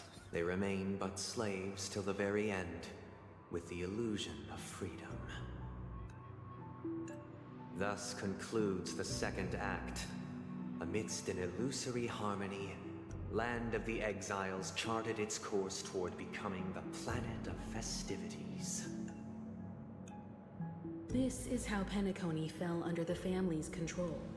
Since the arrival of the Harmony, the Land of the Exiles has undergone dramatic changes, not all of which have proven beneficial. This guy really loves dramatic scenes. Bet he comes from a whole lineage of stage performers. Please stay tuned.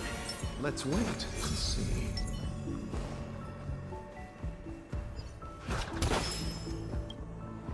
Up we go.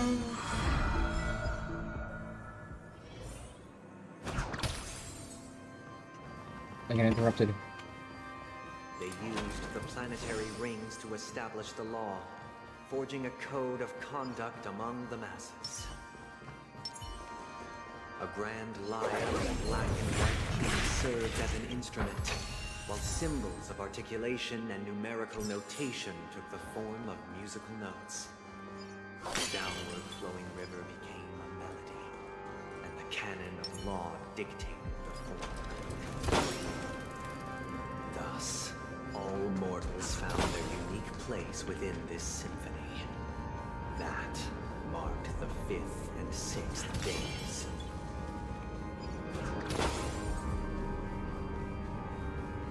This guy is really into these puppets. And yeah, when your entire gimmick is order, it doesn't make sense.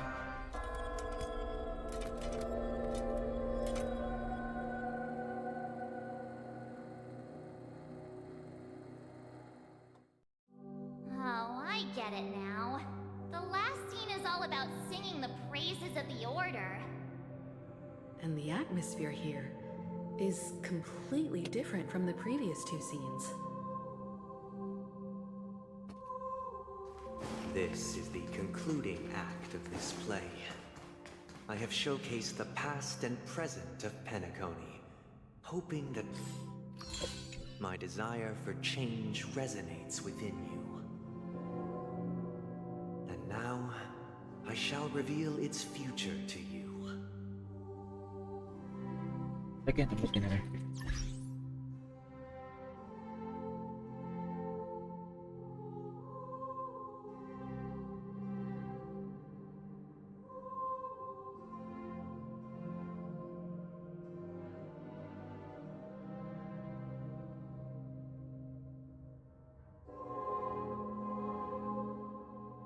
There we go.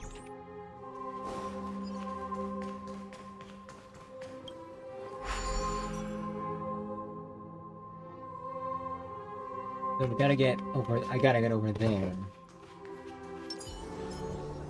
Scream forth.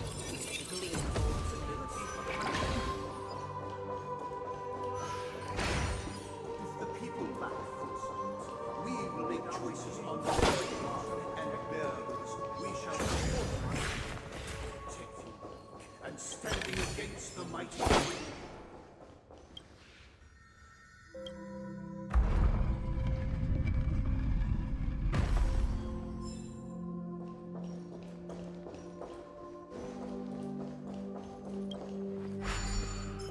Yeah, for someone who's all about order, it's very unorganized and unorderly here.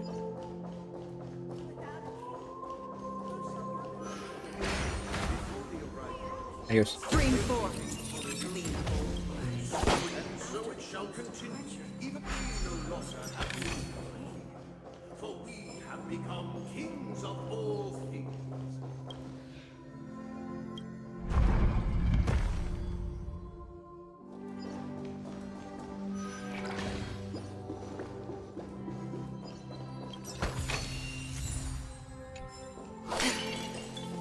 The final one, a violin bow. Hey, aren't we supposed to kick off a short story and have a fight here just like we did in the previous act? Perhaps we'll need to complete the story ourselves, just like we did before. So, do you think there might?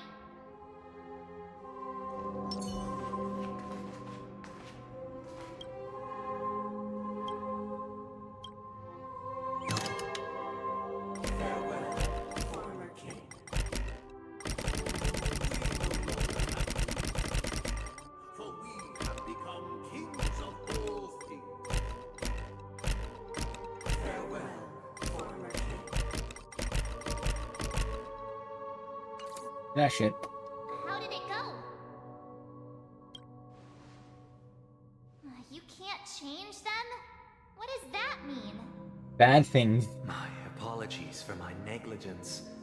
I forgot to inform you that the final part was scripted long ago. Let our previous king recount it to you. Now it is time for the final rite. Prepare for battle. Looks like we'll have to fight again. Whoa.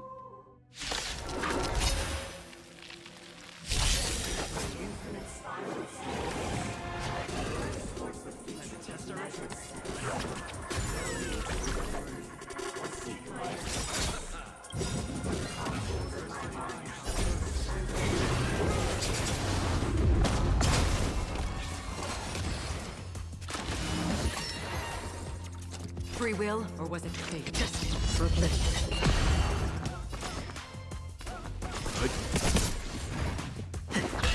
You chose the wrong answer. I'm fine.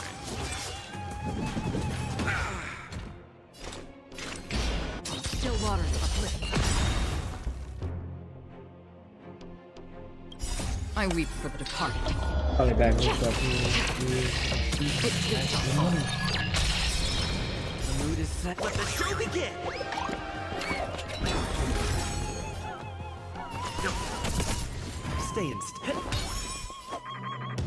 I can't break this enemy's weakness. Of course. Take your positions. Destined for oblivion. Leave it to me. I'll see you all. You know nothing of survive or be destroyed. There is no other choice.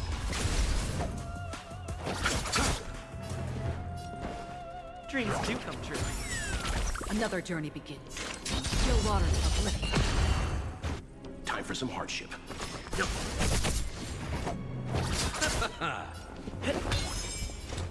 Destined for oblivion. I weep for the departed. It too shall fall.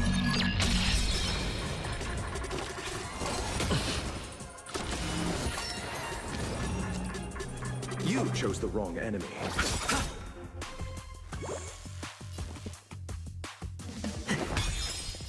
Still waters of oblivion. Let's begin.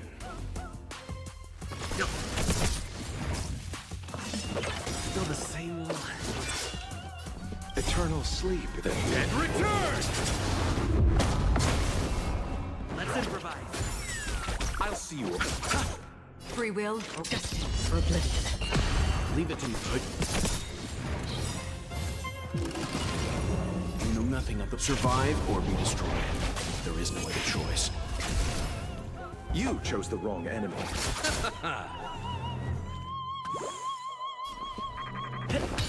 Let's begin.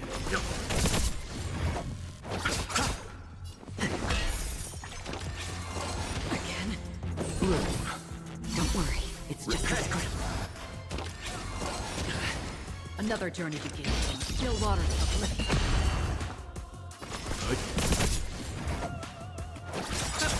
Stay in step. Dreams do come true.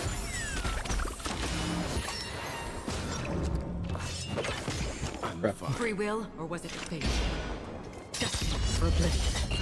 The mood is set just right. Let the show begin! I weep for the departed. It too shall fall.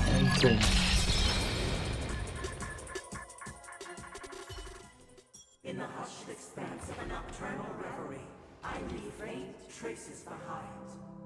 No need to remember me, or to recall the essence of dreams. Bro. This is the corpse. While you shall transcend its delicate nature. This is the final scene. Even barely optimized it. The Harmony Trauma is really good. He wants to expel the Harmony and establish an empire based on the Order. That's great. Once this stage play concludes, it'll be time for the main event, the Charmony Festival. Woo. Might need to rearrange my team a bit. What are we gonna do in place? You know what? I'll keep it as is for now. Please stay tuned. Get my buffs Let's up. wait and see. But all the buffs.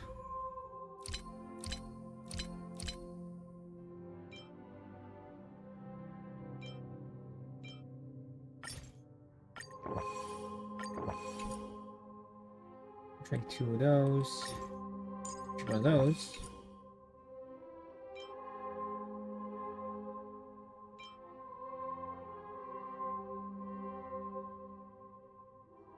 Best offense one is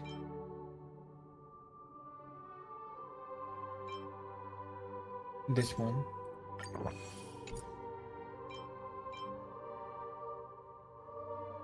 The defense burger.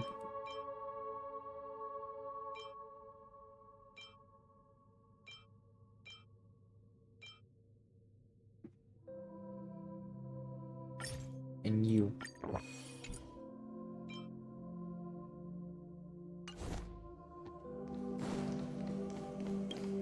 I've now applied buffs.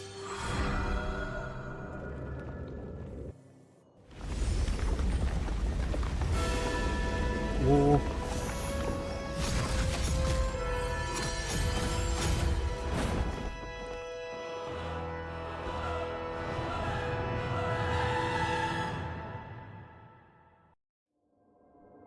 One system out to the Charmony Festival. Imbued the world with meaning, perfecting all things in the heavens and on earth.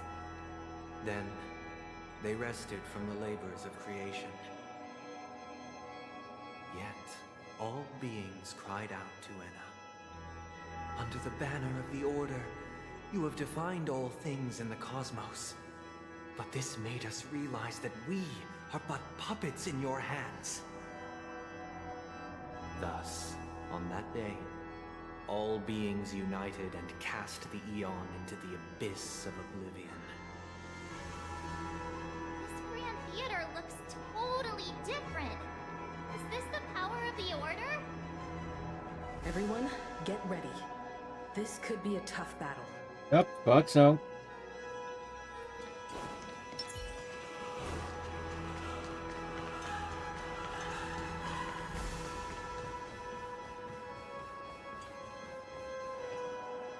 That marked the 7th day. Chi cheers and chants reverberate over the hills.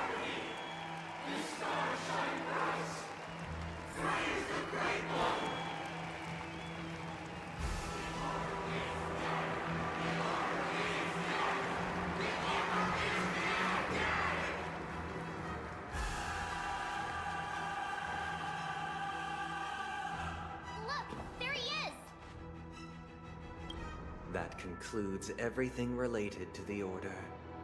What are your reflections on this, my dear guests? You're insane. That's my infection. Nevertheless, this is but a trivial blip in the annals of galactic history. What truly matters is the course this river shall take in the days to come. You've arrived at the perfect moment. The Charmony Festival is about to commence, and it would be a shame if you were absent for the Harmony's prologue. Allow me to extend my warmest welcome once more. Welcome to Penacony Theater, the very core of the Sweet Dream, the abode of the Stellaron, the grand stage of the Charmony Festival, and the very place where the future of Penacony shall be determined through conflict.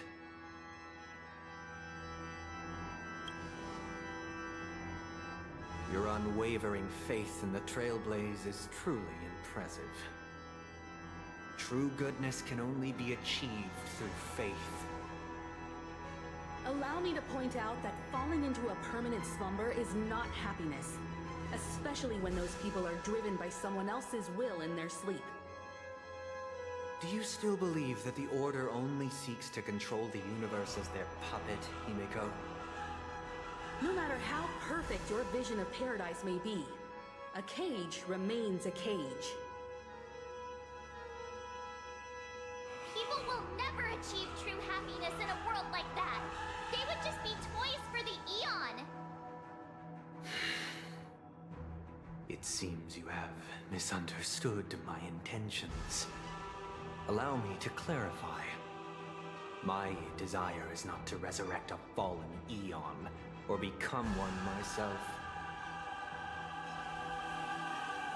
My sole objective is to create a paradise free from Eons, where the Order ensures the dignity and happiness of all humanity. A paradise exclusive to us human beings. That's not the case. If people are to live with dignity, there must be nothing and no one above them. In your so-called paradise, you would be the one reigning supreme.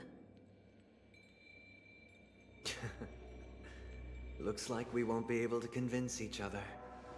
Now that our conflict has been destined, let's unveil our paths and reveal to the universe the true path. However, before the prelude to the future begins, please take a moment to ponder the questions I've posed. Just beat him up already. Is darkness equal to daylight? Are sinners equal to the righteous? Summon the if you are hats. born weak, which god should you turn to for solace?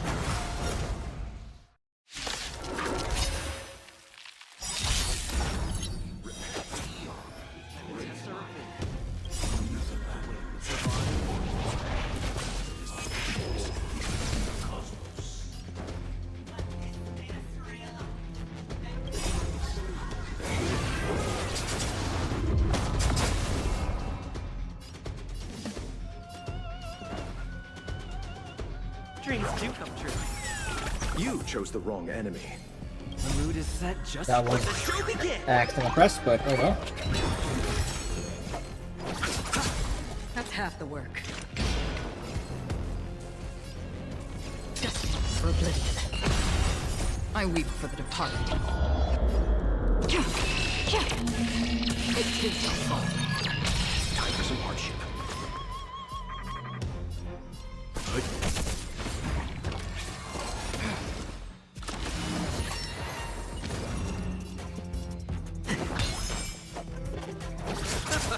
Another journey begins. Still waters uplifting.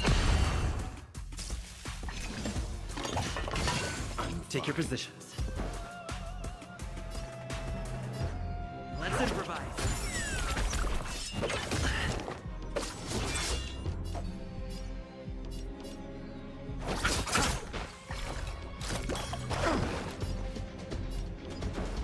do come true. Free will, or was it fate? Destiny for oblivion. Bloom. Timely treatment.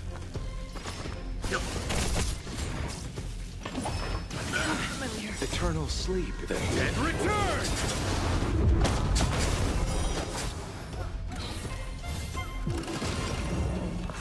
Bro.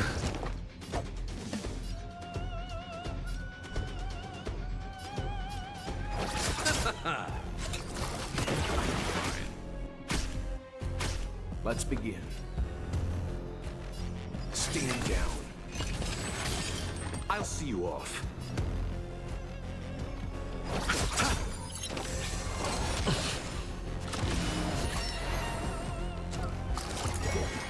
Still the same one. Receive divinity. Great teamwork. Let's improvise. Another journey begins.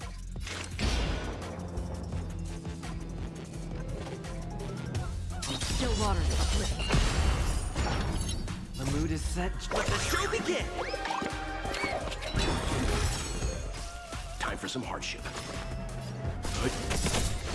You know nothing of survive or be destroyed. There is no other choice. Did the rhythm get messed up? I weep for the departed. Robotic puppets.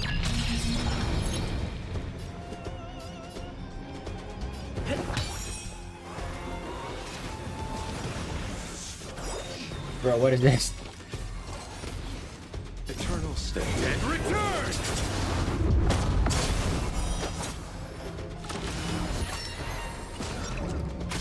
You chose the wrong enemy.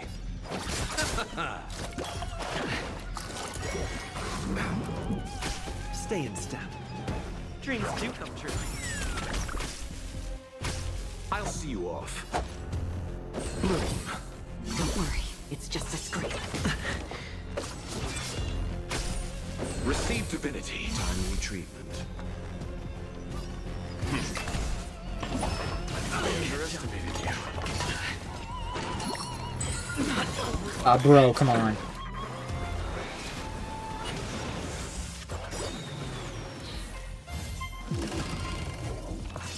It cannot come to pass. Let's begin. Okay then. Fire, imaginary, and electric. Yeah, that won't do anything though.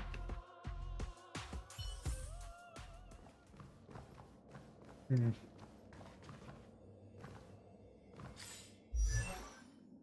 I guess Himiko is the best fire I have. She's not the best, most built.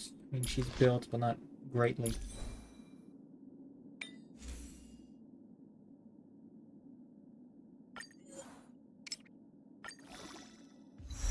Just upgrade those real quick so I have, you know, something.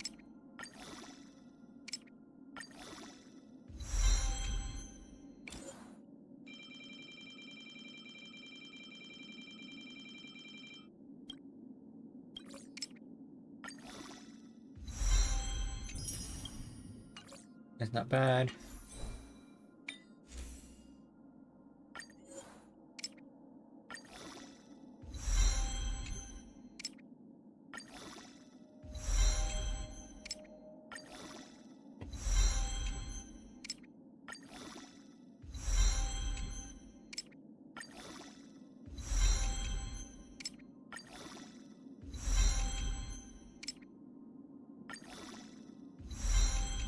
That 1 HP is kind of ruining this artifact. Or actually, the double HP is kind of ruining this artifact. One more level up, and let's not put on HP. It is HP. But I can't conform, and I can't afford to be picky. Welts, adios. If there's anything you need, No, technically I could also go Grenade. Did you check out my latest live stream? Grenade is better built. Actually, thinking about it, maybe Himiko might be better considering the break thing. If there's anything you need, don't hesitate to ask. Please stay tuned. Let's wait and see.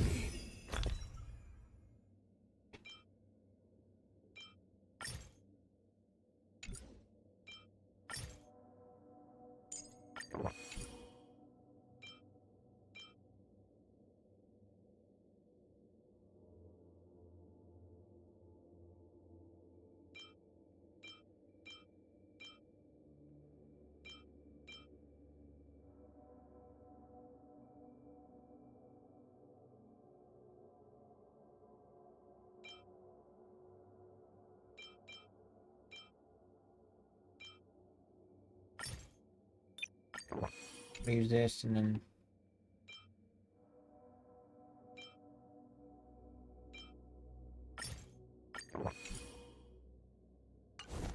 All right. Let's go again.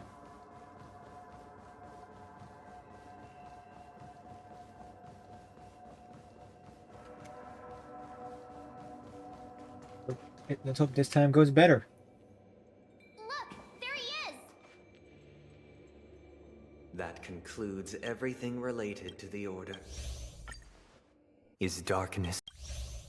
I've already seen all this Eternity City again.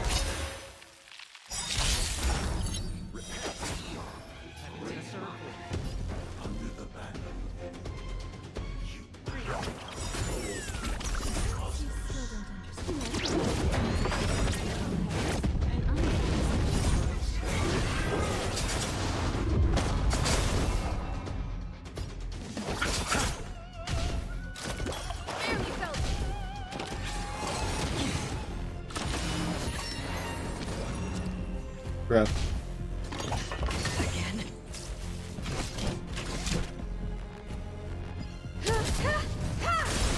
You won't get away. How come I never give me the chance to? Mood is set. Let the show begin. Did the rhythm get messed up? Let's improvise. You won't get away. You chose the wrong enemy. I weep for the departed.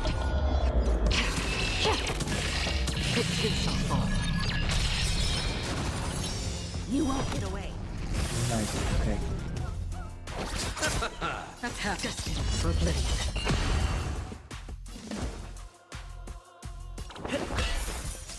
I have something for you. I'll see you off. Free will, or was it still waters of oblivion?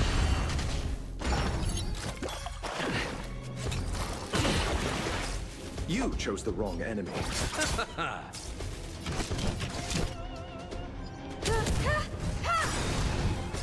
Perhaps humanity never conceals its desire to control the heavens, and I'm no exception. Dreams do come true. You won't get away.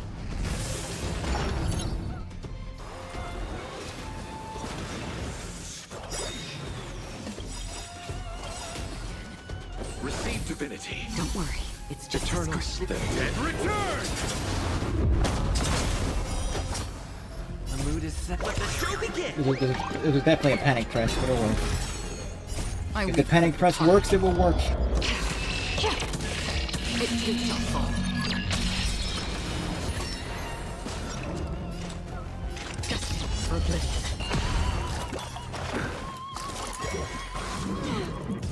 I'll see you off. You won't get away. Again. I have something for you.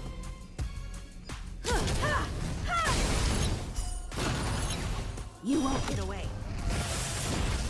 That's half the work. Still waters of oblivion. Stay in step. You chose You're almost annoying. Take Guy your first. positions.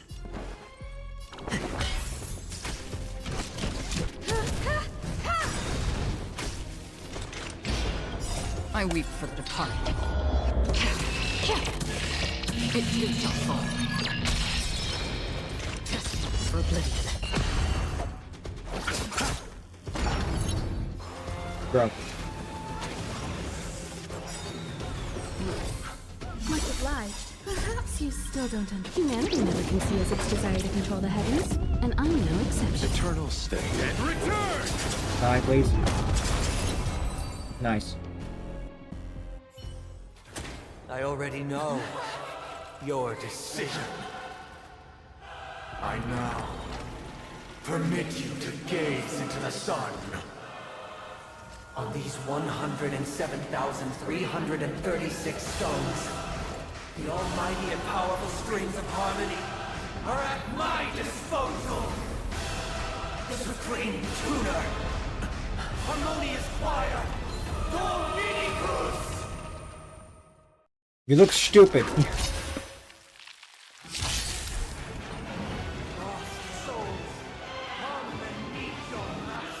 I can barely hear you over the music.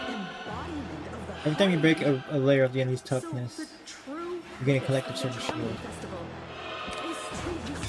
I didn't even...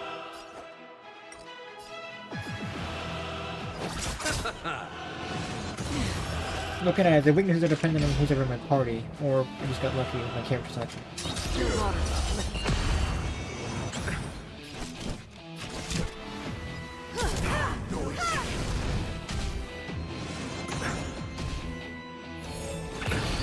Receive divinity.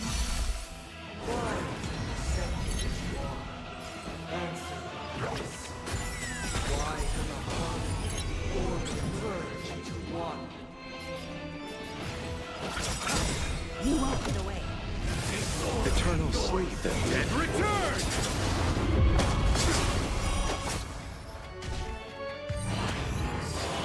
Nobody resonated. They are part of the melody. Free will, or was it fate? I weep for the departed. It too shall fall. Destined for oblivion. You won't get away. Keep up with me. Wake up! You won't get away. Let's play our own. Let the show begin! I have something for you. I'll see you all. I'll take the lead. Another turn. Your water.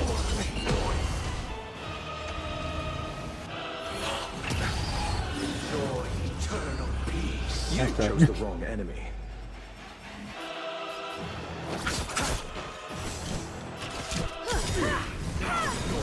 Perhaps you still don't understand. Humanity never conceals its desire to control the heavens, and I'm no exception.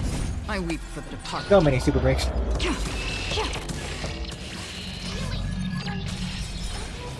world in front of my eyes. It's the power of tuning. Don't let the song distract you. I mean, I'm gonna let the song distract me all day. This fucking rocks.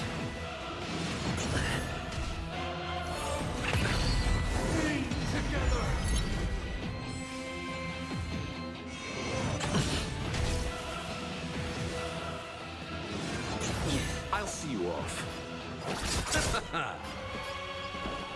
Wake up!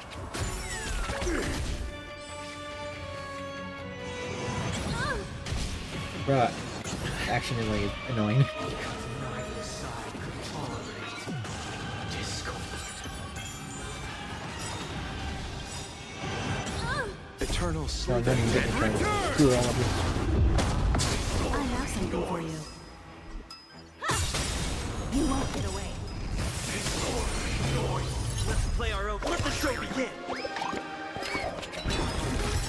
That's half the work. Your water. You won't get away. You chose the wrong enemy. I'll take the lead. Listen up!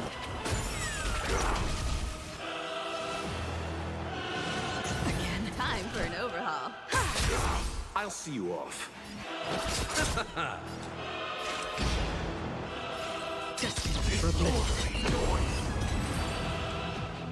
We don't know what the full boss, but Time that's has good. come. Creation will be reborn from the remains of the gods. Dan Heng?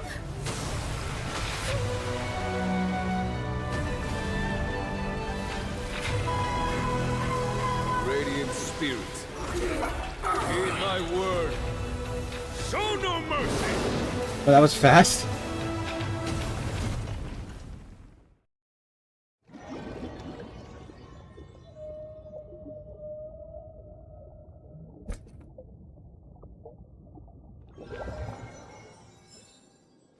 Wake up! Wake up! Hey, wake up! The sun's frying your butt! Huh? Are you alright? Can you hear me? Do you remember your name? It does? Well, doesn't ring any bells to me. Looks like your mind's still in one piece. If you're able to remember such details. Well, that's reassuring. Is it though? What happened while I was out? It's a long story. Simply put, Don Hung used the Jade Abacus of Allying Oath when we were in the middle of a fierce battle, and summoned the General to help us just in time. And then we returned to reality. Look, this is your room. Everyone else has also returned from the dreamscape. Himeko and the rest are at the lobby discussing matters with the General. And now that you're awake, we should tell the crew that you're alright. Come with me! Yeah, that was cool, but also very anticlimactic. Not going to come chat with me, sleepyhead. That voice... is that Black Swan? Trick. Open sesame. Hey, where are you going? Talking to people. Hey, we meet again, sleepyhead. You call me that, please. What's Miss Black Swan doing here? Nothing, Miss March. I noticed he was awake and wanted to check to see how he was doing. Though the strike from the General was timely, its destruction was also immense. When emanators collide, ordinary people inevitably suffer. But, luckily for them, the dreamscape is my home turf. Thankfully, I managed to get everyone out before the harmonious choir collapsed. Oh, so that's what happened! Thank you, Miss Black Swan! Don't mention it. After all, I wouldn't want to see such precious memories vanish. You're heading to see your friends, aren't you? Would it bother you if I walked with you for a short while? Of course not. But you're not planning on doing something like last time, are you? Why would you think that? I've never harbored any ill intentions. Well, not when you were around, anyway. Himeko and Mr. Yang are probably still busy. Let's go look for Don Hung first.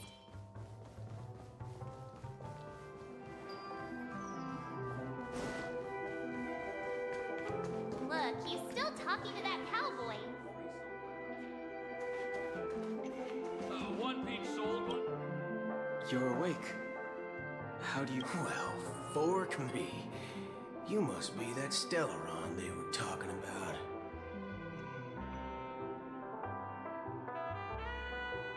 Yeah, no. Don't worry. He's been up and about for a while now. But hey, Don Hung, why don't you introduce this cowboy to him first? Allow me to introduce him to you. Came out of nowhere. This is Boot Hill, a Galaxy Ranger. During our pursuit of a certain person, we crossed paths and just so happened to uncover a shocking plot being concocted by Mr. Sunday. Which is why we sought you out, to help the Astral Express save the world together. No need for thanks.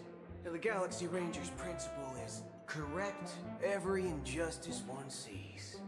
That's how you lot in the Cienjo put it, right, Don Hung? More or less. Wait, hold on a sec. This is the first time I'm hearing about this certain person.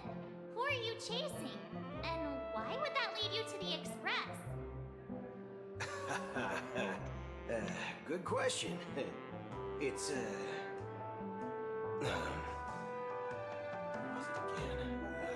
Don Hung, do you remember? I got it. I don't remember. You're looking kind of sus. Oh, that ain't it. just can't seem to recall. Weird. My neurochip hasn't registered any malfunctions. I can't seem to remember either. What's going on? Vic, forget about it. If it slipped all our minds, reckon that person was just a minor scoundrel. Unimportant. Ain't gonna stop us from piecing together the story anyhow. Yes, when the dust settles, I'll just think of a way to recall it in the memory zone. Everyone, let's hurry up and look for Miss Himiko, shall we? He's now a minor star on Penacony, and the entire hotel's concerned about his well-being. Uh-oh. You're right. Let's head to the lobby then. Started on my least favorite thing. I'm just gonna unequip Himiko real quick.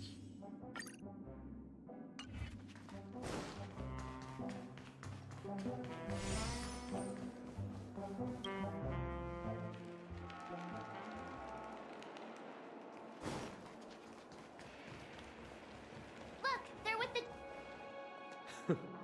That's all right. In these times of conflict, for the sake of utmost safety, it is only right that the Alliance steps forward to mediate on behalf of the Astral Express. We must not allow you to take unnecessary risks. Furthermore, despite the IPC's eagerness for success, it prioritizes peace above all. And the family, trapped though it may be, professes a desire for harmony. The Alliance has always won people over with reason. I firmly believe both parties can indeed put aside their differences and come to a peaceful agreement. The General possesses a deep understanding of the greater good. With the Cienjo Alliance mediating, peace for Penacony is within reach. You flatter me. But ultimately, it's been all down to the Express. Without your efforts, this sweet dream paradise would have been claimed by the last remnants of order before there was even a shot at peace. Well, would you look at that? Here comes the big hero.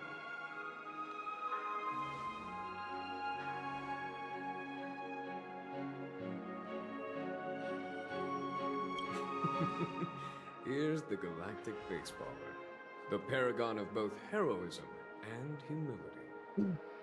Are you okay? I heard you couldn't wake up. Are you feeling unwell?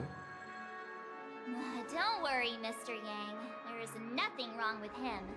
He practically burned through a lifetime's worth of jokes on the way here. What about you, Mr. Yang? I heard that even Miss Robin wasn't spared. And that guy locked you both up. It's a long story. But at least Mr. Sunday took it easy on us. He used an ability called tuning to connect our consciousnesses with his. In other words, he imprisoned us within his consciousness. Thanks to General Jing Yuan's destruction of the Harmonious Choir, we were able to escape. He used that tuning on us too. Does that mean that we were almost imprisoned as well? I can confidently say now, he was truly after a fair fight with us. Had he wanted, he could have easily taken us down, without so much as lifting a finger. Speaking of the Oak family head, where is he now? Dead. I killed him. It's complicated, but in a nutshell, he's now the former Oak family head. The IPC has named him the key figure in the family's Penacony split, citing a threat to cosmic peace. He must represent the family and answer for the unrest caused. His trial is set to take place at Pier Point. The family quickly labeled him and the remnants of the Order as enemies, declaring the turmoil an internal rebellion. This move effectively barred the IPC from intervening in family affairs on both moral and rational grounds. Everyone really has their own agenda, after all. Then, what's going to happen to Miss Robin? She and Sunday won't be able to deny their involvement in the Charmony Festival. They're siblings, after all. Why the sigh, General? I can only say that this incident is an unexpected mess for the girl. The Alliance will try to persuade the family to consider this matter carefully during mediation. It's time. The IPC's key members and I have agreed to consult one another before the upcoming negotiation. Do any of you wish to sit in? Given the General's invitation and the matter's significance to the universe, the crew will naturally accept. However, if the IPC has any reservations... Why, of course you're welcome. They've mentioned that your team is a trusted ally of the IPC in Pentland, so there's no reason not to welcome you. Besides, if there can be reliable observers from the Astral Express present, discussions will go more smoothly. So, what do you all think? Well then, we shall oblige. I'm kind of allergic to those types of situations. I think I'll just head back to my room and start packing. It's fair. Not to worry. Himiko and I will take care of things. I'm afraid I'll also have to return to the Express first. The conductor is worried about us. It's best I go and explain the situation. Thank you. What about you, hmm?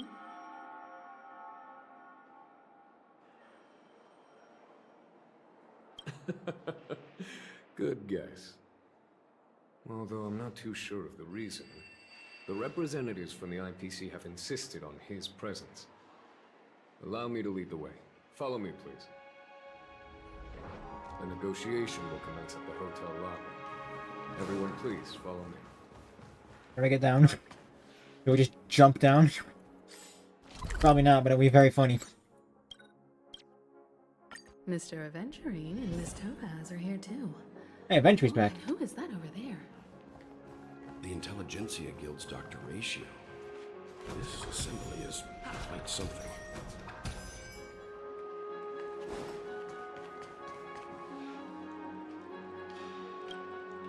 It's been a while, my Astral Express friends.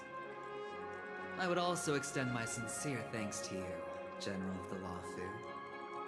The presence of everyone here assures that the talks will likely reach a conclusion that satisfies all sides. Oh. Looks like everyone has come with expectations. Care to share? Of course. Topaz, if you please. Sure, leave it to me. In summary, it's good news. After much deliberation from the Strategic Investment Department's Council, the absolute majority of members have agreed to the following resolutions.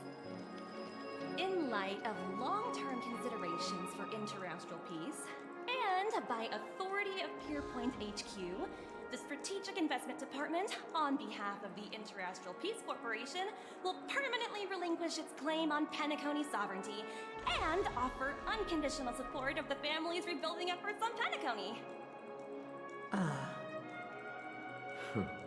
Now that's something. All in the name of peace. That's our motto. Has the IPC finished sharing all its thoughts? Then it's our turn. The Guild, much like the Genius Society, has taken a keen interest in the recent calamity in Penacony. Ultimately, both parties have agreed to a comprehensive collaboration, offering technical support for the reconstruction of Penacony. Huh? The floor is yours for the finer points, Mr. It's screw them. Enlighten us, please. Organic life's unrelenting search to understand the realm of inner spirituality is something I both admire and envy. Inorganic life has no mechanism to evoke dreams. But when my mechanical impulses are activated, my inspiration circuits will start to operate, and I will enter a state defined as imagination. Every time, within the realm of imagination, there emerges a fire from the shadows. It is warm, bright. I frequently ponder this flame might represent the essence of intelligence. A cluster of inspiration ignited by high temperatures. The future direction of the universe may well lie within it.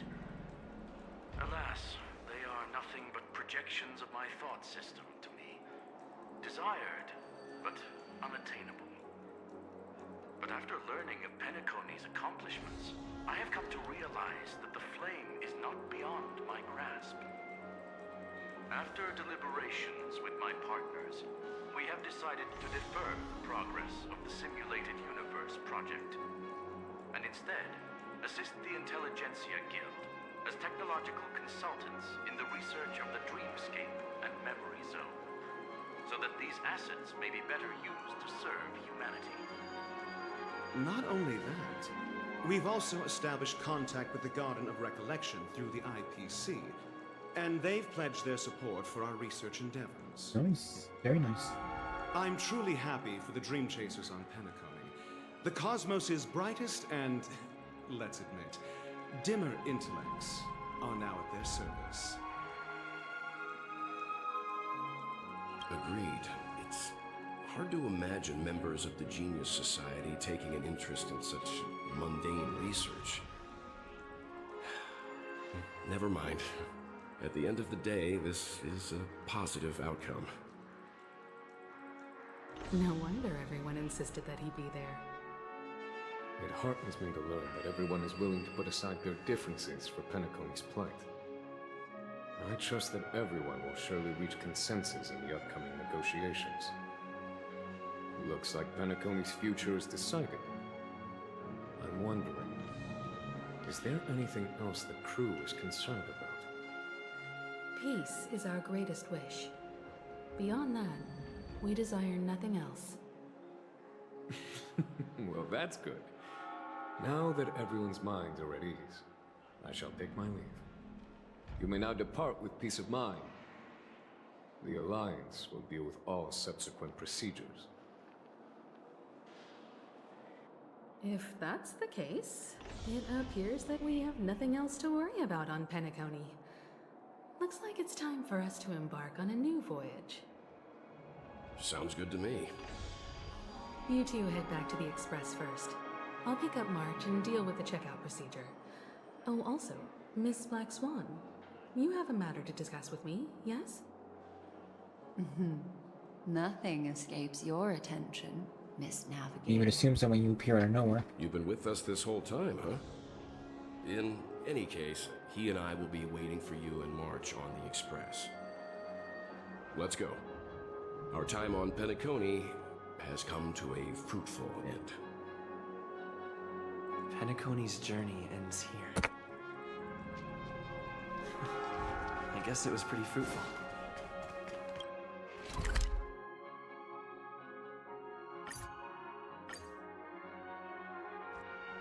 The navigation meeting is about to start.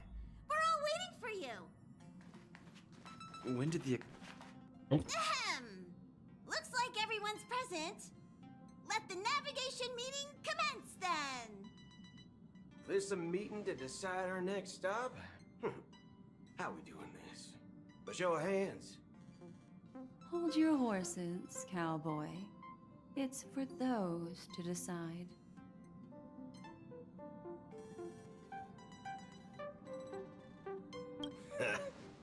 I'm just catching a lift. Don't sweat it. Allow me to explain. Mr. Boothill and Miss Black Swan submitted a request to temporarily travel with the Express for their own personal reasons. Hey, yo, let's go!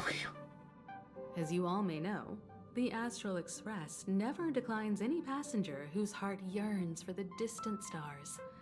Therefore, they will be traveling with us for a while until they reach their destinations.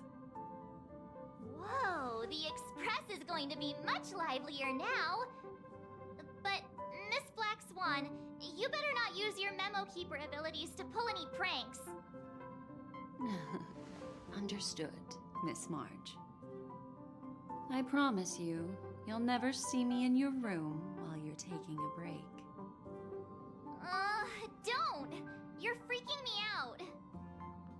All right. Now that everyone's met everyone, we can continue our navigation meeting. Firstly, Pom-Pom wishes to thank everyone.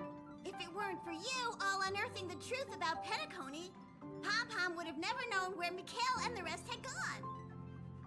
What they had to go through was regrettable, but I reckon they all fulfilled their wishes. And it was thanks to all of you. Thank you, everyone. Now then, we come to the crux of this navigation meeting.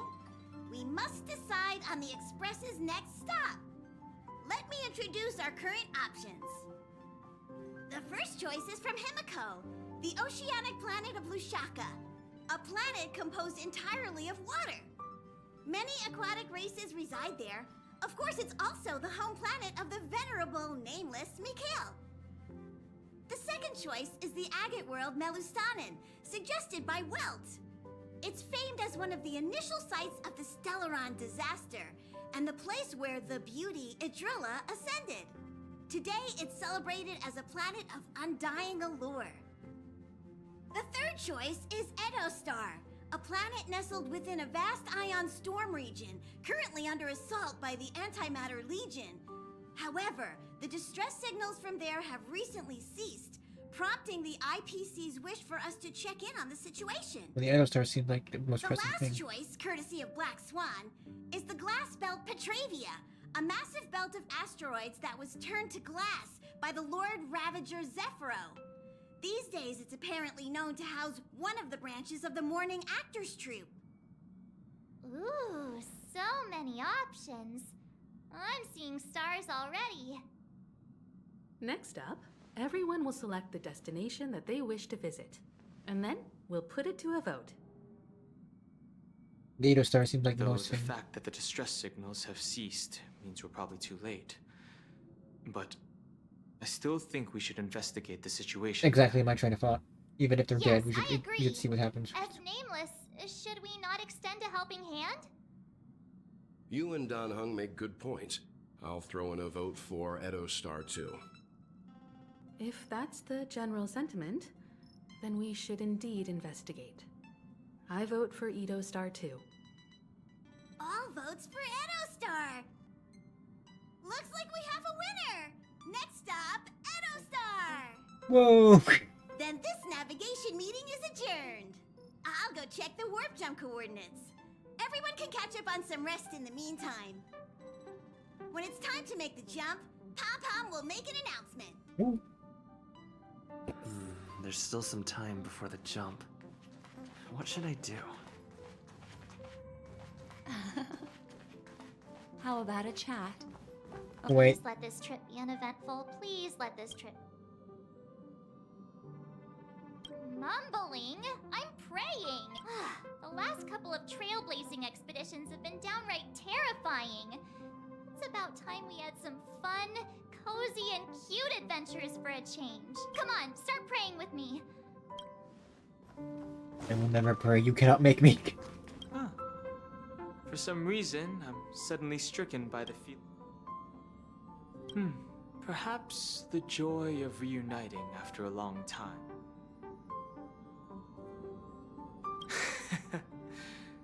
Got it.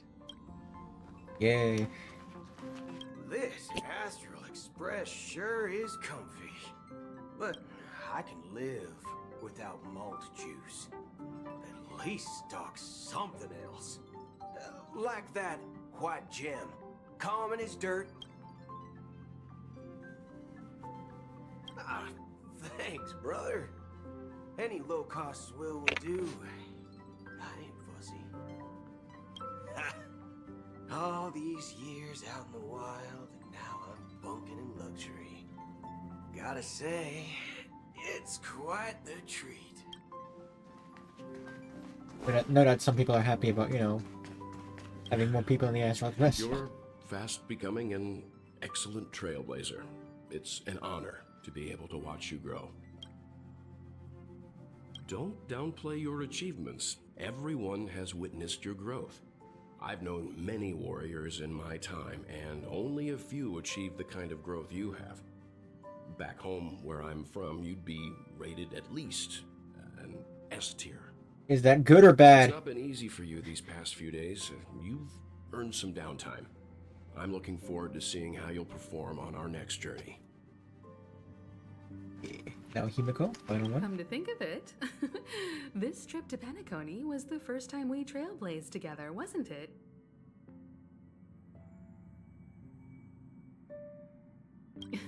Don't worry. We'll have plenty of time to spend together on the Express, so there'll definitely be more chances for adventures like this. Turn in early today. You've really been pushing yourself hard recently. If you don't take this chance to recharge, it could lead to long-term problems. It seems fine when you're young, but it's a different story as you age.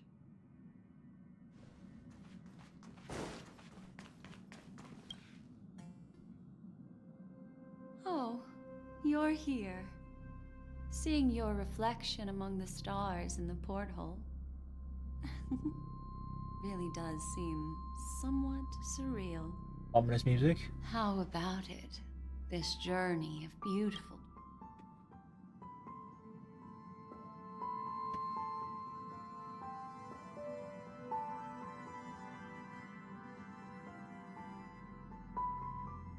There's a rich scent of curiosity here.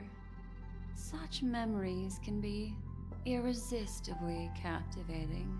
Agreeable. So, how about you hand that small parting gift back to me? If one day you have unfortunately sunk in memories of deep sea. Oh, this time. Oh?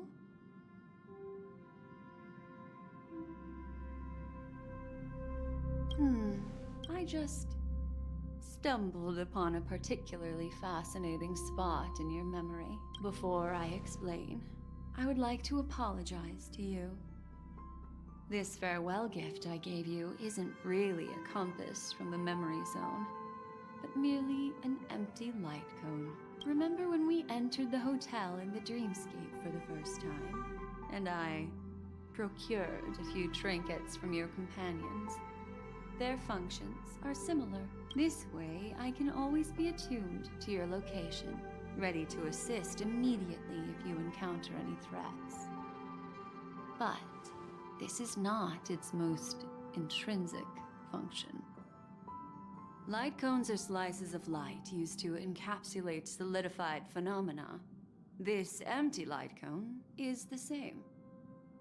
It can etch your memories in their most vivid form, and then allow me to admire and manipulate them, turning them into unique mementos.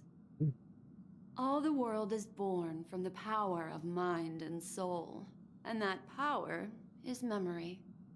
To prevent ourselves from being forgotten by the world, we must make the world remember us, or use our memories to recreate it. Life, seemingly vast, offers but a scant collection of impactful memories. Some joyful, some sorrowful, some light, some heavy. But you are different. Memory is a reflection of the future. Within that reflection, I see your unparalleled worth. You have the power to craft memories that can captivate the world. Your memory can illuminate the universe's future path. And that memory will be as scintillating as the star clusters you see in this porthole.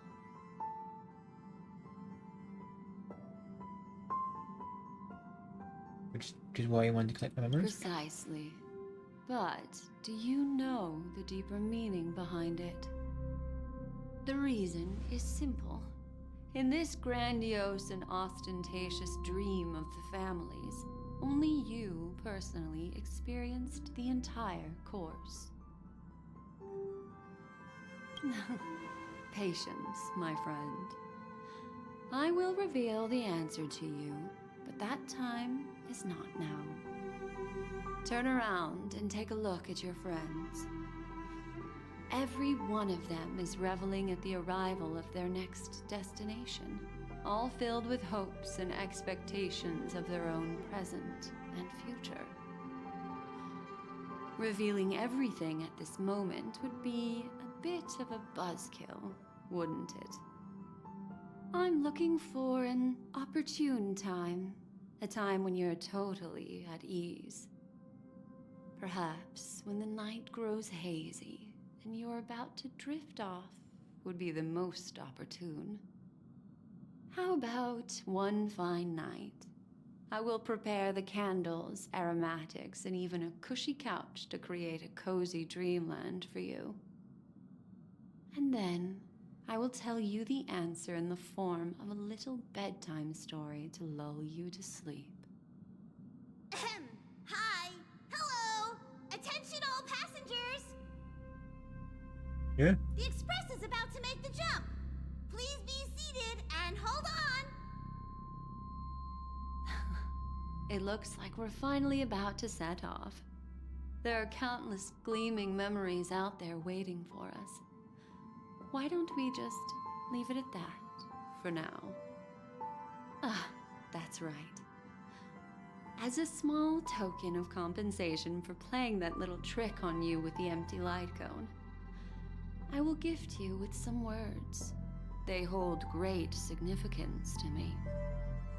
Life is akin to a winding labyrinth where memories serve as our sole companions.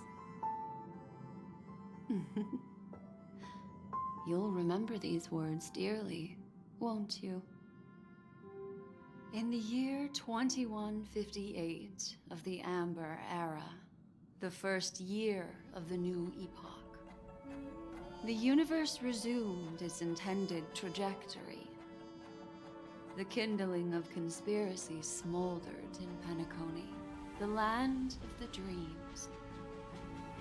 Failing to erupt into a blaze, it instead flickered briefly on Clapoth's anvil, before vanishing in the blink of an eye.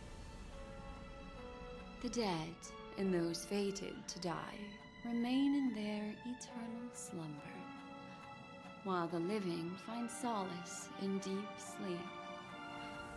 All clamored in a cacophony of silence, and then went about their own ways. The cosmos emanated a vitality characteristic of a new era, all for the modest price of a brother and sister's mild grief. Babies are born as stars extinguish. The silver rail unfolds. The story of the Astral Express comes to a close, yet it also embarks anew. Time marches forward, heralding the arrival of a new chapter in the history of trailblazing expeditions. And the dream's the end.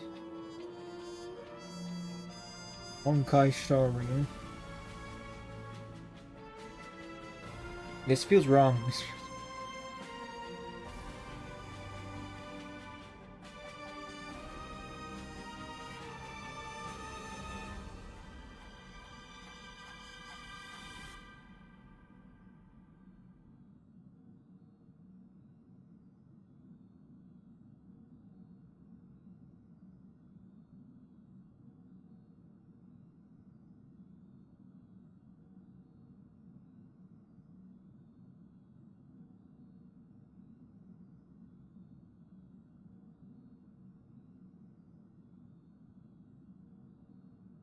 Countless shooting stars streak the sky tonight. If you can pick the right one, it will carry your wish to thousands of distant worlds. You're feeling very relaxed now, aren't you? So, then, it's time to tell you a little bedtime story. Well, let's start with a conclusion. The crew was defeated in the battle against Sunday. Everyone in Penacony failed, and no one survived. But don't panic. The truth, as horrifying as it may be, is not yet irreversible. There's still a glimmer of hope, and that's why I'm here. Next, I'll use this empty light cone that carries all your memories to relive everything that happened before. And when this story reaches its end, I'm sure someone as clever as you will notice that. There's a major flaw in the story you have experienced. Yet, within that flaw lies a glimmer of hope. Are you ready for it? Do you remember everything? When the clock turned back, the Express started a warp jump, sending you to a strange dream. You were bewildered back then, and then a Galaxy Ranger named Acheron showed you a way out. When you arrived at the Reverie Hotel, you met the doorman Misha and had a confrontation with Aventurine, an IPC representative. Thankfully, Acheron appeared again and helped you. After that, you saved Firefly and explored Penacony together. During the tour, you ran into Sparkle disguised as Sampo and accidentally entered a child's dream. There, I rescued both of you from death, but Firefly didn't return to reality. She realized the truth and tried to involve you in her plan, but that resulted in an accidental death. Even more unsettling, you soon encountered another murder. The two cases of death prompted you to investigate the truth behind the sweet dream. Despite your efforts to gather information about the two victims, you didn't make much progress. But you did learn about the watchmaker from Gallagher. Meanwhile, Aventurine was secretly carrying out his scheme, in which you were one of the pawns. In the midst of a fierce battle, Acheron revealed her true identity as an emanator of the Nihility and unsheathed her sword. That strike foiled Aventurine's plan and opened a passage between the sweet dream and the original memory zone. Upon your arrival at Dreamflux Reef, you learned the truth that death was actually dormancy, as well as the truth about the dreamscape, the Stellaron, and the bellboy, Misha. You split up with Sunday and Robin, looking for a way to seal the Stellaron. However, it turned out that Sunday and the Dream Master had their own hidden agenda. And you had to engage in an ultimate duel on the stage of the Charmony Festival. Finally, the story reached its conclusion.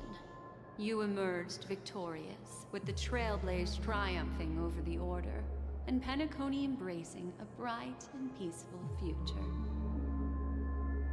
This marks the end of the thrilling journey in Penacony. I'm sure you've already noticed something unusual, haven't you? The major flaw, which contradicts all the known information, hides in this story.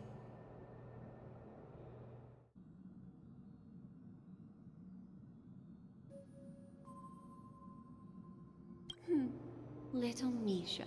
He's only a segment of memory in a dream bubble, but his ambition for the Trailblaze led him to leave the bubble and embark on a grand adventure in Penacony.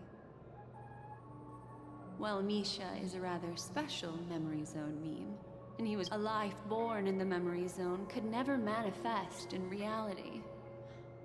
So, why did he appear in the Reverie Hotel in reality? The answer is simple.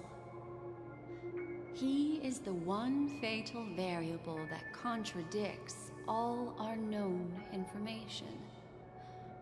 This means that you, who wholeheartedly believe in this memory, are still trapped in the dreamscape at this very I knew it! It was too good to be true. Wake up, sleepyhead. Break free from this eternal dream and return to the real world. We'll find our answers there. The train is about to make the jump. 5, 4, 3, 2.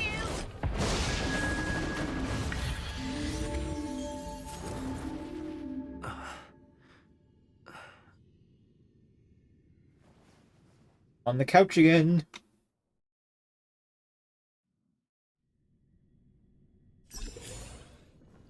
This way, dog.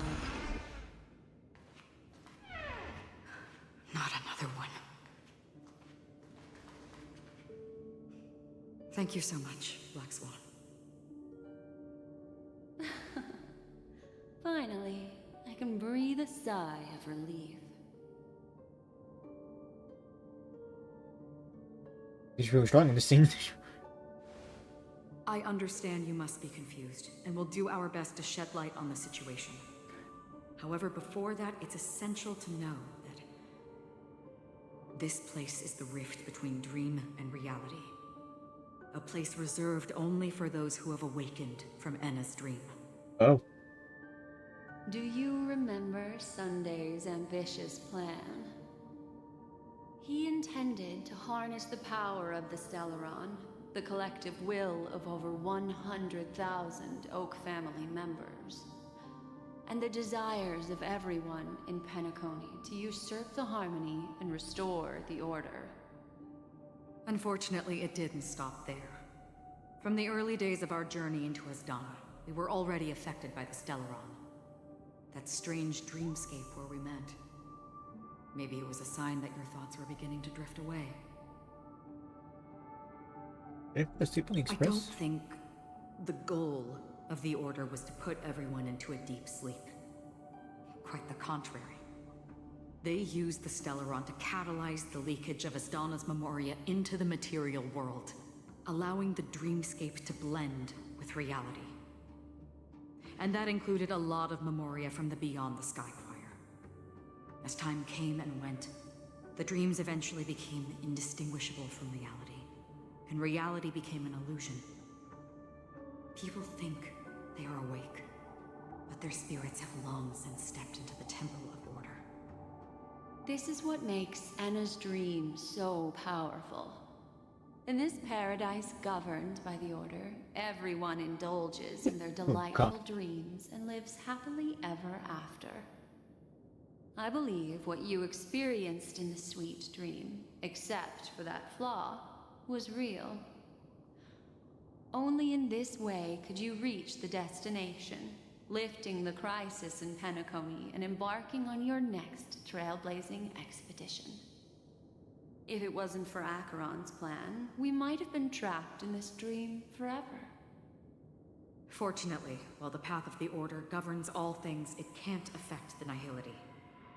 I came to realize this when the Dream Master tried to expel me at any cost. This is also why you felt a sense of peculiarity when traveling with her. Well, I'm not as fortunate as she is. Even if I'm a memo keeper, I was still influenced by the power of the Order and fell into hallucinations. However, thanks to your memories, now we still have a chance to turn the tide. Ooh. For mortals, even if they possess the great power of a path, they can't create a flawless world like gods do. That's why there was a flaw in your dream. In other words, once you have realized the world is not real, you'll have a chance to break free from the dream. The flaw in your dream lies within Misha, who could have never appeared in reality. When I turned the pages of your memories, I realized that I was in an illusion too. Still have a chance of fighting. Now Sunday has usurped the power of the Harmonious Choir through the Charmony Festival. Asdana has thus fallen into Enna's dream, transforming everyone equally into the notes of the Aeon. Failure doesn't mean weakness. Only the strong can gather the will to resist the Order and try to break free. We still have a chance, though.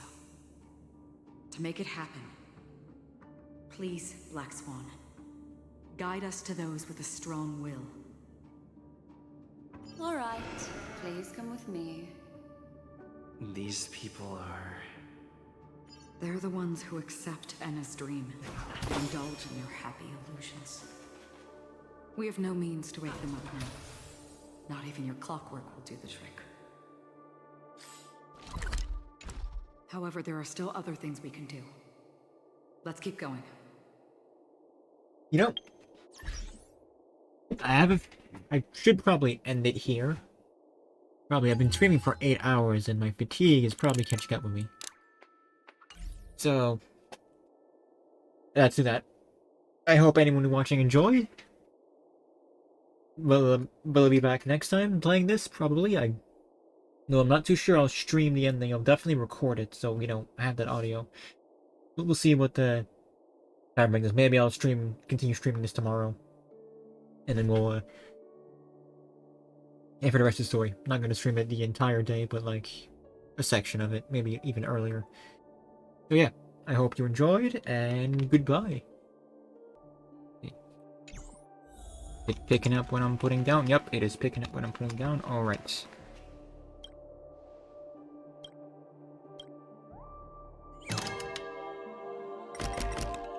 Yep, thought so. They are now satisfied, although they're puppets.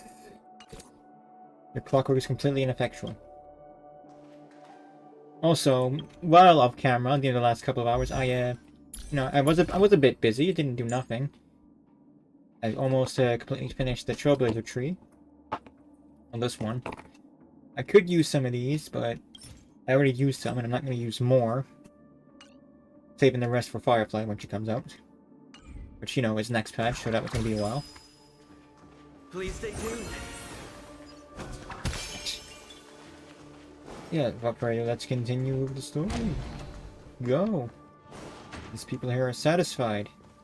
Lies. I am going to fast travel because I don't want to walk.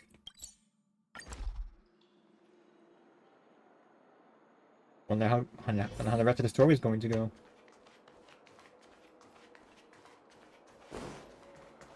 Are they all called that? Yep, they're all called One Lost in a Dream. Here we are. It's Robin.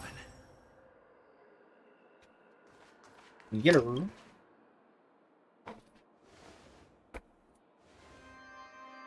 Finally, we've arrived.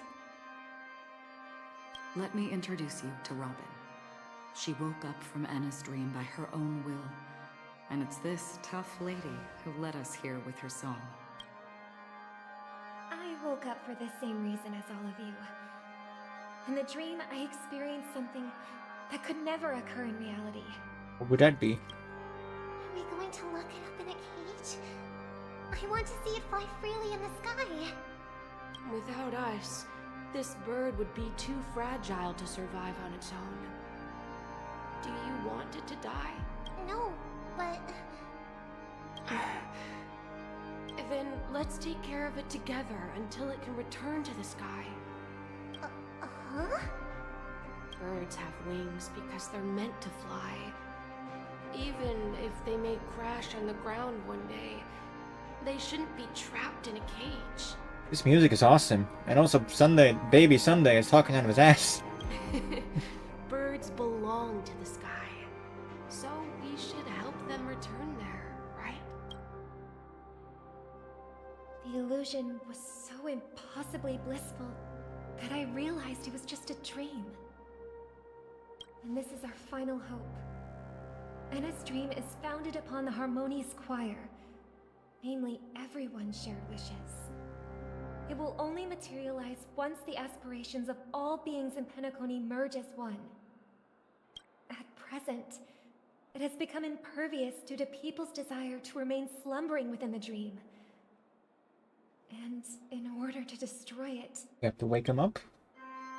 we must make everyone in Penacony want to wake up. Also, that music drop was perfect. Now comes the tricky part. How do we do it? Water.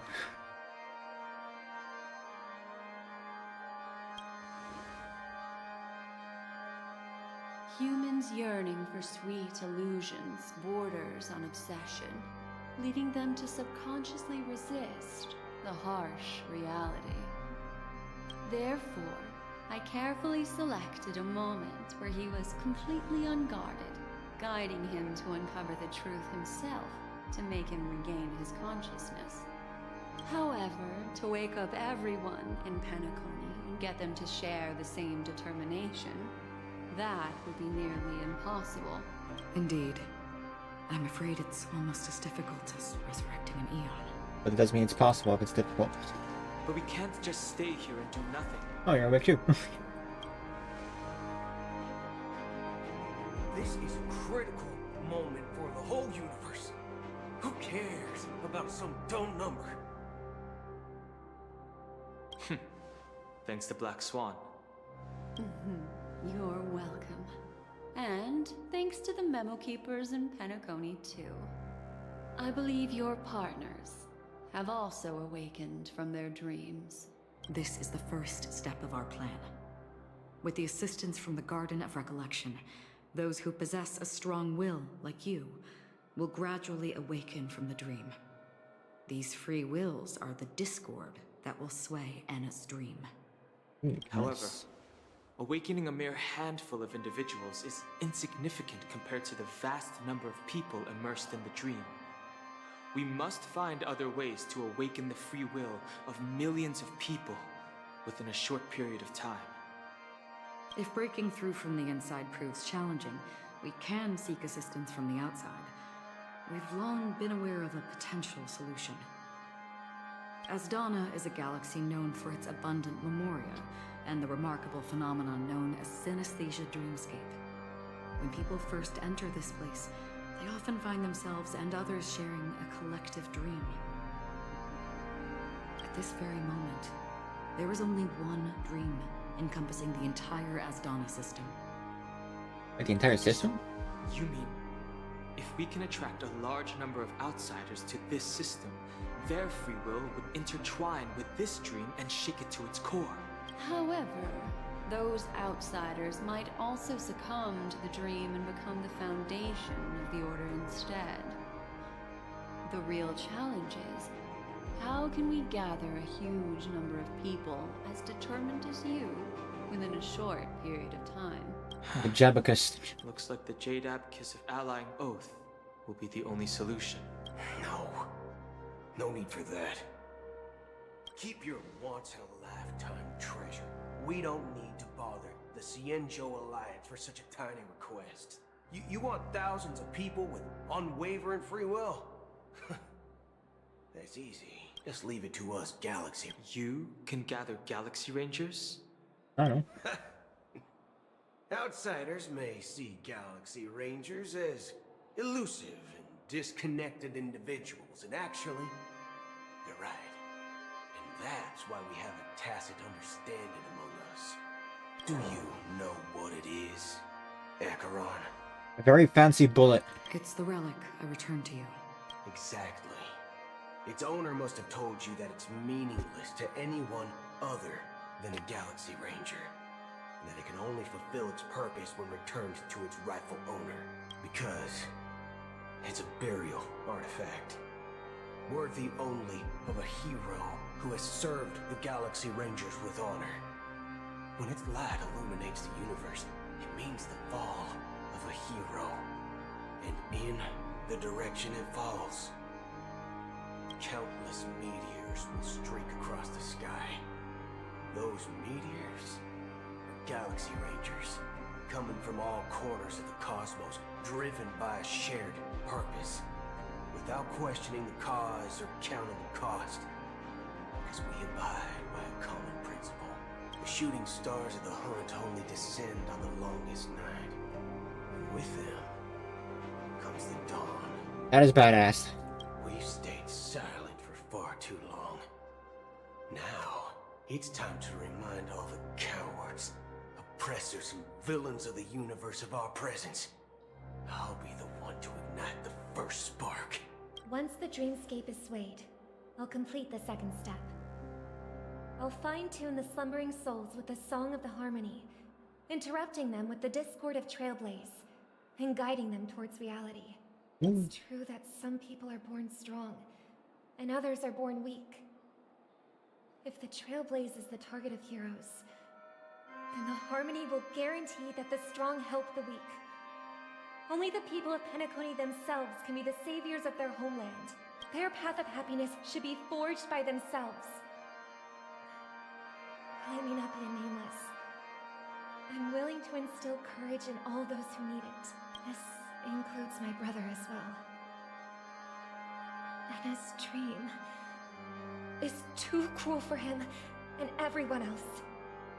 Your plan sounds well conceived, but still, it appears somewhat idealistic and romantic.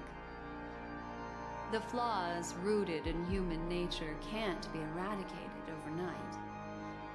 Do you believe these efforts alone are enough to convince everyone to choose the right path?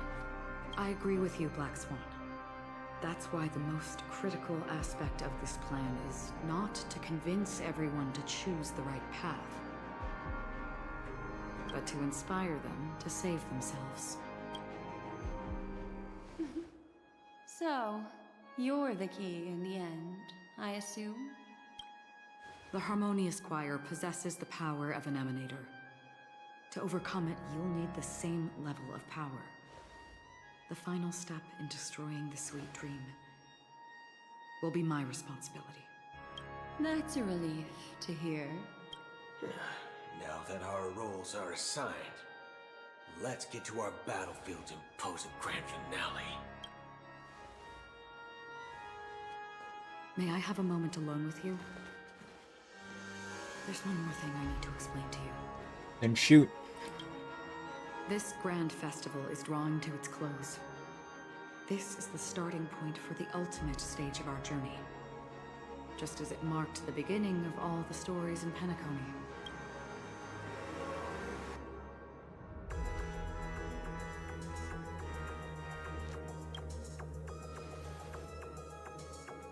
Indeed, she was the first to discover the world beyond the shores of death, and shared this truth with all of us.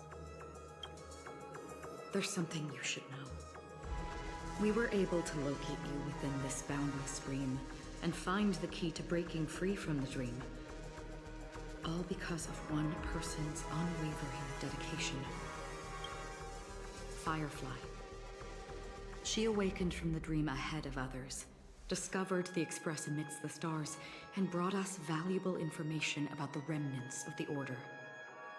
She may have been aided by the script, and it came at a cost. What cost? As you know, Firefly is a stowaway who entered the dreamscape in a different way from ours. Without the dream pool in the hotel or assistance from the family, she can only awaken from this dream in one way. A real death. We mustn't fail her determination. I'm not implying that we must win this fight no matter what, but our resolve should match that of that courageous lady. Are you ready?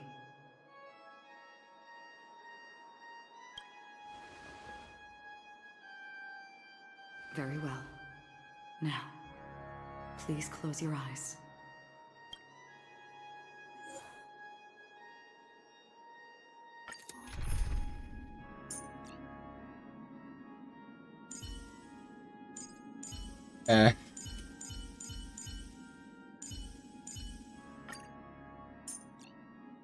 I'm using my own, huh? Using my own screen.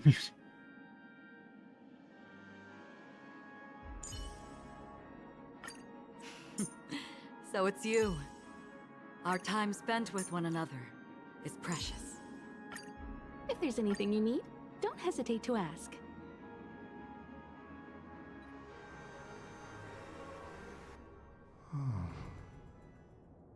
How long has this rain been on? If I remember correctly, it has lasted for decades, or even centuries. The unwavering determination of the Hunt followers persists even in death. But thankfully, They've guided those lost souls to their lives beyond. They were heroes in their time. And they won't be reduced to puppets of the Nihility in their death. You see, the shadows on the sea have vanished. Do you remember? He once said that the sky would clear when the regrets of the departed had faded away. But it's still raining. I know. So, why is all this? Why did this rain choose me? Because someone's regrets haven't been fulfilled, perhaps. Mortals who walk the paths are like sailors on a vast ocean, leaving behind a trail that creates countless ripples of possibilities. These ripples last longer than fleeting lifetimes of humans. And for some, their presence leaves such a strong mark that it's reflected in the waves. Sin-thirsters, the obsessions of the past riders.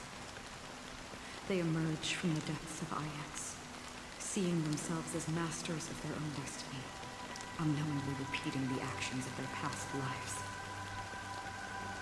They emerge from the Nihility and head toward it, leading purposeless lives. However, these hollow phantoms, they have journeyed with me for such a long time.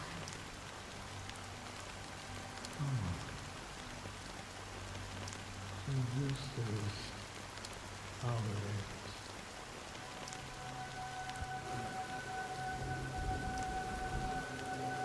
I'm already dead. Yes. You watching over me? This is my duty as Acheron the Watcher. I'm guarding the path to the abyss of the Nihility, guiding every soul reluctant to become one with it. Back to this side. But if this is what the departed ones expected, should you try to change it? I don't know. But someone once told me that when the inevitable moment came, he hoped that someone would stand at his grave and place a bouquet of flowers. Even if it doesn't make sense at all. Some tasks have to be done, even if they are pointless. I have experienced that much already. Please extend your hand and then close your eyes. I'll carry your wish with me and fulfill it. Only then will I be able to put an end to the final regret by the Dead Sea. Will I ever see them again? Yes, that is certain. Because it was you who told me about the Express, your two former companions. The expedition cut short by the storm, your narrow escape from death, and your encounter with the Galaxy Rangers. And Penacony, the hometown to which you could never return. Yeah. For countless times, I got rejected by the family and had to pass it by. But I knew that my companion was still there.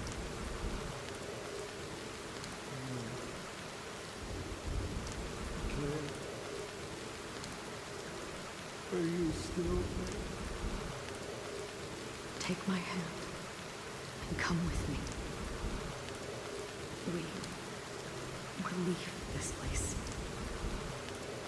You'll embark on a long, long journey, shrouded in darkness. But fear not. as a touch of red will be awaiting you at the end of the path. That's the color of existence. Follow it, and it'll guide you and illuminate the way out. By doing so, you'll eventually reunite in the warmth of the sunlight. Thank you. May death be the end of your boundless dream,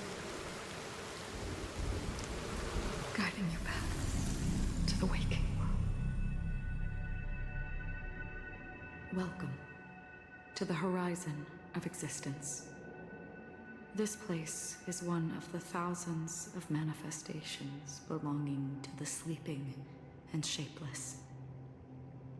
And it's also an exit out of the nihility for the awake ones. Let's bid our final farewells here.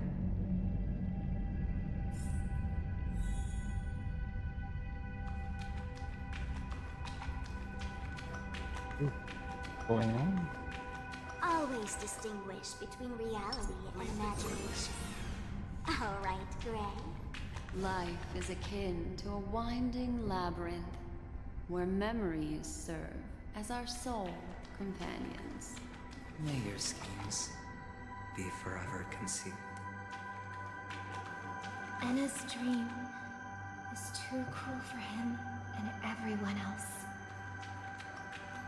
To the imperfect tomorrow. I still remember the question on the invitation letter. Why does life slumber?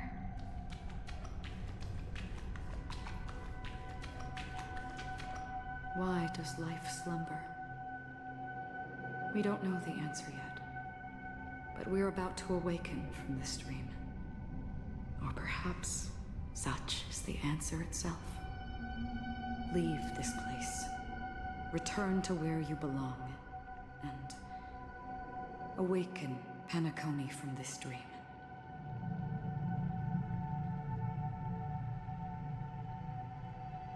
As I said, our plan is not about convincing everyone to choose the right path, but about inspiring them to save themselves. So, when will people actively save themselves?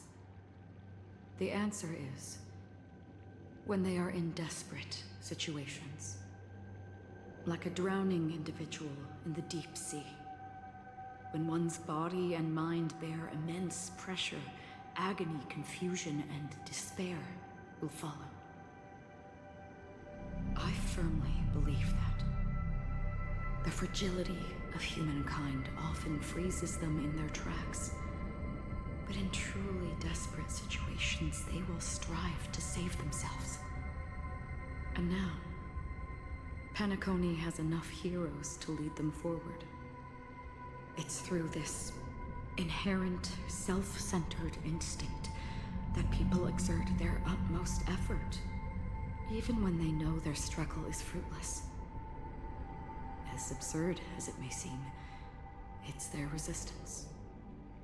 As for now, it is time to guide them, not as a savior, but as a nameless among those mortals. In this way, you will reunite in the warmth of the sunlight. The rain is intensifying. Before we part ways, please allow me to ask a few final questions.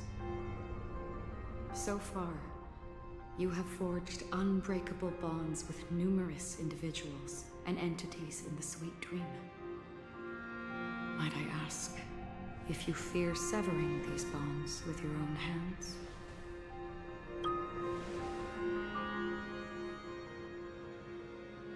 If there is a vast, lifelike dreamland that is virtually indistinguishable from reality, a realm without death, where everyone can attain the happiness and fulfillment they deserve, living blissfully ever after, I would ask, would you wish to stay?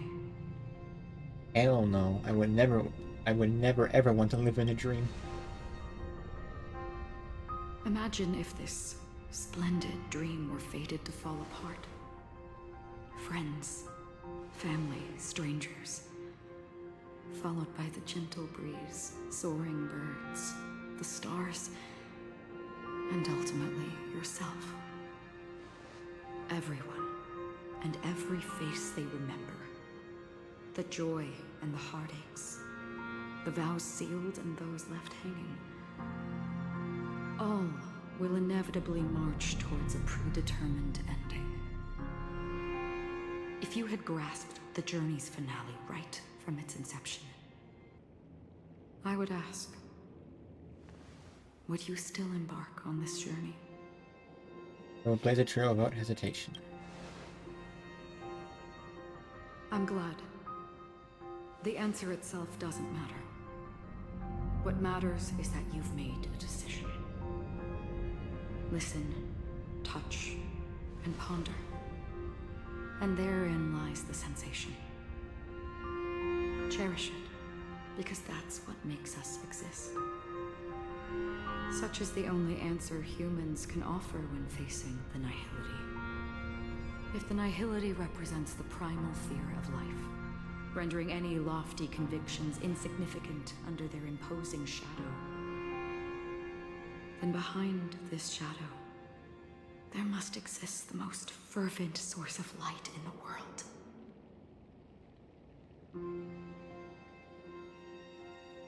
Just as every life that edges closer to death fervently approaches the end of the nihility, we must pursue that primordial light. Exist in the nihility. And you watch over others to depart it. Such a task is silly and meaningless. Nevertheless, someone had to do it. As for the meaning you mentioned, even if it's a meaningless task, I've come this far, haven't I? Even if the future may not belong to you. It may not belong to me, but it definitely belongs to someone.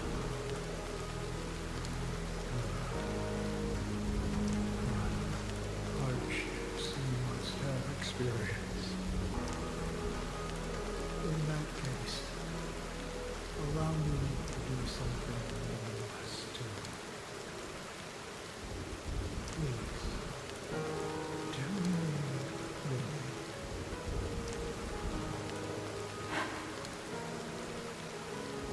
Perhaps my existence will vanish in the next moment. Nobody will remember this conversation or words.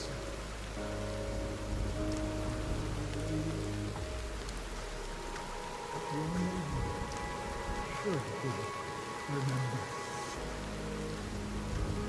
This universe will remember it as well.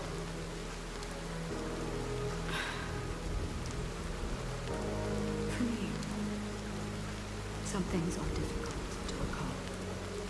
Yet there are others that I find challenging to forget. Such is memory, a creation of the past that blossoms into significance in the distant future. I remember that marks the start of my journey, the origin of the vibrant red hue in my life, and the most fervent element amidst every tempest. That's my name. Raiden Ozumori.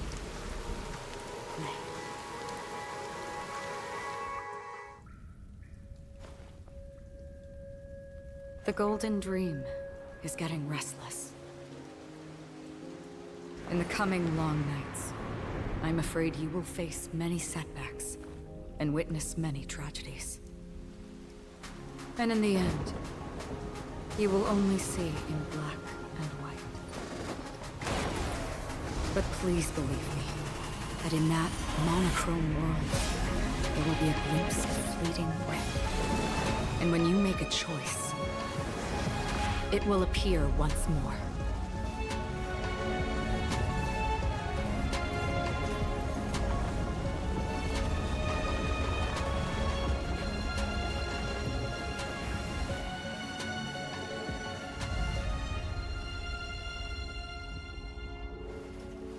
What you must do is ponder its significance. Then return to the waking world. Whoa. That's where we all find our answers.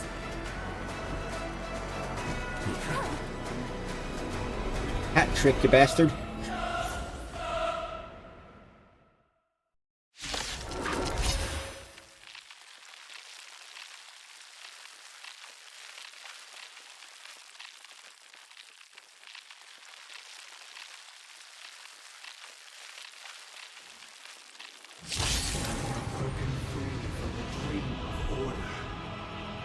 Have indeed.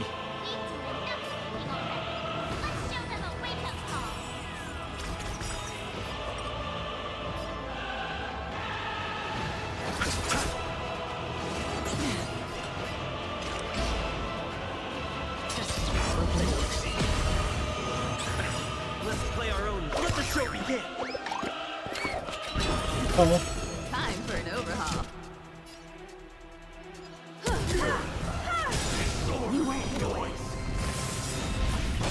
Perhaps you still don't understand. Humanity never conceals its desire to control the heavens, and I'm no Boom. exception.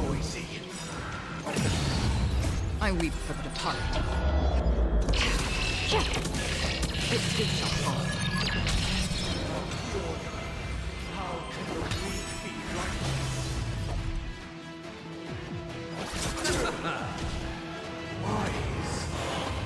Let's try. Eternal sleep. The dead return!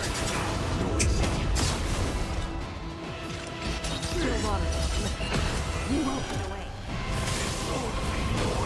Weakness is not defined by you. Wake up! Did you just say wake up?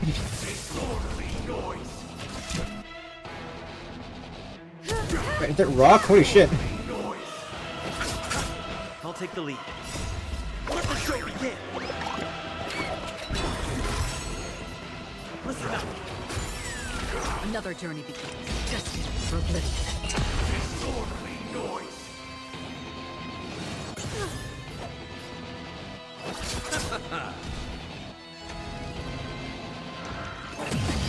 Sink into a dream.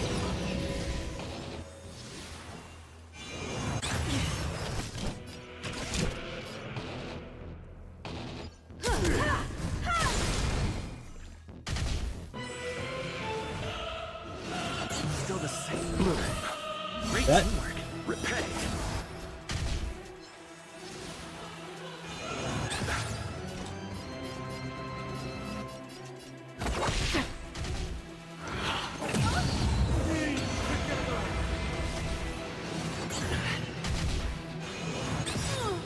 Perhaps you still don't understand. Humanity never conceals its desire to control the heavens, and I'm no exception. Eternal sleep is not the dead return! You won't get away. Keep up with me. I weep for the departed. It takes a fall. Boom.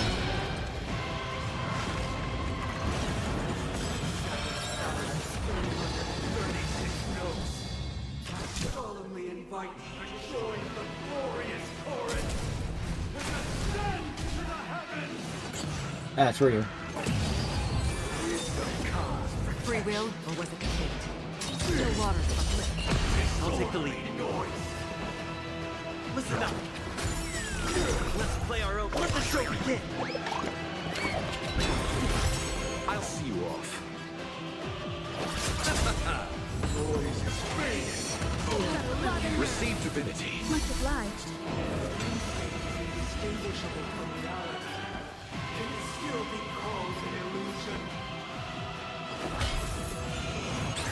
I have something for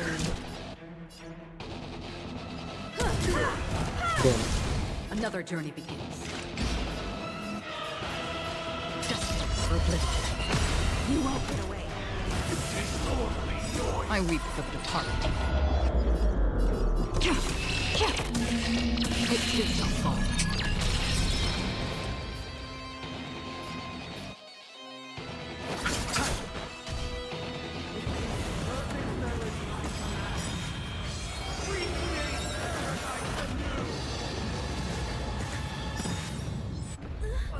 That's it.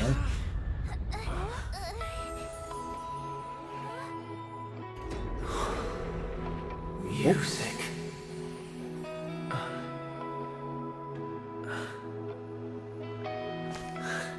There seems to be another kind of sound coming into the Order's symphony. Oh, let's go. Penacony's first and last disharmony.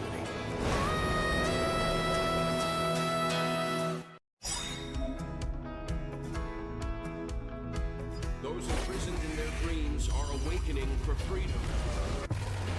You can run him over with a train. Robin, is that you singing? You have heard their cries. This is not the paradise they hoped for. Even so, they don't know where they should be heading. That's why I had to become the lone star in the sky to guide them. Even if that star must hang in a perpetual night of solitude. Disorderly noise! Listen up!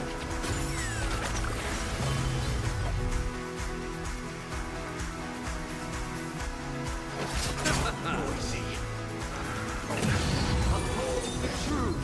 Free will, or was it still noisy? Let's play our show again! Perhaps use humanity never conceals its desire to control the heavens, and I'm no exception. Eternal state. And return!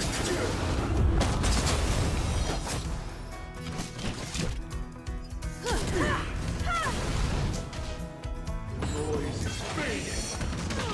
Enjoy eternal peace. You chose the wrong. Noisy. Another journey begins. Just for oblivion. You won't get away. Disorderly noise. I weep for the departed. Mine die. I have something for you. I'll see you all. Disorderly noise.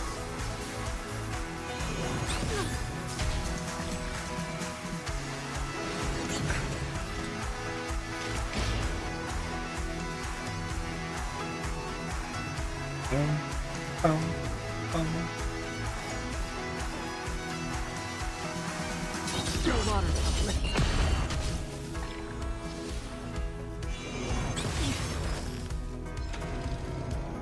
All things are part of the melody.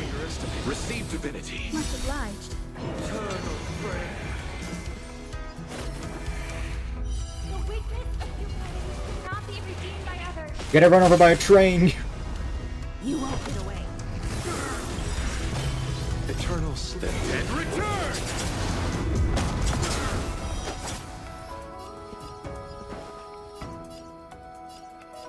Listen up. Let's play our own melody. Let the show begin. That's trick. I have something for you. Perhaps use humanity never conceals its desire to control the heavens, and I'm no exception.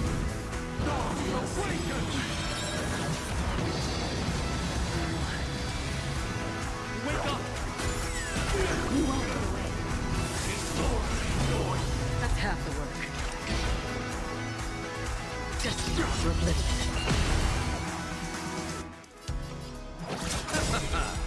I weep for the departed. And all are dead. If we had never experienced solitude, how could we have embarked on different paths? Now, our final talk has concluded. I think I skipped a line. All the work of creation has been completed. The inevitable day has arrived. The embryo of philosophy will reshape for us all of reality. If your paradise can save more people, sever my path with your hands. How insolent!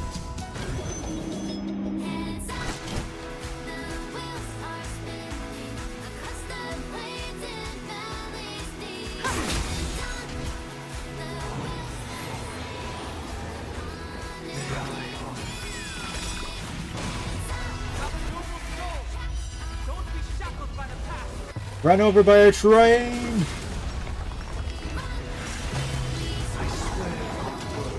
On the third day, grant language.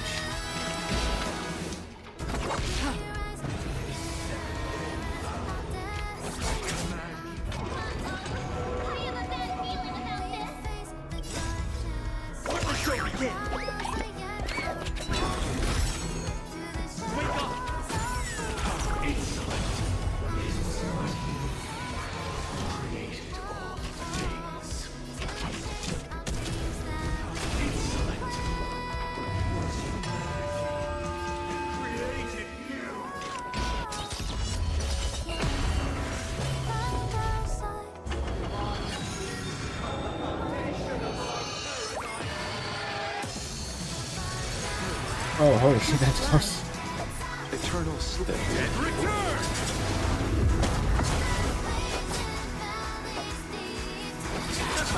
I'll take the lead. Listen up.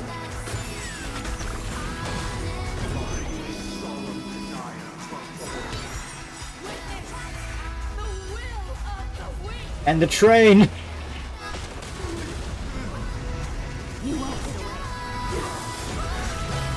Let's settle this. Still water. Time for an open. Keep up with me. Wake up! I'll let you play our own. Let the show begin!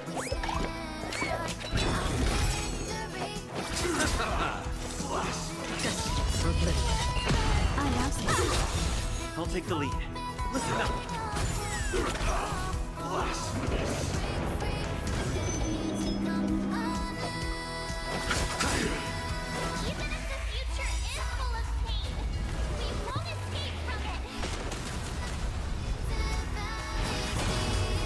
Some sticky landing that conceals its desire to control the heavens, and I'm no exception.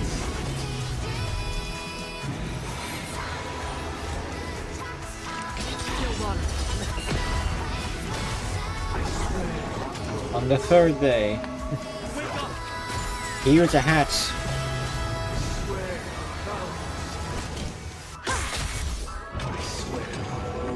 You chose the wrong end. I swear on meaning. Eternal state. And return!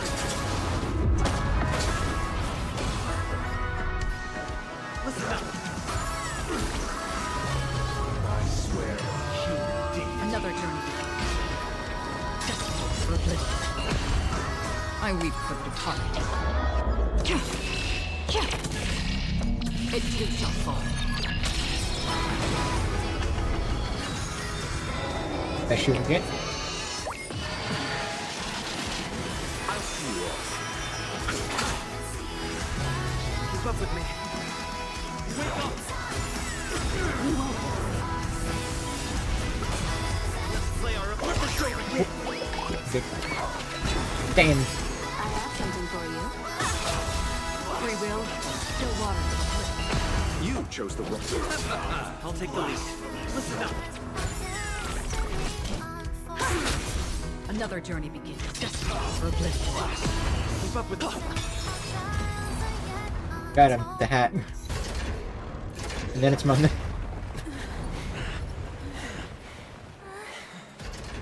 So, why does life slumber? Because someday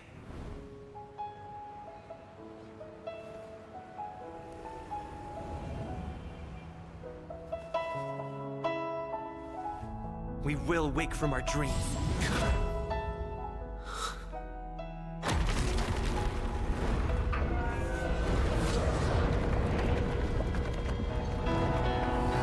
Off he goes. The night is still too short.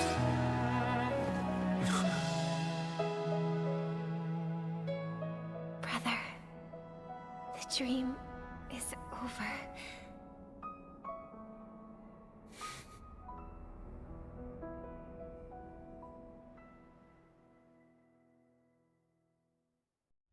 In the first year of the AE 2158, a fiery conspiracy erupted in the land of the dreams, but soon faded in chaos and destruction. Whispers carried the tale of those fateful 48 system hours, when a sun teetered on the precipice of collapse. A paradise stood on the brink of destruction, and a world was poised to surrender to its new master. Amidst it all, a body decayed, a pack of vultures gathered, and a brother and sister were doomed for eternal separation. And so, an eon succumbed to slumber once more. Some celebrated this fall, while others mourned. Among the insignificant witnesses, mere specks in the vast tapestry of the universe. It was said that this time, the Eon met their demise with dignity. As the cosmos bathed in the radiance of a pure dawn, a tempestuous storm brewed on the horizon.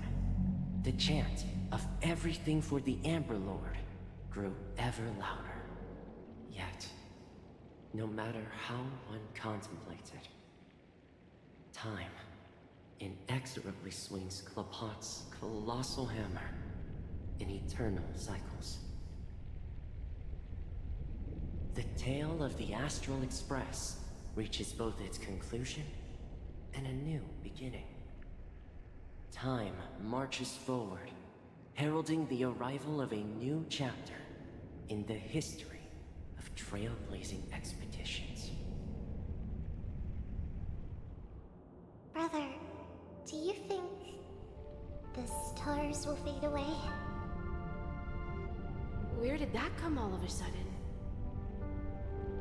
Because the constellation that looks like a bird, the Torrent Eagles, looks a bit dim lately. It's the Dormant Eagles. Don't worry, it's still there. It's just it's located in the inner ring of Penacony and can only be seen when spring and summer overlap. As for the question you asked, I think stars do die, just like people. But do you know, sister?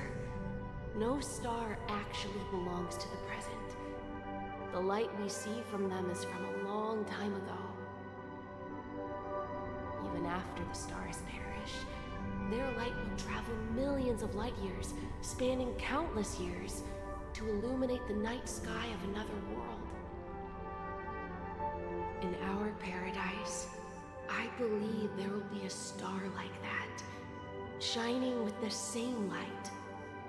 Its radiance will last forever, and its name will be happiness. No, not just one star. We should have 2 stars. Or maybe even more. Yeah, you're right. It's a deal. It's a deal then. This is our promise, and nothing will sway our ideals. Yeah, you bet.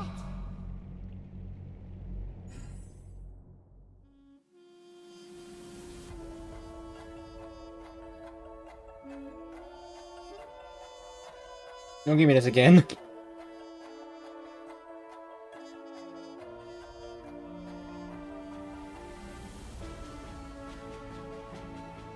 Come on.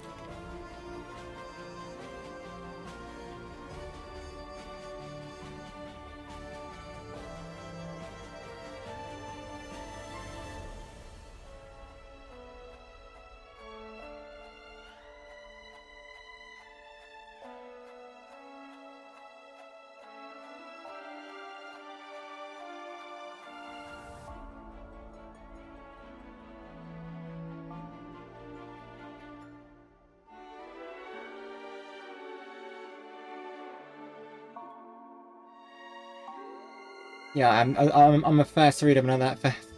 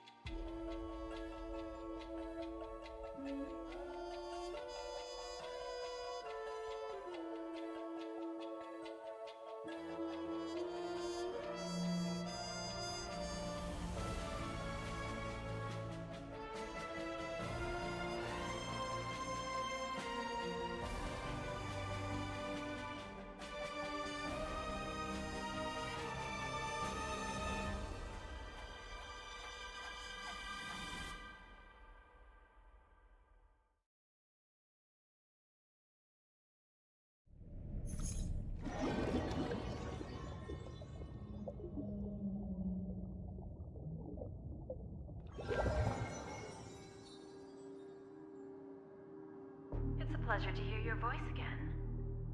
Congratulations. You've become the biggest winner of this festival. Are you calling just to poke fun at me? No. I'm just impressed. Not only did you venture alone into Penacony and discover the truth of Dreamflux Reef, but you also managed to escape with the help of that Knight of Beauty. Remember the recording you received from your Trailblaze friend? It's now the most valuable chip in this game. However, this came at a high cost. Losing a cornerstone is a hefty price to pay. Diamond just called a meeting to discuss what to do with you. Just as I expected. So is Diamond planning to demote me, or kick me out of the 10 Stonehearts? Why don't you take a wild guess? Well, alright. Then I'll guess. He's going to promote me to P46? Alright. What will you wager? Are we talking about a real bet here? I don't want to wager anything just to escape your clutches. But if it's just a friendly bet, I'll put on the line what I did when we first met. I'll bet my life, ma'am. Interesting. But since it's Diamond's call, no one can predict the outcome. I'm on my way to Penacony. Once everyone is settled, we'll return to Pier Point for the final showdown. Sounds like I'll be out of the action for a while. Finally, a chance to kick back and relax. Yeah. Leave everything to me and Topaz, child. Thanks to you. As soon as the Jade Stone was delivered to the family's compound, we finished up our preparations. The seeds we planted have taken root. Soon, it'll be time to reap the rewards. Huh?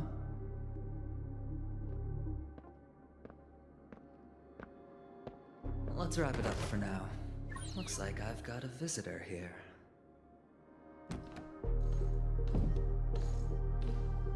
Is that a spur? Yep, that is a spur. So many surprises today. Didn't expect a Galaxy Ranger and wanted criminal to show up here. One who managed to take out 2 IPC members under the noses of our fleet. Do you understand what that means? Screw? Wubba boo, I just put him to sleep. Don't try to intimidate me with that nonsense. Besides, I've taken down more IPC lackeys than the residual value you squeezed. And I don't mind adding a few more zeros to my wanted poster. I have a question for you. Be honest, or I don't mind putting a bullet into your head. Tell me, where is Oswaldo Snyder? EPC. And on the 8th day, we completed... Yeah.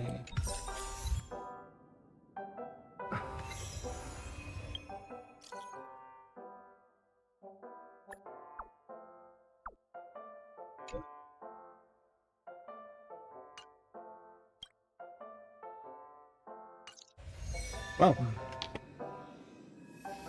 Just a quick unlock, real quick.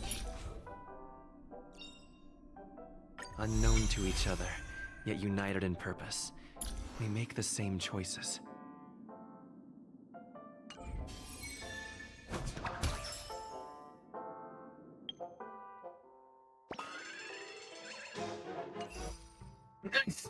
Well, this was gonna be a short stream anyway. And I've done the thing I wanted to do.